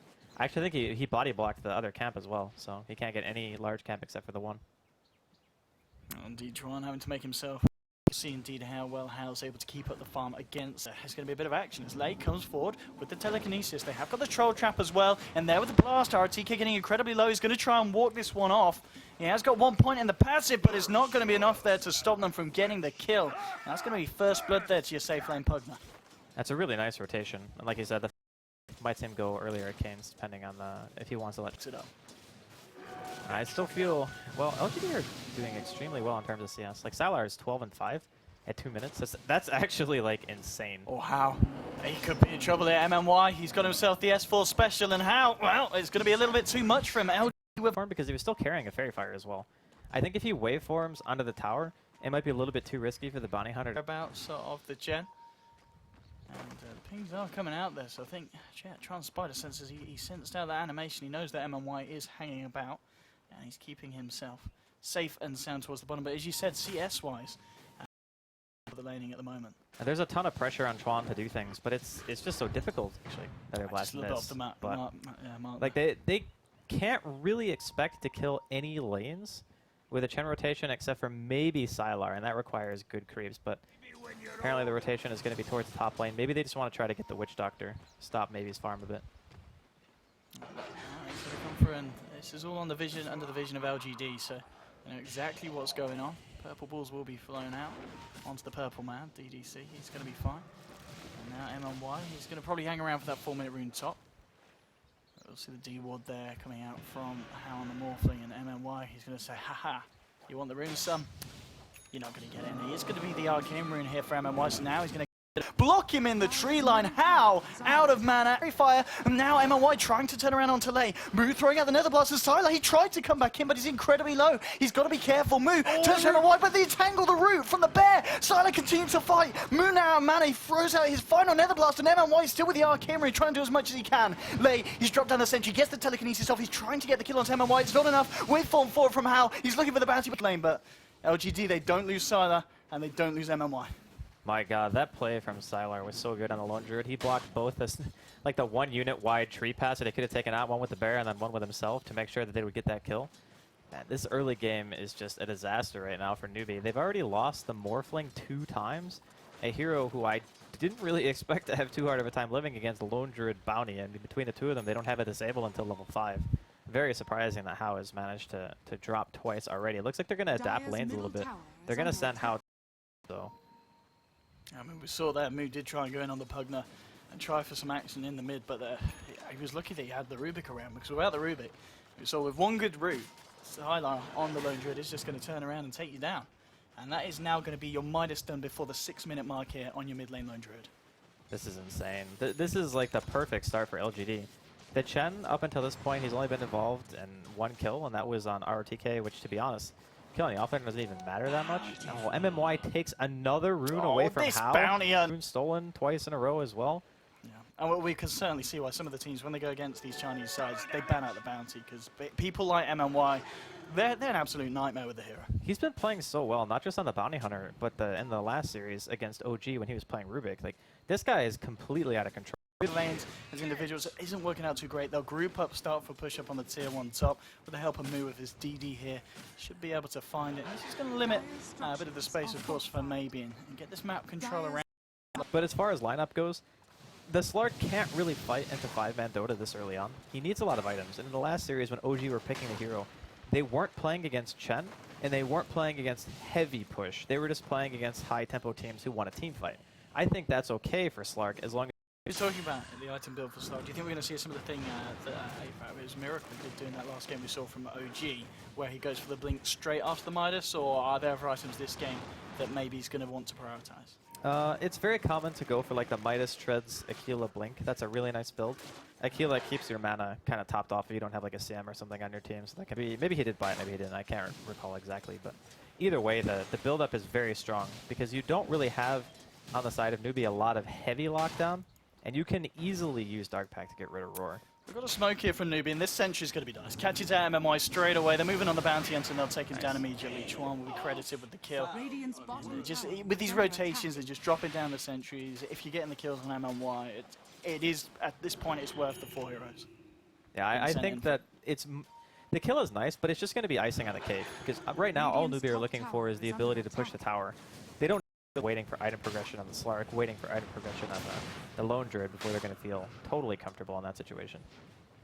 You can see here LGD are eyeing up Newbee, looking for an opening, and they'll get the gush on something. MMY and RTK moving forward. He tried to get off the Ravage, but the telekinesis is holding him back. Can't quite get it off. Now it comes through. Being a 3-man and potentially 2, maybe even 3 heroes would have died down the side of Newbee. Yeah, it definitely could have been a lot worse. Maybe he's just going to Midas the Ursa. Just add a little bit of insult to injury there on the side of Newbee. And I think he's going to chuck out the Shuriken and BAP! With the Chen down. MMY continues to be a nuisance here to the side of Newbee. Mid lane, the push coming through from the rest of the team. LGD, can they stop this one? Looks like they'll have to let the tower go. He's getting a bit more gold into the bank, so the push, as you said, is working out for Newbee, but they are losing heroes across the map. And they need to keep on the team where you really want to push towers, but Morphling is not an amazing... With Dark Pact and Shadow Dance, it is way too hard for Newbee to catch him out. They kind of need either a Blink Initiation or like a Roar out of a smoke. Those are the 2 ways you can catch him. The other problem is Slark has very good night vision. So sometimes when you're playing like Beastmaster and you smoke at night, you can potentially get a Roar off. So many things about Slark that are really good against Newbee's lineup this game. And then White is just on the edge of this sentry. And looks like Newbee, if it's not happened already, he is getting out of control. And they're going to need to do something to this man before he gets his relic. I already think that Newbee are in a really awkward position. The Bounty Hunter just did way too much during the early game. How can you allow him to kill your mid player 2 times? Like, obviously one was a haste rune, so sometimes you just get a little bit unlucky. And speaking of, DDC might be a bit unlucky here. Let's see if they can go on maybe. That's it. With the Dark Pact now used, they'll follow it through with the Roar. Perfect chaining there of skills to take down the Slark before he can get the Shadow Dance off. And yes, Slark just... Well, I mean, that rune kind of helped out. You know, just having the instant disable. That's one good panel said, that Roar is not really that good against Slark because you can see it coming and you can time your Dark Pact accordingly. Just pop Shadow Dance afterwards and you're fine. He doesn't have that range where he can kind of counter-initiate just yet. He's more waiting for Newbee to come to them. Let's see if Newbee can get away with this one. We've seen so far that they've got the strong player keeping keeping track of the enemy behind the tier 2s. Tier 2's not going to be there much longer. Newbee will find the push, and we're talking about the fact that Newbee need to continue to find this momentum, and you can't argue with it at the moment. They certainly are, and it is a ticking time bomb though, because Sylar continuing to have all this space on the top lane. You know, like a lot of heroes want to sit there and auto attack the tower. All Pugna has to do is what Moo's doing right now. You walk up, you throw out a blast, you walk back. And because of the fact that, again, the LGD don't really have initiation just yet, as no Blink Dagger is available on RTK, they're basically just putting themselves in a position where they can joust in and out of the tower. And there's really no opportunity for LGD to just walk into them in team fight, as they're going to just go ahead and back off after getting that chip damage in the tier 3. So I expect them to just go ahead and clean up the mid tier 2 and the top tier 2. I don't think that LGD want to try to contest. The highest chance that Radiance is going to be done. And also now that track is available, it's the best opportunity for them to win a team fight. And I don't imagine that either team will go for Roshan unless they're able to find a pick. Oh, MMY back in the Radiant jungle. Following around Chuan. He's going to hit in the track. And he is going to be okay. It's going to be interesting to see. I mean, what does the bounty build this game on top of the Arcanes? Obviously, you've got the mech on the Tidehunter. Does he just go for the medallion, the Solar Crest? I think Solar Crest is really nice, actually. Because you can put it on a bear, and if you want, you want to try to go for towers yourself. And only one tower has been taken in favor of LGD. They've only gotten the offlane tier 1 because Newbee just group up right away, and they're just abusing the Pugna lineup as much as they can, just trying to get all the map control in the world, because they know the second they lose it against a Slark and Lone Druid Bounty, they can't ever really split up. Makes it very hard to farm efficiently. And right now, they're even getting ratted a little bit. Salar deciding if he wants to go bottom or not. Looks like there will be a little bit of a reaction here from Newbee. Out, down here. Just trying to do what he can to hold on to this tower, but with the Ravage, they are going for this one, LGD. How, though, he's striking How, he'll stop it. ROTK has now got to walk this one off. How and Moo will continue to chase, and now here comes the rest of Newbee, and ROTK, off the back of a bit of an ambitious Ravage there onto the Morphling, pays with his life after what was a very ballsy TP attempt in front of the Morph. That might just be Roshan too. That was actually so awkward. You can't solo Ravage a Morphling, man. Like, that hero doesn't die. 4 or 5 seconds for a Slark and a Tidehunter to be able to kill without any other form of real burst damage. Because look at their lineup. LGD don't have burst. That's why Morphling is so difficult for them to take down. Over the course of a fight, sure, Morphling might eventually lose to a Slark, but in those types of engagements, like they wasted Ravage, now ROTK because of his death, it ends up being Roshan. Obviously the pushes we're seeing from Newbee. As long as LGD can stop them from breaking the high ground, the fact that they're running this double Midas, they've got the Radiance now done on its way to the Lone Druid. It's really hard to stop, though. Again, it's about the fact that Newbee don't need to walk 5 heroes up to the high ground and hit the barracks. All they need is for Moo to walk forward and just keep throwing out Nether Blast. Now, granted, they do have Radiance, and they have the Blink available on the Slark, so if they want to try to take a fight on their own terms, like, heck, as soon as Ravage is back up, they could maybe even go for a smoke themselves. And I think ROTK is also closing in on his own Blink Dagger, which will not claw their way back in, but maintain control of the game after killing that Roshan. That Lincoln Sphere, so the Morphling's going to get even harder for the side of LGD to catch out. You see MMY coming over into the lane. Not too much you can do here. But they popped the Aegis relatively easy there, Jaskal. I think he was almost full agility when they jumped him. The amount of burst damage that Pounce Dark Pact and a Shuriken Toss does is pretty insane. And here comes the siege. Right, getting rooted immediately here by Sylar's Lone Druid. He'll be decrepit and we'll walk this off. Guardian Greaves now popped by Moo.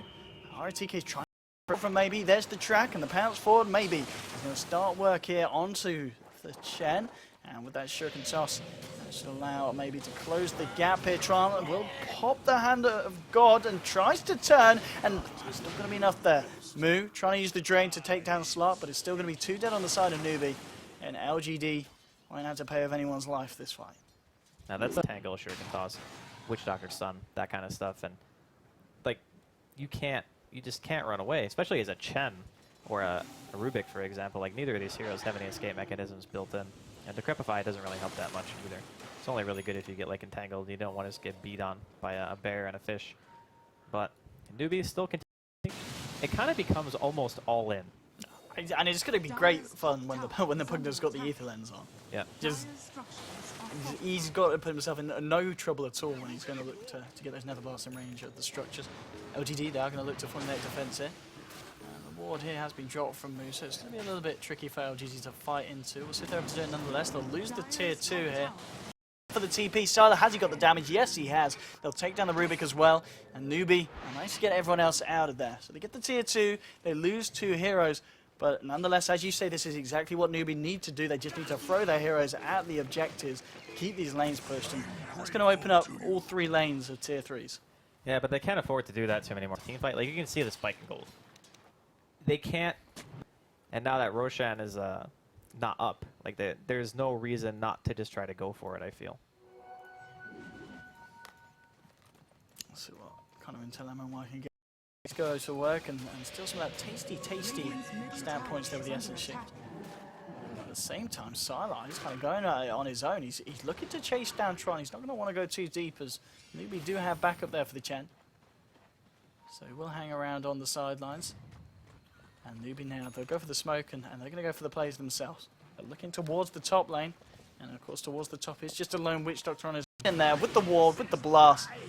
Lone Druid, those are 2 really high priority picks. I don't know if they could even kill the Slark at this point if he has his ultimate off cooldown, because he can just pop it, and they have a couple of things, I guess, that can cancel Blink through Shadow Dance, but still very hard to hold them down if you don't have all your disables Radiant's up bottom tower is simultaneously. under attack.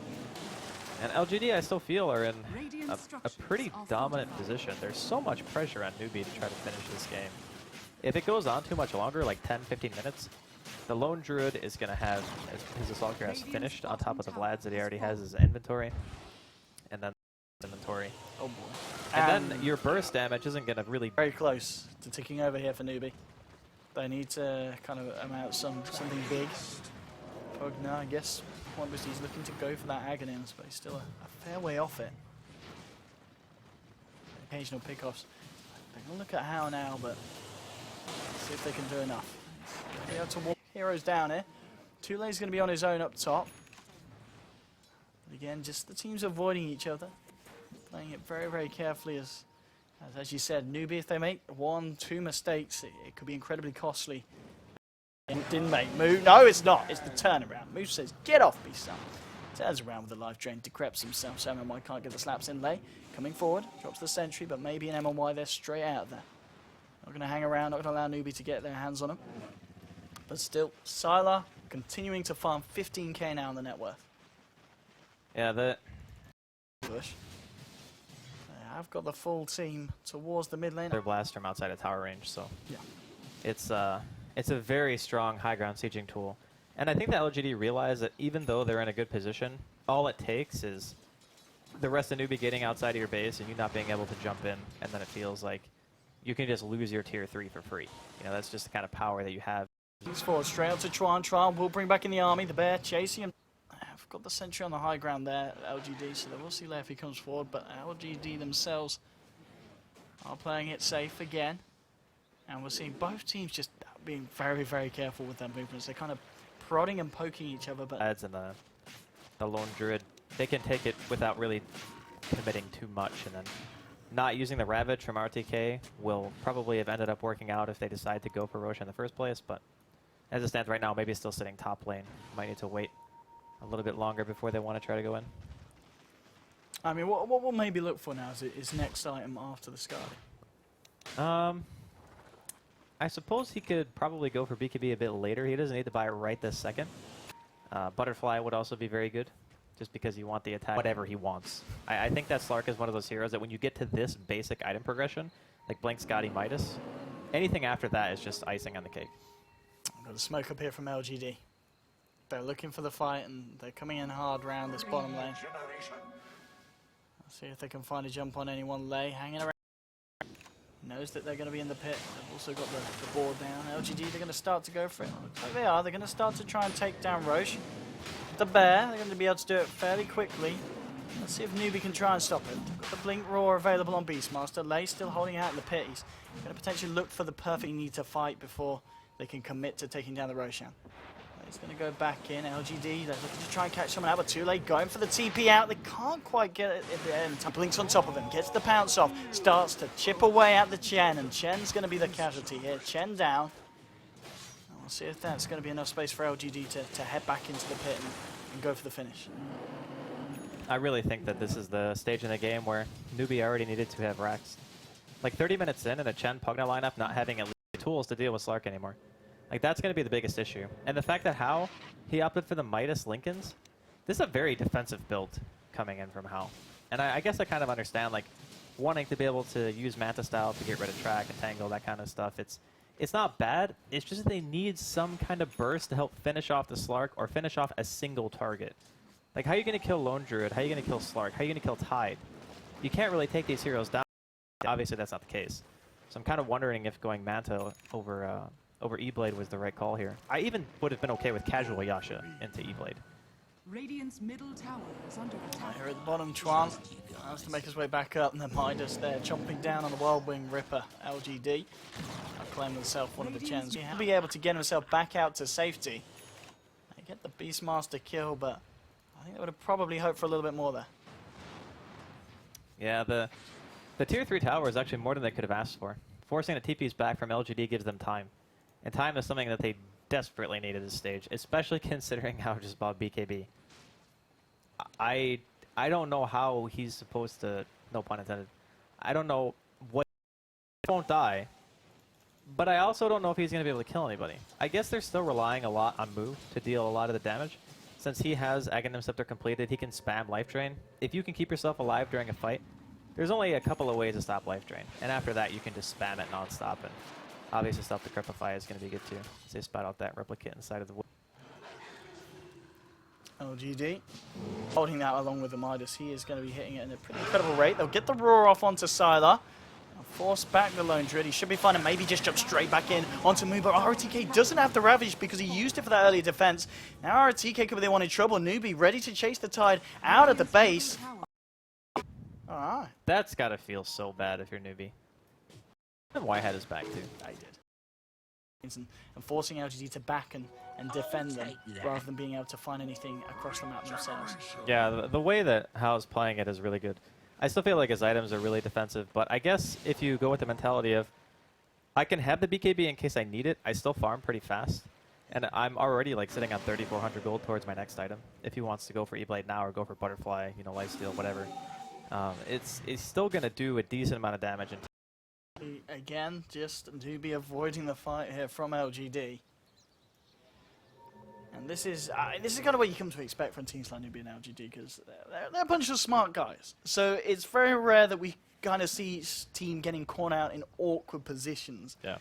It's normally when it's kind of just a clash of ideas and a clash of heads where they say, we're going to fight, and the other team's like, well, we're ready to fight as well. And then, you know, one of them comes out a little bit less worse. It's one of those situations, though, where both teams have a hero who gives vision. So Bounty Hunter for LGD, obviously you can throw out tracks, you can go around, scout things, and then Beastmaster from Newbee. You have two heroes that also can deward. Beastmaster being the one from Newbee, he has the gem, and there's also a gem on it. It's going to be more of a warding expedition than anything else for the time being, because they pretty much smoke blind. And sometimes that's okay. Like when you know that you might not find a hero, but you also know that you have wards to place, it's one of the best ways to ward. Zhao Tulei is going to get himself the heck out of here. Not going to lose the gem. Control there, and in terms of the graph, actually, I think difference would say it is close in terms of the numbers. Yeah, the reason why, even though it's relatively close in terms of gold and experience, that it doesn't really matter because the heroes on the side doesn't even have a force. So in order for this guy to have impact, he's got to start getting some farm priority. But the issue is he doesn't have a map to work with.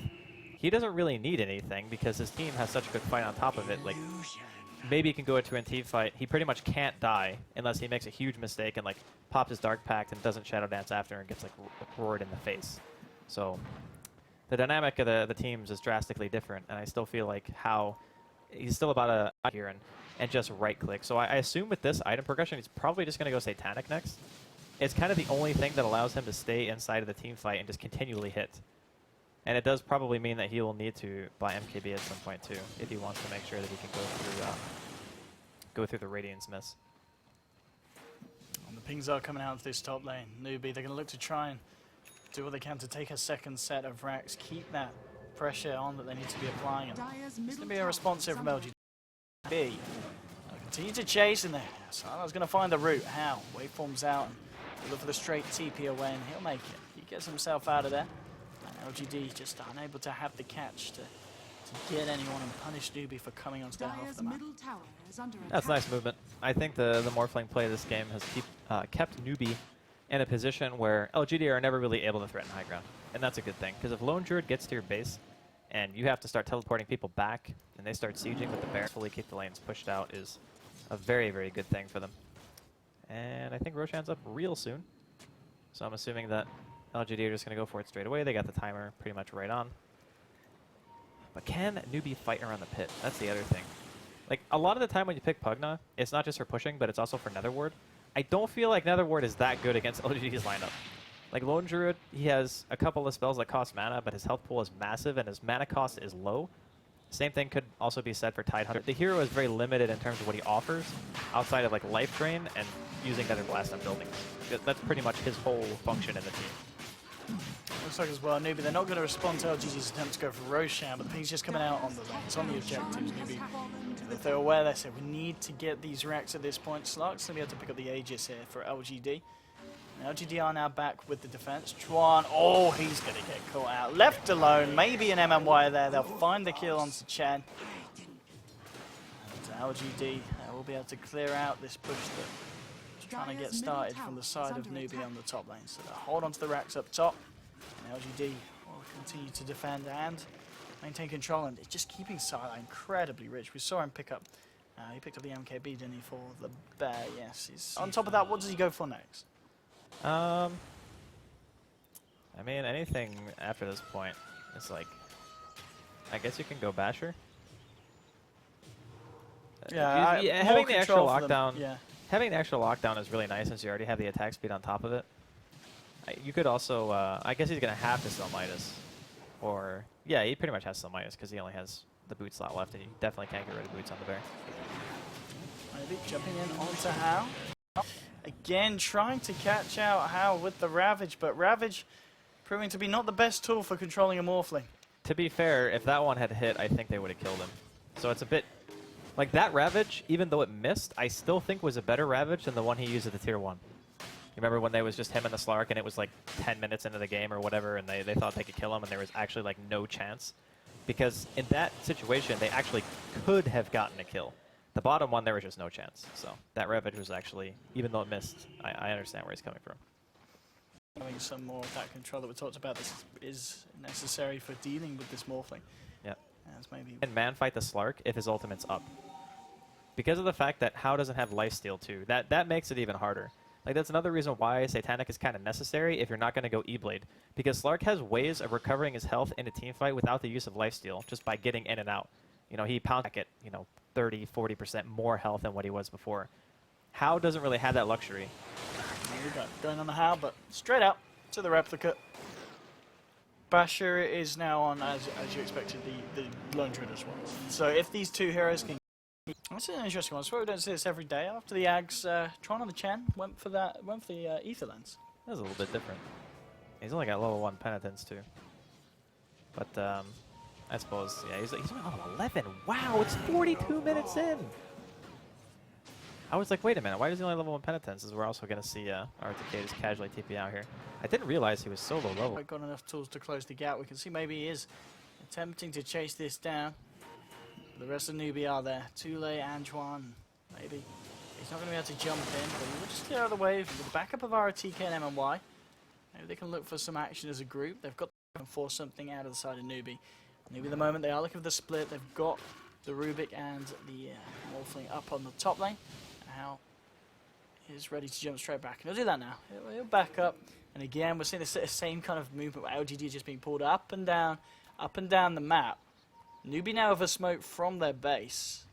We'll see if they're able to catch out anyone on the side of LGD, but LGD themselves very much grouped up. They're all around their own dire jungle. So it's just going to make sure that it doesn't get caught out. Fortunately, LGD don't have amazing pick potential. Their best form of initiation is RTK, blinking in, and ravaging, which if you have a replicate out, you can dodge it as long as you're not standing like point blank. It's still difficult, but it definitely can be done. And I think Newbee has kind of reached a state where even though Newbee maintain a lead in terms of racks, they have shown just by the way they're positioning and moving around the map that they don't want to fight. Like, they just can't. RTK is going to have Refresher on Tide with Greaves and the Force Staff on top of that. And maybe he's making his way towards his next item too. Walk out with himself away with the waveform. He's going to run maybe with the Shadow Dance, closing the gap. Won't look to go any further in. And again, just both teams chipping at each other, but no one actually able to bring home the bait. It's understandable that both teams are pretty passive. LGD are giving a lot of respect to the fact there with the dude, it's nuts.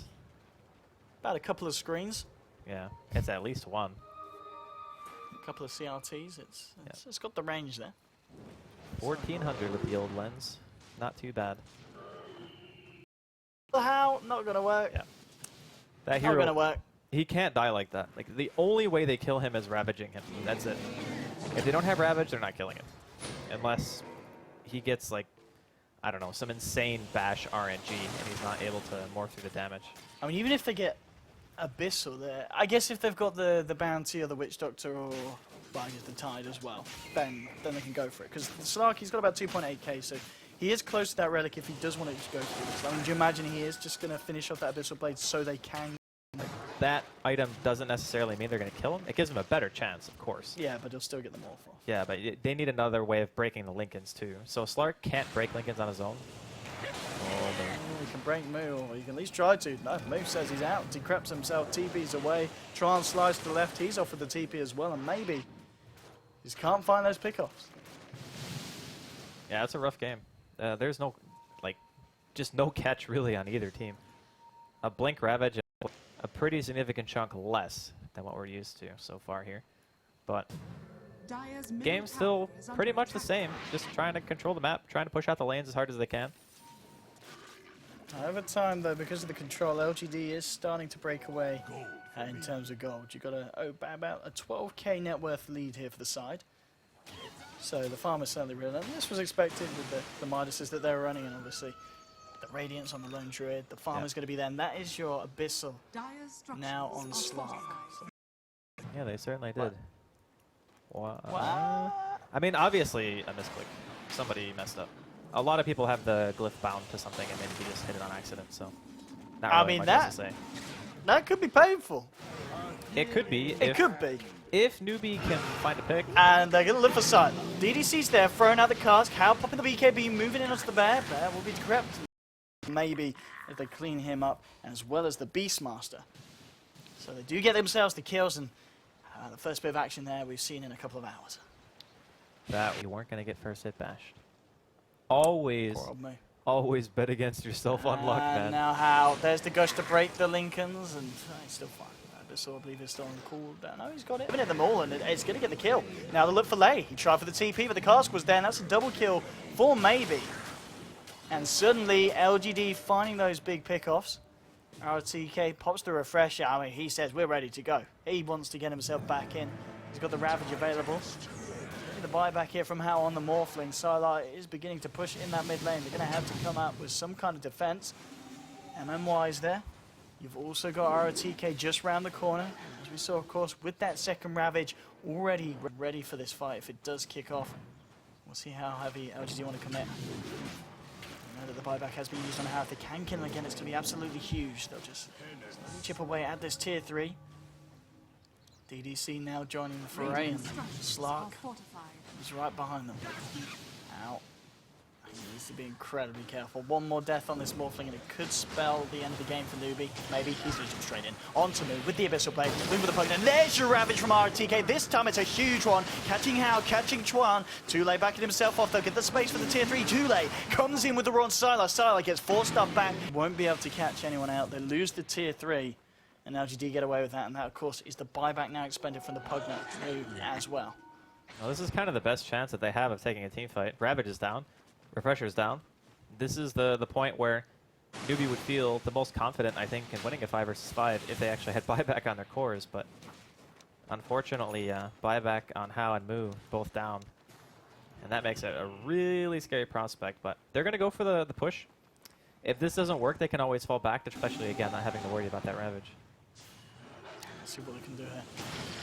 This is Mate jumping in onto Moo. Abyssal as well. Moo. This is going to be a dieback if he falls, and he will. That's going to be a Pugnet down for 100 seconds. The cast bounces between Tule, between Lei, the triple Lei. That's going to be 2 down, and now Rubik, the one being chased away by the bear, but it's in fact the base that they've got their eyes on, because How? He's going for the objectives. He's cleared out the racks on the top, and now he's looking for mid. He says he doesn't need a team to get the objectives, and he's doing it. How? He is keeping. I thought at first his item choice was a little bit weird because he was building like BKB, Lincolns, and Manta together. Like, that is the most offensive build you can ever do in this situation. Defensive.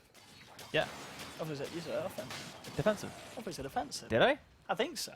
Well, if I said offensive, I meant defensive. But I thought maybe I didn't. Who knows? Maybe you did. But either way, Satanic Fin. A bit of a miracle maker so far. He's going to need a few. Beastmaster's back in it, and he does have that run. They're going to smoke. They're going to look for some kind of opening to jump in onto LGD with How he's continuing to push up that top lane.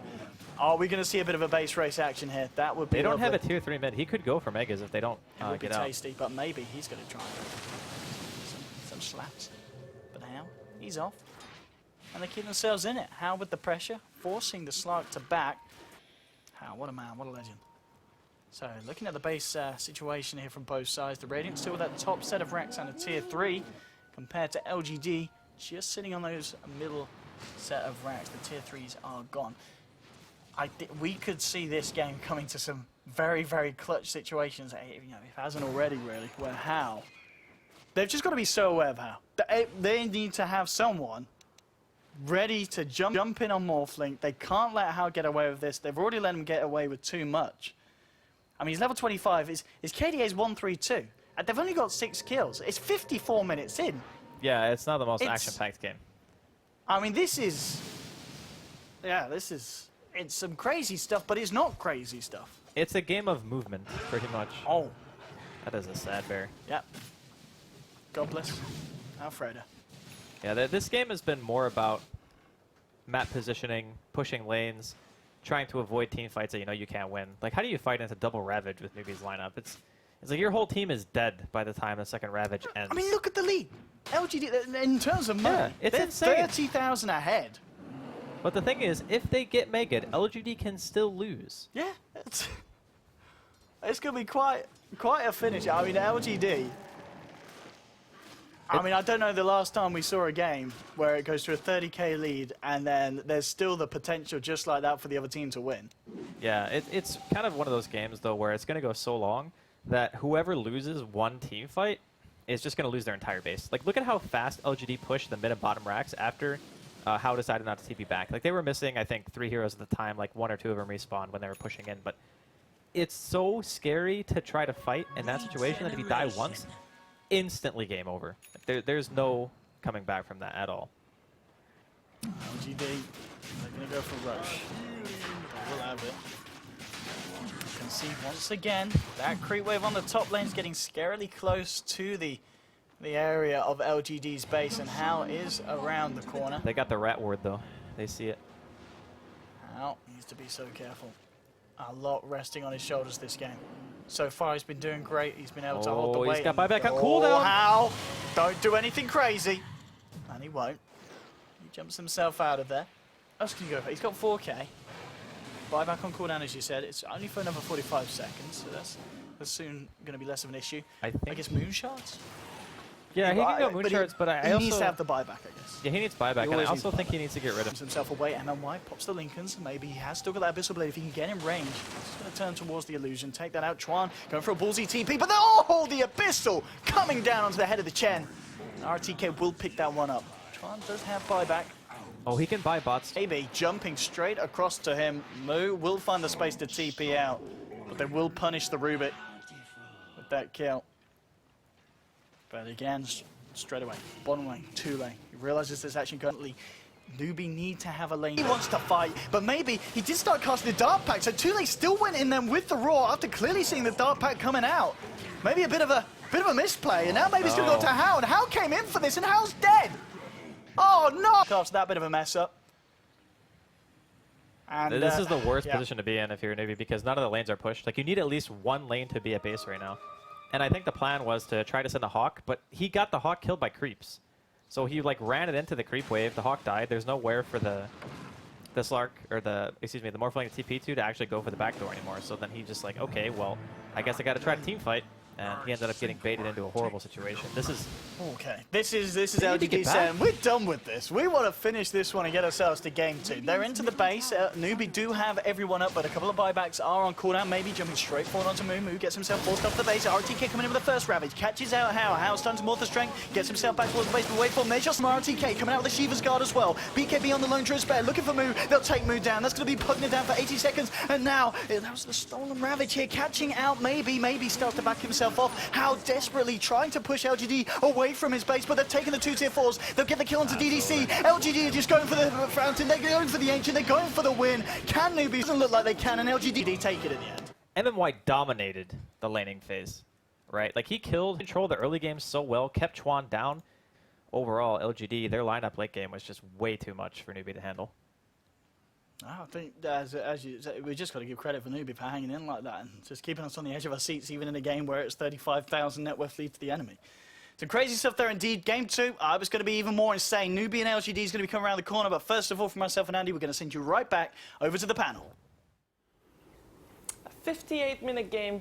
Sylar didn't die. LGD, once again, late game masters, and Newbee not making it out of that first game alive. They dropped game 1 and now are with their backs against the wall because well, lower bracket is the result if you lose this series. But Team Newbee, what do you got to say for yourselves?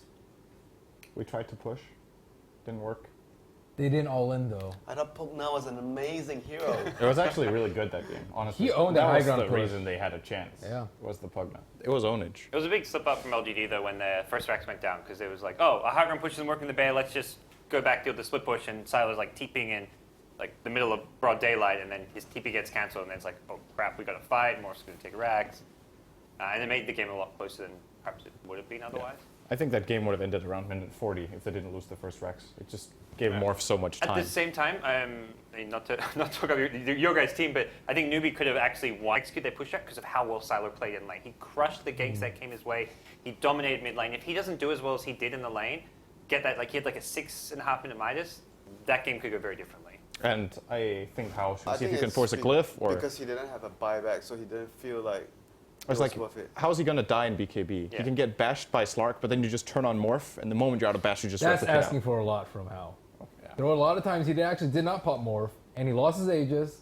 He died early that one time, close to Secret Shot. Like, it wasn't. He was good at split pushing, not good at surviving. The other thing with Howe is he's also probably got his team like kind of on his back because he has played two not die, like, oh, we're going to lose because he had no buyback. So he probably just felt to win the game now, but they're also playing safe. They didn't go for the trophy. The throne. They have double Ravage. There's no buyback on Pugna. I don't think there was a buyback on Morphling either. I think it's one of those games you learn the replay at that moment and you put those two teams in the spot and say, LG, let's do. They ended 5 minutes later. I think. It's LGD safety first. Do better, even for LGD because he actually didn't play well on the morphing. I think how he died one time in the lane. He didn't pop his morph, like it was really early.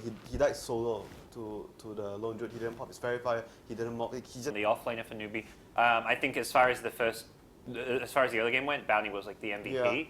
And then I mean Silo played phenomenally as well, but he was allowed to win the mid lane because of the Bounty Hunter. So in some way I want to give like a lot of credit there to MMY and Bounty Hunter just because of what he got done. Even though in the mid to late game he didn't really he never even got much farm just by having track. But his job was done at that point. Yeah, he technically slowed down the push, and there was one instance where he forced the Pugna, which was played by Mu, to TP mid to help the morphing. Yeah. And Tai was like, oh great, I have a free lane now, I'm gonna farm. So that's how our TK became so rich that game on the offlane. Speaking of heroes becoming rich, I think on the contrary, Chen was really poor that game, and I feel like every game he buys all of the wards. It seemed at least a lot in that game, and I think you look at their game plan and what they want to do. It's fine you go for a gank or two, but Chen in that game needs farm. To look for, I guess in this game they get the Greaves on the Pugna, then you look for a fast Ags or a Vlad's, and you just play to your strengths. Because playing Chen as an early game ganker that they just ran out of steam, I feel like Chen was almost a non-factor after minute 15. You don't want to have that in a push strat. You want to have him peak when you're looking to end the game.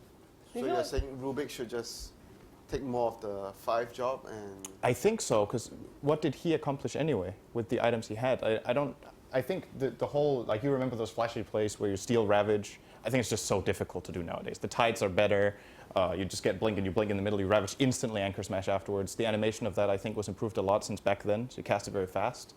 So Rubik just doesn't have many opportunities to steal it. Slark, talking about being rich, he was very rich as well, earned real money with the Hand of Midas very early on. Real money? Yes. But is reliable there a money. way... Reliable. Is there a way that... Is that what we're going to start calling reliable gold? Is real money? Is there a way that he Real could have money. been slowed down Not fake money. by Newbee? Because he was basically left alone for a very long time, or rather not pressured. A lot of it had to do with Siler. They wanted to end it, like at least get a T3 or a Rags before Siler got his Radiance. And 16 minutes, 17 minutes, he got it. Like, it was like way faster than average time because They were trying to threaten high ground before he had it. He had like had the relic. He was kind of counter pushing. But And because of that, they couldn't pressure the Slark, because that's your main concern. If Slark gets like, you know, Midas Blink or Midas Shadow Blade, it's not that big a deal, but once he gets his Radiance, their push becomes a lot harder. So they focus their efforts, I think, on the... Actually, so I know I just talked about Chen, but I just want to hear you guys' opinion. What if let's say they farm the Chen more, and he goes the mech, Pugna can get the Aether Lens really early, and he can get another item that will allow them I to feel like retire. it's still like they had to deal with a Ravage, and Rubik actually just didn't really synergize with the strategy that well. No. So I think if they had one with better sustain, like maybe like OD core with a dazzle for like infinite heal or something like that, or like Necrolite, something that would just give them that little extra oomph so they can just actually tank the Ravage and then end the game, even perhaps with a Radiance, because that's kind of what they were aiming for. You saw them lose the lanes, they took in all the towers of Pugna, and then it's like, okay, we failed because we didn't commit enough to it, and then now we had to rely on the Morphling, which they did almost win, but they also could have gone a little bit harder with the Pugna early. I feel like we keep seeing Rubik. Do you guys feel like this is, like, even in the first big states today, especially by some of the Chinese teams, I'm just not convinced that this is a first two-pick hero for what it brings to the table as support. I definitely think they overvalue it. In the game against OG that LGD won, I guess mainly because of the Rubik getting incredible Doom steals. They picked it before Doom, so you couldn't even argue that it was a counter pick in that game. And it shouldn't have got all. It shouldn't have got all those Dooms either. But basically, if you are talking about the reasoning why they picked the Rubik, I feel like in those games we saw the Rubik pick because they were pairing it with Ench or Chen. And if you're pairing it with Ench or Chen, it's like, what are your options? Venge, Rubik? Witch Doctor? Like Witch Doctor is not this game that Disruptor. I mean, it's not that great if you want to play aggressive because Rubik has like the longest range. It's good if you play aggressively and want to push, I would say. I think Disruptor or Witch Doctor is fine. Like, even if you looked at the Starlighter games, where Alliance they picked their Chen, and we would always talk during the panel. We would always talk about how they prefer to go for the Rubik, even though there's Venge. There was one game they went for Venge, but because the enemy had the Bat Rider, so they would always prioritize going for the Rubik because the lift is easier to gank early compared to the Venge. You have further range, and Nowfield in some games could be really useful. In the games we've seen so far between Newbee and LGD, and I also mean the ones that we saw earlier this morning, LGD had a bit more emphasis on teamfight compared to Newbee. Not that much, but still a little bit more heroes. We saw Phoenix offlane, we saw Earthshaker, Tidehunter of course as well. Is there, for Newbee, Couch Newbee, a chance for Newbee to teamfight? Because I feel like that might be making a big difference in their games. To allow them to fight more later on. That's not really their strength though. No, but they tried their strength multiple times against LGD. It's not working out. I just think they needed to execute. So I actually thought they had all four of us were like, we like Newbee's draft, Yeah, to be honest. Everyone actually liked Newbee's draft, so I think it did come down to execution. We knew that they had their chances to win the game. It was just that they didn't play so well. They made so many mistakes in the early game. And MMY did way more than I thought he would do in Bounty Hunter. Like that as well. Like I think if you play that game like let's say 3 times the same draft, not every time is MMY going to do as much as he did. That's one of the. It was just like everything. All the movements were just perfect on time. It was where you need to be. Force the Pugna mid. That's not going to happen every single game as Bounty Hunter. And if it doesn't, I think Newbee actually win the game with the better. Yeah, because if you talk about the game, like what if the push actually came 2 minutes faster? Would it have actually resulted in more damage in the tier 3? Would have them been able to take the Rex? Like, Yeah, because I felt like it was super greedy that they went for They minus were on already Slark early. and on Lone Druid. Yeah, like they despite- gave themselves against despite early their push and poor they got early away game, with it. It was still really early when they actually sieged the high ground. I was even surprised by the Lone Druid last pick because it felt like they needed. We were talking about lean in heroes that had some deep push that could actually provide burst damage, wave clear, and they go for a Lone Druid, and I'm just like, oh, they're just likely going to lose this game in 20 minutes. But. Yeah. And it was close to that because it was right before he got the Radiance. We're looking 60 minutes in, they were chipping away at the tier 3 bottom tower. So that game, like, it goes 55 minutes, and it looks like LGD, for the most part, like, it kind of appears like LG had the stronger draft because of how the game progressed. But I think realistically, Newbee's was probably the better draft of the two. And there was actually a good moment that we all talked about in regards to the push bottom where they got delayed because Morphling wasn't there, if you remember that moment. They 4-man pushed bottom after Morphling had replicated to base, and LGD immediately identified it because they forced out that replicate, I think, in the mid lane. They're just like, oh, you guys are pushing bottom, 5-on-4, good luck. We're just going to run into you. They get a kill. Every time that happens and you're running a push strat, you lose 2 minutes because you need to regroup, you need your hero to respawn, get back in position. It's all of those plays that just add up very, very quickly. And you Could Newbee have split push more? I mean, they did at some point take bottom Rex, of course, and chipped away top That Rex was as like well. That was plan Plan B, B, yeah. that was And plan they split pushed as much as, I mean, we talked a bit about how Hao didn't, like, maybe push his hero to the limit sometimes, where he could have gone for BKB and just tried to get the racks and then replicate out with the range racks at least. But once they got to the split push stage of the game, that's all they did. That's all they could do that game, was split push with Morph. Or something. I think they had 6 kills, and they had 6 kills for about, from the 15-20 minute mark until the end of the game. 6 kills like from the laning phase, like when they Yeah. were pushing. Yeah. I think when they were pushing high ground at 15 minutes, They had 6 kills. Yeah, they had 6 kills for the entire game, and they split pushed all they could. When you get 0 kills, more? it's clear the only way you win the game when you have 0 kills is if you're split pushing. But so. they couldn't have done it more. Apart from the BKB, perhaps. I mean, I'm There's like small We need things. more. Like I don't think he needed Yeah. Satanic. If we're going split push, you don't really need Satanic. okay. Right. So you're saying, all of you saying, LGD outplayed Team Newbie. Yes. Yeah. So how is Newbie gonna approach the next game if they know that they have the chance of getting outplayed? They could do. I think they could do the same draft. I think. I don't think they're gonna. I think they're just gonna be. Would actually be really helpful for them because I think that if they didn't really make that many mistakes and Hao was a bit more confident like from the early game, and he would probably had much more, confidence in pushing and ratting, and maybe he would have gotten more. So who knows, But LGD also knows that they outplayed their opponent, right? That the draft of But Newbie they was a themselves good strong didn't draft. play perfect. That is also another issue. It shouldn't have been that hard for them too. So what do they focus on next game?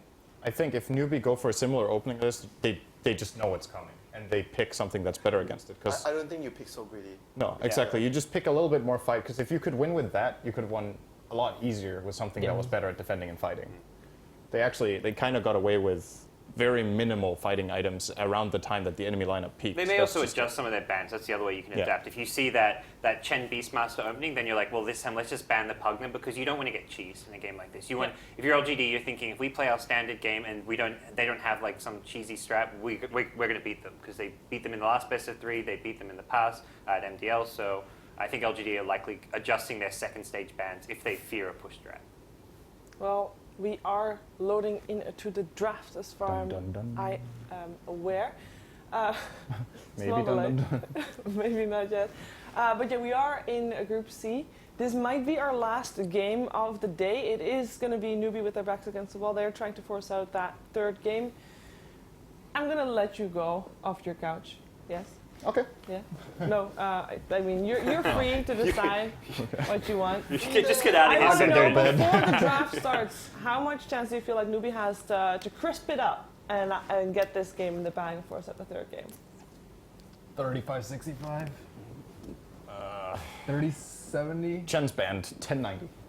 You're not allowed to look at the draft. Chen's not banned. I don't know. I think. I don't know. After they lost that last game and how close they felt like they got and how many mistakes they made, I don't know how confident they feel going into this game and if they're going to make the right adjustments. Because it's possible now that they try to overcompensate for the mistakes they made last game and just end up with a less good draft. LGD, on the other hand, like we talked about, just got away with ridiculous greed, so they probably feel like they have a lot of options as far as the draft goes. I don't know, 30-70 maybe. Why didn't they take Lone Druid for themselves? In Newbee? Yeah. What was the drafting order? It was a 5th pick Lone Druid. Yeah. What was the first phase? It was Beastmaster, Chen. They 3rd pick Morphling and then 4th pick was. So what did LGD first pick? Did they first pick Witch Doctor? Witch Doctor. They first picked Witch Doctor. Was Chen the overall first pick? No. Chen was Beastmaster. the second pick. Oh yeah, by Beast first. Newbie. Beast first. You're right. Yeah. I think they could Lone have. Druid's not like a popular pick for either of these teams. I think if they, I think they already planned on picking the Pugna last because it wasn't particularly good with any of those heroes. Their heroes, not heavy int. So I think they planned on pushing very early with the Chen and the Beastmaster. But the Morphling was okay. But I think with the Lone Druid, they could have just broken the high ground much earlier. Yeah, for sure. Guys, we have Enchantress. Wow. I was looking at that was like the obvious. There's no way. Newbie definitely knew coming into this if Enchantress left, it's going to get first pick. That's what both these teams to be doing in all their series, all their games today, and Newbie have a plan. I think Newbie actually have a pretty good shot here in game 2. I came in thinking this is a series that I'm confident, like I feel like should go 3 games. They're very evenly matched, and even though Newbie lost game 1, I still think there's at least a 40-45% chance of them here. Oh no, personally. they did this before.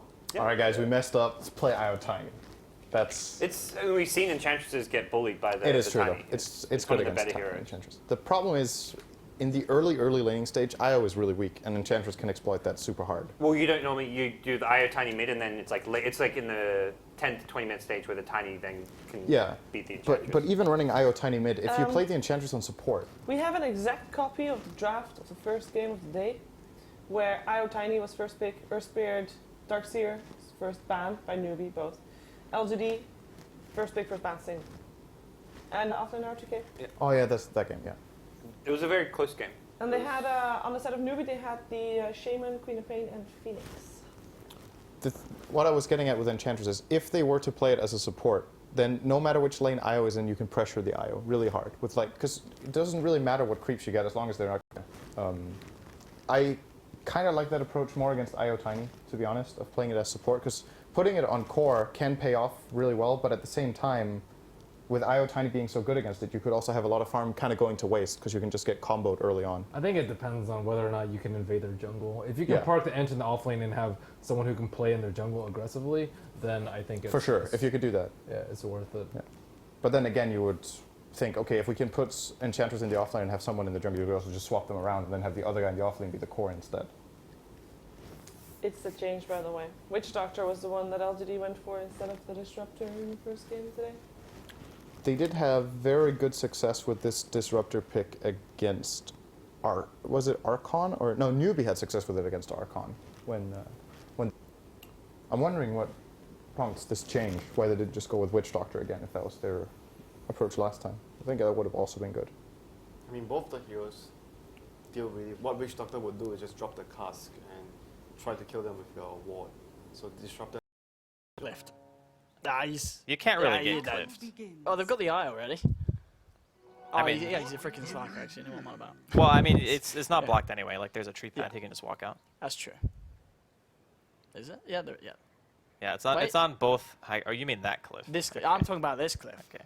What cliff are you? There was a tiny at the other cliff. There was a tiny in the middle of the river. Oh, you're talking about that cliff? No. Cliffs are everywhere. You're talking about that cliff. The right cliff. That cliff. But it wasn't the right cliff. Could have been It would have been the wrong cliff. It was definitely left. Wow. Yeah, game 2. Mid lane at the moment, so the matchup we've got Tiny against Sylar's Lone Druid. Of course, Sylar once again on the LD.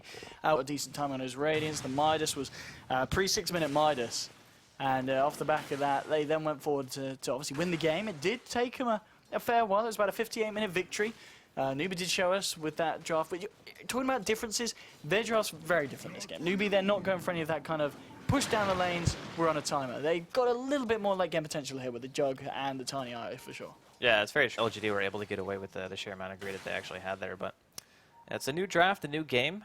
I think that Newbee and LGD's drafts are actually relatively close, in my opinion.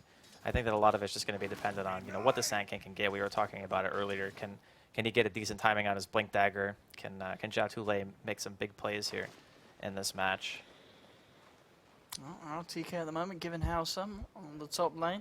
He's going to come prancing into the jungle. Lee is there on the Aya, and of course do have this tri-lane here. The question is it going to be enough to deal with the Enchantress, or do you see RTK getting away with quite a bit up here? It's a little bit tricky. I mean, these supports are a little bit reliant on being able to right-click to be able to deal damage in the early stage. That's just how it works.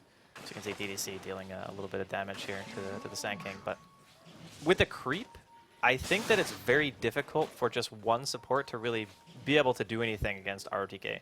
Like, I think Chuan and Lei have to pretty much be next to each other if they want to try to contest this. And looks like RTK doesn't really have any intention of laning per se, as he does trying to pressure the middle lane. Yeah, just really keeping him on his toes at the moment on this Tiny, trying to shut down what he can get. And we are starting to see Sylar breaking away 12 for 9 against the 6 for 2. I mean, Sylar, he's pretty much not missing a single creep regardless of the side it's on. This is a pretty perfect CS at the moment. Yeah, I think they're giving a lot more space to the Sand King than even trying to help out mid right now for Newbee, as they will rotate over the Wisp eventually. But I think for the laning phase, LGD are going to have a slight advantage just because Sand King is known as kind of a greedy pick, especially considering the fact that he needs a decent amount of farm and levels before you're really going to be able to do much of anything.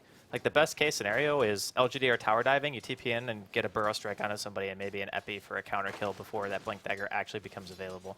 And who knows how long that's going to be. Like, how active are Newbee going to be about stacking the jungle and trying to give him an opportunity to get himself in the game through that avenue, especially with RTK walking around trying to take creeps for himself. So.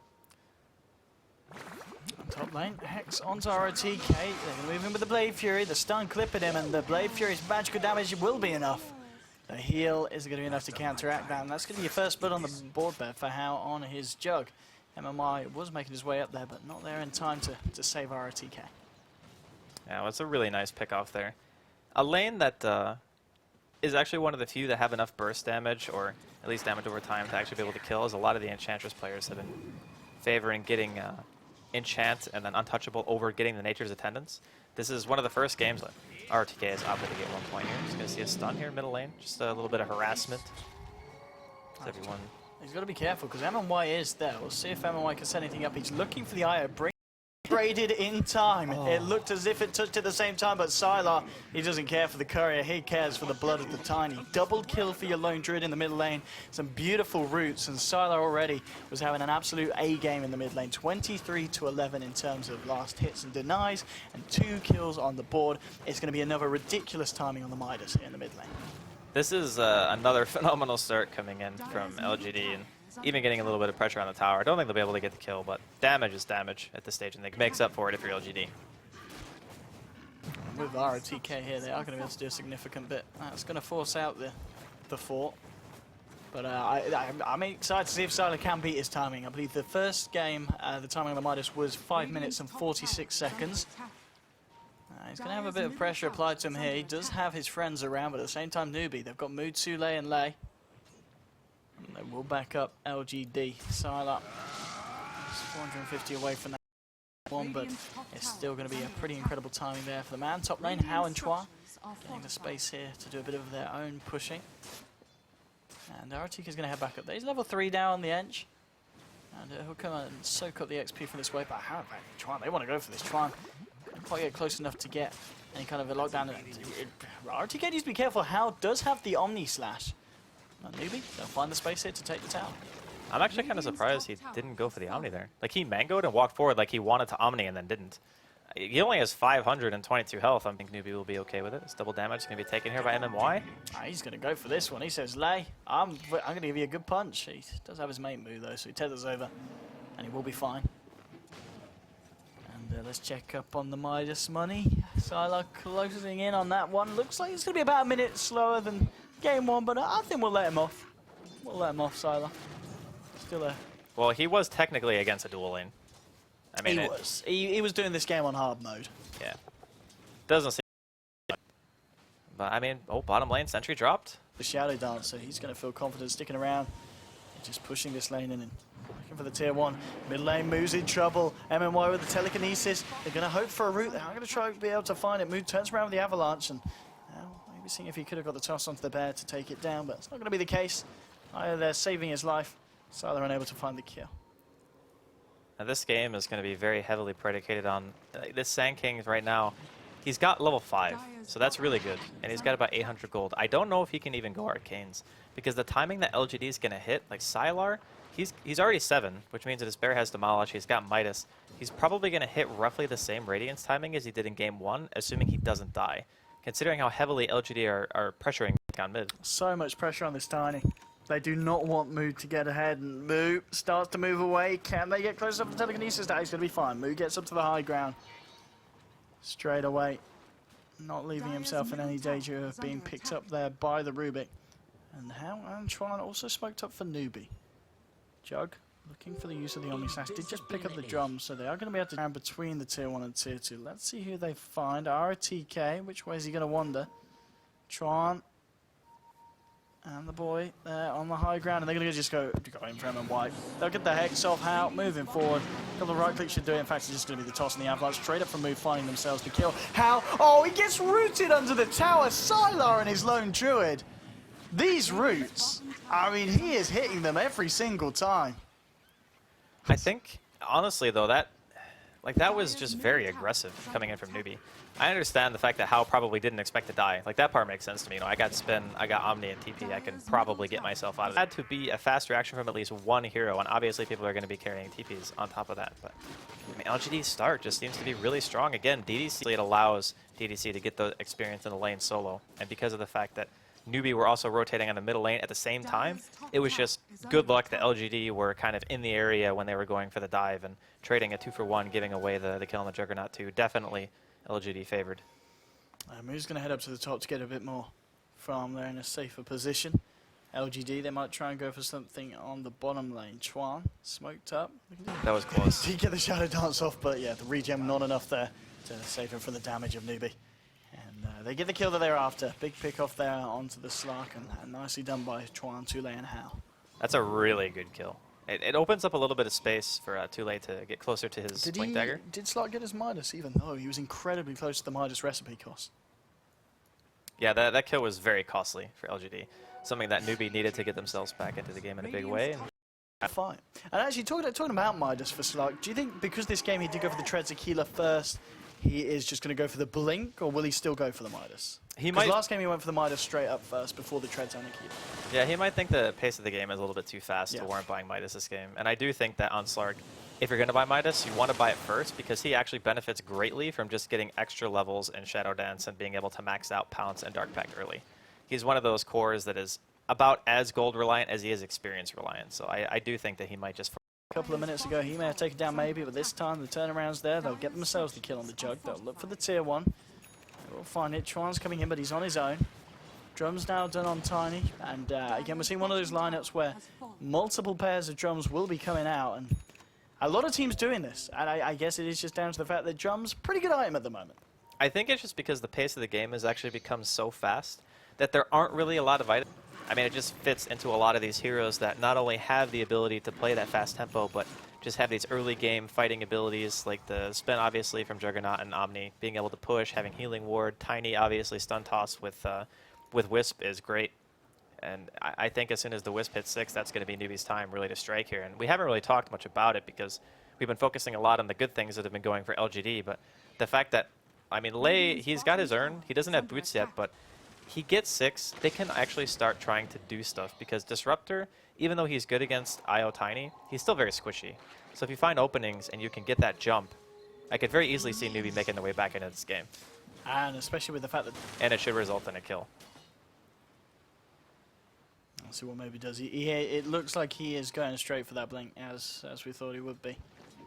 Getting the Treads Aquila first, he's going to have the money in the bank any second. It's literally right now. Actually, he might go Shadowblade. If he does go Shadowblade, it's good against Tiny, and it's good against a Jug, or Silver Edges, rather. Have no catch, really, until you have a Blink on one hero. And Slark is a great Blink carrier in this game because you can just pop ulti and be pretty safe in most cases. I guess a well-placed Epicenter and a stun could potentially kill you, though. Well, he's got a smoke up now from the side of OTG. They want to... Chuan's still hiding in his favorite position on the bottom lane. How? Teeping in. They know he's there. DDC with the Static Storm. If they can get a lead in, ideally with MMY's Telekinesis, they should be able to find this. And How, again, coming incredibly close. And they'll just walk in. Telekinesis and How. He's just gonzo. They're going to send some heroes in retaliation. Moo coming in, gets relocated forward. They'll get themselves one. The second one there, thanks to Chuan with the finger, but maybe still alive. And they clear up 3 heroes there from the side of Newbee. And Slark, he's still sitting at full health. To pick the hero, they know that LGD are going to be 5-manning, and because of the fact that he has such an early Blink, I feel like going high ground is still going to be a little bit difficult for them. And just having the ability to deal damage through Shadow Dance, whereas before they didn't have a lot of AoE targeted skills. Like it was pretty much just Avalanche, Lion Stun, and Blade Fury, which aren't like amazing by any stretch, considering the fact that maybe you can just pop Dark Pact and get rid of most of the disables. I think it was a nice addition, but it does end up being a tiny bit greedy as LGD walk Newbee. But I wouldn't say that that's like game changing or anything. This is still the pace that LGD are looking to play, and they're going to continue to push too, considering the fact that that Lone Druid is going to be getting closer and closer to that Relic. So we're also going to see Chuan drop here. He's gone. And that was good timing as well for LGD, because Chuan, he was, of course, saving up for the Blink Dagger. That is going to be a few hundred gold back off, away from his target. Mid lane, silent. Stein up How with the phasing drums. He can run away any time that he wants. How's the Radiance doing? It's going to be... I can't remember what time he got the Radiance in the first game, but... It was prior to 20 be minutes similar. for sure. Yeah, it's going to be very fast. Timing. But he doesn't have boots on the bear either, so it's a little bit skewed. I think he had boots in the previous game when he had it. But Tier 1 going the way of LGD. It's kind of like what Cinder was saying on the couch, actually, during the post-game analysis for Game 1. It was kind of like LGD got away with a really greedy draft in Game 1, and they picked a draft this game that had more fighting potential than their previous. Around, everyone can kind of pull their own weight, and I think it's being reflected pretty heavily in how much of the map control advantage they have right now. It's just some of the farms insane. You know, the fact that Ench has got her drums, Dragon Lance at 15 minutes. She's pretty much parallel with the net worth of the Tiny, and she's ahead of the Jug. In fact, what's the overall difference looking like between the two teams? It is 7,500, so pretty sizable lead for LGD at the moment. Blinking for Tule, getting the stun to DDC. House moving forward as well. Goes with the Omni Slash, but the Static Storm does get laid down. It's going to trap Moo in there. Now with the impetus, chasing down onto How incredibly low, just gets out, but there's your epicenter. Too late, jumping back in, the stun, the Earth Spike, they catch out too. RTK still alive, he gets fingered in the backside by Chuan, he's down. Salar TPs himself out of there, so Newbee able to find something in return. They keep How alive. And that was a fight that they did need, but the issue being that they do still not kill the Slark, and maybe walks out of that fight with 3k gold in his bank. And that Slark barely lived. I mean, he was probably like one auto attack from death. Maybe he underestimated the amount of damage that Epicenter was going to do, or he just felt like that fight was extremely important for them to win. But he's pretty much just going to let relocate and double blink on the Sand King and the Lion, respectively, which Chuan picked up right after that team fight, too. They're going to let that be pretty much the mode of initiation and just use relocate to kind of follow up the jump, which I think puts LGD in a very kind of precarious situation because now their initiation is nuts. Like any point, if Epicenter's off cooldown, relocates off cooldown, fingers off cooldown, any of those abilities, they can go. Maybe.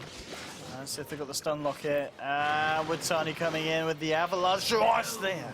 That was so nicely done, actually. That's a nice bit of gold there. Yeah. Tiny's going to take that, and that will indeed help him towards that Ag's late. He's going to be offered up to the gods there with a relocate back. LGD, they were on point. They were ready and waiting. And, okay, Rubik. He's got real useful skills on its own. Well, you can relocate and do what he's doing now, which is just do a little bit of deep pushing, you know? I guess so. Casually visit top lane, and then go back to where you were. Oh, right. Just being able to steal both abilities with one spell. Radiant's bottom tower is under Pretty attack. decent. Let's see what Newbee are ready to do here. If LGD do come in with the push, I think LGD again is certainly going to be feeling that they are in a position of comfort. I mean, do you feel that LGD, they've got a lone druid, taking that late against a Jug and a Tiny, do you have to favor LGD's two cores? Well, I think it's a different dynamic. Like the way that the teams play it out, Newbee have much more pick potential than LGD. LGD really only have one form of initiation, and that's maybe on the Slark. Whereas Newbee have 2 blink initiators, and they have 5. They still also need to be very wary of things like Epicenter. So as the game kind of stretches out, I would actually say that Newbee probably hold the advantage just because they have more options. I don't know why. Coming into the jungle on his own, and he's going to walk into a few of them. He will jump himself away at the same time, but maybe he's going to be jumping in onto Lei. Tethers himself across. Now MMY, he was acting as the bait. He drew Moo all the way around the corner. He gets caught in the Static Storm, will get glimpsed back. Now the backup of Lei, and Lei will save him with the relocate. They'll take the Tiny out of the fight. How? Should be fine here. How's got a TP. How's the Blade Fury and the Omni Slash. Looks like Newbee will be able to get themselves out of this one. In fact, Lei, well, they weren't even hanging around for the IO killers. He's able to tether across to Chuan, and Newbee lose nothing off the back of that. There's a couple of ultimates exchanged, but nothing really too big either way. Like Epicenter's still up, relocate's not that long of a cooldown, Shadow Dance is pretty much the same thing. So. Tule, he's got the 2 points in Epicenter. He could try and look for something big, but the Ether Lance as well, it's going to do a lot at this point of the game. And in fact, he just jumped straight in with the Burrow Strike. He's looking for MMY. Moo trying to get himself closer by the kinetic field. The Savage Roar from Sylar, sending Newbee packing. And Newbee won't quite be able to find that big jump in that they wanted with the defense, but they do hold on to the tier 2, and they do force LGD to back down. It's really unfortunate that the Newbee didn't have a lane ward there, because when they walked up, LGD dropped one just to see if there was going to be anyone else coming. Ended up starting the team fight, because as soon as that Tiny goes in, the Sand King can like reset and go for an Epicenter, but if they had that ward, they could have easily seen the 2 supports were right on top of each other. An Epicenter like that just wins the game. Jumping in onto Moo. Moo turns around with the combo. In fact, the combo just blows up Slark. All right. Nice Slark you got there, Moo. He's wandering around. He doesn't know what he's doing there. He's trying to walk towards the wrong base. He's dead. How? Gets the Omni Slash just before he dies, but he will die indeed. 2 for 1 at this point. Tule rooted up. 3 in trade of the Slark. But that was instead of going for the Scotty, like he wouldn't have had it now, obviously, but he would be very close. You need the stats to live through burst damage. So if you can't live through like a finger or a Tiny combo or something like that. And he was on Agi Treads. Well, I mean, I think he was dead anyway. But either way. I don't know, Matt. It's a more farm-oriented build. Okay. Okay. Bear down, boys. That's bestiality, boys. I really don't. It's bad. Speaking from experience, I mean, I just don't want anyone going to jail, Owen. yes, we don't want that. And 10 for 16 at the moment. Net worth still in favor of LGD. I mean, what the Newbee have to do to kind of really swing the back? We saw them there, how easy they can kill the slot because of this situation. Well, that they team... do have the one, if they can get the jump, which they've got a lot of heroes that can jump in. They've got the catch. Yeah, it's not a matter of having the catch or not. It's just the way that team fight kind of rolled out. It's like, okay, I'm dead, but I'm going to try to deal a little bit of damage, so he runs, tries to hit somebody. But the problem is, the Sand King didn't get Epi off. Like, Jiaotule needs a good epicenter in those kind of weird engagement, to say the least. And I don't think that Newbee want to take fights that way. They want to be trying to pick, and they don't want to be taking the full-fledged engagement unless the Sand King is ready. Because if he throws out a casual Burrow Strike into Disruptor when they're carrying sentries, and they also as we were saying, Newbee, they've certainly got the tools to pull off something big in these fights. LGD do make these mistakes, and how Antoine, he's sneaky here on the tree line on the bottom. We'll see if they are able to get some kind of jump if LGD come out. It's just going to be solo with the bear. Slowly farming out the creep wave with the Radiant Spurn. How still waiting, hoping someone's going to bite and come out the lane, but LGD just playing very carefully at this point. As well, but they've got the glimpse. Io won't be as lucky as the Tiny, but Mu with a smart decision to get himself the hell out of there. it's very good awareness. But more importantly, MMY got his hands on Overcharge. Best spell ever. But in all seriousness, it's LGD controlling the map. Like, they're just going everywhere looking for the team fights. They're ward, which is something that you very commonly see, and a big reason why I think they're warding the way that they are too, is it's very common to see the IO Tiny just being together, pushing out lanes that are close to the base, farming the woods, generally playing safe and or off map because they know they can always get to the fight. There's never going to be a stage where the IO Tiny can't be there as long as relocate is available. So the way that they're playing around it is just pressuring those heroes directly and making it so you never have to worry about the surprise factor of them just coming into a team fight when you try to go for maybe like a kill on Hao, for example. So caught out and taken down. He's out for the count for 50 seconds. No buyback here on the man, and LGD look this period as an opening to just going for the Roshan. And indeed, without the Sand King, it's going to be pretty hard for Newbee to contest. Yeah, this is a really tough game for Sand King, to be honest. Like, Telekinesis is such an annoying spell because if you're sitting in Sandstorm, even without detection, is just a total nightmare. And you kind of have a higher level MMY gets. Like, he's 11 now. He's going to start getting more points in a null field. He might even opt to go for something like a pipe because he's sitting on 2,200 gold, or maybe he just goes full YOLO buys an Aghanims. But he's top. Move. He's having some with Sylar. MMY with the Stolen Stun from the Sand King jumps in. Io, I mean this Io, he's had to bail out Mu a fair few times and left.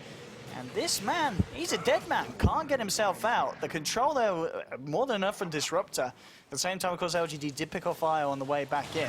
And maybe he spots out more with the ward there by the secret shop, jumping up to the high ground, looking for Tule. And Tule will get themselves the blink out. There's going to be a blink picked up on the Jug and the 4-staff now on the line. So if you need mobility, the Newbee have got it covered. But LGD, they've got the team fight control with the Disruptors. We saw that from DDC. Yeah, the Blink Dagger is kind of a nice choice because in a perfect world, you can blink and then find like the Enchantress, or you can go for the Disruptor, get like support kills that are fairly high priority. But the problem is there's Glimmer on the Disruptor right now, and MMY has almost got a full Yules. So both of those heroes are going to have ways of stopping your ultimate. Here comes LGD just massacring the mid-racks right now of Newbee, and there is just no rebuttal whatsoever. Stunning finger onto maybe it's not enough burst, though he stays alive. Tule did jump in there with the epicenter. It's not quite enough damage, though. They're all still alive on the side of LGD, and it's going to be 2 dead on Newbee. Hao moving forward with the Blade Fury, trying to find MMY. The kinetic first gets dropped down. No! MMY steals the Blade Fury, and he's going to kill himself. No, he still goes down to the Omni Slash. It's 2 for 1 at this point, maybe. Clearing up on the back lines. Mu jumping in with a combo, looking for Sylar. Is it enough damage? No! Sylar's going to be able to walk it off. RTK throwing the impetus into the face. There's only buyback available on Mu's Tiny. And that could be game ending here. LGD do it there with that final advance. And the slug just got too fat. LGD just played so well this game. Honestly, I gotta play so well this series. Well, of course. Even in the last series, I gotta give a shout out to my boy MMY. He played very, very impressive Rubik this game. And he's top dog. Just the amount of time that he was able to buy in the team fight. Like, it seems like small stuff, but just living for a couple extra seconds, forcing a core to decide if he wants to commit to you. You know, like, how's, like, do I go for the kill? Do I not go for the kill? Okay, well, now I'm dead because I... Chinese team that will be going through to the upper bracket then, LGD. Yes. Yes, indeed. So far. Chinese support is going to be rallying themselves behind LGD, I'm sure. And that is it, of course, for the games today. But don't go anywhere. We're going to head ourselves straight back over to the panel. Welcome back here. LGD 2-0. They be second in the group after OG. Group C, that is. Group C is now done. things are going really well there on couch number 2. Couch number 1. LGD, victorious. I mean, everybody said it, right? From the draft onwards. What was that really was the nail in the coffin? Siler, Lone Druid. God swapped sides toward the end. I just wanted to point that out. Okay, he swapped to Newbee? Yeah. Okay, that's fine, yeah. Don't give Lone Druid away, especially to Siler. Yeah. It's a great 10th pick, last I checked. It's one of like Siler's, like how some last game it was the bounty hunter, small things changing the game. This game it was a double entangle in the mid lane. He also plays a lot more aggressively than other heroes because he has the roar. He's actually really good about like when the Tiny's coming into Avalanche, he'll have his bear next to the Tiny so he doesn't get comboed, but he also doesn't get stunned by the Avalanche. Like he pushes the hero way more than he does with other heroes because he knows he's not going to die. Yeah. That's what happens when you play a hero that you're extremely confessive plays. Like in C, we always see Miracle. The C Miracle, when he plays Naga, he really takes the hero to his limits because it's his comfort hero. Or it's like a burning anti-mage. He's a lot more aggressive, pushing the lane, split pushing, and he putting knows his he hero won't in die danger. because he knows the hero is the hero inside out. And knows versatility with, no less. Yeah. I mean, a lot of credit to Sylar, of course. But what about maybe Slark? He had a couple of, I want to say, unnecessary deaths. I think some of them were valuable. He did last game. He might have only died once the whole game, but more than any. I mean, he just literally got caught when the Rubik was in front of him, walked up to him, lifted him, and they just dropped the static storm. That's how he died. Like a couple Sand of King times. died so many times. They like relocated it into static storms. Like it was just. So do you guys think that it's better with Disruptor against the Wisp? I mean, if you walk into Ultimates. For the post-game interview with LGD with maybe of LGD rather. Congratulations earlier for your series win against Newbee to move on to the winners bracket. So how did it feel having to play Newbee again for the second time today? A hard-fought series, of course, earlier. This time you had to beat them again. How did you prepare for that? 首先恭喜你获得胜利，胜是感觉如何？ 2-1，然后就是晚上刚打的是2-0嘛，然后感觉就是我们自己的状态更好了。 It feels a bit more relaxing than earlier this afternoon. It was 2-1 this afternoon, but it was 2-0 just now. I feel that our form was a lot better. So in both games this time, safe lane. This is a hero that we don't commonly see you play. And in the previous series against OG, they used it twice in both their wins against you. Did that contribute to your using this hero, and do you feel this is a very strong hero now? 在刚刚的游戏当中，你使用了小圆这个英雄，然后这个英雄我们是平时不太看到你使用的，但是在你面对 OG 的2场，就是他们赢你的时候，他们也是使用这个英雄，这是你们选小鱼人的原因之一吗？就是看他们打小鱼，感觉这英雄这个版本还可以，就是可以用。然后呢，我们就自己就看一下效果嘛。然后感觉就这个英雄的节奏还挺适合我们队的，然后所以就尝试一下。It's actually an inspiration from them. We saw that Slurk is actually usable this patch because of them, and we feel that the momentum of the hero fits our team really well. That's why we used it. So with your victory, you are actually the only Chinese team to have advanced out of the group stage in the upper bracket. Can you talk about why you think perhaps some of the Chinese teams are struggling a bit during this tournament, and maybe what your team did differently to avoid their fate? 你们队伍是唯一支中国队伍进入正赛胜者组的，可以说一下，你觉得为什么，或者你的队伍做了哪些准备，导致就是你们避免进入败者组呢？我们组的话4支队，然后 OG 比较厉害，然后就是另外一支外国队，就是实力稍微偏弱一点。然后进的话，就是我们2支中国队看就是谁发挥好，然后谁就是打得好。In our group, OG is the stronger team, and relatively Arcana is the weaker team. So between Newbee and us, whoever plays better will just enter the upper bracket. Thank you, Helen, and of course, thank you, Maybe, for the interview. Best of luck moving forward. Welcome back. Yes. Hey. Hey. It is. I mean, it is late. It was only for you. Rest can just What? listen. Sweet. No. I want to know. We have heard that earlier today. Ooh. Would you prefer a golden Bloodseeker courier, or the shitty wizard that flies on his horse with the rainbow? Dolphrat and Rosinante? Is that what it's called? No, or it could be Whitty and Shizzard. No, it's the one with the horse with the unicorn. Isn't that I would definitely prefer the golden one. No. The golden one. Yeah, the golden one. That is. Correct.